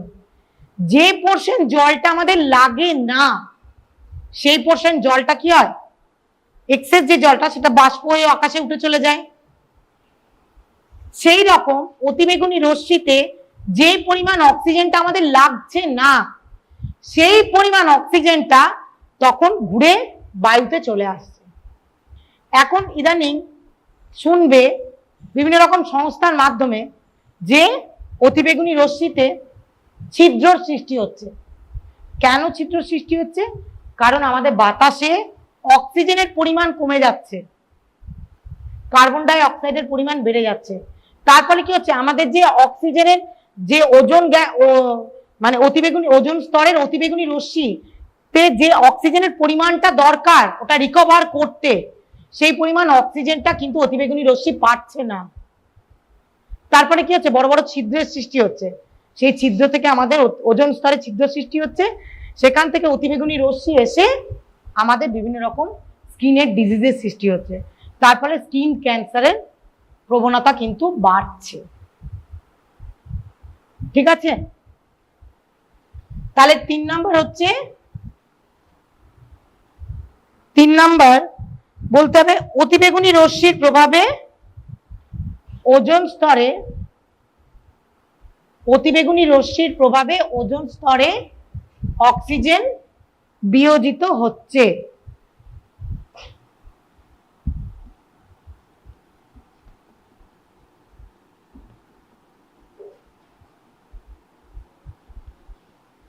অতিবেগুনি রশ্মির প্রভাবে অক্সিজেন বিয়োজিত হচ্ছে। ঠিক আছে? বোঝাতে পেরেছি? এইবার একটা সুন্দর ছকের মাধ্যমে আমরা এই জিনিসটা দেখব কিভাবে সার্কুলেট হচ্ছে আমাদের অক্সিজেন।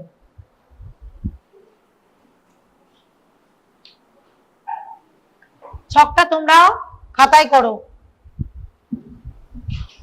যদি অক্সিজেন স্তর বা অক্সিজেন সাইকেল বা অক্সিজেন চক্র তোমাদের পরীক্ষায় আসে, তাহলে কিন্তু তোমাদেরকে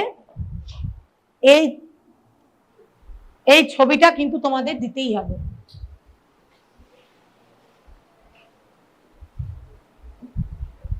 এটাও আমি একটু মুছে দিলাম, একটু স্পেসের দরকার আছে বলে।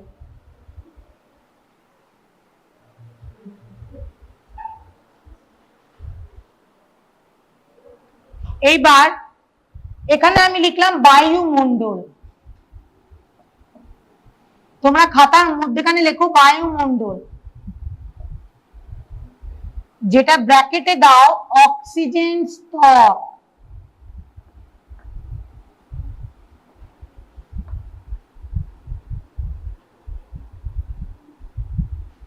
অক্সিজেন স্তর বাতাসে কত পরিমাণে থাকে আগে বলেছি, 20.60%। এই পোর্শনটা কিভাবে সার্কুলেট হচ্ছে এটা আমি ছকের মাধ্যমে দেখাবো। তাহলে এই যে এই জিনিসটা, এইটা কিভাবে বিয়োজন হচ্ছে সেটা আগে দেখাই। এটা কি হচ্ছে, প্রথমে জীবমণ্ডল নিচ্ছে,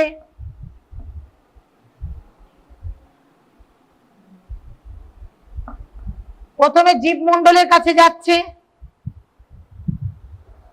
তারপর কি হচ্ছে, দহনের কাজে লাগছে,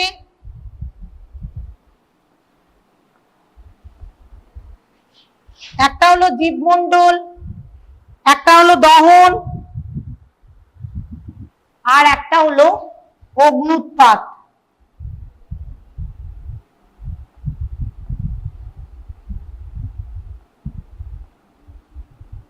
অগ্নুৎপাত, ঠিক আছে? এটা তো গেল বিয়োজনের দিক। এইবার এই অগ্নুৎপাত, এই জীবমণ্ডল, এই দহন, এগুলো কি হচ্ছে, জীবমণ্ডল যেমন অক্সিজেন নিচ্ছে তার পরিবর্তে কি দিচ্ছে, কার্বন ডাই অক্সাইড দিচ্ছে। অগ্নুৎপাত, অগ্নুৎপাত হতে যেমন অক্সিজেনের দরকার পড়ে, সেই রকম ওখান থেকে কি হয়, কার্বন ডাই অক্সাইড নির্গত হয়। এই অগ্নুৎপাত, অগ্নুৎপাত থেকে আমাদের কার্বন ডাই অক্সাইড নির্গত হয়। আবার দহন, যখন আমরা কাঠ কয়লা পোড়াই, কয়লা পোড়াই, তখন কি হয়, তখন থেকে একটা যে ধোঁয়া নিঃসৃত হয় সেখান থেকেও একটা কার্বন ডাই অক্সাইড নির্গত হয়। তাহলে কি হচ্ছে, এখানে কার্বন ডাই অক্সাইড নির্গত হচ্ছে,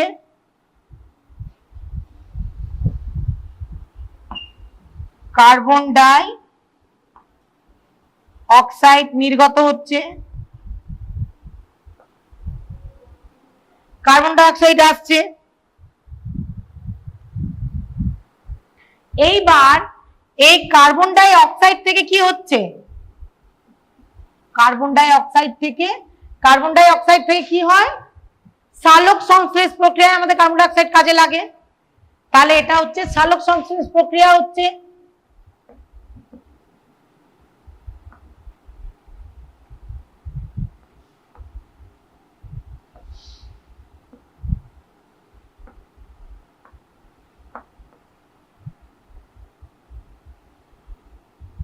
এটা হলো আমাদের সালোক সংশ্লেষ প্রক্রিয়া। এই সালোক সংশ্লেষ প্রক্রিয়া, জায়গাটা একটু ছোট হয়ে গেল, বুঝলেন? এই সালোক সংশ্লেষ প্রক্রিয়াতে আবার অক্সিজেন বের হচ্ছে, বের হয়ে বায়ুমণ্ডলে চলে যাচ্ছে।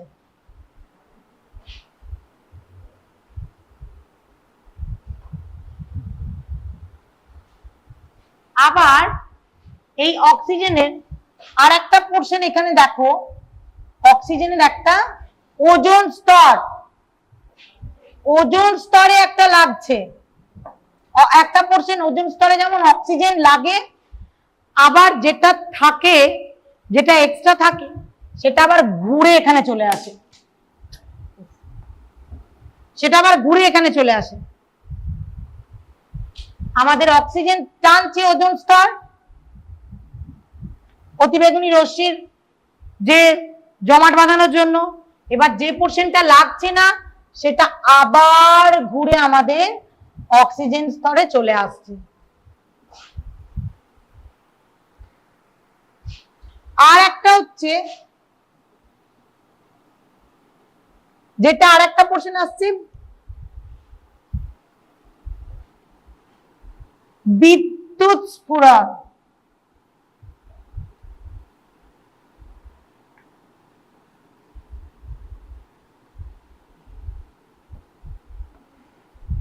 বিদ্যুৎ স্ফুরণ থেকেও আমাদের অক্সিজেন গ্যাস তৈরি হয়।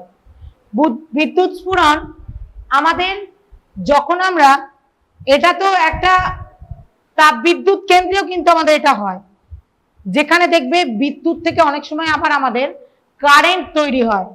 এই জলচক্র থেকে, জলচক্র, জানো তো, জলচক্র অনেক অনেক জায়গায়, যেমন ফারাক্কা তাপবিদ্যুৎ কেন্দ্র বলো, তারপর জায়গাটার নামটাই ভুলে গেছি, যেটা আসানসোলের ওদিকে আছে জায়গাটা, মাইথন বক্রেশ্বর তাপবিদ্যুৎ কেন্দ্র একটা আছে। ওখানে কি হয়, জলকে সার্কুলেট করে বিদ্যুৎ উৎপন্ন হয়। তার ফলে কি হয়, যখন আমি জলকে সার্কুলেট করি তার ফলে বিদ্যুৎটাও উৎপাদন হয় এবং ওই সার্কুলেশনের ফলে জলকে ঘুরিয়েও জল থেকে যে পরিমাণে অক্সিজেন থাকে সেটাও কিন্তু আবার নির্গত হয়, সেটাও কিন্তু বাতাসে গিয়ে অক্সিজেনের সঙ্গে মিশে যায়।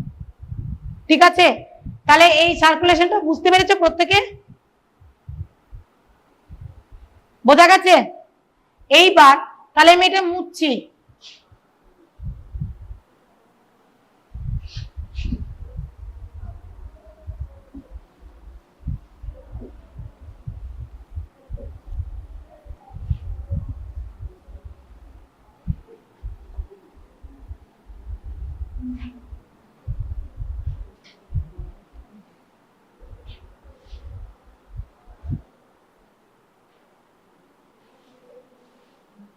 জায়গাটার নামটা মনে করতে পারছি না।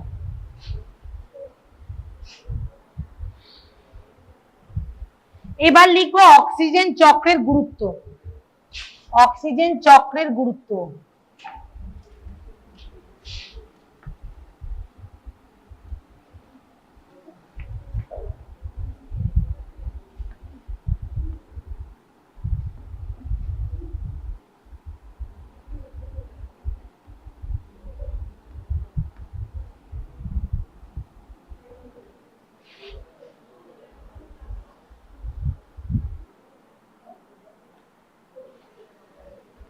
এই যে অক্সিজেন চক্র, এই যে চক্রটা ঘুরছে, এই চক্রটা ঘোরার ফলে কি হচ্ছে, আমাদের পরিবেশে অক্সিজেনের কিন্তু সমতা বজায় থাকছে।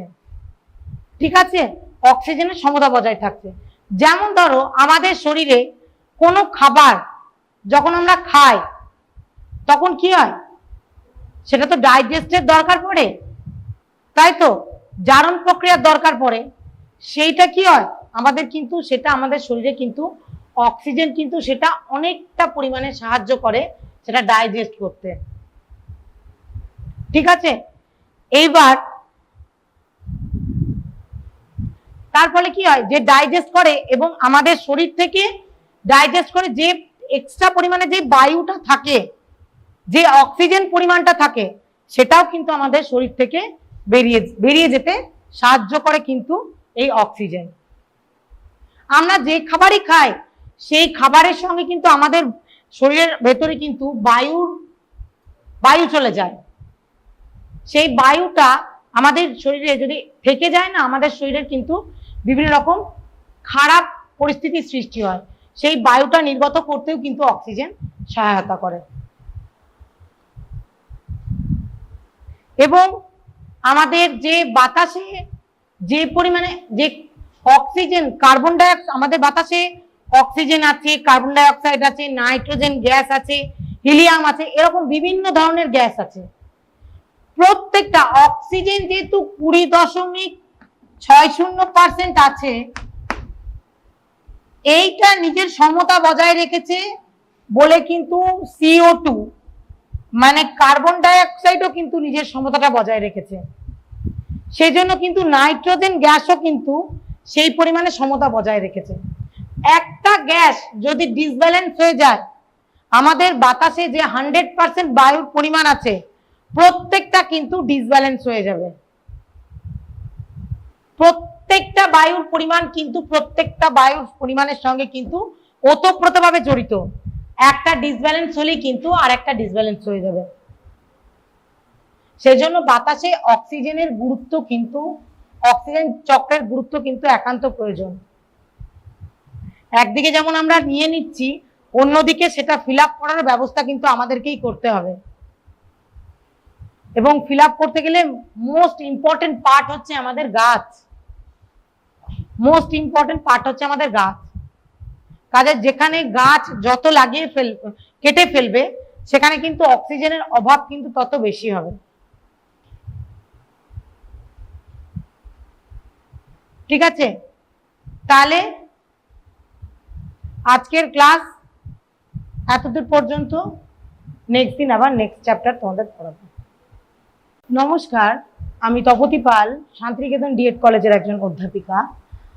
আমি আজ ডিএড এর ফার্স্ট সেমের ইভিএস এর একটি টপিক পড়াচ্ছি, যেটা হচ্ছে বোর্ডে আমি অলরেডি লিখে দিয়েছি, যেটা হচ্ছে অক্সিজেন চক্র বা অক্সিজেন সাইকেল।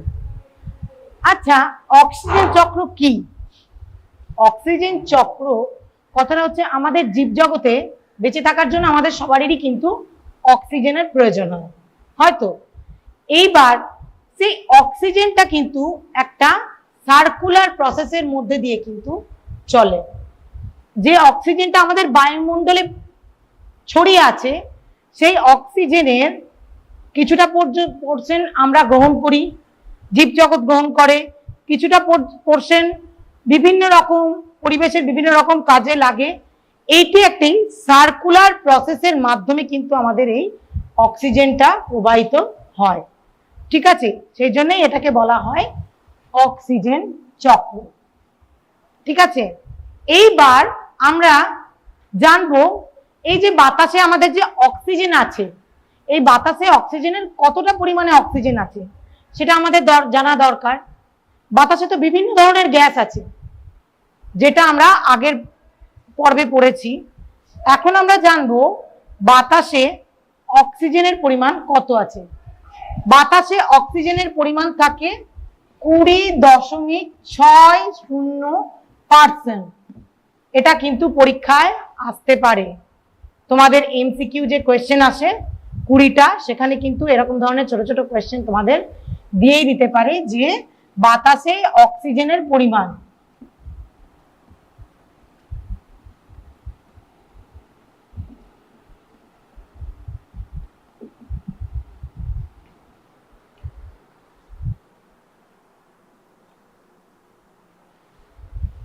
এই বাতাসে যে এই অক্সিজেনের পরিমাণ যে এই 20.60% আছে, এইটাই কিন্তু আমাদের বাতাসে সার্কুলার হয়, ঠিক আছে? এই 20.60% যে অক্সিজেন, এটাই কিন্তু বাতাসে সার্কুলার হয়। এই যে এই পরিমাণ অক্সিজেনটাকেই বলা হয় আমাদের অক্সিজেন চক্র বা অক্সিজেন সাইকেল। বোঝাতে পেরেছি কথাটা? ঠিক আছে। এইবার এই অক্সিজেন চক্রটা আমাদের দুটি পদ্ধতিতে হয়। দুটি পদ্ধতিতে আমি লিখে দিচ্ছি, পদ্ধতি দুটোর নাম আমি তোমাদের লিখে দিচ্ছি এখানে।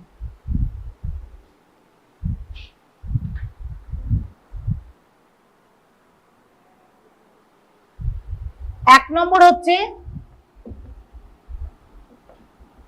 পরিবেশ থেকে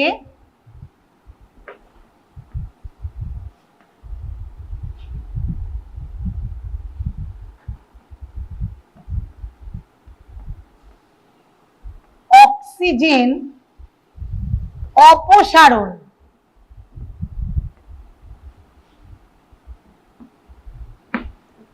এক নম্বর হচ্ছে পরিবেশ থেকে অক্সিজেন অপসারণ, আর 2 নম্বর হচ্ছে পরিবেশে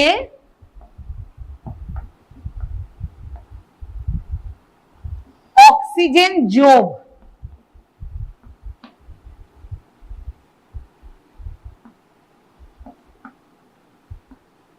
তাহলে দুটো পদ্ধতিতে আমাদের অক্সিজেন সাইকেলটা চলে। একটা হচ্ছে পরিবেশ থেকে অক্সিজেন অপসারণ, আর একটা হচ্ছে পরিবেশে অক্সিজেন যোগ। এইবার এই দুটো লিখেছো তো? এইবার আমি দ্বিতীয়টা নিয়ে, ওই প্রথমটা নিয়ে সরি একটু আলোচনা করছি।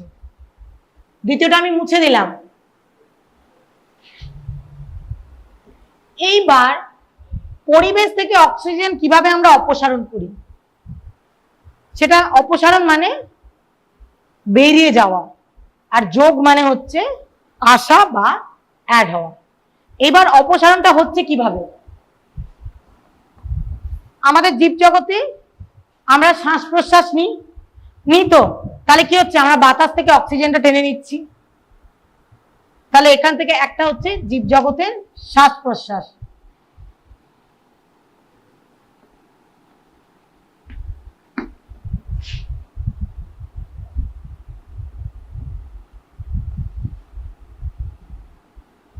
ঠিক আছে। 2 নাম্বার হচ্ছে বিভিন্ন রকম জ্বালানির কাজে কিন্তু আমাদের অক্সিজেন দরকার পড়ে। যখন আমাদের আগুন জ্বলে তখন কিন্তু আমাদের অন্যান্য গ্যাসের সাথেও কিন্তু আমাদের অক্সিজেনের প্রয়োজন হয়। তাহলে কি হচ্ছে, বাতাস থেকে আমরা অক্সিজেনটা টেনে নিচ্ছি। তাহলে 2 নাম্বার পয়েন্ট হচ্ছে দহনের কাজে।